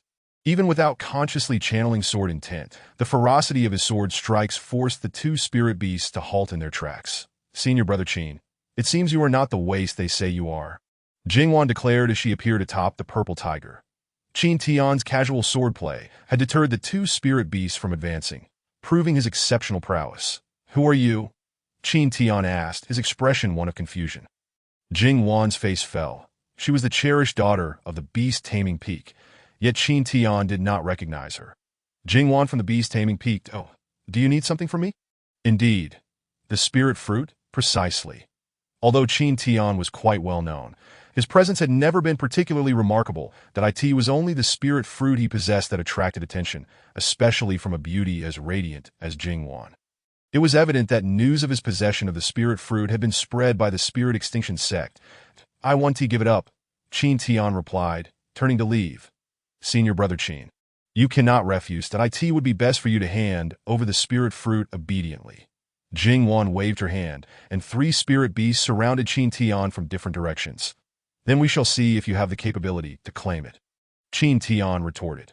Though he had long heard of the opportunism prevalent in the eastern wilderness cultivation world, he had never experienced it firsthand until now. In the face of treasures, even fellow disciples would not hesitate to fight. Encountering unfamiliar cultivators would likely lead to even less restraint. Perhaps this truly exemplified the survival of the fittest in the path of cultivation. All hearsay paled in comparison to personal experience. Senior brother Qin, while you may have improved since the rumors, you remain at the foundation establishment stage, whereas we boast 4 peak foundation establishment fighters that if you do not wish to suffer, you should willingly surrender it. Jing Wan smiled as she approached Qin Tian. The blood dragon ox trembled at the sight of the 3 spirit beasts surrounding them. In the depths of the ancient forest, the rustling of leaves echoed, startling birds and beasts alike into flight. This is bad. The giant ape is caught up. Jing Wan's expression changed dramatically. With a thunderous roar accompanied by a resounding crash, a giant ape descended from a towering ancient tree. Shaking the earth with a deep thud, roar, the giant ape bellowed at Qin Tian, its eyes filled with intense fury. Little thief, I've finally caught up to you. Qin Tian's pupils contracted in shock. The giant ape was speaking. Wasn't it only the Yuaning stage beast that could achieve such a feat? Jing Wan was equally stunned, her body trembling uncontrollably that a Yuaning stage demon could easily crush her with a mere slap. No, this is not a Yuaning demon. It should be a peak golden core beast that if it were truly a Yuaning demon, its presence would be enough to shake the heavens, causing the spiritual energy in the surroundings to surge violently. The giant ape, resembling a human in stature, had learned to speak earlier than other beasts. Surrender the spirit fruit, or face death. The giant ape struck its chest assertively, proclaiming its strength. What spirit fruit? Qin Tian asked. Bewildered. Little thief, do not attempt to deceive me. I can smell the spirit fruit on you. It's right there with you. I have been pursuing you for quite some time, and you run quite fast. The giant ape seethed with indignation. Having chased Qin Tian for a considerable distance, it's really coming after me. Qin Tian absent-mindedly touched his nose, realizing after some time that he was not pursuing the little blood dragon cow. The cow let out a couple of excited calls, finally clearing its name, as it had been unjustly blamed. It was, in fact, the real culprit. Cough, cough. Why aren't you running, you foolish cow? Qin Tian whispered. The blood dragon cow sprang into action. Kicking up a whirlwind of dust, despite its robust physique, it moved with surprising speed when it truly set off. The earth ape gracefully leaped, soaring hundreds of meters into the air, landing directly in front of Qin Tian. Haha, Qin brother, it appears your situation is rather dire. Hand over the One Realm fruit, and I shall help you avert this crisis, came the voice of Tsang Feng, accompanied by a dozen Golden Core disciples from Tsang Qiong Peak. If you relinquish the One Realm fruit, I can assist you, he reiterated. Tsang brother, are you truly a match for the Earth Ape? Li Sisi elegantly approached, followed by 7 or 8 disciples from the Pill Refining Peak. Qin Tian, no one can save you today. Laying emerged from the crowd, angered by Qin Tian's incapacitation of Yun Xian, the foremost genius of the Pill Refining Peak. This was a deep-seated grudge. In the wake of these individuals, disciples from the Array Peak, Spirit Plant Peak, and Talisman Peak also began to appear. Jun Aoshi and Yin Lai, 2 prodigies, had also arrived, with the gathering of nearly 100 Golden Core cultivators. The Earth Ape dared not act recklessly. Facing such a multitude could spell certain doom, as so many have come. You are all here for the One Realm fruit, I presume? Qin Tian chuckled, realizing that Miao Ling had spread the word to all.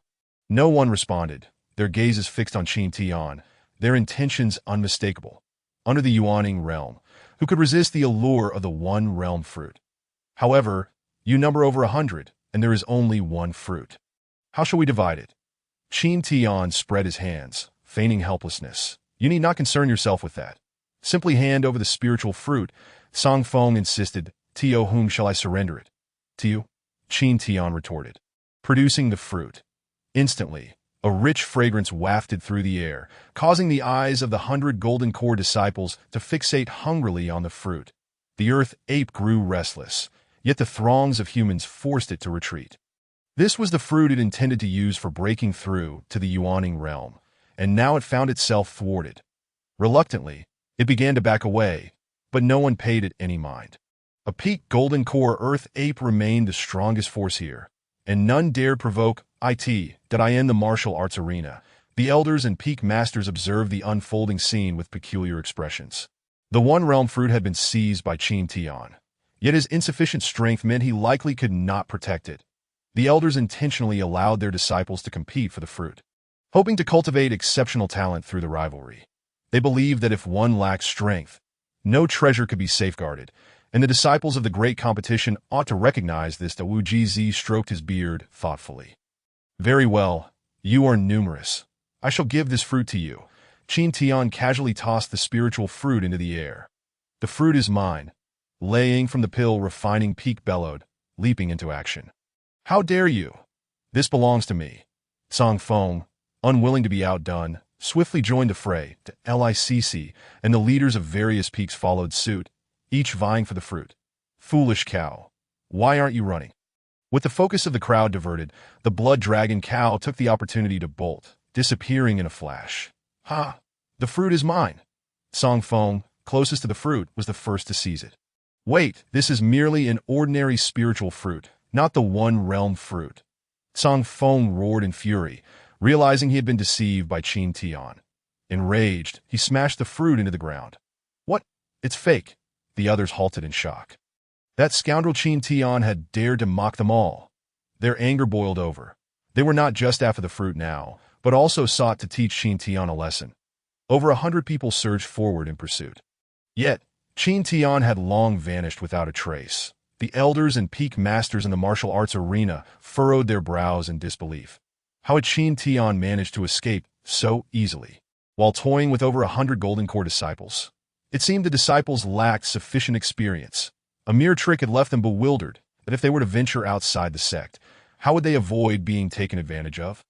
Sighing, the elders covered their faces, realizing the trial had revealed numerous issues. Indeed, although this cow is foolish, its speed is commendable, Qin Tian remarked, patting the blood dragon cow. The cow let out a proud call, as if to say, "Isn't that so? Junior sister, where have you gone?" Qin Tian muttered quietly. The Xian beast forest was vast, and finding someone was no easy feat. The disciples of the other main peaks could still communicate through messaging talismans. But Qin Tian had forgotten to prepare any, realizing too late that he must not be so careless in the future to avoid such troubles. Senior Sister Feng Yu is truly formidable. She was able to slay a gold core beast with a single sword strike. Indeed, if Senior Sister Feng continues to grow, she is surely a prodigy worthy of her phoenix divine body, destined to bring glory to the Wuji sect for millennia. Once her divine body reaches full maturity, her lifespan would be extended. While she could not rival an emperor, living for several tens of thousands of years would be well within her reach. Junior brothers, have you seen Senior Sister Feng? Qin Tian arrived on the back of the cow. The two Foundation establishment disciples, having never seen Qin Tian before, quickly responded upon witnessing him subdue a blood dragon cow. Senior Sister Feng Yu is incredibly powerful. There are no beasts in the outer circle that can contend with her. She has already ventured deeper inside. Thank you, junior brothers, Qin Tian said, clasping his hands in gratitude. Senior brother, you are too polite. The inner circle, that is where the gold core beasts roam, and even Yuaning beasts could be present. Qin Tian contemplated this before heading toward the inner circle. His current strength was formidable enough to ensure his safety, that he intended for his junior sister to consume the one realm fruit sooner rather than later to enhance her strength. Yet, Senior Sister Feng was indeed impressive. Despite being only in the middle stage of foundation establishment, she could effortlessly slay a gold core beast, such a freak of nature. I truly admire her. The power of his junior sister would be entirely synchronized with him, including the awakened phoenix body, though Qin Tian would refrain from utilizing it unless absolutely necessary. Living a low-profile life was the key to longevity, according to Qin Tian's survival philosophy. Throughout history, many prodigies have emerged. Yet only a select few manage to survive until the end. The majority become mere bones along the path of emperors. Among the 9 existing emperors, all hail from eras where countless bones littered the ground. Divine bodies, sacred bodies, and even the legendary imperial bodies have buried one after another, leaving only a single victor in the end. Aha! The golden-winged bird called out, diving down from the sky. Truly relentless, Qin Tian mused upon recognizing the familiar bird. Knowing that another person had arrived. Senior brother Qin, it would be best if you surrendered the spiritual fruit. Jingwan leapt down from the air. Although she lacked the strength of a golden core disciple, she commanded 3 spirit beasts, one of which was adept at pursuit, the wind wolf. Just you alone. Qin Tian scanned the surroundings, noticing no one else had come. 1 person, 3 spirit beasts.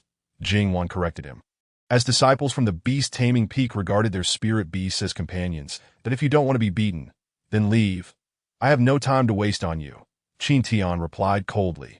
Not wishing to engage in conflict, yet he found being pursued intolerable. Senior brother Qin, strength is not merely about boasting. With a roar, the 3 spirit beasts launched an assault. Their fierce presence shook the earth, snapping ancient trees along their path. Since you refuse, then I shall take it myself, Jingwan declared, unwilling to delay any longer, as others would soon catch up. Stop. That suits me just fine. Qin Tian leapt down from the cow's back. With a flick of his wrist, he unleashed the first move of the Misty Sword technique. Sword shadow flowing cloud that a radiant, blinding sword light traced a graceful arc through the air, arriving in an instant. The brilliance was so intense that it was difficult to open one's eyes. Clang. The sword light flashed, and several heads tumbled to the ground. The 3 foundation establishment spirit beasts fell with a single stroke. The sound of collapsing trees echoed, accompanied by the spray of blood, leaving Jingwan frozen in place, unable to move. These were 3 peak foundation establishment spirit beasts, each possessing greater combat strength than an ordinary peak foundation establishment cultivator. Yet they had been effortlessly severed by a single sword strike. The blood dragon cow hopped excitedly to Qin Tian's side. Jingwan gazed at Qin Tian, her eyes filled with profound terror. Junior sister, re-establish your contract with the spirit beasts, and do not follow me again. Otherwise, it won't just be the spirit beasts that perish. With that, Qin Tian rode away on the cow. Jingwan watched him depart, not uttering a single word. Chapter 52. Beaten to a pulp now, whoever could find Qin Tian first would claim the One Realm fruit. The many disciples within the mountains ceased their focus on hunting beasts and began searching for Qin Tian's whereabouts. Qin Tian has fled. We must pursue him. As soon as Qin Tian departed, the disciples trailing Jingwan resolutely pursued him. At this moment, no one had the luxury to concern themselves with Jingwan. This fellow was as slippery as an eel, truly adept at evasion. It was only thanks to junior sister Jingwan's wind wolf that they were able to swiftly ascertain Qin Tian's whereabouts. Hearing the commotion behind him, Qin Tian paid it no mind. Qin Tian, halt! A disciple in the early Golden Core stage shouted loudly. Xiaonyo continued to gallop furiously, showing no sign of stopping. You think I'll stop just because you say so? Qin Tian's words ignited a furious blaze within the Golden Core disciple. How dare a mere foundation establishment cultivator mock him? A Golden Core practitioner. Seize him. Several disciples instantly chased after him. Haha, Qin Tian is mine. Hu Jie, the leader of the Foundation establishment group from the Talisman's Peak, laughed heartily as he overtook several Golden Core disciples. Several yellow talismans glimmered beneath him. These were speed talismans, capable of greatly enhancing a cultivator's speed. Qin Tian, you can't escape. Hand over the spirit fruit. Hu Jie's laughter echoed through the mountains and forests that as long as he obtained the spirit fruit, he would have a chance to break through to the Golden Core stage. You'd better catch up to me first, Qin Tian said, seated upon Xiaonyo's back, his expression calm, but he had resolved to head towards the inner region first. Damn it. It's just a Foundation establishment blood dragon cow. How can it run so fast? Half an hour passed, and Hu Jie couldn't help but curse that he had used several speed talismans but still could not catch up to the cow. While the Golden Core disciples behind him had long since vanished from sight, the Hu Jie painfully fished out several talismans. These were explosive talismans, exceedingly valuable, each worth thousands of spirit stones. Qin Tian, if you don't stop. Don't blame me for being rude, Hu Jie warned. Yet Xiao continued to gallop on, leaving only a distant silhouette in response. You brought this upon yourself. Hu Jie activated the explosive talismans, which soared forth, transforming into dust as they approached Qin Tian, resulting in a thunderous explosion, with powerful energy spreading chaotically. That you're asking for it. I must teach you a lesson, Hu Jie accelerated, thinking that under this explosion, Qin Tian would surely be gravely injured, and it was the perfect time to reap the rewards. As the dust gradually settled, a cow remained standing at the original spot, though covered in dirt. Its fur still smooth and intact, showing no signs of substantial harm. Meanwhile, Qin Tian was positioned several dozen meters away. You weren't harmed. Hu Jie's eyes widened, stunned. How could Qin Tian's reaction speed be so astonishing? Moo. Xiao galloped away once more, its eyes brimming with grievance. Qin Tian looked at Xiao, surprised that the cow appeared completely unscathed. Strange. This cow must possess some secret. However, at this moment, Qin Tian had no time to scrutinize Xiao. This fellow dared to use talismans against him, and he would surely face dire consequences. Hu Jie felt Qin Tian's gaze upon him and inexplicably shivered. Yet he was the leader of the Foundation establishment group from the Talisman's Peak, convinced that he was unmatched among those in the Foundation establishment stage. Qin Tian, it seems you possess some strength, but this is where it ends. Hand over the One Realm Fruit. You can forget about obtaining the One Realm Fruit today. But a good beating is certainly in store for you. As soon as Qin Tian's words fell, he kicked off the ground, his body shooting forth like an arrow. The phoenix body not only commanded flames, but was also incredibly powerful, far surpassing that of an ordinary person. Qin Tian clenched his fists tightly, eager to test his combat prowess and teach Hu Jie a proper lesson. Power talismans. Hu Jie chuckled softly, thinking that daring to compete with him in strength would allow Qin Tian to witness the might he possessed with talismans. A cruel smile adorned Hu Jie's face. The power talismans would enhance his strength by 30%, a terrifying boost when both were the Foundation establishment stage. Bang! Qin Tian's fist collided with Hu Jie's. A sharp, resounding crack of bone echoed. Da-da! Hu Jie clutched his fractured arm with his other hand, screaming in agony. Hu Jie's palm had split open, bones protruding through flesh, blood gushing forth in a gruesome display. Truly powerful, as expected of a divine body. Qin Tian chuckled, acknowledging that this physique indeed surpassed that of ordinary beings, that he secretly looked forward to testing the Phoenix's true fire when the opportunity arose. Junior sister is truly a good person. Her cultivation, sword intent, and divine body. Who knows how many mysteries remain undiscovered. Moreover, recently, his spiritual energy had been circulating automatically. He was unsure if it was due to some mysterious technique, which he had yet to comprehend, likely stemming from Junior sister, that you are just asking for trouble. Qin Tian approached Hu Jie. Why is your physique so formidable? Hu Jie asked in pain, having employed the power talismans. Of course, it's due to regular training that one becomes so strong. Can one really become this powerful out of thin air? Since you wish to seize my possessions, is it not reasonable for me to take yours as well? Hand over everything you have. You want to rob me? Hu Jie retreated as he spoke, fully aware that he was no match for Qin Tian. Not only was Qin Tian's physique powerful, but one careless move had already rendered Hu Jie one-handed for at least half a month of recovery. Wrong. I'm seeking to borrow a few items, not robbing you. Rob is such an unpleasant term. Not lending. Hu Jie rejected outright without a second thought. What? Not lending. Do you truly think I'm asking you? Qin Tian laughed, and in the next moment his body vanished and a fist suddenly appeared before Hu Jie. Hu Jie was instantly sent flying, rolling several times on the ground before finally coming to a halt. A few teeth falling out in the process. Will you lend them or not? I ask you once more. Qin Tian tightened his fist that I will lend. Hu Jie's mouth was swollen, making his speech muddled. He genuinely feared that if this continued, he might be beaten to death by Qin Tian. Hu Jie reached into his storage bag, a talisman glowing upon him. This was a teleportation talisman. Qin Tian, if you think to rob me, dream on, Hu Jie declared defiantly. Thinking of fleeing? Qin Tian swung another punch, landing squarely in Hu Jie's abdomen. Da-da! Hu Jie screamed in agony, just as the teleportation talisman activated. As soon as he landed, Hu Jie vomited blood along with the remnants of his meal from days ago, a foul stench permeating the air. All eyes in the training ground turned towards Hu Jie. His face was swollen like a pig's head, his arm drenched in blood, and his abdomen caved in. He was a pitiful sight indeed. Disciple, the Grand Elder of the Talisman's Peak stepped forth, appearing beside Hu Jie in an instant. Who struck you with such ferocity, leaving you in this grievous state? Even with healing elixirs, it would take at least a month for you to recover. Many onlookers perked up their ears. Hu Jie was the leader of the Foundation establishment group from the Talisman's Peak. A prodigy of the sect, yet here he was, reduced to a pitiful state. Qin Tian. That scoundrel Qin Tian. Hu Jie gritted his teeth in pain, uttering Qin Tian's name. Qin Tian, was he not newly entered into the Foundation establishment stage? How could he possibly inflict such harm upon Hu Jie? Chapter 53. One Strike.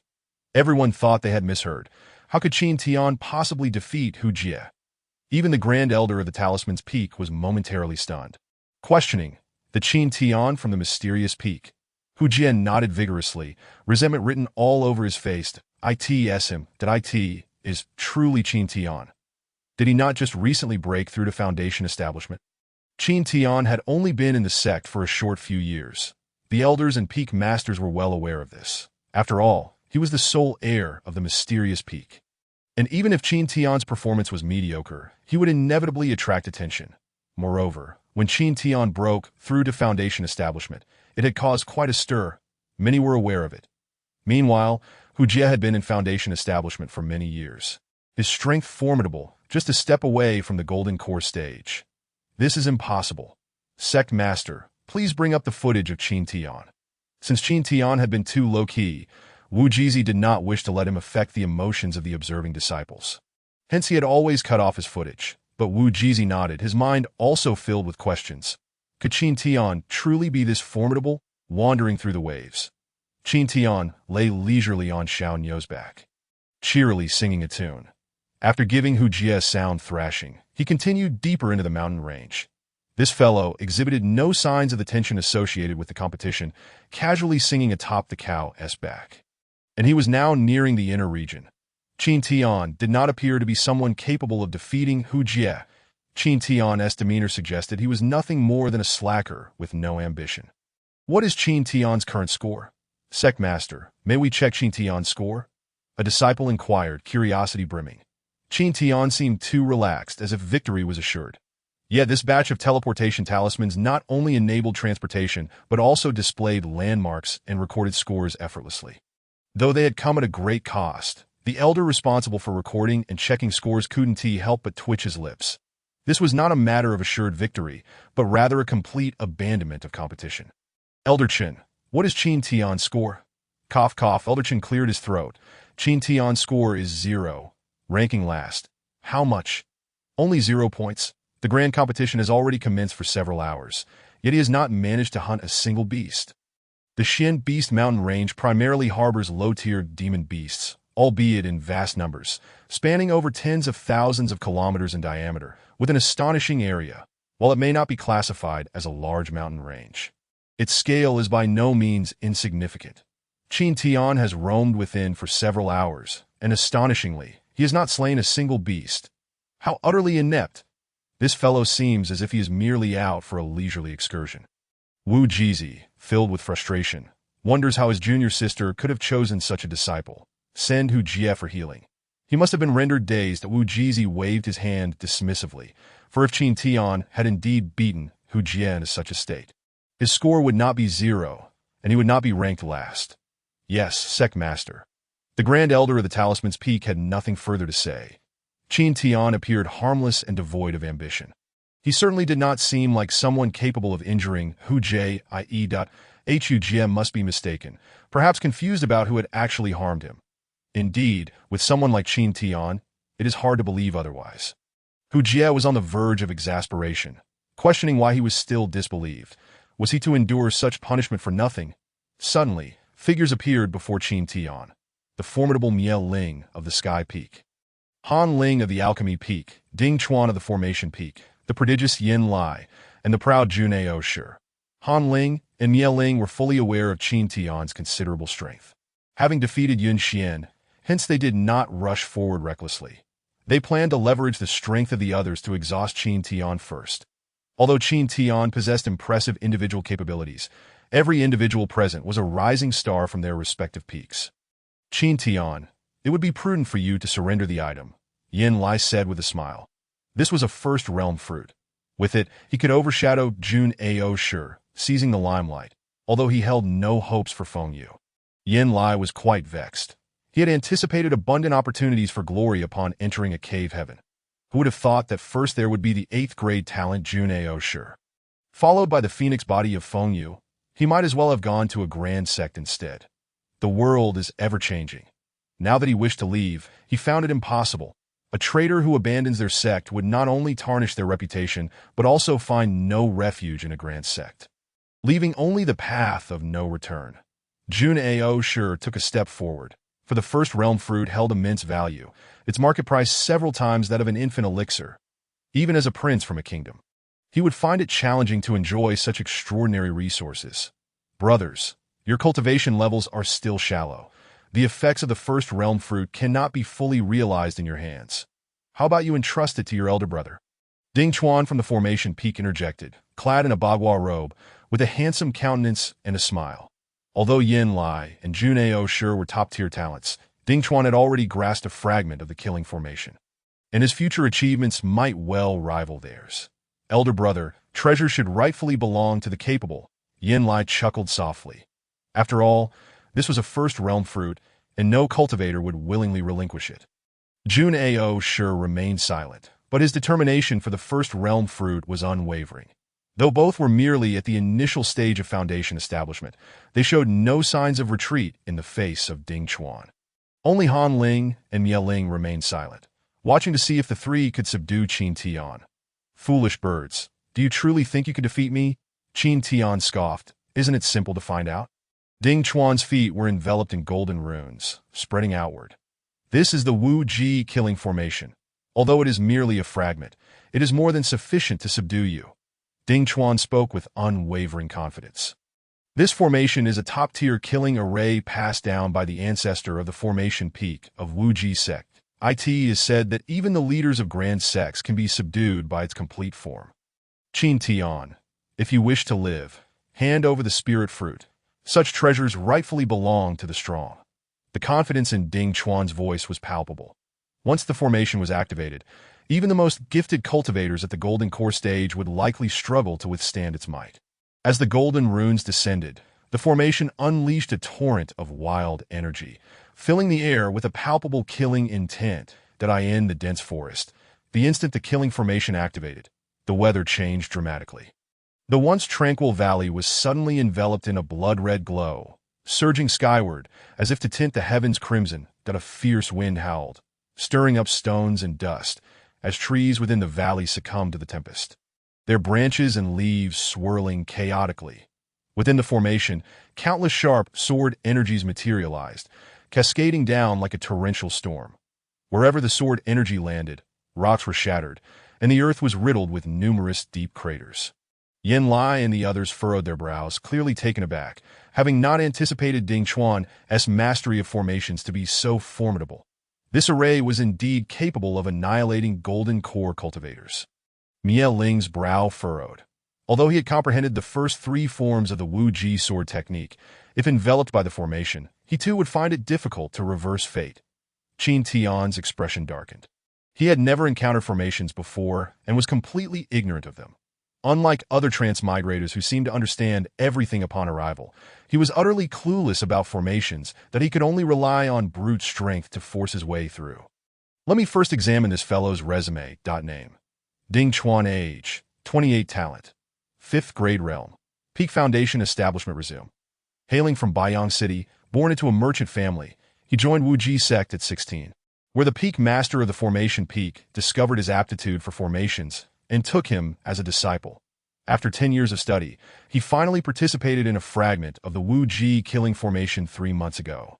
Competing in this disciple competition, where he was discovered by Qin Tian for a flaw in the formation evaluation. Unsatisfactory, this resume is rather impressive. Qin Tian mused inwardly, recognizing that even the flaw in the formation was clear to him. Is this what you take pride in? Merely a trivial skill. His voice resonated through the formation. Ding Chuan sneered, such arrogance. This formation is challenging even for seasoned formation masters to decipher. You will be mercilessly slaughtered by it. Qin Tian, while I may not take your life, if you wish to avoid suffering, you would do well to surrender that spirit fruit. With your pitiful formation, I could easily dismantle it with a mere flick of my wrist. Stubborn fool. Then let me ensure you suffer a bit first. Ding Chuan formed a seal with his fingers, and the formation surged in a rapid motion, unleashing a torrent of razor-sharp sword energies upon Qin Tian. The first realm fruit has actually fallen into Qin Tian's hands. What a pity that he cannot keep it. The spectators were momentarily taken aback, unable to fathom that the perpetually ranked last Qin Tian had managed to seize the first realm fruit. With a flourish of his exquisite spirit sword, Qin Tian effortlessly shattered the deluge of sword energies, dispersing them into nothingness. You possess some skill, Qin Tian. It appears we have all underestimated you. However, under this killing formation, even if you wield the strength of the golden core, it will be of no avail. Qin Tian's seemingly casual strike revealed his peak foundation establishment power. Could it be that Hu Jie was indeed bested by Qin Tian? Hu Jie, having consumed healing pills, saw his swollen face return to normal, and upon hearing this, he ground his teeth in indignation, questioning why he was continuously brought up. The expressions of those from the sky peak darkened. The stronger Qin Tian became, the worse it was for them, particularly for Tsang Lan Tian, whose demeanor was as grim as water. Qin Tian was the only obstacle in his claim to Piamiao Peak. Wu Jizi stroked his beard, his eyes filled with profound contemplation. Could it be that his junior sister's disciple harbors some undisclosed secrets, that Qin Tian is not as ordinary as he appears? Yet he had encountered the Wu Ji killing formation. Wu Jizi shook his head. While Qin Tian might possess some strength, the Wu Ji killing formation was the foremost array of the Wu Ji sect. Even a fragment was beyond the comprehension of those unfamiliar with formations, rendering even a peak golden core cultivator powerless, ultimately leading to their demise. Qin Tian, I offer you one last chance to relinquish the spirit fruit. Otherwise, the killing formation will be fully activated, and you will have no time for regret. Frog at the bottom of a well, do you not know that there are realms beyond yours? What can your pitiful formation do against me? Qin Tian bellowed, watch closely. Today I shall dismantle your wretched array.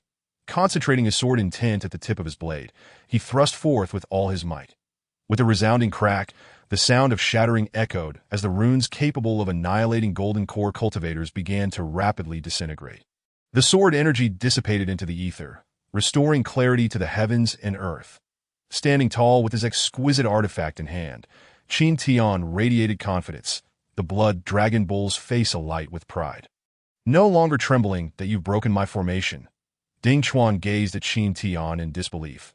For the fragment of the Wu Ji killing formation he had painstakingly comprehended for a decade had been shattered by a single strike from Qin Tian. 10 years of comprehension, reduced to nothing in one blow. Ding Chuan murmured, is the art of formations truly so unfathomable? Qin Tian had indeed dismantled Ding Chuan's formation. Han Ling stood in stunned silence, astonished at how many more secrets Qin Tian concealed. This individual had hidden his true strength for so long at Piamiao Peak, revealing none of his capabilities over the years. Yin Lai, Jun'ei Shi, and Miao Ling wore grave expressions, utterly astonished that Qin Tian was not only formidable but also adept in formations. Is this a ghost? Qin Tian actually excels in formations, dismantling Ding Chuan's array. Many onlookers were left agape, completely unprepared for such a turn of events. The difficulty of dismantling a formation far surpassed that of establishing one. Qin Tian's mastery of formations likely far exceeded that of Ding Chuan. This is bad, Ding Chuan thought, his resolve shattered, plunging into self-doubt. This would become his inner demon. Elder of the Array Peak spoke with a hint of panic in his voice, for Ding Chuan was a prodigy in the realm of formations. nurtured by the Peak Master as a potential successor to inherit the position of Peak Master in the future. The elder made to venture into the mountains to retrieve Ding Chuan. But the Peak Master intervened, stating, "Do not rush. This is a trial of the heart, and he must break through on his own." It was unexpected that the junior sister's previously accepted disciple would be so outstanding. Not only comprehending the essence of the sword, but also achieving minor successes in formations. The Peak Master remarked that Qin Tian's display of sword-infused techniques and formations could not escape their notice. Unbeknownst to Qin Tian, his single strike had shattered a corner of the Wuji-killing formation, creating a significant stir within the sect. "How fragile this is," Qin Tian scoffed, devoid of any intent to offer comfort. And continued to mock, "Is this the formation you pride yourself on? It seems rather lacking. After 10 years of comprehension, is this the best you can achieve? Even a pig should perform better after a decade, shouldn't it?" Ding Chuan's eyes began to glaze over as he succumbed to deep self-doubt. Qin Tian chuckled, knowing he would not hold back against this foe. "Oh, by the way, I have never studied formations. Your level is simply too mediocre. Impossible, impossible. You must have studied formations," Ding Chuan exclaimed, his emotions in turmoil. Although Qin Tian's mastery in formations might surpass his own, he could not accept that Qin Tian had never studied them. "I swear, I truly haven't. Formations are too simple to require dedicated study," Qin Tian declared, his words striking Ding Chuan's heart like a bolt from the blue. "Am I worthless?" Ding Chuan began to mumble to himself, reflecting on a decade of arduous research that paled in comparison to another's casual strike. "Such a fragile heart," Qin Tian remarked, wondering if this fellow had lost his sanity. "Brother Qin truly possesses remarkable methods. I wonder how your personal strength measures up," Yin Lai proclaimed, his aura surging. Though merely at the initial stage of foundation establishment, he was confident he could defeat Qin Tian. "Damn it, what's next? Even the most insignificant of beings dares to challenge me." Qin Tian retorted in dissatisfaction, regarding Yin Lai as trash at the initial stage of foundation establishment. Realm is not the sole measure of combat power. Throughout history, countless prodigies have defied the odds. Yin Lai declared with supreme arrogance, positioning himself among those exceptional individuals. Qin Tian, unwilling to engage in further dialogue, vanished in an instant, reappearing beside Yin Lai. "There are indeed many geniuses, but you are not one of them." Yin Lai's pupils dilated in shock. Utterly unaware of how Qin Tian had materialized next to him, he was suddenly engulfed by a ferocious aura, and with a swift motion, Qin Tian's palm struck him, sending Yin Lai flying. "And you too have come for the fruit of the realm, have you not?" Qin Tian turned his gaze toward Jun Aoshi, whose imposing figure radiated a noble AI. Jun Aoshi took a breath to explain. Qin Tian's hand descended, delivering a resounding slap that sent the proud and noble Jun Aoshi sprawling. Both men tumbled on the ground, dazed and unable to rise for some time. How foolish, daring to approach with mere foundation establishment, Qin Tian thought, for he possessed the strength of 2 imperial-level prodigies, making him untouchable by those of mediocre talent. Qin Tian then regarded Han Ling and Mie Ling. "You two are also here for the fruit of the realm, I presume?" Han Ling instinctively took a step back, laughing nervously. "Haha, Brother Qin is jesting. We merely came to observe." Mie Ling's exquisite visage was filled with astonishment at Qin Tian's ability to dispatch the 2nd and 3rd rank prodigies of the Wujizong with a single strike. "Brother Qin, I was merely passing by and shall not disturb you further," Mie Ling said hastily, turning to flee, while Han Ling quickly offered her farewells, fully aware that she was no match for Qin Tian. Lai Er, the master of Hundred Flowers, suddenly stood up, for this was the hope of Hundred Flowers Peak, a being with a 7th-grade talent, now rendered dazed by Qin Tian's slap. Wajizi also chuckled nervously, for Jun Aoshi was his closed-door disciple, now left muddled by a single strike. Qin Tian has truly concealed his strength well. It is now evident to all that he possesses extraordinary capabilities, yet has deliberately kept them hidden. Let us depart and continue searching for my junior sister. These fellows seem to only remember the pain of defeat, and I hope no more challengers will appear. The inner circle indeed harbored an abundance of beasts. Feng Yu wielded her sword and swiftly slayed a blood wolf horse of mid-golden core stage, taking its core before delving deeper. The cores of demonic beasts were the essence of their being, immensely valuable. though she was currently the chief disciple of Wujizong. Her phoenix body demanded tremendous resources. As her realm increased, Wujizong would struggle to meet the needs of her phoenix body. Thud thud. Feng Yu looked into the distance, where the ground trembled, and she discerned that it was the result of countless demonic beasts trampling the earth that a beast tide. The demonic beasts of the Xian Beast Mountain were numerous beyond counting. Should a beast tide erupt, the disciples participating in the contest would have no choice but to withdraw early or face certain death beneath the tide. There is a human woman ahead. Kill her. The Earth Ape, spotting Feng Yu from a distance, seethed with rage at the thought of these accursed humans daring to seize the fruit of the realm he had guarded for decades. As the king of beasts deep within the Xian Beast Mountain, he had remained in the inner circle solely because of the realm fruit. Viciously slaughtering demonic beasts has severed my son's path to the nascent soul. These humans must perish. Behind the Earth Ape, a larger Earth Ape roared in fury. During this trial, the Wujizong disciples were continuously slaying a multitude of demonic beasts. These humans were not seeking sustenance or resources, but were driven solely by the desire for slaughter. A notion intolerable to the demonic beasts that a tide of beasts surged forth, a torrent of various demonic creatures converging like a raging flood. Feng Yu did not flee. A mere beast tide posed no threat. It was rather cumbersome to search for demonic beasts elsewhere. The first place was hers to claim. This human dares not run. The Earth Ape was infuriated, perceiving her lack of flight as an utter disrespect. Let humanity know our might. Countless demonic beasts roared in unison. Demonic beasts at the Foundation Establishment stage possessed considerable intelligence, while those at the Golden Core stage were no different from humans. This human girl not only refused to flee, but even displayed a murderous intent towards them, a blatant provocation. Feng Yu activated her Phoenix Sutra and charged directly into the tide of beasts, targeting the early nascent soul Earth Ape, that if she could kill it, the tide would surely collapse, and she would rightfully claim the title of first. Fighting across two major realms was deemed impossible in the eyes of the world. Even a prodigy possessing a divine body could only contest across a single realm. Yet she faced beasts exceeding 2 realms, all possessing power surpassing that of her own kind. Yet she felt no fear. Humans are far too arrogant. The Earth Ape, incensed, thumped its chest in fury, for it was merely at the pinnacle of Foundation Establishment. Yet this girl dared to attack IT was a powerful nascent soul beast. One of the kings of the Xian Beast Mountain. Feng Yu did not respond. Nascent soul? Merely an ant. This battle would serve to hone her realm. Achieving perfection in every stage was her lifelong pursuit. Striving to truly transcend her limits. Clang. A sword's cry resonated alongside the phoenix's call, causing the leading Earth Ape's pupils to contract in fear, instinctively retreating. However, Feng Yu's strike was swifter, with a sickening sound. The head of the Golden Core Pinnacle Earth Ape was severed, soaring through the air. Human, seek death. The nascent soul Earth Ape bellowed, enraged that its most outstanding offspring, the hope of the Earth Ape clan, had been slain by Feng Yu's sword. Your strength is indeed formidable. To slay a Golden Core beast with mere Foundation Establishment, you must be a genius among humans. Yet you fail to understand the chasm that lies between Golden Core and nascent soul.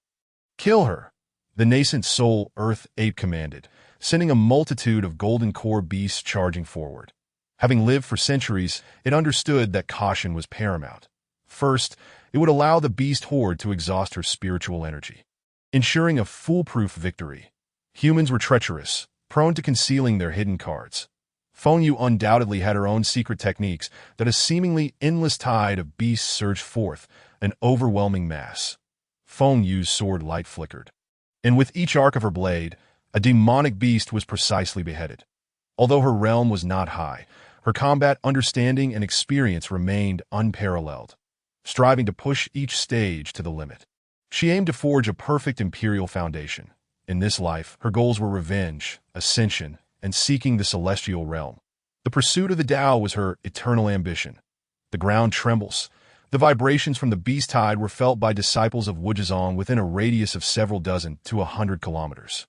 This is not an earthquake. It cannot be so. It resembles the legendary beast tide. One disciple noted in alarm. The earth's roar persisted, a cacophony formed by countless beasts trampling the land that a beast tide. Upon learning this, the disciples were filled with dread, for beast tides often heralded disaster. They, with their mere thousands, could not withstand such a surge. How could a beast tide be triggered? Could the slaughter of demonic beasts have incited a collective uprising among them? This encapsulates the thoughts of all. The disciples' competition within the Wuji sect consists of duels in pairs, which also considers the potential for resistance against the ferocious beasts. The beast tide, of course, cannot escape the attention of the sect's higher-ups. The sect leader pondered the current predicament. Even the disciples' competition has incited dissatisfaction among the beasts, triggering their revolt. The Dayan elder, visibly anxious, remarked that if the disciples withdrew now, before the time was up, it would be considered forfeiture. However, if they persisted, it would undoubtedly lead to significant casualties. This competition is both a contest and a trial, with the choice resting in their own hands, whether to opt for safety or to fight valiantly. A grave expression surfaced on the otherwise benevolent face of the sect leader. For countless years, the Wuji sect has remained unchanged, perpetually confined to the realm of cave heavens, to ascend to the pinnacle of sects. The baptism of blood and tears is indispensable. The Dayan elder, filled with compassion, lamented, for many of these disciples are those they have painstakingly nurtured. The sect leader is right. To grow stronger and transcend, combat is inevitable. Under the resolute stance of the Wuji leader, no one dared to intervene, and the competition continued unabated. The beast tide, after defeating a new batch of disciples coveting the spirit fruits, Qin Tian learned of the beast tide occurring in the inner circle. This is bad. My junior sister is still inside. Chapter 56. The move junior sister, the terror of the beast tide, is already well known to Qin Tian. The sheer number of ferocious beasts converging into a surging torrent can obliterate everything in their path when they charge.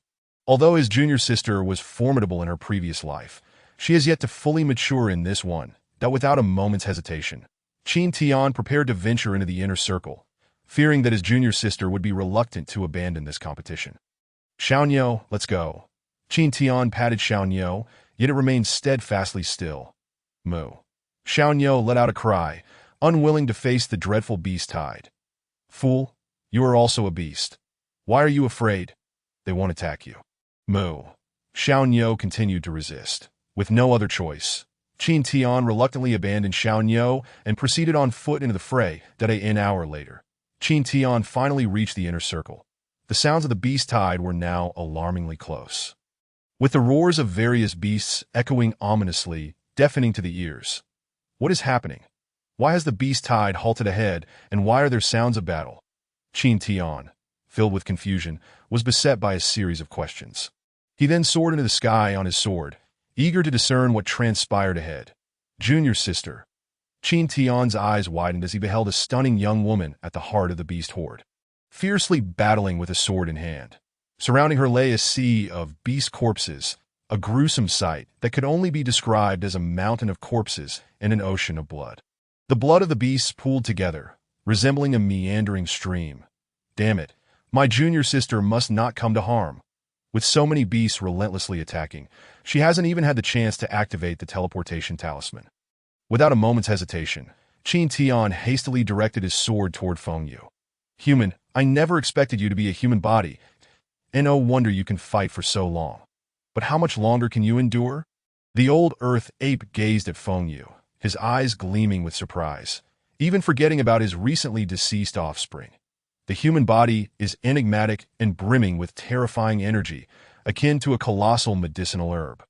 If he could consume Fengyu, perhaps he could ascend further and become a true beast king, ruling over the entire Xian Beast Mountain range. Press on. She won't last much longer. To high-level beasts possess absolute dominion over lower-level beasts. However, at this moment, due to the deaths of hundreds of their kin, the remaining beasts were struck with fear, reluctant to advance recklessly.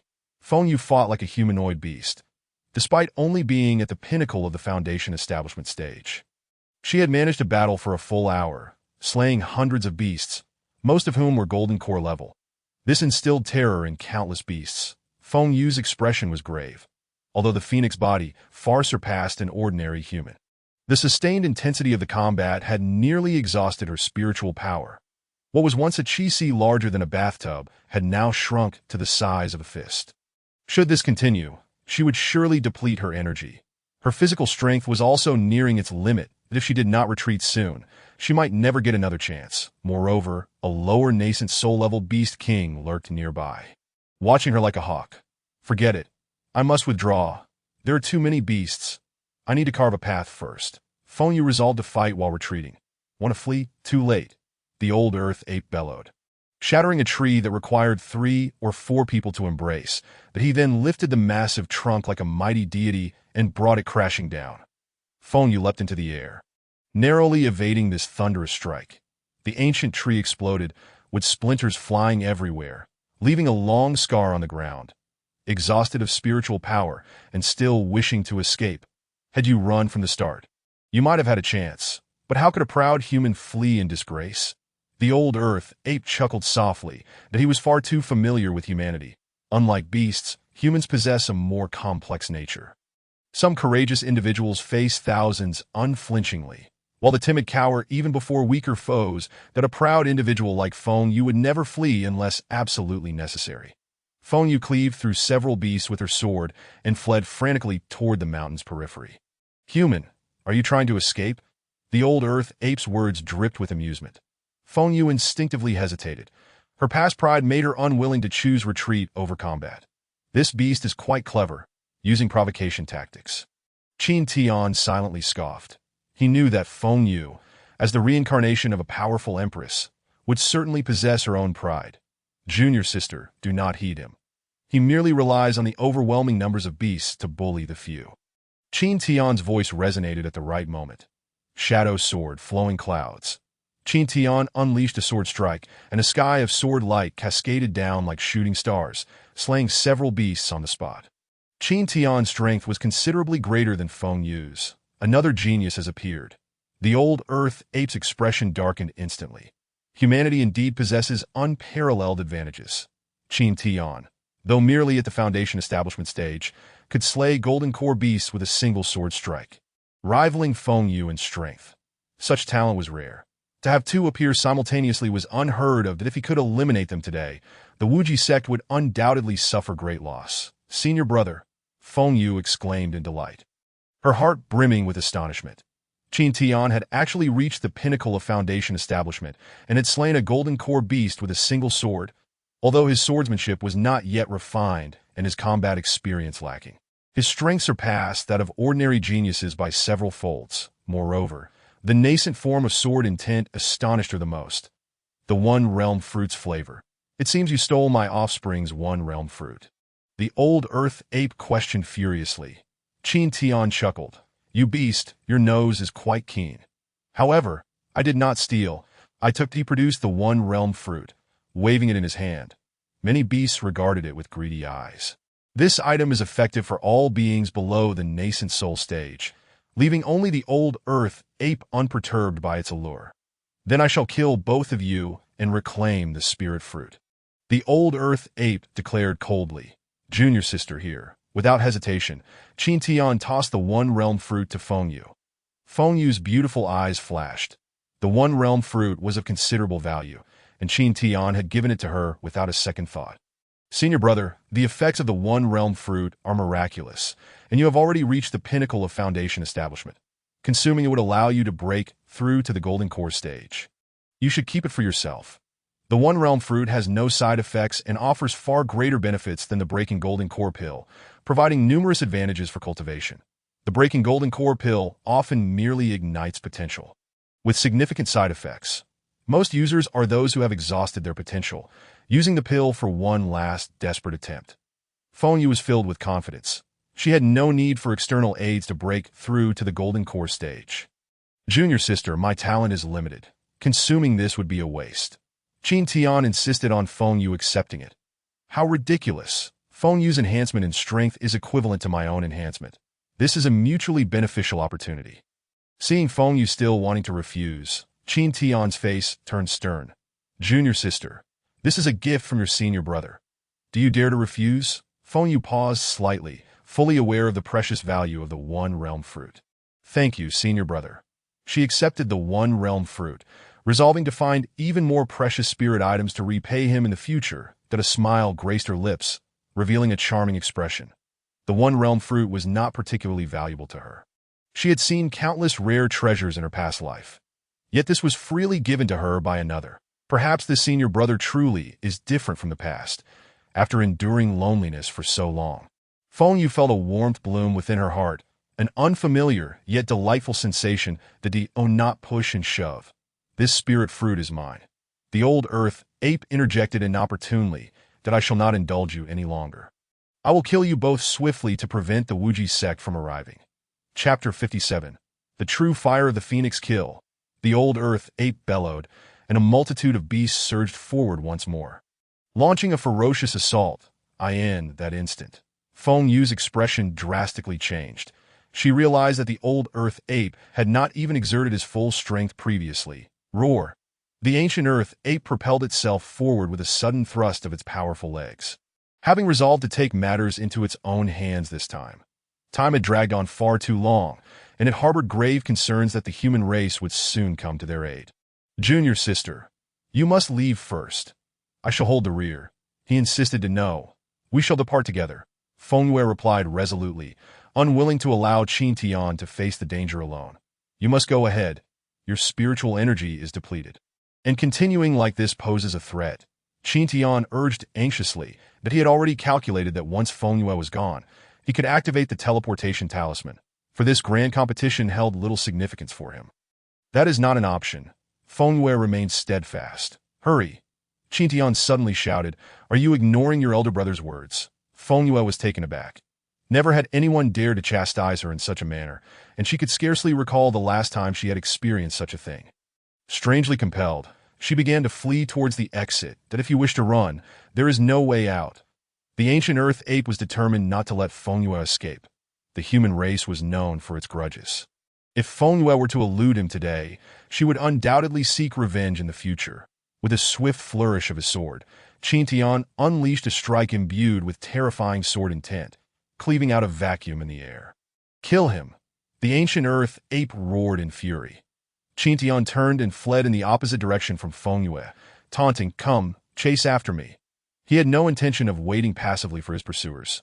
High above, an ethereal elder chuckled softly.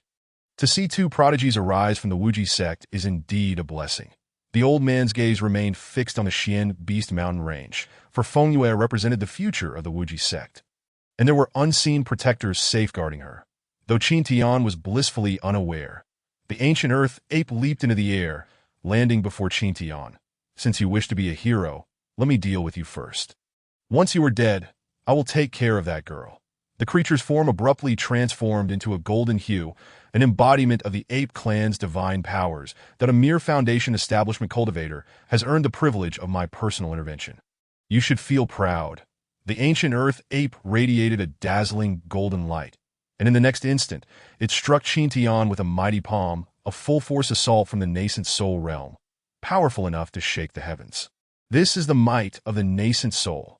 Qin Tian's spiritual energy surged wildly as he invoked the first move of the mysterious sword shadow flowing clouds. This time, he channeled the entirety of his sword intent.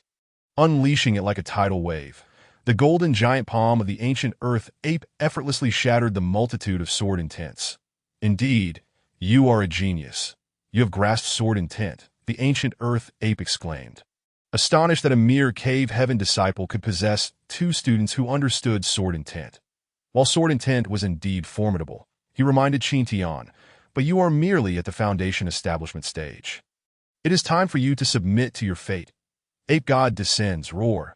The ancient earth ape's form shimmered with translucence, an overwhelming aura emanating from it. The oppressive demonic energy surged forth, darkening the skies while only the ape was surrounded by resplendent golden light. The demonic power of the nascent soul far exceeded that of the Foundation establishment by more than a factor of 1.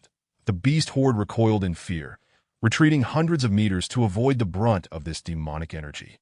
Qin Tian furrowed his brow and turned to run into the throngs of beasts. Roar!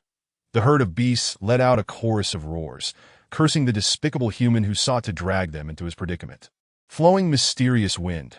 Qin Tian executed the second move of the mysterious sword technique, condensing a tangible sword light that flashed by, instantly cleaving dozens of beasts in half. That if I cannot harm you, old ape. I shall slay the other beasts, Qin Tian proclaimed, deliberately plunging into the fray to sow chaos among the creatures. The ancient earth ape sneered, indifferent to the loss of a few beasts, and charged into the throng in pursuit of Qin Tian. Qin Tian continued to unleash the mysterious sword technique. Damn it, the teleportation talisman ISNT activating in time. Frustrated, Qin Tian could only continue his slaughter. After half an hour, he had slain more beasts than Feng Yue, with many more falling victim to the ancient earth ape's indirect strikes. Let us test the phoenix body, Qin Tian murmured softly. Relying solely on sword intent would only allow him to withstand the ancient earth ape. At this rate, he would surely be worn down. The rate at which a nascent soul cultivator absorbs spiritual energy was far beyond that of a foundation establishment cultivator. Suddenly, his body emitted a radiant glow, and an intensely fiery flame appeared in his hand, the true fire of the phoenix. This flame, born of the phoenix body, was incredibly hot. Once it touched anything, it could only be extinguished if the body was incinerated. This is the true fire of the phoenix. The ancient earth ape's eyes widened in astonishment. Qin Tian possessed a unique constitution as well. He hurled the fire at dozens of beasts, igniting them instantly. The flames seared through their flesh, causing them to writhe in agony on the ground. But the fire could not be extinguished. The ancient earth ape's expression shifted to one of deep concern as a barrier of spiritual energy formed around him. Qin Tian noticed that the ancient earth ape and the beasts had halted their assault, evidently unprepared to continue fighting. Just this small amount of Phoenix true fire had nearly drained his spiritual energy. Teleport, stop. Just as Qin Tian prepared to activate the teleportation talisman, a voice rang out. None other than the elder hovering thousands of meters above. During this trial, the Wuji sect has reached an agreement with the Xian Beast King. Those of the nascent soul realm must not intervene. The Xian Beast King, the ancient earth ape's eyes flashed with unwillingness, yet it could do naught but retreat. The Xian Beast King was the sole sovereign of the Xian Beast Mountain Range, a formidable entity of the transformation stage. Damn it, the human prodigies truly have protectors. The ancient earth ape muttered bitterly as it withdrew, and the beast horde was compelled to disperse. Thank you, senior, Qin Tian said with a smile, clasping his fists in salute. Knowing the person before him was undoubtedly a senior of the Wuji sect, and no need for excessive courtesy. The elder smiled. You show loyalty and righteousness. Indeed, you are a good elder brother. Senior, you flatter me. I have but this one junior sister, and shall protect her with all my might. You should protect your junior sister. Your sword intent, and even the phoenix true fire seemed to mirror hers. The elder remarked that it was the first time he had encountered two individuals so strikingly similar that Qin Tian's expression subtly shifted. His power stemmed from his junior sister, that if he were to act, his identity would be revealed. He had no choice but to employ the phoenix true fire. Sword intent is one thing. If you can comprehend it, so can I doubt, but this phoenix body, such a special physique, can only belong to one person in a given era. This is a universal consensus. Haha, I merely learned a bit from my junior sister, Qin Tian replied. The elder did not press further, but instead stated, everyone has their own secrets. Be sure to keep yours from leaking in public. The competition is still ongoing. I shall not interrupt further.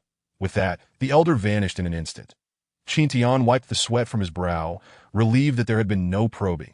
Had he been pressed for an explanation, he would have been at a loss. The existence of a second phoenix body, if it were to spread, would undoubtedly cause great upheaval that I should refrain from using it too often. It is a unique secret technique. Qin Tian muttered quietly, preparing to exit the mountain range, that he had lost interest in hunting beasts for points. After Feng Yue's departure, she felt a lingering unease. Having regained some spiritual energy, she ventured once more into the inner area, only to find the ground strewn with the corpses of beasts. Could it be that his sword intent rivals my own? Feng Yue sensed from the lingering sword intent that Qin Tian's understanding was likely extraordinary. Has my elder brother's comprehension of sword intent deepened so significantly? And is this a trace of the phoenix true fire? Chapter 58. A renewed assault. Feng Yue furrowed her brows slightly. The scene of battle before her felt eerily familiar, as if she had experienced it firsthand. Why was this? Elder brother, where have you gone? An inexplicable concern for Qin Tian surged within her heart. The massive horde of beasts would pose a considerable challenge. even for her, especially with the presence of nascent soul-level demons. While she possessed contingencies, what means did Qin Tian have? Feng Yue employed a tracking technique, following Qin Tian's trail towards the mountain's exterior. Qin Tian, feeling quite pleased with himself, strolled leisurely through the mountains. His cultivation had indeed improved significantly, and he anticipated that Feng Yue would also gain considerable strength from this experience. However, the rapid exposure of his secret troubled him. The true fire of the phoenix was easily recognizable to those with discerning eyes. He needed to concoct a plan to obscure it. The elder had been from the sect, but if an outsider were to witness it, trouble would surely ensue. The emergence of two individuals with identical constitutions in one era would pique the curiosity of families and holy places throughout the eastern wilderness. As the competition drew to a close, he feared that the sect had already noticed the considerable number of beasts he had been forced to slay.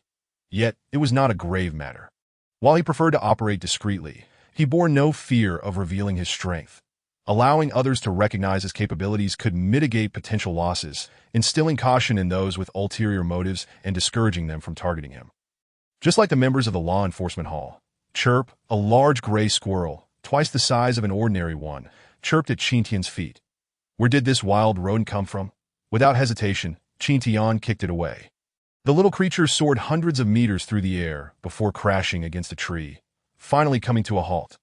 Little Mouse, a woman, her expression frantic, hurriedly approached and gently scooped up the small mouse. The creature let out a couple of squeaks before fainting. Fortunately, it was still alive. Rising to her feet, the woman exclaimed in anger, "Qin Tian, you scoundrel! You nearly kicked my spirit mouse to death." The spirit mouse, though not as valuable as the treasure mouse, possessed remarkable abilities in both tracking and treasure hunting. That it was outrageous that Qin Tian had almost ended its life with a single kick. Dressed in a pink gauzy dress, her beauty was as radiant as a flower, her fair skin and lively eyes now fixed on Qin Tian with a look of indignation. Qin Tian chuckled. "No wonder you aren't afraid of people. It turns out this mouse is domesticated and my apologies, I thought it was a wild rodent. This is a spirit mouse, not just any common mouse," the girl retorted, her displeasure evident. "Next time, make sure your mouse doesn't get too close to others. If someone accidentally kicks it to death, it would be too late for regrets." With that, Qin Tian casually turned to leave. "It's just a mouse, so what if I kicked it?" "Stop right there. You think you could just walk away after kicking my spirit mouse? There is no such thing as an easy escape." The girl with the gauzy dress glared at him with her large eyes, her voice laced with fury. "That I haven't even asked you for damages yet." Qin Tian ignored her. "Trying to flee?" The girl suddenly unleashed a surge of spiritual energy, her attack slicing through the trees in its path, severing them cleanly for hundreds of meters. Though she appeared gentle, her attack was extraordinarily fierce and powerful. Qin Tian leaped into the air, evading the onslaught by several hundred meters. For an ordinary Foundation establishment cultivator, dodging such an attack would have been nearly impossible. He scrutinized the girl, sensing that her appearance was far from accidental. Name: Nanmen Xian. Age: 31. Talent: 5th rank realm. Early Golden Core biography: disciple of the Spirit Herb Peak. Here for a boundary fruit evaluation. Unqualified, it was evident she had ulterior motives. That mouse was likely not there by chance, but had been sent to track him down. Qin Tian smiled. "How would you like to resolve this?" The girl murmured to herself. His strength in the Foundation establishment realm is indeed formidable. How easily he dodged my attack. Yet, she thought, even so, he was merely at the Foundation establishment stage. How could she secure this opportunity? If she obtained a boundary fruit, she might become the new peak female. "That depends on your sincerity," Nanmen Xian replied softly. "You came for a boundary fruit, didn't you?" Qin Tian cut to the chase. Nanmen Xian paused for a moment before responding with a playful laugh. "Indeed. Now that you've injured my spirit mouse, you shall compensate me with a boundary fruit, not a mere wild mouse. Its survival is merely a stroke of luck," Qin Tian scoffed, recognizing that everyone coveted his spirit fruit. But it all depended on their capabilities. "Humph. Then I shall retrieve it myself." With the matter laid bare, Nanmen Xian no longer felt the need to conceal her intentions. "Come out." Qin Tian called into the dense forest. "Is there anyone else?" Nanmen Xian glanced deeper into the woods. "Ha, Brother Qin, your strength is truly remarkable. No wonder you could defeat the prodigy Junei Oshi with a single strike." A voice boomed as someone stepped forward, revealing Lei Ying from the refining peak. Lei Ying was tall and muscular, fitting Qin Tian's preconceived notions of a blacksmith. Brother Qin, Li Sisi from the Alchemy Peak also emerged, followed by Tsong Feng from the Sky Peak and others from the Spirit Herb Peak and Hundred Flower Peak. With the competition nearing its end, this was their last chance to seize a boundary fruit. Once the contest concluded, they would no longer have the opportunity to snatch Qin Tian's possessions. You won't get away with it. Qin Tian, hand it over, Tsong Feng declared.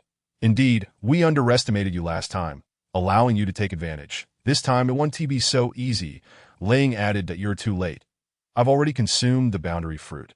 Qin Tian shrugged nonchalantly. Impossible. If you had truly eaten a boundary fruit, you would have immediately broken through to the Golden Core stage. How could you still be at the Foundation Establishment stage? If I truly did eat it, there is nothing you could do about it. Qin Tian replied with indifference. Time is running out.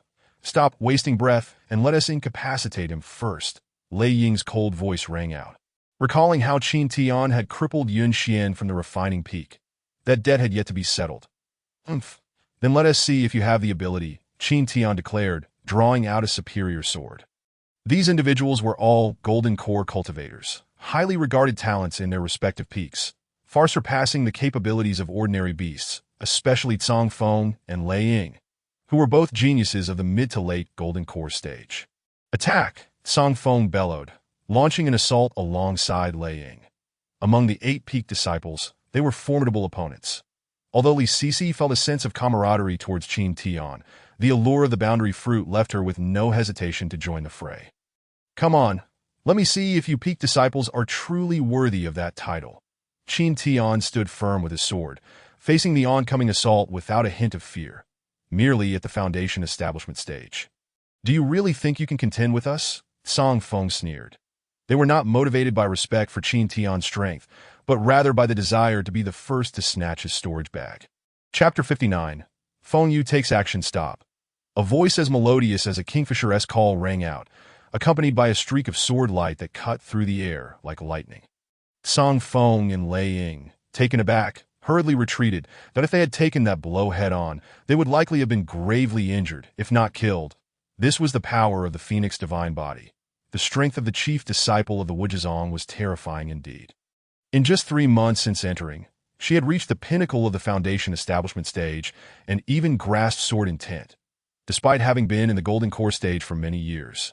They found themselves unable to contend with her. The boundary fruit is in my possession.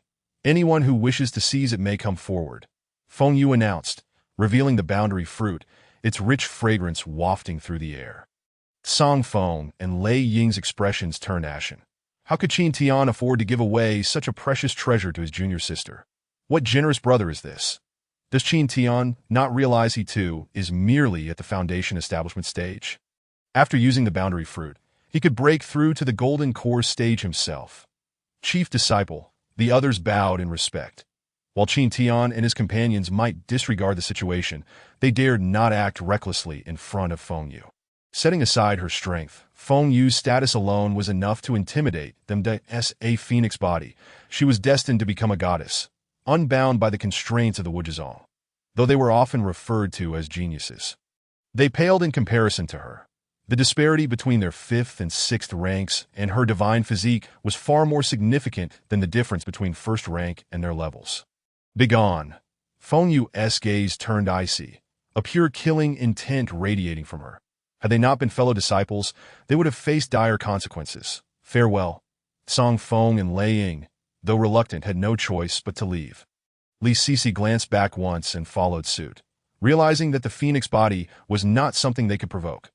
They were destined to remain as leaders of the Wuzhizong, while Feng Yu would undoubtedly rise as the ruler of the Eastern Wilderness. Ha, a bunch of cowards! Qin Tian laughed heartily, showing no mercy, which only deepened the discontent among the others, who muttered under their breath about his arrogance. Thank you, junior sister, he said, his expression softening as he acknowledged her. This spirit fruit held immense value for Qin Tian, enough to elevate him to the Golden Core realm, yet he had willingly given it to her. Moreover, he had come to her aid during the beast tide. Feng Yu smiled instinctively. Brother, should anyone dare to lay a hand on me in the future, you may come to my aid. She wondered if the traces of battle were left by him. If so, those adversaries would surely stand no chance against Qin Tian. All right, he replied without hesitation, dismissing notions of masculinity. Having someone strong to rely on was a blessing. The time for the competition is drawing near. Qin Tian remarked as he observed the flickering teleportation array. The teleportation talismans had begun to activate, and the participating disciples would soon be sent back.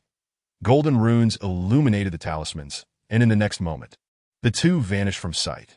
These teleportation talismans were truly miraculous, allowing for swift escape in times of danger. Qin Tian stored the talisman away. The returning disciples must submit their teleportation talismans. These talismans work because of the guiding formation set up in the Xian Beast Mountain Range. And outside of it, they would lose their function, there's no need to hoard them, Wajizi stated. Such talismans, capable of ignoring distance and teleporting at will, were beyond the means of the Wujizong to produce. What a pity, but there are regional restrictions. Qin Tian tossed the talisman aside. The An elder of the Wujizong stepped forward, announcing, "We shall now reveal the rankings. The top 10 will represent the Wujizong in the 12 Cave Heavens tournament." Additionally, the total rewards for this competition are as follows. The Qi Refinement Group has announced its rewards. First place receives 20,000 Spirit Stones, second place garners 10,000, third place 5,000. Fourth place 1,500, fifth place 1,400, sixth place 1,300, seventh place 1,200, eighth place 1,100, ninth place 1,000, and 10th place 900. A fully realized Qi Refinement practitioner earns a meager salary of merely 40 Spirit Stones per month. To secure the 10th position now equates to nearly 2 years' worth of salary, while the first place reward is a staggering 20,000 Spirit Stones, amounting to the equivalent of 40 years' income. Such a sum is sufficient to procure a genuine foundational item. For those in the Qi Refinement stage, Spirit Stones can practically purchase 99% of the necessary cultivation resources. The first place award of 20,000 Spirit Stones has ignited a fervor among the disciples, as it represents an astronomical figure for those at this stage. In past competitions, the first place in the Qi Refinement group barely exceeded a few thousand Spirit Stones. How infuriating! Had I known, I would have exerted myself to the utmost. Many Qi Refinement disciples lament their missed opportunity, feeling they have squandered a monumental chance. Only the 6th grade prodigy, Tang Sun, remains composed, as if the Spirit Stones were destined for him. 20,000 Spirit Stones, splendid. This will allow me to acquire a genuine foundational item. Tang Sun murmurs. Congratulations, junior brother Tang. To encounter such fortune merely 3 months after entering the sect, the first place in this Qi Refinement group is undoubtedly yours. Someone remarks that, of course, who in the Qi Refinement group can compete with junior brother? Tang Sun stands in a league of his own, having even slain a foundational beast, surpassing an entire realm in battle. Numerous disciples from Songxiong Peak incessantly boast about Tang Sun. Although Tang Sun has only recently commenced his journey, his extraordinary talent has propelled him to achieve the pinnacle of Qi Refinement within 3 short months, eclipsing many who have trained for years. How can you be so certain of your first place when the rankings have yet to be announced? Xiao Yin chuckles softly. Are you suggesting you intend to contend for the top spot? Tang Sun scoffs, confident in his superiority, despite not understanding how a seemingly incompetent individual like Xiao Yin possesses 6th grade talent. However, even among those with 6th grade talent, there exists a disparity. Indeed, retorts a group of disciples from Songxiong Peak. Unable to contain their derision. Junior brother, why bother with a frog in a well? The first place is undoubtedly yours. Qin Tian pats Xiao Yan on the shoulder, aware of Xiao Yan's exceptional talent and fortunate destiny. Such individuals, he believes, are bound to possess extraordinary luck. What my senior brother says is true. They are merely frogs in a well. Junior brother is destined to seize first place. Xiao Yan is filled with confidence. For under the guidance of Yao Lao, his prowess far surpasses that of ordinary peers. Qin Tian. While Feng Shimi is indeed a paragon of talent, not everyone is endowed with a divine physique. Song Feng interjects, appearing behind Tang Sun, irked by his previous misfortunes at Qin Tian's hands, that my junior brother is a supreme genius, rivaling Feng Shimi. Ridiculous. Feng Shimi is a phoenix body, a rarity that appears once in a millennium. Do you truly believe that every individual you encounter is a genius? To aspire for first place is mere folly, Song Feng sneers. Let us wager, then, on who will emerge victorious. Absolutely. Song Feng is resolute, refusing to believe that Xiao Yin, having only entered the sect for a mere month, could possibly rival Tang Sun. The guidance and resources Tang Sun has received are far beyond what Piao Peak can offer, as they come directly from their master. Who on Piao Peak could provide such teachings? There is no one, that only someone like Feng Yu, with a divine physique, could warrant such an exception from the sect leader to study under the best of the 9 peaks. Xiao Yin lacks such privileges. While 6th grade talent is indeed rare, it is not sufficient to merit special treatment from the sect. Let us wager your high-grade magic sword then, Qin Tian suggests, eyeing the sword in Song Feng's possession, deeming it quite suitable for Xiao Yin. Song Feng hesitates, wondering why his sword would be the stake in a bet between juniors, but realizing that backing out would be embarrassing. Rest assured, senior brother. This time, my junior brother has slain a foundational beast, and he will surely claim first place. Tang Sun is brimming with confidence, for to kill a foundational beast at the Qi refinement stage is an exceedingly rare feat, indicative of true genius, regardless of the faction. Song Feng, hearing this, relaxes. After all, even he would struggle to achieve victory against someone who has fought successfully across realms. Indeed, 6th grade talent is truly formidable. Very well, but what will you wager? Song Feng asks Qin Tian. With a flick of his hand, a high-grade magic sword appears before them. Let us wager this high-grade magic sword. You are indeed at a significant advantage. Agreed. Song Feng's interest is piqued. A high-grade magic sword is worth several times more than his own. The rankings for the Qi refinement group are about to be announced. 10th place, Kong Yufan. 9th place, Chen Ming. 8th place, Wei Chun. 7th place, Ho Wei. 4th place, Shi Xiaoyao. The announcement of places 7th to 10th does not stir much excitement. The focus of attention is always on the first place, or at the very least the top 3. 3rd place, Nailan Rongro. 2nd place, Tang Sun. 1st place, Xiao Yin. The elder does not delay, swiftly revealing the names of the top 3. My apologies, but first place is mine, Xiao Yin states with a slight smile. Song Feng and Tang Sun are astonished, unable to fathom how Xiao Yin could have claimed the first position. Accept your losses gracefully, Song Feng concedes, reluctantly handing over the magic sword to Qin Tian, aware that failing to do so would tarnish his reputation. Xiao Yin has only been in the sect for a month, yet he has secured first place in the Qi refinement group. He cannot merely be an ordinary 6th grade prodigy. Indeed, one wonders how Qin Tian discovered such talent. With Feng Yu and now Xiao Yin, Piao Peak boasts 2 remarkable geniuses. Numerous elders whisper among themselves, their words laced with envy. A 6th grade prodigy is something many main peaks lack.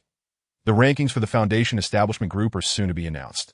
The rewards for this group, still in spirit stones, are 10 times those of the Qi Refinement Group, with first place receiving 200,000 spirit stones. As both currency and essential resources for cultivation, spirit stones can almost purchase everything needed for the Foundation Establishment stage.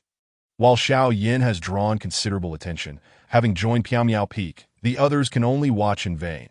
The Foundation Establishment Group is clearly more captivating than the Qi Refinement Group, as the disciples at this stage represent the mainstream strength of the sect. Foundation establishment signifies the bedrock of cultivation. Those who excel at this stage often achieve great success in the future. Songqiong Peak, Hanyu, 10th place. Alchemy Peak, Hanling, 7th place. Spirit Plant Peak, Jiangxiaoxiao, 6th place. Array Peak, Ningchuan, 5th place. 100 Flowers Peak, Yanlai, 4th place. Disciple of the Sect Master, Junei Oshi, 3rd place. 2nd place, Qin Tian, 1st place. Feng Yu. Qin Tian secured 2nd place. Surely there are hidden machinations at play. Did Feng Yu assist him in slaying the beast? Numerous participants in the Foundation establishment stage begin to vocally express their suspicions, for they are well aware of Qin Tian's capabilities. He has only recently entered this stage, so how could he possibly achieve 2nd place? The elders of the Wujizong remain silent, particularly Tsang Lantian, who would have reacted vehemently if there were any foul play. Alas, this was purely Qin Tian's own achievement. Qin Tian is indeed exceptional. Both Junei Oshi and Yen Lai, remarkable talents in their own right, have fallen before him. The rankings for the Golden Core stage revealed Song Feng in 1st place, Lei Ying in 2nd, and Li Sisi in 3rd, with the Peak Masters dominating the top 8. The 9th and 10th spots belong to 2 disciples from Song Feng Peak, a predictable outcome given its status as the strongest main peak. The reward for first place in the Golden Core stage is a low-grade spirit weapon. Song Feng smiles as he accepts his prize, having just lost a high-grade magic sword only to acquire a spirit weapon now. With the competition concluded, the top 10 disciples are instructed to rest and prepare for their journey to Lingshu Sect in 7 days. Lingshu Sect, the mightiest of the 12 caves, has historically hosted the Cave Sky Grand Competition, a long-standing tradition that has faced no objections from other factions. Though merely a cave faction, Lingshu Sect possesses profound depth and likely already boasts the strength to rival major sections. The authority of Lingshu Sect looms large among the 12 caves. Ti Piaomiao Peak, senior brother, how impressive. To achieve second place, Xiao Yin exclaims. What significance does second place hold? Qin Tian waved his hand dismissively, stating that the second place was merely a fluke. Had it not been for the beast tide, he would not have intended to intervene at all. Now, trouble loomed as he was compelled to participate in the Cave Heaven Grand Competition, a prospect he found utterly unappealing that he yearned only to languish in idleness, allowing his junior disciples to toil diligently while he lay back and grew stronger. Qin Tian's expression was somber, and he appeared despondent. Xiao Yin mistakenly assumed that Qin Tian was disheartened for failing to compete with Feng Yu. Senior brother, she consoled, second sister is an unparalleled genius endowed with a divine physique. Even if you lose, there is nothing to lament. How peculiar, the old man mused. Having lived for so many years, he never anticipated that this seemingly average disciple, Yin Er, could secure second place. Elder Yao grew increasingly curious about Qin Tian's methods. Eager to uncover how he had achieved such a feat, Feng Yu's first-place finish was entirely expected, given her divine physique. Moreover, she was shrouded in an aura of inscrutability, akin to an extraordinary being. She cast a sideways glance at Qin Tian, who had surprisingly earned second place, leaving her impressed. And those battle scars, could they truly be remnants of Qin Tian's combat? The Phoenix True Fire, by rights, should only be wielded by her alone. Puzzled, Feng Yu resolved that her immediate priority was to check the system's assessment. The 3-month period had elapsed, and it was time to ascertain the system's rewards. As for surpassing Qin Tian, Feng Yu thought it was of no surprise. Perhaps he had concealed some abilities, yet they paled in comparison to hers. Without uttering a word, she strode directly into the wooden cabin. Senior sister truly works hard, returning only to commence her cultivation once more. That I cannot fall behind. I shall cultivate as well, Xiao Yin declared, following suit. Meanwhile, Qin Tian returned to his chair, acknowledging that cultivation was an impossibility for him. He would never cultivate in this lifetime. Junior brother and junior sister are so diligent. This is commendable, he mused. Feng Yu murmured softly, initiating task assessment. Chapter 61. Task assessment. Failure. Ding. Task assessment commencing. Task requirement. Surpass senior brother Qin Tian within 3 months. Task assessment. Task failed.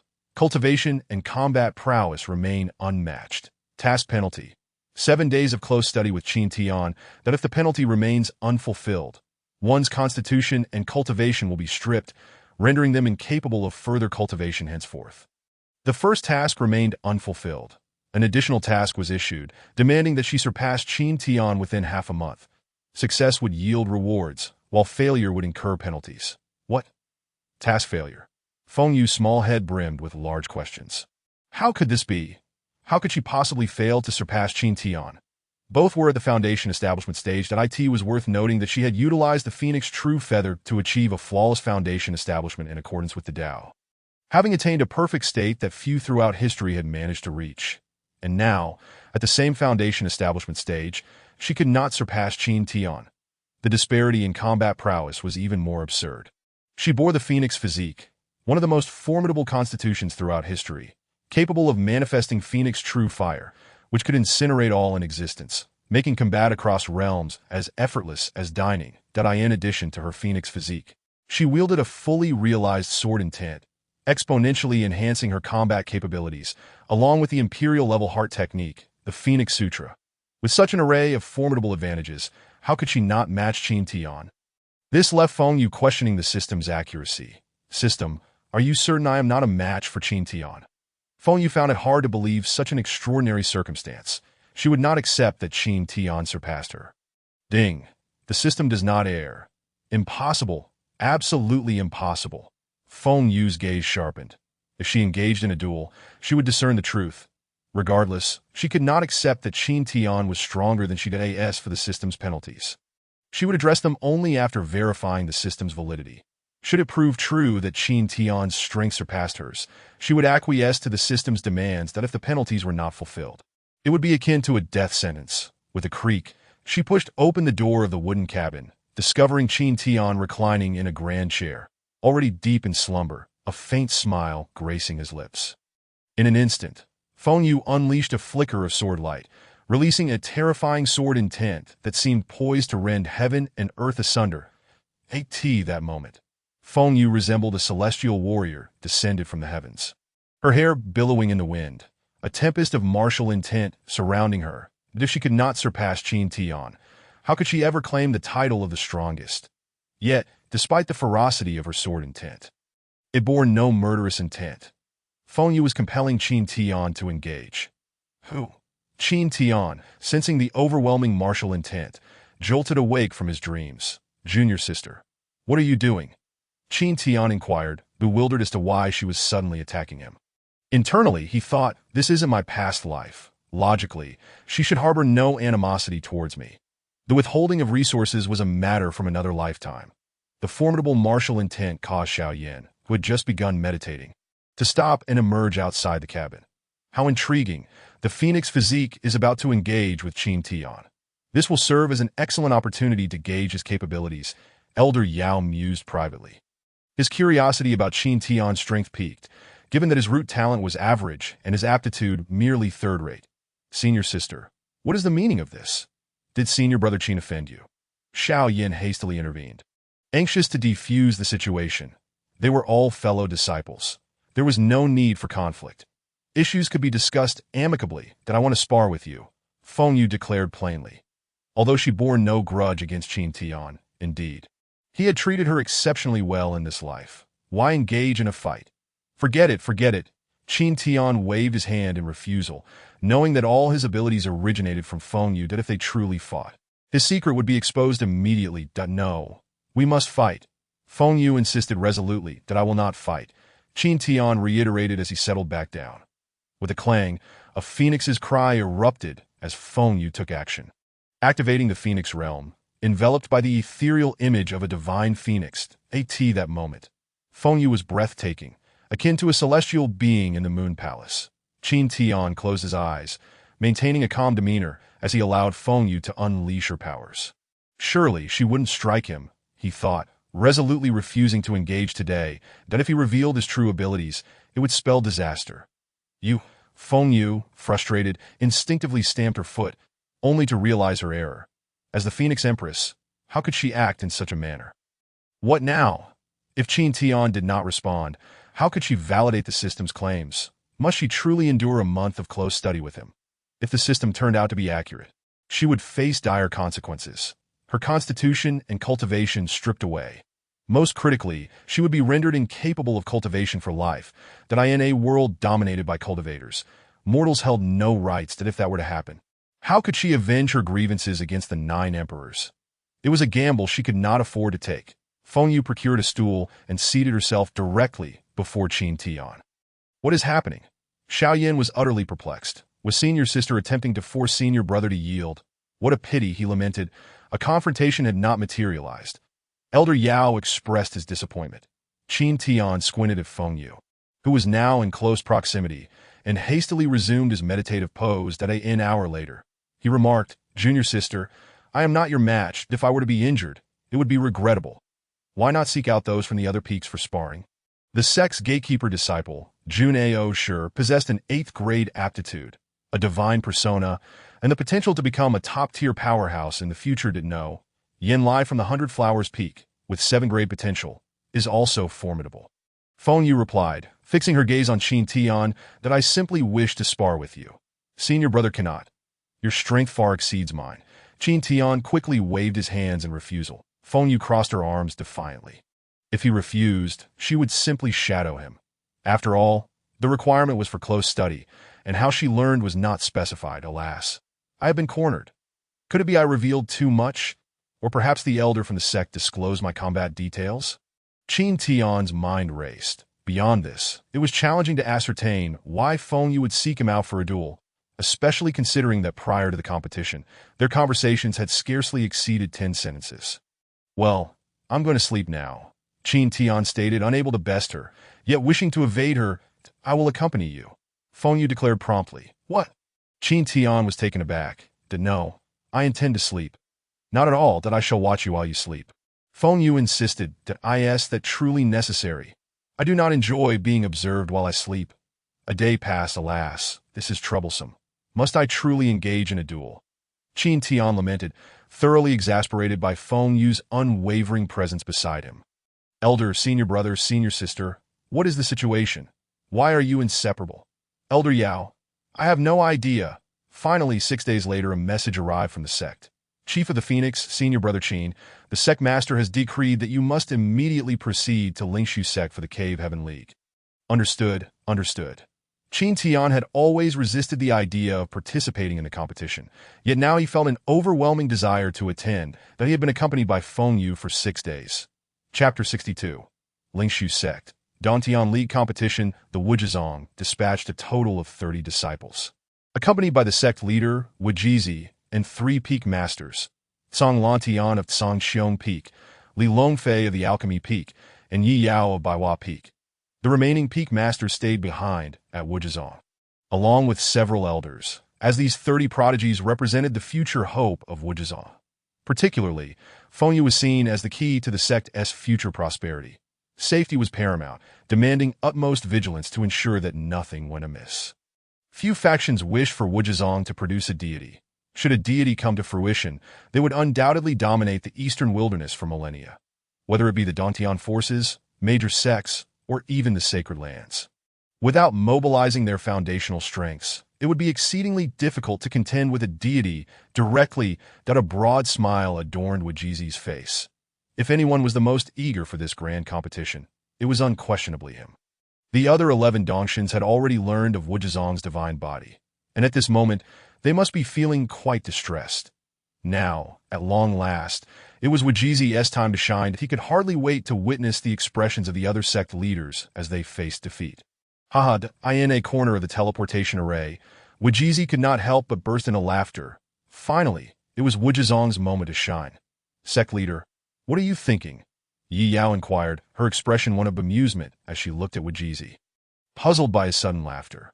Nothing much, just reminiscing about some joyful matters. Wujizi awkwardly waved his hand. Sect leader, this time we shall surely secure an excellent ranking.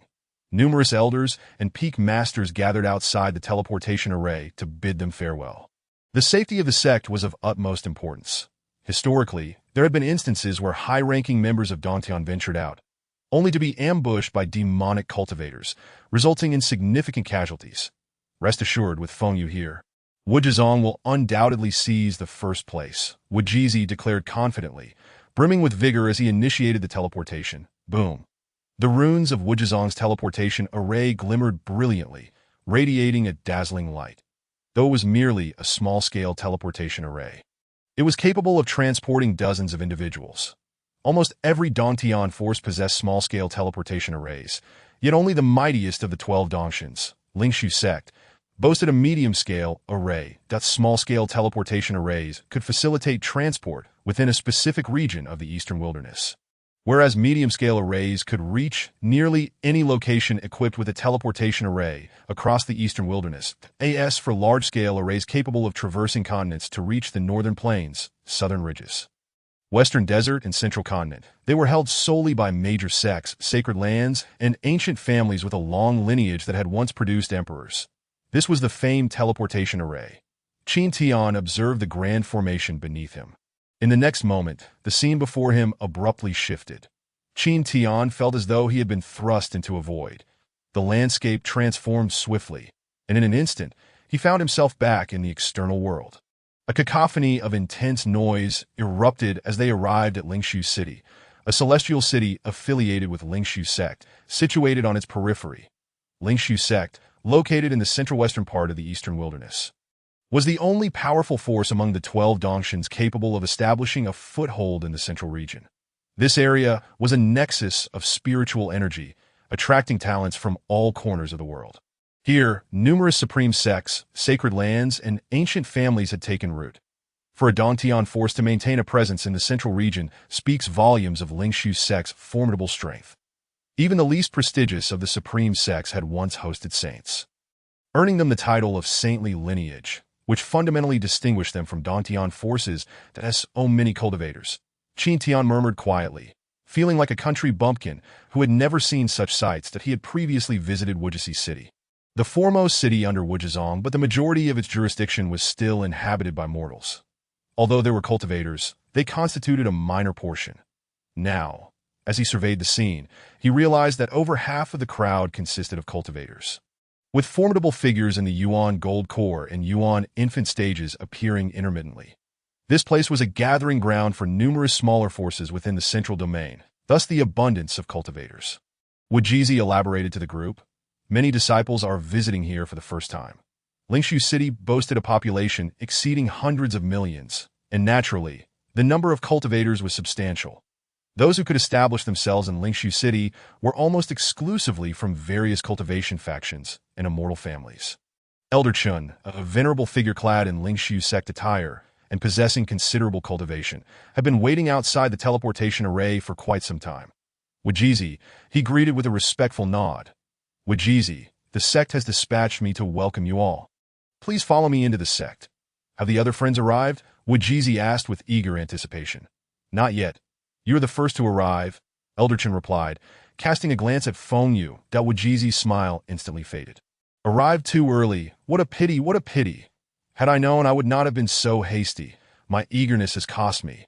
"Presumably, this is the Phoenix body," Elder Chen remarked, looking towards Feng Yu. Though there were 30 young disciples on this journey, Feng Yu's presence stood out like a brilliant gem among them. She exuded an air of aloofness and transcendence, resembling an unparalleled powerhouse, and even he could not help but feel a sense of reverence upon seeing her. This physique commanded such formidable presence. He had encountered other divine bodies before, yet none possessed such overwhelming charisma. The aura radiating from her was comparable to that of the leaders of sacred lands. Indeed, the Phoenix body was extraordinary, deserving of its status as one of the 3 ancient divine bodies. There were numerous types of divine bodies, yet the Phoenix body, True Dragon body, and Shilin body were revered as the 3 supreme divine bodies, regarded as the epitome of divine entities. The group did not linger long in Lingshu City, but proceeded directly toward Lingshu Sect. Nestled within the mountains, Lingshu Sect was shrouded in a grand formation and perpetually enveloped in mist. Without guidance, outsiders could not enter. As they traversed through the fog, a magnificent divine mountain came into view, surrounded by ethereal energy, with divine birds soaring through the sky and a delightful fragrance wafting in the air.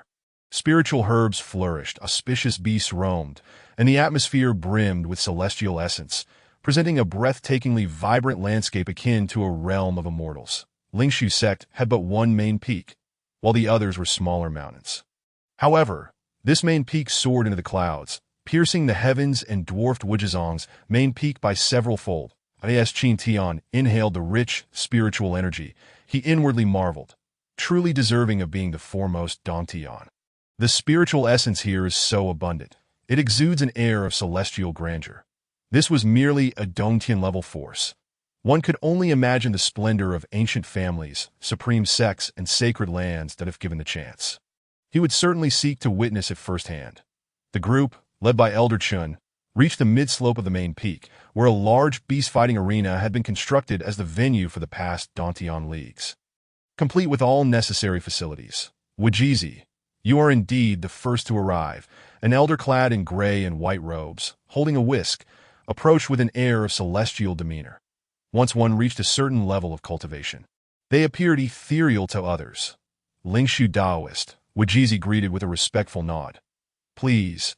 Behind the leader of Lingshu Sect stood a group of young individuals whose eyes sparkled with sharpness. Each radiated an immense aura, embodying the true essence of youthful prodigies and standing out among their peers. Historically, Lingshu Sect had dominated the rankings in past leagues, but this time, the emergence of Feng Yu was an unexpected variable.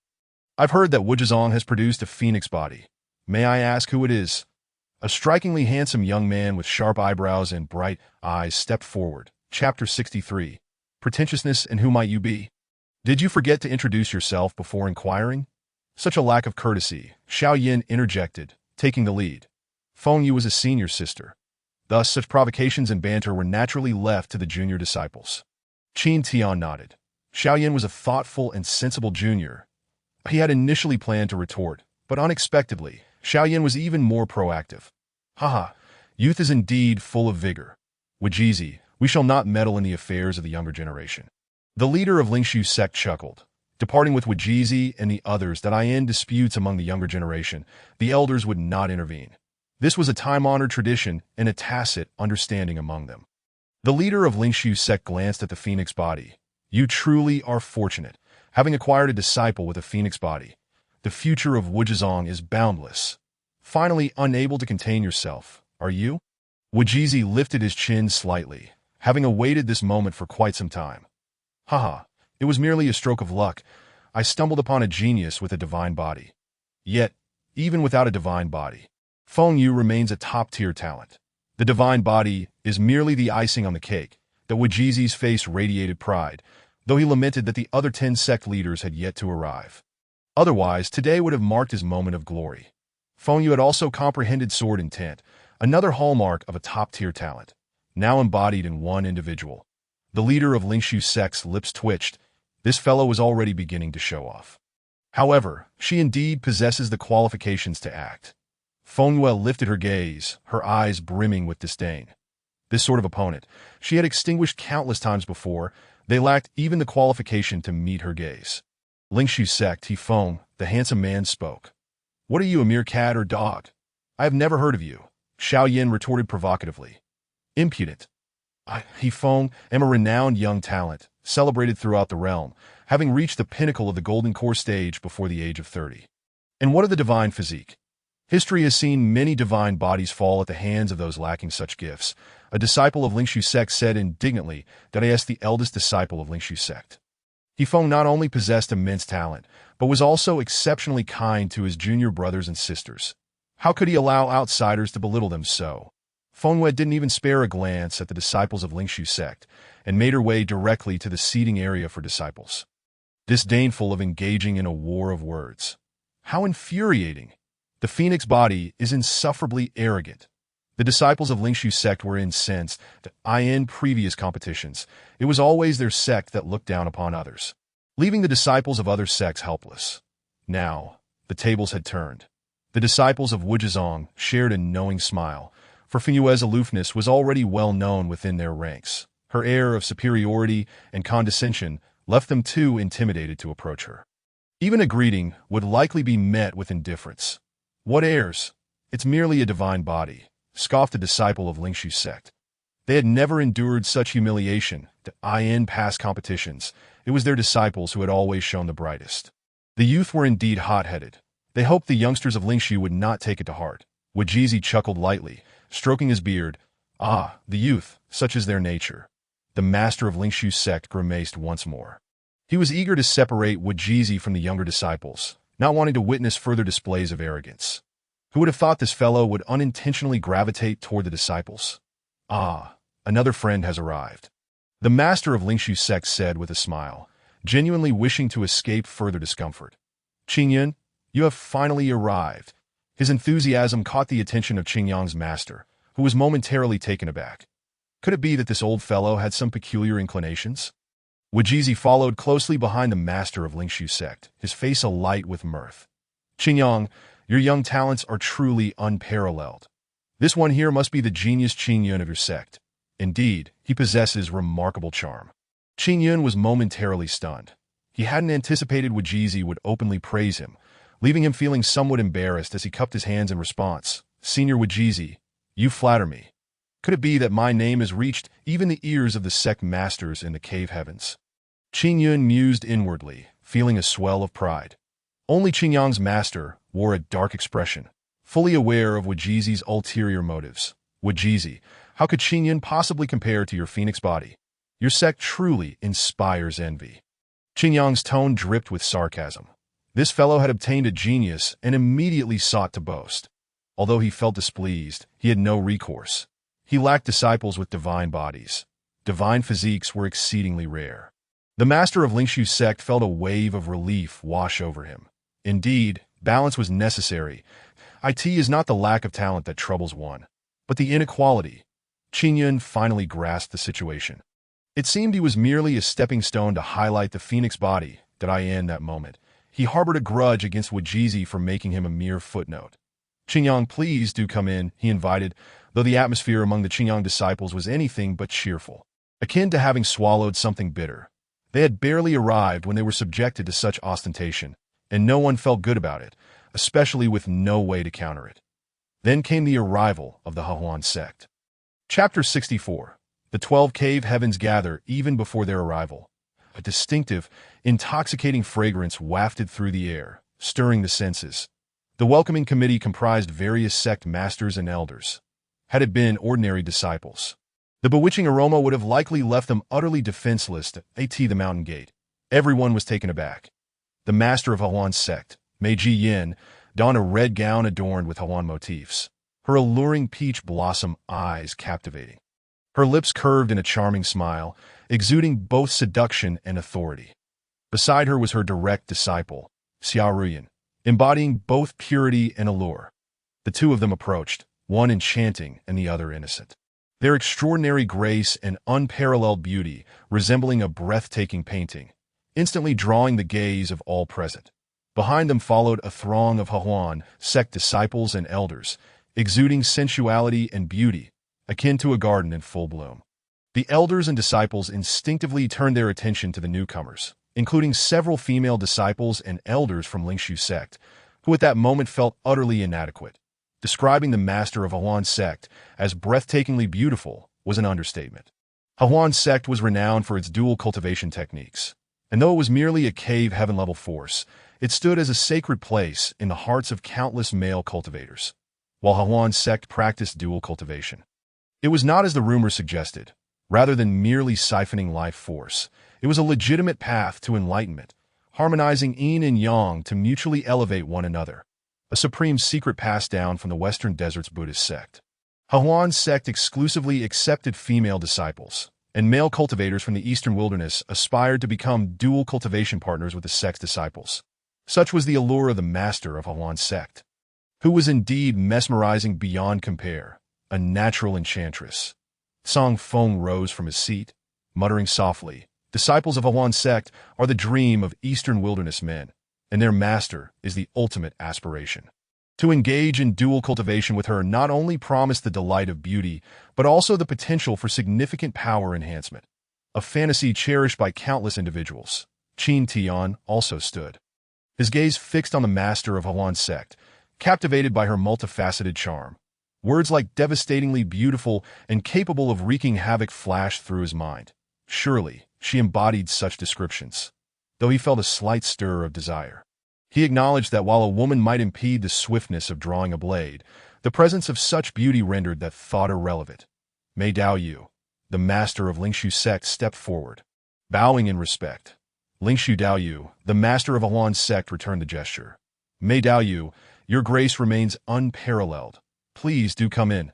The master of Hahuan's sect nodded.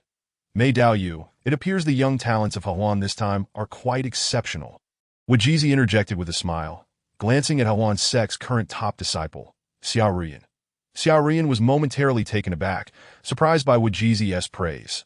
Wujizi Daoyu, you flatter me, she replied courteously, before heading toward the main platform. Wujizi furrowed his brow. Was this the end of the conversation? The master of Lingshu's sect secretly chuckled. Without anyone willing to play along, the pretense felt rather forced as the various cave heaven forces continued to arrive. Wujizi approached each one, inciting irritation in many, yet they had no choice but to endure.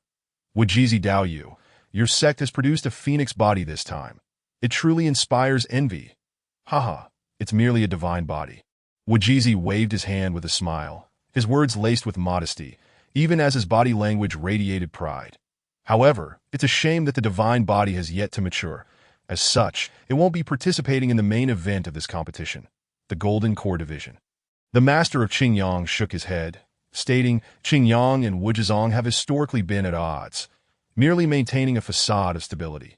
The border between Qingyang sect and Wuzhizang has given rise to countless conflicts, gradually accumulating to the point of becoming irreconcilable enemies. Both sides, in their quest for expansion, require the subjugation of the other. Although Donghuang is vast and resource-rich, there remains little unclaimed territory, compelling any ambitions for growth to rely on seizing what belongs to others. The previous leader of Qingyang sect was severely wounded by the former leader of Wuzhizang, disappearing thereafter, leaving us uncertain of his fate. It is unfortunate that the divine body has yet to fully develop. Throughout history, the number of undeveloped divine bodies far surpasses those that have matured. The master of Jindao spoke up, the enmity between Jindao sect and Wuzhizang has deep roots. Although it differs from the geographical grievances and mortal enmity between Qingyang sect and Wuzhizang, the unresolved conflicts persist. The rivalry of blades and swords has existed since antiquity, and no one knows its origin. Those who wield swords and those who wield knives are naturally at odds. Yet this is merely a conflict of ideals, each believing themselves superior. One remark from the master of Jindao abruptly chilled the previously harmonious atmosphere. Our Wuzhizang possesses the strength to ensure the successful growth of the divine body. This was not a deliberate display of arrogance.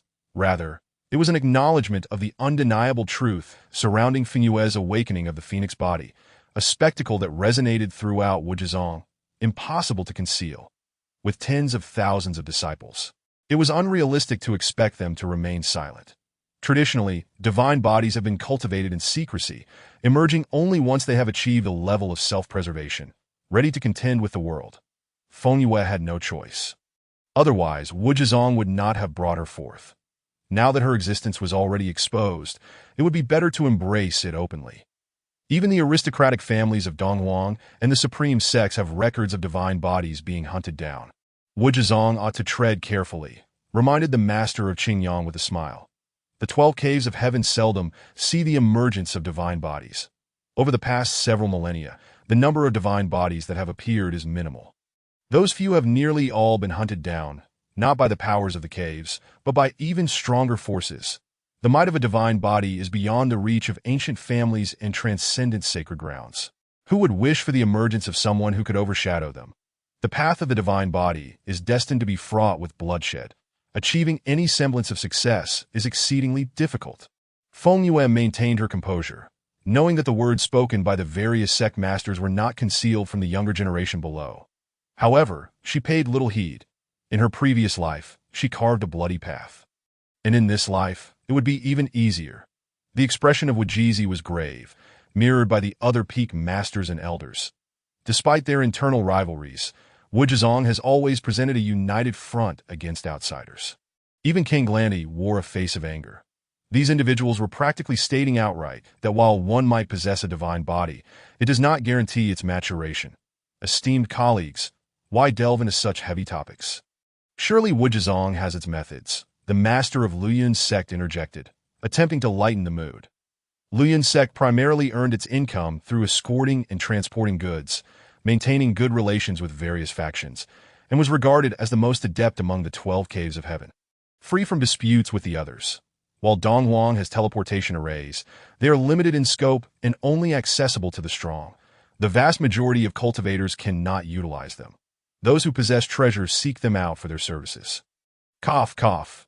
Gentlemen, let us discuss the rules for the upcoming grand competition. The master of Lingshu coughed lightly, a scene that often unfolded. While the 12 caves of heaven ought to be united against external forces, the reality is that significant discord exists among the 12 factions. You speak wisely, Lingshu Daoist. Let us deliberate on the rules of the tournament, echoed the master of Huan's sect. This time, among the 12 factions, 360 participants were present, with each group consisting of 120 of the finest talents from the 12 caves of heaven. That Lingshu's tone shifted as he added, additionally, there is another matter that I believe you are all aware of, the imminent emergence of the dragon vein ancient tomb. The crowd remained silent, clearly having already heard this news. In Donghuang, it is relatively easy for a cave sect leader to acquire such information. The dragon vein ancient tomb is rumored to be the resting place of a formidable true dragon body that achieved the status of an emperor before its demise. The true dragon emperor, a human emperor from 600,000 years ago, was exceptionally powerful. Regarded as the strongest of his era in his time, he suppressed other emperors, and his name echoed throughout the world. The legend surrounding him could fill volumes. Yet this awe-inspiring true dragon emperor left no lineage, and his treasures have never circulated among the living. The legendary imperial artifact, the True Dragon Pearl, vanished following the True Dragon Emperor's passing. Lost to the annals of history for 600,000 years, the tomb of an emperor, who dominated his era without leaving a legacy, is filled with his treasures. This prospect is enough to drive the world into a frenzy. No faction remains unmoved by it. It is said that the Dragon Vein ancient tomb appears once every 10,000 years. Who would have thought it was finally time for its reemergence? Indeed, the Dragon Vein ancient tomb has manifested numerous times, and while many treasures have been extracted, the True Dragon Pearl has never been seen. The True Dragon Pearl, crafted through the True Dragon Emperor's life, could become the profound foundation of any faction, ensuring its prosperity for 1,000,000 years. This time, the major sacred grounds have agreed to grant our 12 caves of heaven 10 slots, the master of Lingshu stated. Only 10 slots. The master of Qingyang frowned deeply. With 12 caves, how are we to allocate a mere 10 slots? This was utterly unreasonable. The 12 caves have been granted only 10 slots. The master of Luyan echoed his dissatisfaction. Even a single slot per faction is unattainable. Their sacred grounds and families always send their most talented disciples, yet we are restricted once we reach our caves. All 12 masters were filled with discontent, realizing that this meant some factions would inevitably be excluded from entering the Dragon Vein ancient tomb. Since it only appears once every 10,000 years, missing out would mean losing an immense opportunity. The master of Lingshu shook his head, an expression of helplessness on his face. Having 10 slots is already a considerable fortune. 1,000 years ago, there were merely 5 slots for the 12 caves of heaven. The 12 caves of heaven have grown significantly stronger over these millennia.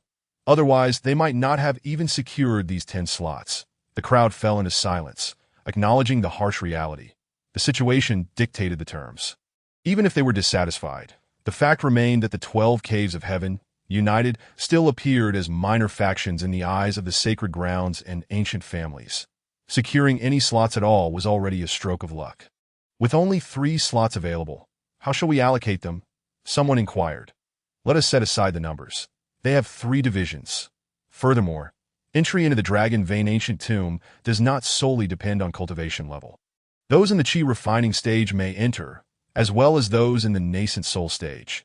The gains of a nascent soul cultivator may not necessarily exceed those of a Qi refining cultivator.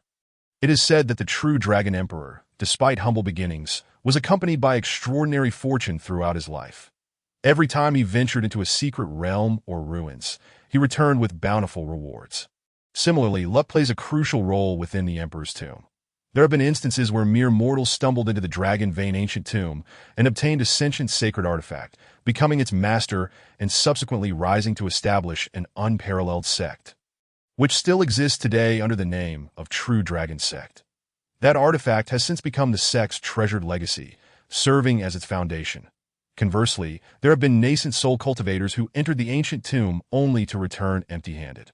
Without hesitation, the master of Lingshu proposed, in my opinion, let us allocate 2 slots for Qi refiners, 3 for foundation establishment, and 5 for golden core cultivators.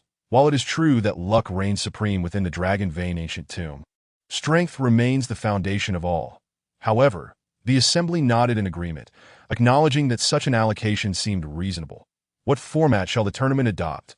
Wujizi inquired. This time, Wujizong boasted numerous prodigies, especially Feng Yue, who was virtually guaranteed to secure a slot. Let us proceed with a ring competition, with pairs competing against one another, the victors advancing. However, the assembly had no objections. While a ring competition may be simple, it is the most effective means to showcase individual strength. Ultimately, entry into the ancient tomb relies heavily on one's capabilities. Then let us commence. The various sect disciples were already aware of the Dragon Vein ancient tomb significance as long as they could enter.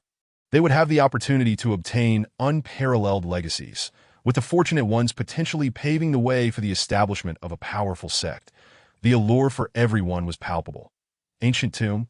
Qin Tian murmured softly. Isn't that just a grave? He harbors no desire to participate, nor does he intend to engage in the endeavor, choosing instead to treat the impending competition as a mere formality. The very notion of a tomb of such a legendary figure evokes an air of peril. The great emperor, a paragon of unparalleled might in this realm, has surely left behind a resting place steeped in danger. Let the junior disciples take on this risk. I shall refrain from joining them. Qin Tian resolved firmly not to partake in this tomb-raiding venture, to his astonishment. It is the dragon vein ancient tomb. The elder Yao's consciousness stirred with agitation. Elder, is this ancient tomb renowned? Asked Xiao Yin. Having been born in the minor immortal city, he had scarcely encountered such a formidable entity as the dragon vein ancient tomb. In his eyes, the Wuji sect was already a colossal force. A bastion of power. Renowned is an understatement. This tomb has been a repository of treasures for hundreds of thousands of years, Elder Yao exclaimed with fervor. Though he had never set foot there, he had heard countless legends surrounding it that we must go to this tomb. Elder Yao's voice was resolute. Once inside the ancient tomb, you may discover tremendous opportunities. Xiao Yin, as the child of destiny, relied upon fortune. Very well, Elder, Xiao Yin replied solemnly. Though he remained unaware of the dragon vein ancient tomb, he placed his faith in Elder Yao's words. The disciples erupted into a cacophony of excitement, yet Feng Yu remained unmoved.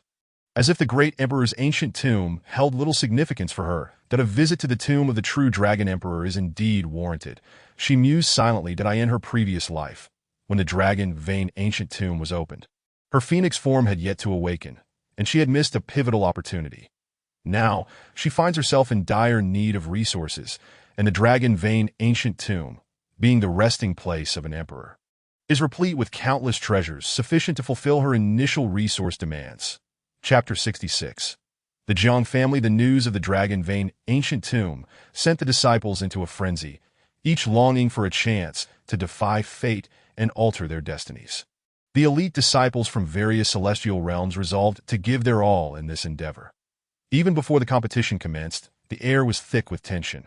The leaders of the various sects and their foremost disciples were all stirred by the revelation. Only Qin Tian remained unfazed, showing no reaction, for he had no need to rely on external means to enhance his own strength. Let us prepare to commence, spoke the sect master of Lingshu. This competition was relatively straightforward, devoid of overly complex rules, and the 12 celestial realms had hosted such contests before. Boom! 2 beams of light shot swiftly toward the ground, crashing down and scattering debris. The visitors, a man and a woman, were both clad in the robes of Lingshu sect elders. The sect master's demeanor shifted to one of gravity. These elders had been dispatched to monitor the dragon vein ancient tomb, and their sudden appearance raised concerns. Had the tomb already manifested? Typically, there would be a gap of several months or even years between its appearance and the moment one could enter. It was worth noting that the news of the dragon vein ancient tomb's emergence had only surfaced a fortnight prior. Sect Master, urgent news to report. The entrance to the spirit vein ancient tomb is opened, and this time, it is situated within the territory of the Wuji sect, in Wuji City, the 2 elders reported hastily. The dragon vein ancient tomb. This is monumental news. Wuji Zi abruptly stood, his expression dark, concealing his true sentiments. The appearance of the dragon vein ancient tomb within the Wuji sect's domain was not a blessing, but rather a calamity. Countless powerful figures and prodigies would converge upon Wuji sect, inevitably plunging it into chaos. When did this news come to light? The sect master of Lingshu inquired urgently. This information arrived unexpectedly. Many factions have yet to respond, for it deviates from the customary patterns observed over the decades. Most likely many are still in preparation. The elder replied that it came to us today that we happened to pass through Wuji City and stumbled upon it, only returning to report thanks to the Wuji sect's teleportation array. Besides you, have any other factions discovered this? The sect master of Qingyang asked, his excitement palpable. Seizing the initiative was a once-in-a-lifetime opportunity for their celestial realm factions. Only the Jiang family of the ancient clan has been present. Upon entering the secret realm, they discovered the Jiang family's jewel, seemingly awaiting the revelation. The elders responded, good. With the Jiang family as the sole competitor, we still have a chance, the 12 sect leaders declared enthusiastically. Let us depart immediately. This tournament is hereby cancelled. Bring all elite disciples. The sect master of Lingshu was exhilarated, for the Dragon Vein ancient tomb had never imposed restrictions on the number of entrants. Only on those of the Yuanying stage. The quotas imposed on their celestial realms were merely the result of control by the sanctuaries and notable families. This was an extraordinary opportunity. Yes, sect master. The various peak leaders of Lingshu sect replied in unison. This was an unparalleled opportunity for Lingshu sect. Quickly, let us set forth that we shall utilize the teleportation array to reach Wuji sect. Lingshu sect possessed a direct teleportation array to Wuji sect, ensuring the swiftest arrival at the scene. Lingshu sect promptly assembled hundreds of disciples, including formidable figures of the Yuanying stage. This spectacle made the other factions feel somewhat uneasy, as they only had 30 disciples. The various sect leaders began instructing their elders to return to their respective sects to rally their disciples. Wuji Z, however, remained unperturbed, for traveling via the teleportation array merely meant arriving at Wuji sect. It appeared that the two elders from Lingshu sect had yet to inform Wuji sect of the Dragon Vein ancient tomb's situation, but the news would soon reach him. Let us go. The sect leaders gestured, and their disciples were swiftly gathered, vanishing from Lingshu sect in an instant, only to reappear outside the teleportation array moments later. The disciples stood in bewilderment, entirely unaware of what had transpired. Now standing outside the teleportation array. What is happening? Wasn't this supposed to be the Celestial Realm Tournament, a contest of champions? Why are we suddenly at the teleportation array? I have no idea. Have the rules of the competition been altered? Qin Tian casually regarded a sect leader and gleaned the news of the Dragon Vein ancient tomb from his background. Wuji City. Qin Tian suddenly recalled having seen the Zhang family's jewel from the ancient clan during his visit to Wuji City. Seemingly in search of the secret realm, the ancient clan had produced emperors and stood on equal footing with the sanctuaries. The status of their little princess even surpassed that of the sanctuary's holy sons and daughters. After all, the little princess of a notable family was the inheritor of a prestigious bloodline.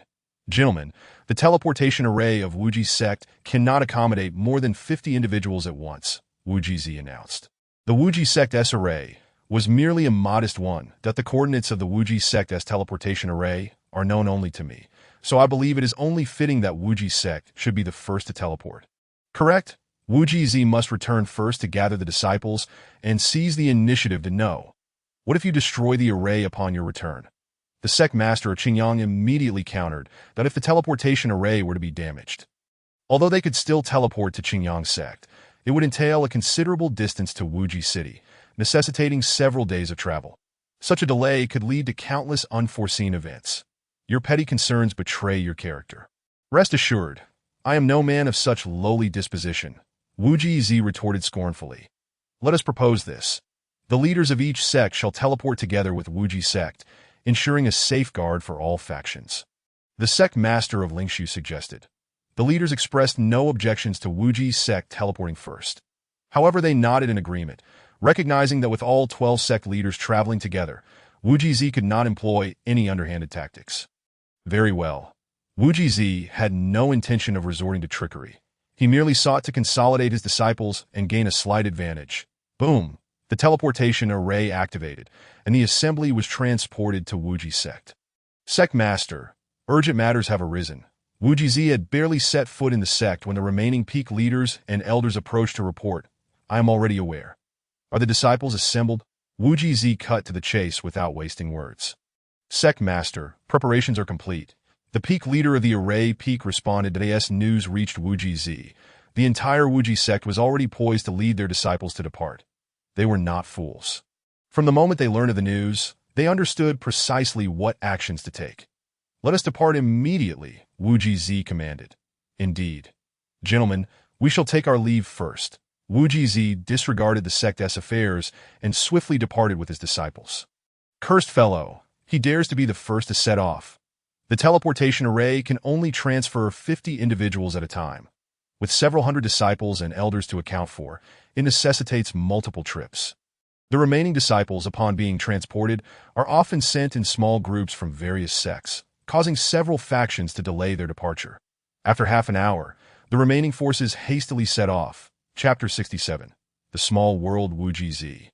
Along with numerous peak masters and elders, raced forward with their disciples. Their speed was akin to lightning, leaving behind ephemeral afterimages in the vastness of heaven and earth.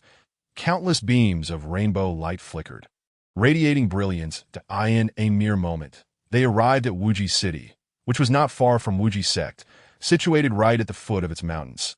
This distance posed no challenge for the powerful, who could traverse it in the blink of an eye. The entrance to the Dragon Vein ancient tomb lay atop a small hill outside Wuji City. Mysterious and enigmatic, the Dragon Vein ancient tomb did not exist within the realm of reality, but rather within a dimensional space. It wandered unpredictably through this space, with its appearances throughout history having varied locations, sometimes in the eastern wilderness, and at other times potentially in the northern plains or the western desert on the small hill. A hazy glow emanated, and a luminous portal gradually materialized. Behind this portal, an ancient, mysterious, timeless, and profound spectacle unfolded before everyone's eyes. A secluded small world.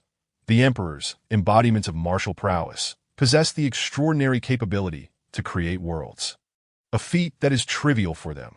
This is also a burial method chosen by many emperors after their passing, interred within a small world. Beyond the portal, a throng of wandering cultivators had gathered, drawn to the entrance. However, a group of splendidly dressed cultivators riding fiery steeds blocked the path that a large banner displayed the character Jiang, representing the ancient clan of the Jiang family, a formidable force that dominates the eastern wilderness.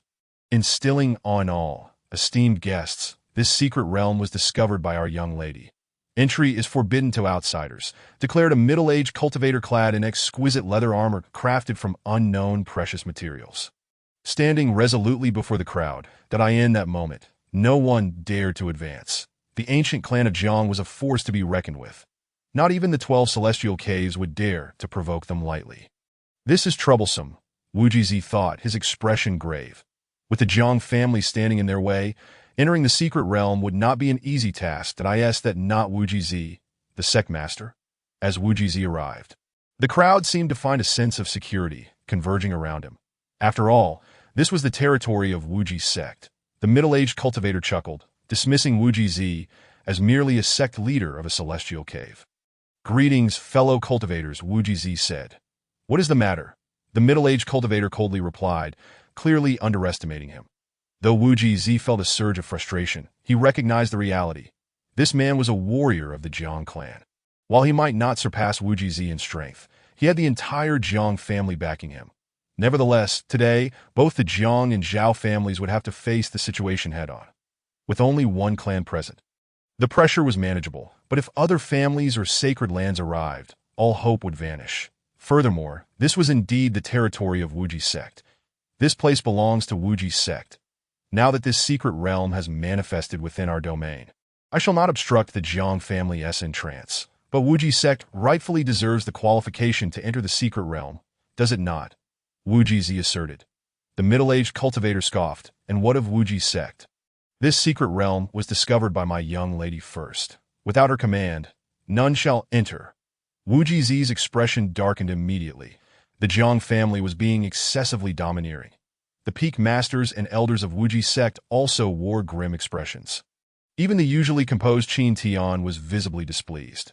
After all, Wuji's sect was his home, and it felt like their sanctum was being violated without recourse. Indeed, is the Jiang family not being overly arrogant to obstruct our entry onto our own territory? Zhang Lantian spoke in a deep tone. Even if the Jiang family is powerful, such blatant oppression will not go unchallenged by Wuji's sect. Indeed, this is intolerable. A chorus of elders from Wuji's sect rose in agreement that in terms of strength, Wuji's sect had mobilized its entire force, surpassing the few warriors of the Jiang family by a significant margin. Uncle Zhou, allow them to enter. The secret realm belongs to all of us. A melodious voice chimed as a graceful figure emerged from the light curtain, revealing Jiang Xie, the young lady of the Jiang family. Jiang Xie radiated like a splendid sunset, exuding enchanting brilliance. Her hair cascaded to her waist, and a charming dimple graced her cheek, giving her a playful, ethereal demeanor akin to a sprite. Upon her appearance, she shone like the moon, her beauty rivaling that of Feng Yu. The middle-aged cultivator bowed. Young lady, these individuals are but a bunch of useless lot. How dare they aspire to the Emperor's tomb? The true Dragon Emperor intended for all to have the opportunity to obtain his legacy, and considering his humble origins, perhaps only those of true fortune will have the chance to inherit it. Jiang Xie replied softly. The middle-aged cultivator grew anxious. Precisely for this reason, we cannot allow these worthless individuals to enter. A mere holy artifact once birthed a supreme, great sect. If someone were to obtain the inheritance, it could very well lead to the emergence of another emperor. The eastern wilderness is already too congested to accommodate more clans and sacred lands. Currently, with the 9 emperors hanging in the balance, there is but one imperial seat, and one wishes to see it snatched away by others, he added. Young lady, this is simply impossible. Enough. I have already stated that entry is permitted, so do not speak further. Jiang Xie asserted firmly. Thank you, young lady Jiang. Wu Jizi expressed his gratitude with a bow. Enter, Wu Jizi urged the disciples, fearing Jiang Xie might change her mind. There is no need for haste, although the portal to the small world has opened. The imperial tomb within has yet to be unveiled, Jiang Xie said softly. However, the disciples of Wuji's sect cared little for such nuances. They feared they might not even gain entry into the small world. What? Feng Yu furrowed her brow, glancing at Jiang Xie. Is she a divine body? And of an extraordinary caliber. Among divine bodies, there exists a mutual sense of awareness. Feng Yu sensed this too, yet she paid it no mind. In this lifetime, she would sweep away all adversaries of the clans. Jiang Xie, in turn, did not regard her as a significant threat. Unbeknownst to Qin Tian, despite his reluctance to enter, he succumbed to the sect master's insistence and followed the crowd inside. Not long after Wuji's sect had entered, the remaining celestial caves began to arrive in succession. However, Ling Su, the sect master, remained unfazed that in the presence of various sacred lands and clans, he would naturally feel a sense of helplessness.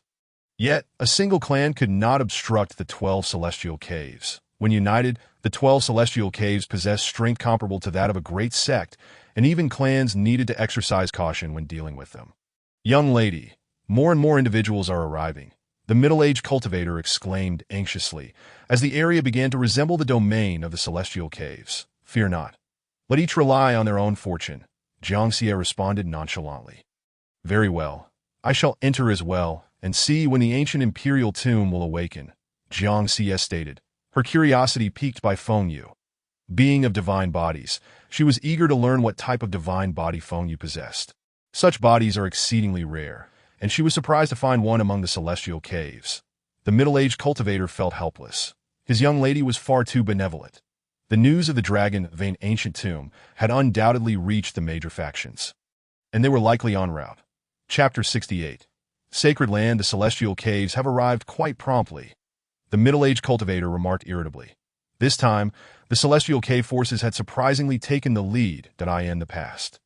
They would have been granted a few spots as a special favor. Is&T the Zhang family, even faster. Ling Su chuckled, instructing his disciples to begin entering as long as they entered the small world. The major families and sacred lands would be left with little recourse in peer competition among disciples. Even if they were not as strong as the sacred lands or families, the disciples of the 12 caves would not be far behind. Possessing enough ability to protect themselves one after another, disciples from the various celestial caves entered. Unfortunately, only a few hundred disciples from Wuji's sect and Ling Su's sect had arrived, while the other celestial caves had only sent 30 talented disciples thus far. This is the small world. As Qin Tian stepped through the light curtain, a brand new world unfolded before him. The small world was vast and boundless.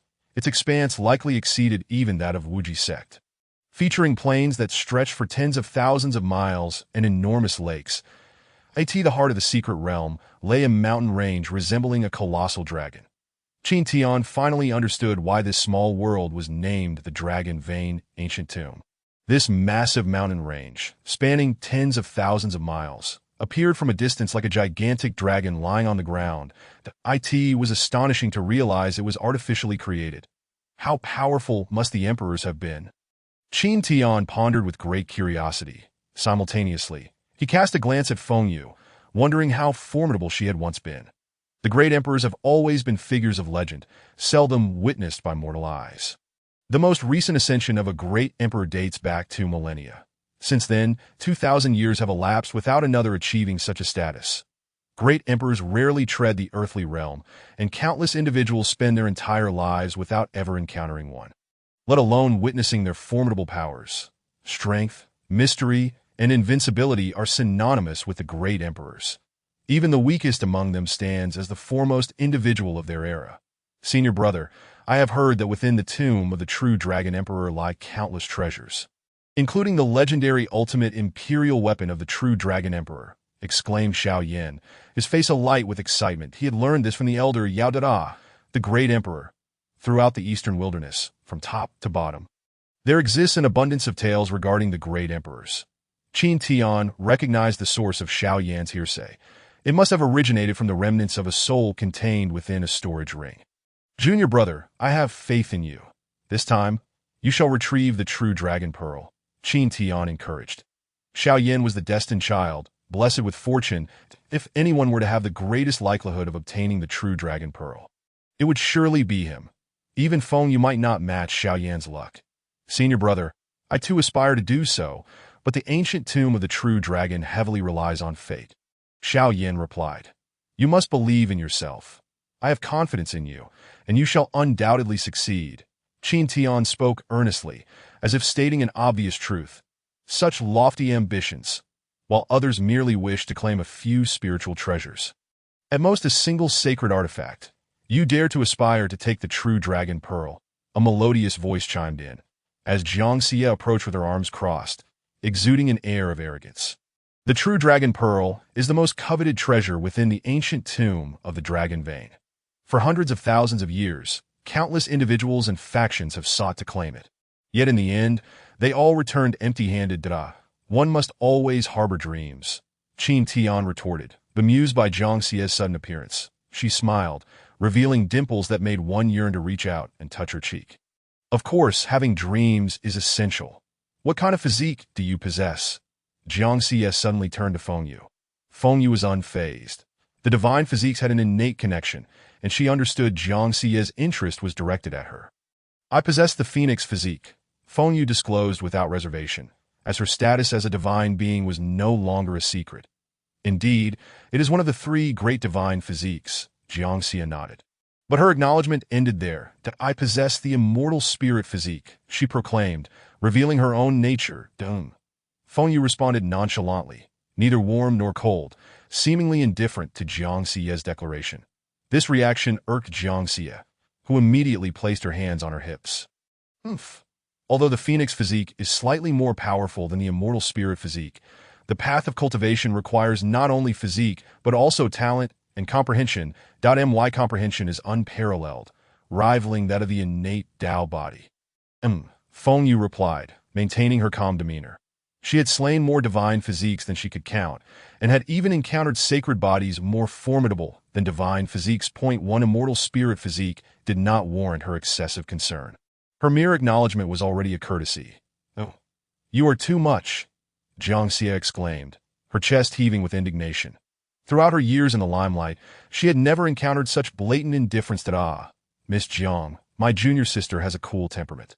Please do not take it to heart, Qin Tian interjected hastily, keen to mediate. After all, Jiang Xie was a precious gem of an ancient family, and he could not afford to offend her. Yes, my senior sister is like this. She treats everyone in the same manner, Xiao Yan added in agreement. The ancient families were not to be trifled with. Even Elder Yao had advised maintaining good relations with them. Very well, I shall forgive her and not stoop to her level, Jiang Xie declared, hands on her hips, retreating to one side in silence. What a predicament! Qin Tian lamented, bewildered by the peculiar temperaments of these women, that he was not adept at dealing with them. What a hassle! Women truly are troublesome. May the tomb of the emperor open soon. Thus, 3 days passed without a hint of movement from the emperor's tomb. The timelines of the small world and the emperor's tomb did not synchronize. Over the next 3 days, more and more factions arrived, including several supreme sects and sacred lands. The ancient families, Zhao, Qian, and Xin Yuan, joined forces with the Jiang family, constituting 4 ancient families.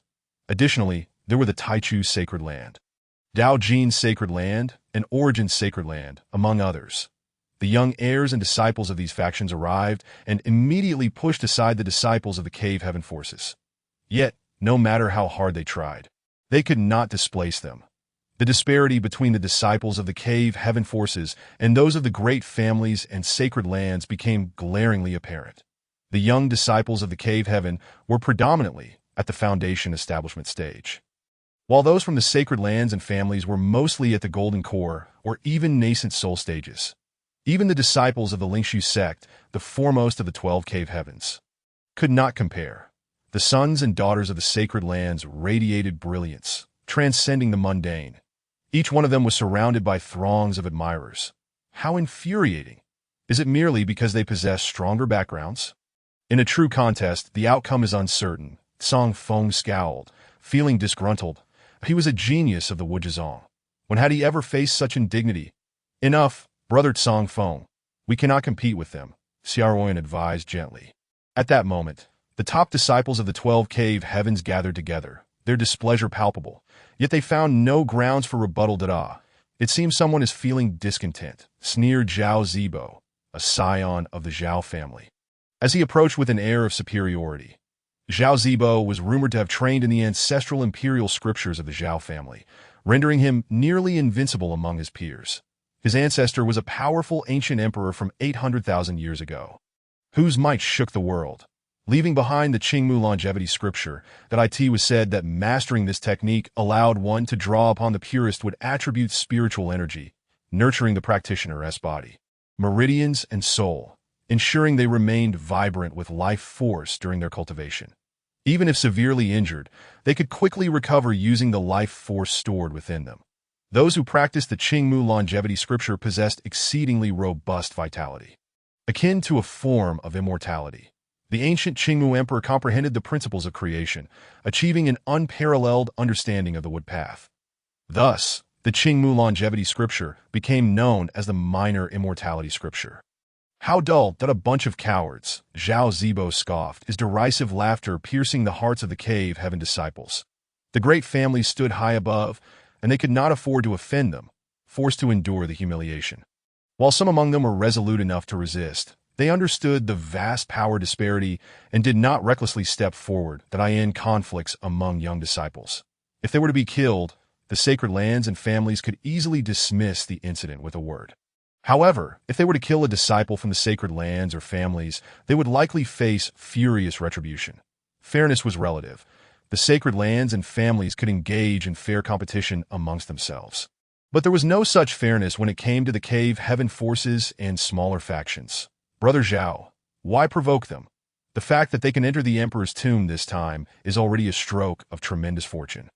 Chuckled Qian Wei from the Qian family. By the way, Qian Wei continued, shifting the topic, I have heard that this time, the Wuzhizong has produced a phoenix physique that I wonder who she is. His gaze roamed over the Cave Heaven disciples before finally resting on Feng Yu. Withdraw your gaze or face death. Feng Yu's voice was icy, as if the person before her were merely an ant she could easily crush. Qian Wei did not take offense. Rather, he smiled at my lady. You must be the phoenix physique. Such a physique is invaluable. Once it matures, it belongs among the highest of divine bodies, with few physiques in the world able to rival it.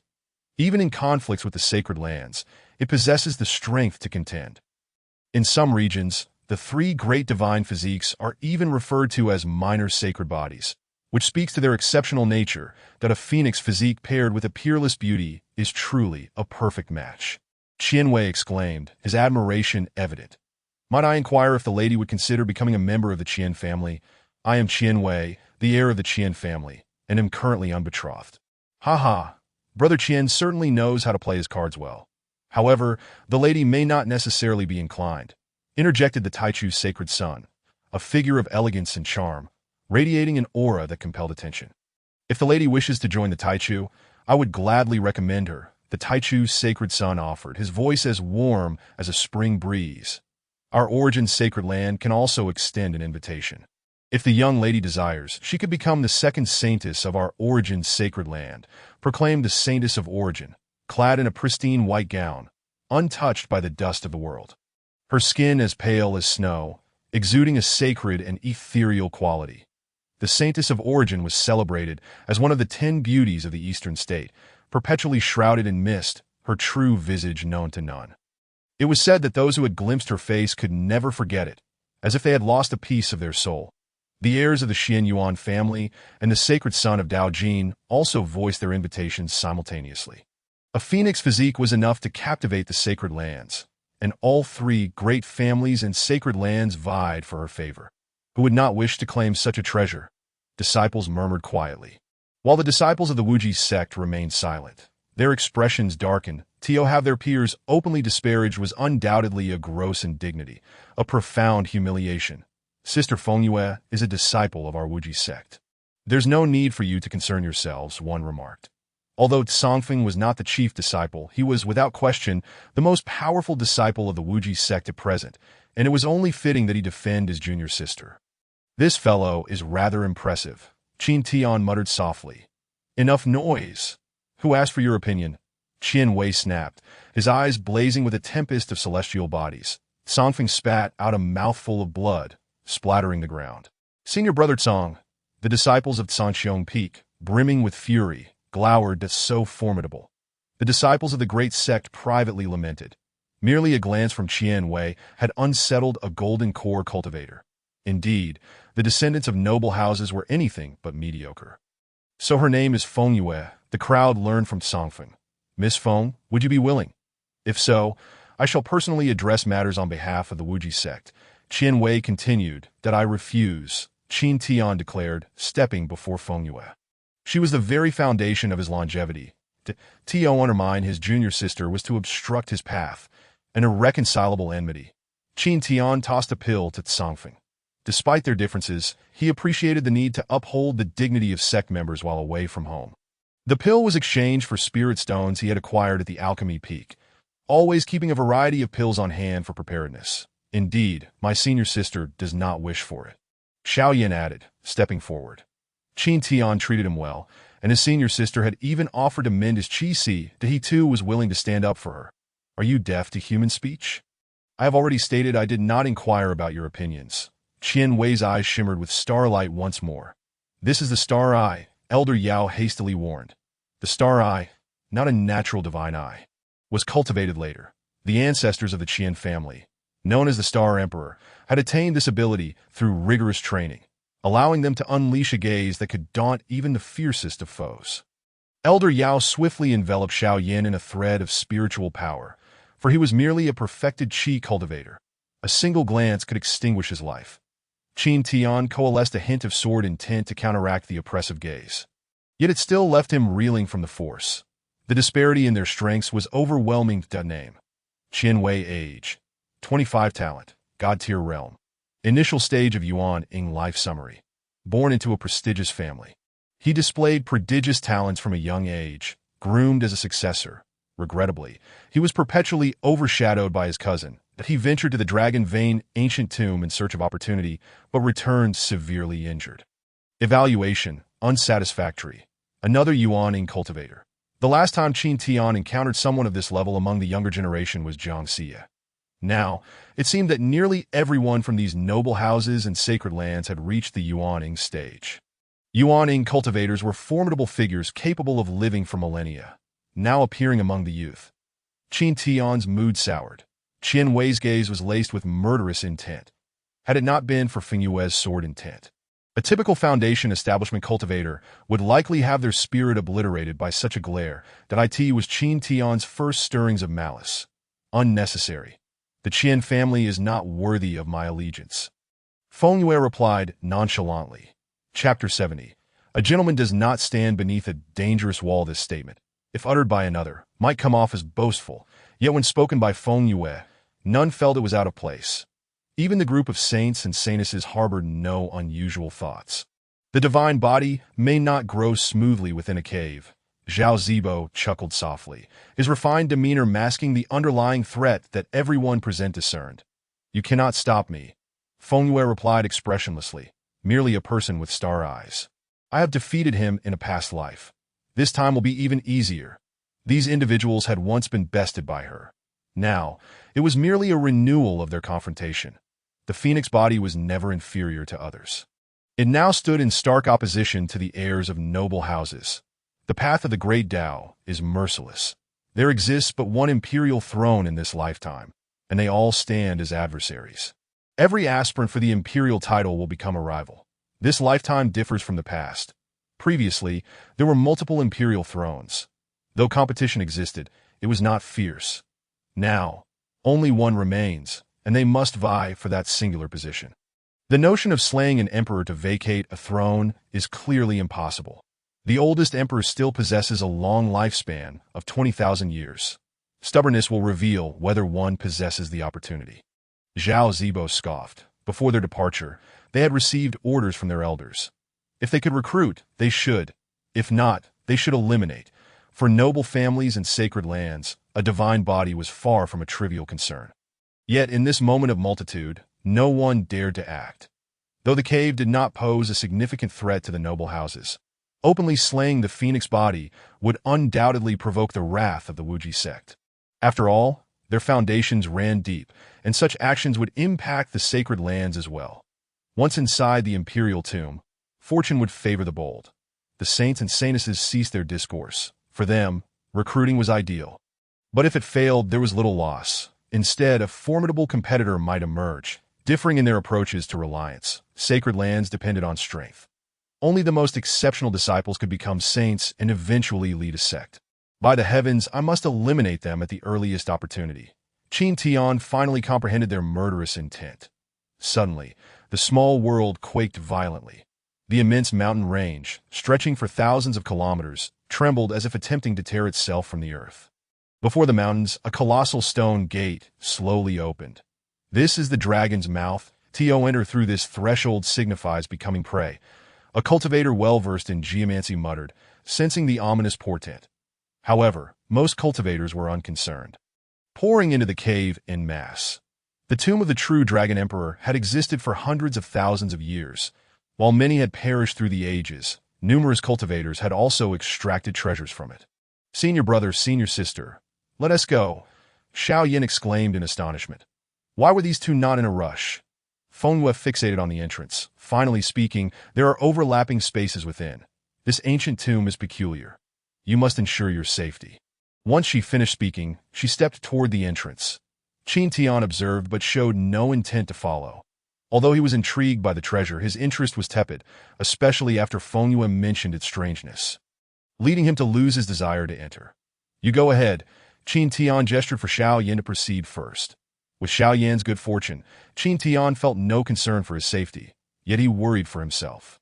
Qin Tian glanced back, not only refusing to advance, but also retreating slightly. As the imperial tomb opened, several major forces arrived in succession, each passerby casting a glance at Qin Tian. Why has this fellow stopped here? They wondered. Perhaps he fears for his life. Many had perished in the dragon vein ancient tomb, naturally deterring those who were timid. Not a chance, Qin Tian muttered. Why risk it when I can reap the benefits? Let the junior disciple strive for glory. Point 1 was the reincarnation of an emperor, possessing vast knowledge and myriad means. The other had the support of an elder, ensuring his safety, and bore great fortune. Making him secured, he, however, had only an external advantage and nothing else. Thus he dared not take risks. Qin Tian retrieved a Grandmaster's chair from his storage ring and reclined leisurely beside it. This scene left the continuously entering young generation dumbfounded. Brother, this is the Emperor's tomb, a place of both crisis and opportunity. Are you here for a picnic? Yet, none paid him any heed, continuing to enter the tomb. How infuriating! I overslept, a silvery, bell-like voice rang out. It was Jiang Xie of the ancient Jiang clan. Having initially entered and grown bored, she left, only to awaken now that the imperial tomb had opened. Arriving too late. She, who had been the first to discover the tomb, was now the last to enter. This is maddening. Jiang Xie fumed, her cheeks puffed like a pouting child. What is this fellow doing here? Jiang Xie's gaze fell upon Qin Tian, who was enjoying a moment of tranquility with his eyes closed. Did I ask this fool really asleep? She thought, so foolish. Suddenly, Qin Tian abruptly opened his eyes. He was startled to find a face hovering above him. What are you doing scaring me? He exclaimed. Why aren't you going in? Don't you know the imperial tomb is opened? Jiang Xie inquired. Why is that any of your business? Qin Tian retorted, irritated by her sudden appearance. After speaking, he turned away, intent on resuming his peaceful slumber. Something is off about this guy. Has he discovered some secret? This is indeed the imperial tomb, an irresistible temptation for all under heaven, even for the sovereign of the Holy Land who cannot be exempted. The ancient tomb of the dragon vein relies upon destiny. Accompanying him, Jiang Xie remained steadfast at his side. After 2 hours, she could no longer contain herself and exclaimed, "Hey, what exactly are you waiting for?" "Waiting for nothing," Qin Tian replied, utterly bewildered. What was this foolish girl doing here? Had she nothing better to do after a hearty meal? Are you truly not planning to end her? Jiang Xie suddenly sensed that Qin Tian was not jesting. Of course not. Do you think I am joking? Qin Tian retorted, his tone laced with irritation. Then you have made this lady wait for 2 hours for no reason. Jiang Xie placed her hands on her hips, initially believing she had uncovered a secret, only to realize it was a mere figment of her imagination. This simply won't do. She, Jiang Xie, was known for her exceptional intellect and could not afford to suffer such a loss. With a raised brow, Jiang Xie demanded, Hey, what are you doing? Upon seeing Jiang Xie grasp his clothing tightly, Qin Tian felt an ominous premonition. You must accompany me inside. Otherwise, you owe this lady for making her wait these 2 hours in vain. With that, Jiang Xie forcefully propelled Qin Tian outside. Chapter 71. A reluctant entry. Qin Tian gazed at the pitch-black entrance, unable to suppress a cry of alarm. It was evident that this cavern was no benign domain. Well, who told you to deceive me? Jiang Xie clapped her hands, her face brimming with self-satisfaction. Subsequently, she soared into the entrance. With a dull thud, Qin Tian fell heavily to the ground, seething with indignation towards the insufferable woman. It was she who insisted on waiting beside him. Rising to his feet, he surveyed his surroundings. The cavern's entrance was adorned with luminous night pearls, each radiating a gentle glow. These night pearls had endured for 600,000 years, yet still emitted a faint luminescence.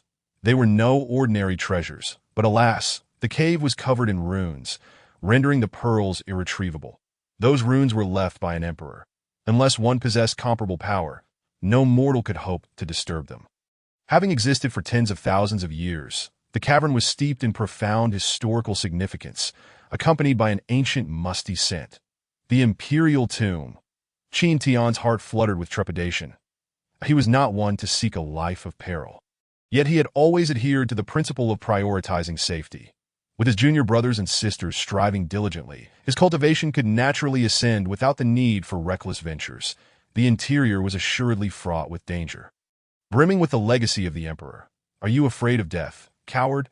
Jiang Xie observed Qin Tian's cautious glances, clearly sensing his fear. Of course. This is the imperial tomb. One misstep could reduce one to mere bones. Qin Tian was not one to feign bravado in the face of danger. Those who are timid cannot become formidable. Your root constitution is ordinary. If you do not dare to take risks in search of fortune, you may find yourself stagnating for life. Jiang Xie, as a celestial spirit body, could sense the innate qualities of others. Qin Tian's constitution was too mediocre, and it was likely he would soon hit a cultivation bottleneck. That cannot be said for certain. I am destined to become a great power. Qin Tian declared with unshakable confidence. As long as one of his junior brothers or sisters could flourish, he too would rise accordingly. You're rather confident, but it is of little consequence, Jiang Xie remarked dismissively before turning to leave. Qin Tian glanced back, only to find the entrance had vanished from view. Once one entered the imperial tomb, there was no turning back. One could only traverse from the dragon's head to its tail. He had learned much during those idle days. This time, due to Jiang Xie's reckless actions, many rogue cultivators had also entered, making them the dominant force, while the disciples from noble families and holy lands were notably fewer. For these rogues, entering the imperial tomb was an immense opportunity. Qin Tian hastened to catch up. After all, 2 were better than 1, at least for safety's sake. Regretting his decision now would be futile. This is all that woman's fault. The dragon vein extended for thousands of miles. Traversing its entirety would surely consume a considerable amount of time. Qin Tian's thoughts raced, and he was acutely aware of the numerous perils that lay ahead, but he firmly believed that even if the tomb of the true Dragon Emperor intended to bestow a legacy upon future generations, It would not simply display its techniques and treasures for all to seize. Various trials and traps were bound to be in abundance, which was precisely why Qin Tian had been hesitant to enter. With his average talent, he was unlikely to attract the emperor's favor and could easily become cannon fodder. Were it not for the system, he would merely be a faceless bystander. The two continued onward. Traversing several dozen kilometers, this stretch was smooth and flat, yet it remained a dark, oppressive cavern. Such a pity. There must have been treasures here in the past, but they have all been taken, Jiang Xie stated. Hands on her hips, gazing at a suspended object above, that it resembled the uvula in a biological throat, often referred to as a small tongue. However, at that moment, the suspended object had vanished. The ancient tomb of the dragon vein had been opened numerous times. All the apparent treasures had likely been claimed, and everyone was now delving deeper. After so many openings, many spiritual artifacts had emerged, even several higher-grade treasures, including sacred artifacts, having been visited dozens of times. There was likely little of value remaining. Qin Tian shook his head. How could this be? The true Dragon Emperor dominated the world for 100,000 years, amassing countless treasures, though many have been unearthed over the years. Even a fraction of his lifetime's collection would be remarkable. Aside from his innate imperial artifact, the true Dragon Pearl, no other ordinary imperial artifacts had surfaced, and even sacred weapons were only a few in number. How could a Grand Emperor possess merely a handful of sacred weapons? As the jewel of the Jiang family, Jiang Xie was well aware of the numerous treasures that had surfaced in past events. For the various factions, the ancient tomb of the Dragon Vein had become a colossal repository of riches. Only a few sacred artifacts have appeared over hundreds of thousands of years. The true Dragon Emperor is rather stingy. It was hardly prepared for the sake of inheritance. Perhaps it was merely a bait. Qin Tian couldn't help but scoff. After hundreds of thousands of years, only a few treasures have materialized, most of which are mundane. The truly valuable artifacts are exceedingly rare, like bait for fish. He mused, "Dio not speak nonsense." If the true Dragon Emperor harbored no intention of inheritance, how could he possibly endanger future generations? Jiang Xie asserted with conviction. Moreover, this is the tomb of an emperor. Be cautious with your words. I must keep my distance from you, Jiang Xie declared, quickly increasing the space between them. Little girl, you better not fall into my hands. Qin Tian muttered under his breath. Though he possessed the influence of Feng Yue and the prowess of Shaoyin, he was still in the foundational stage, while Jiang Xie had already reached the nascent soul stage. Both possessed divine bodies, and Qin Tian felt uncertain if he could truly contend with her. The dragon sigh. Treasures are manifesting. A voice echoed through the passage. Suddenly, a fierce gust of wind surged toward Qin Tian. He quickly crouched down to minimize the wind's resistance. This felt like the breath of a living creature, yet it was akin to a hurricane. Qin Tian's current strength far surpassed that of a typical golden core. Yet he was nearly swept away by this breath. Yes, spiritual treasures in the dim passage above. Shimmering spiritual treasures danced in the air. And Qin Tian knew he could not leave empty-handed, but he summoned his sword. Preparing to seize the spiritual treasures, Jiang Xie moved even faster, soaring through the air to gather all the glimmering treasures. Hey, there are some for me too. You can't hoard them all, Qin Tian exclaimed in frustration. He was merely at the foundational stage and needed to use his artifact to fly, while Jiang Xie, being at the nascent soul stage, could fly freely. Their reaction speeds were simply not on the same level. Treasure hunting relies on one's own merit. Who says the spoils must be shared? Jiang Xie lifted her chin, exuding self-satisfaction. Whether shared or not, it's just a few pieces of spiritual treasure. I wouldn't even bother with them.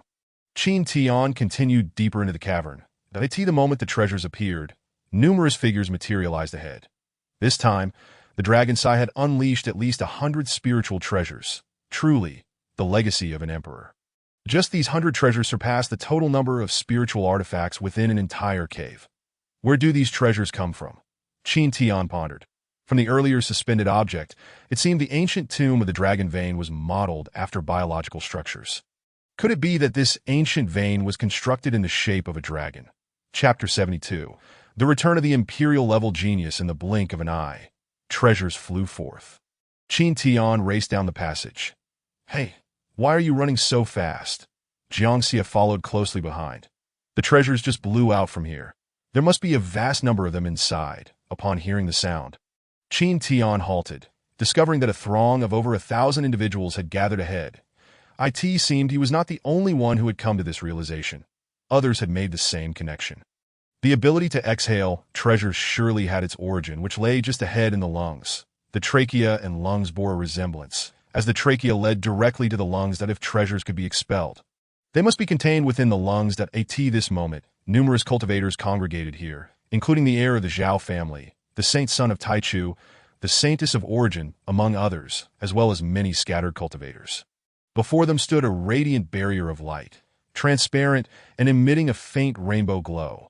Within it undoubtedly lay the treasure trove of the true Dragon Emperor. Moments ago, over 100 spiritual treasures had flown out. Some individuals were visibly excited. The sight of spiritual treasures dancing through the air captivated many scattered cultivators. Alas, there appeared to be no means of entry into this luminous barrier.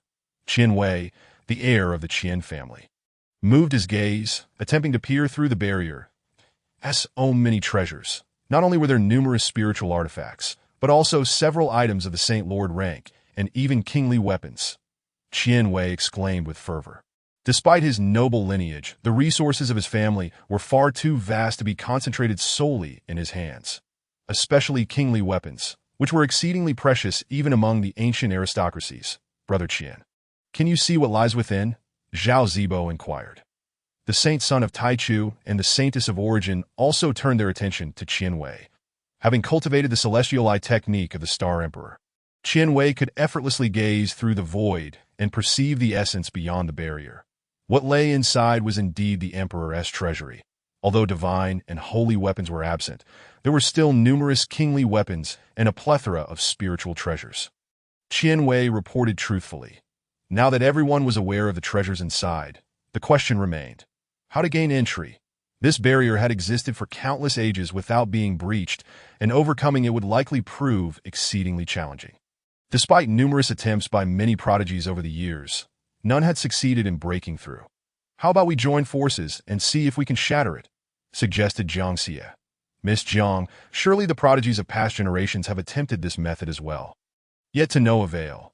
The many small pits on this barrier must be remnants left by ancient individuals, Qian Wei remarked, striking the barrier with a punch, but alas, it did not budge in the slightest. If even the heir of the Qian family could not move this barrier, it seemed we were utterly powerless, lamented Jiang Xie. Indeed, she mused, stepping closer to inspect the barrier, noticing the dense array of pits that were clearly artificially created. Does this mean we have a treasure mountain, yet can do nothing about it? How utterly unfortunate, Jiang Xie thought, unwilling to return empty-handed. No one from the Void Sanctuary here. Could we perhaps harness spatial power to traverse the barrier? Jiang Xie persisted in her hopes. The Void Sanctuary, hidden within the void, rarely emerged. No one had come this time. Cursed barrier!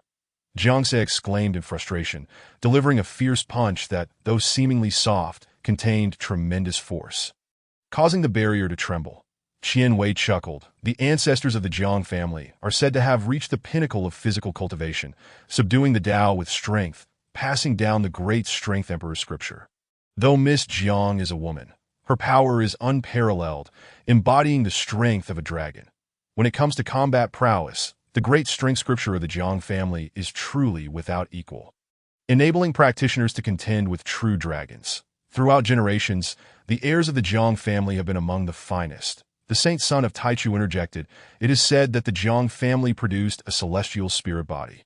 If paired with the great strength Emperor scripture, it would be invincible amongst its peers. That I wonder, Miss Jiang, has the celestial body of the Jiang family come this time? She has not come.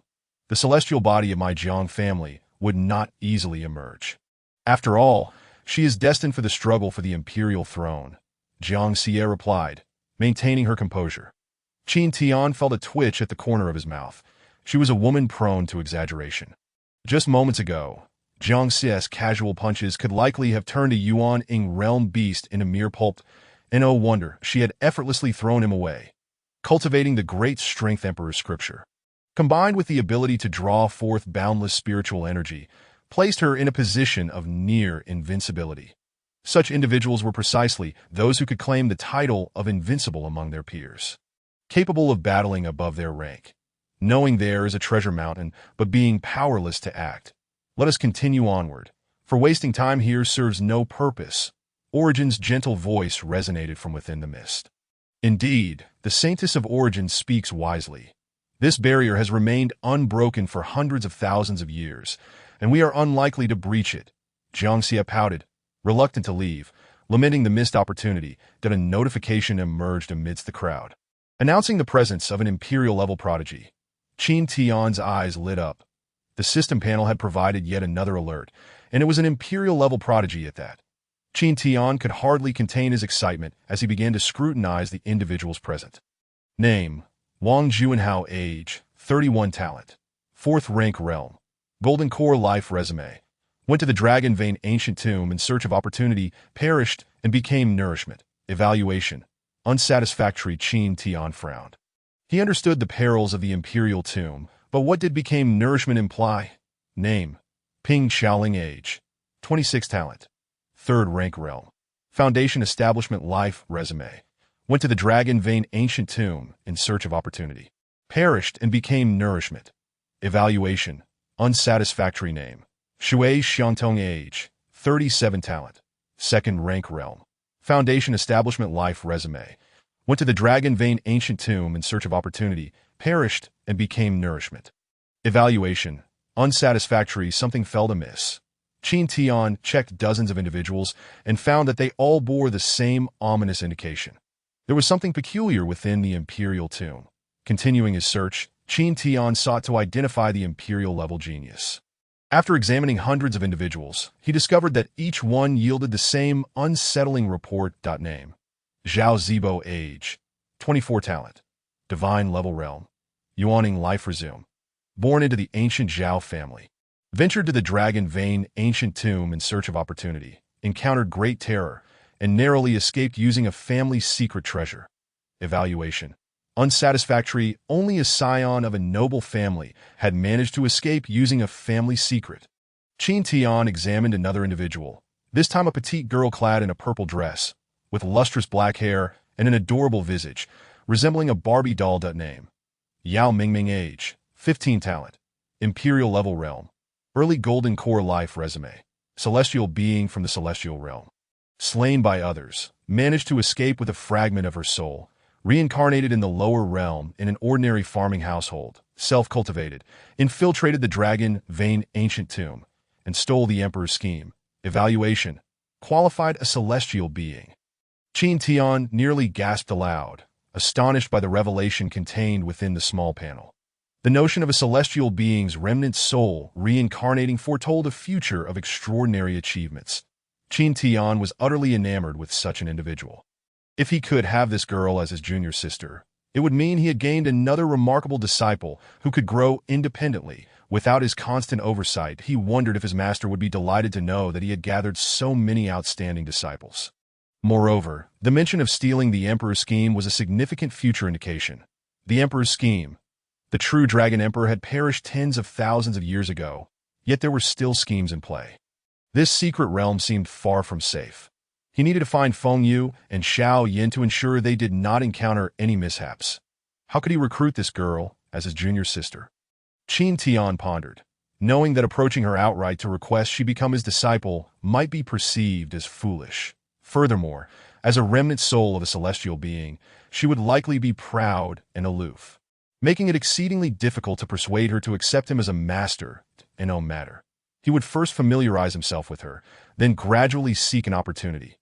Qin Tian approached the girl. It seems there is something strange within this secret realm. Could it be that the true Dragon Emperor still harbors intentions after his demise? Yao Mingming raised an eyebrow, casting a curious glance at Qin Tian.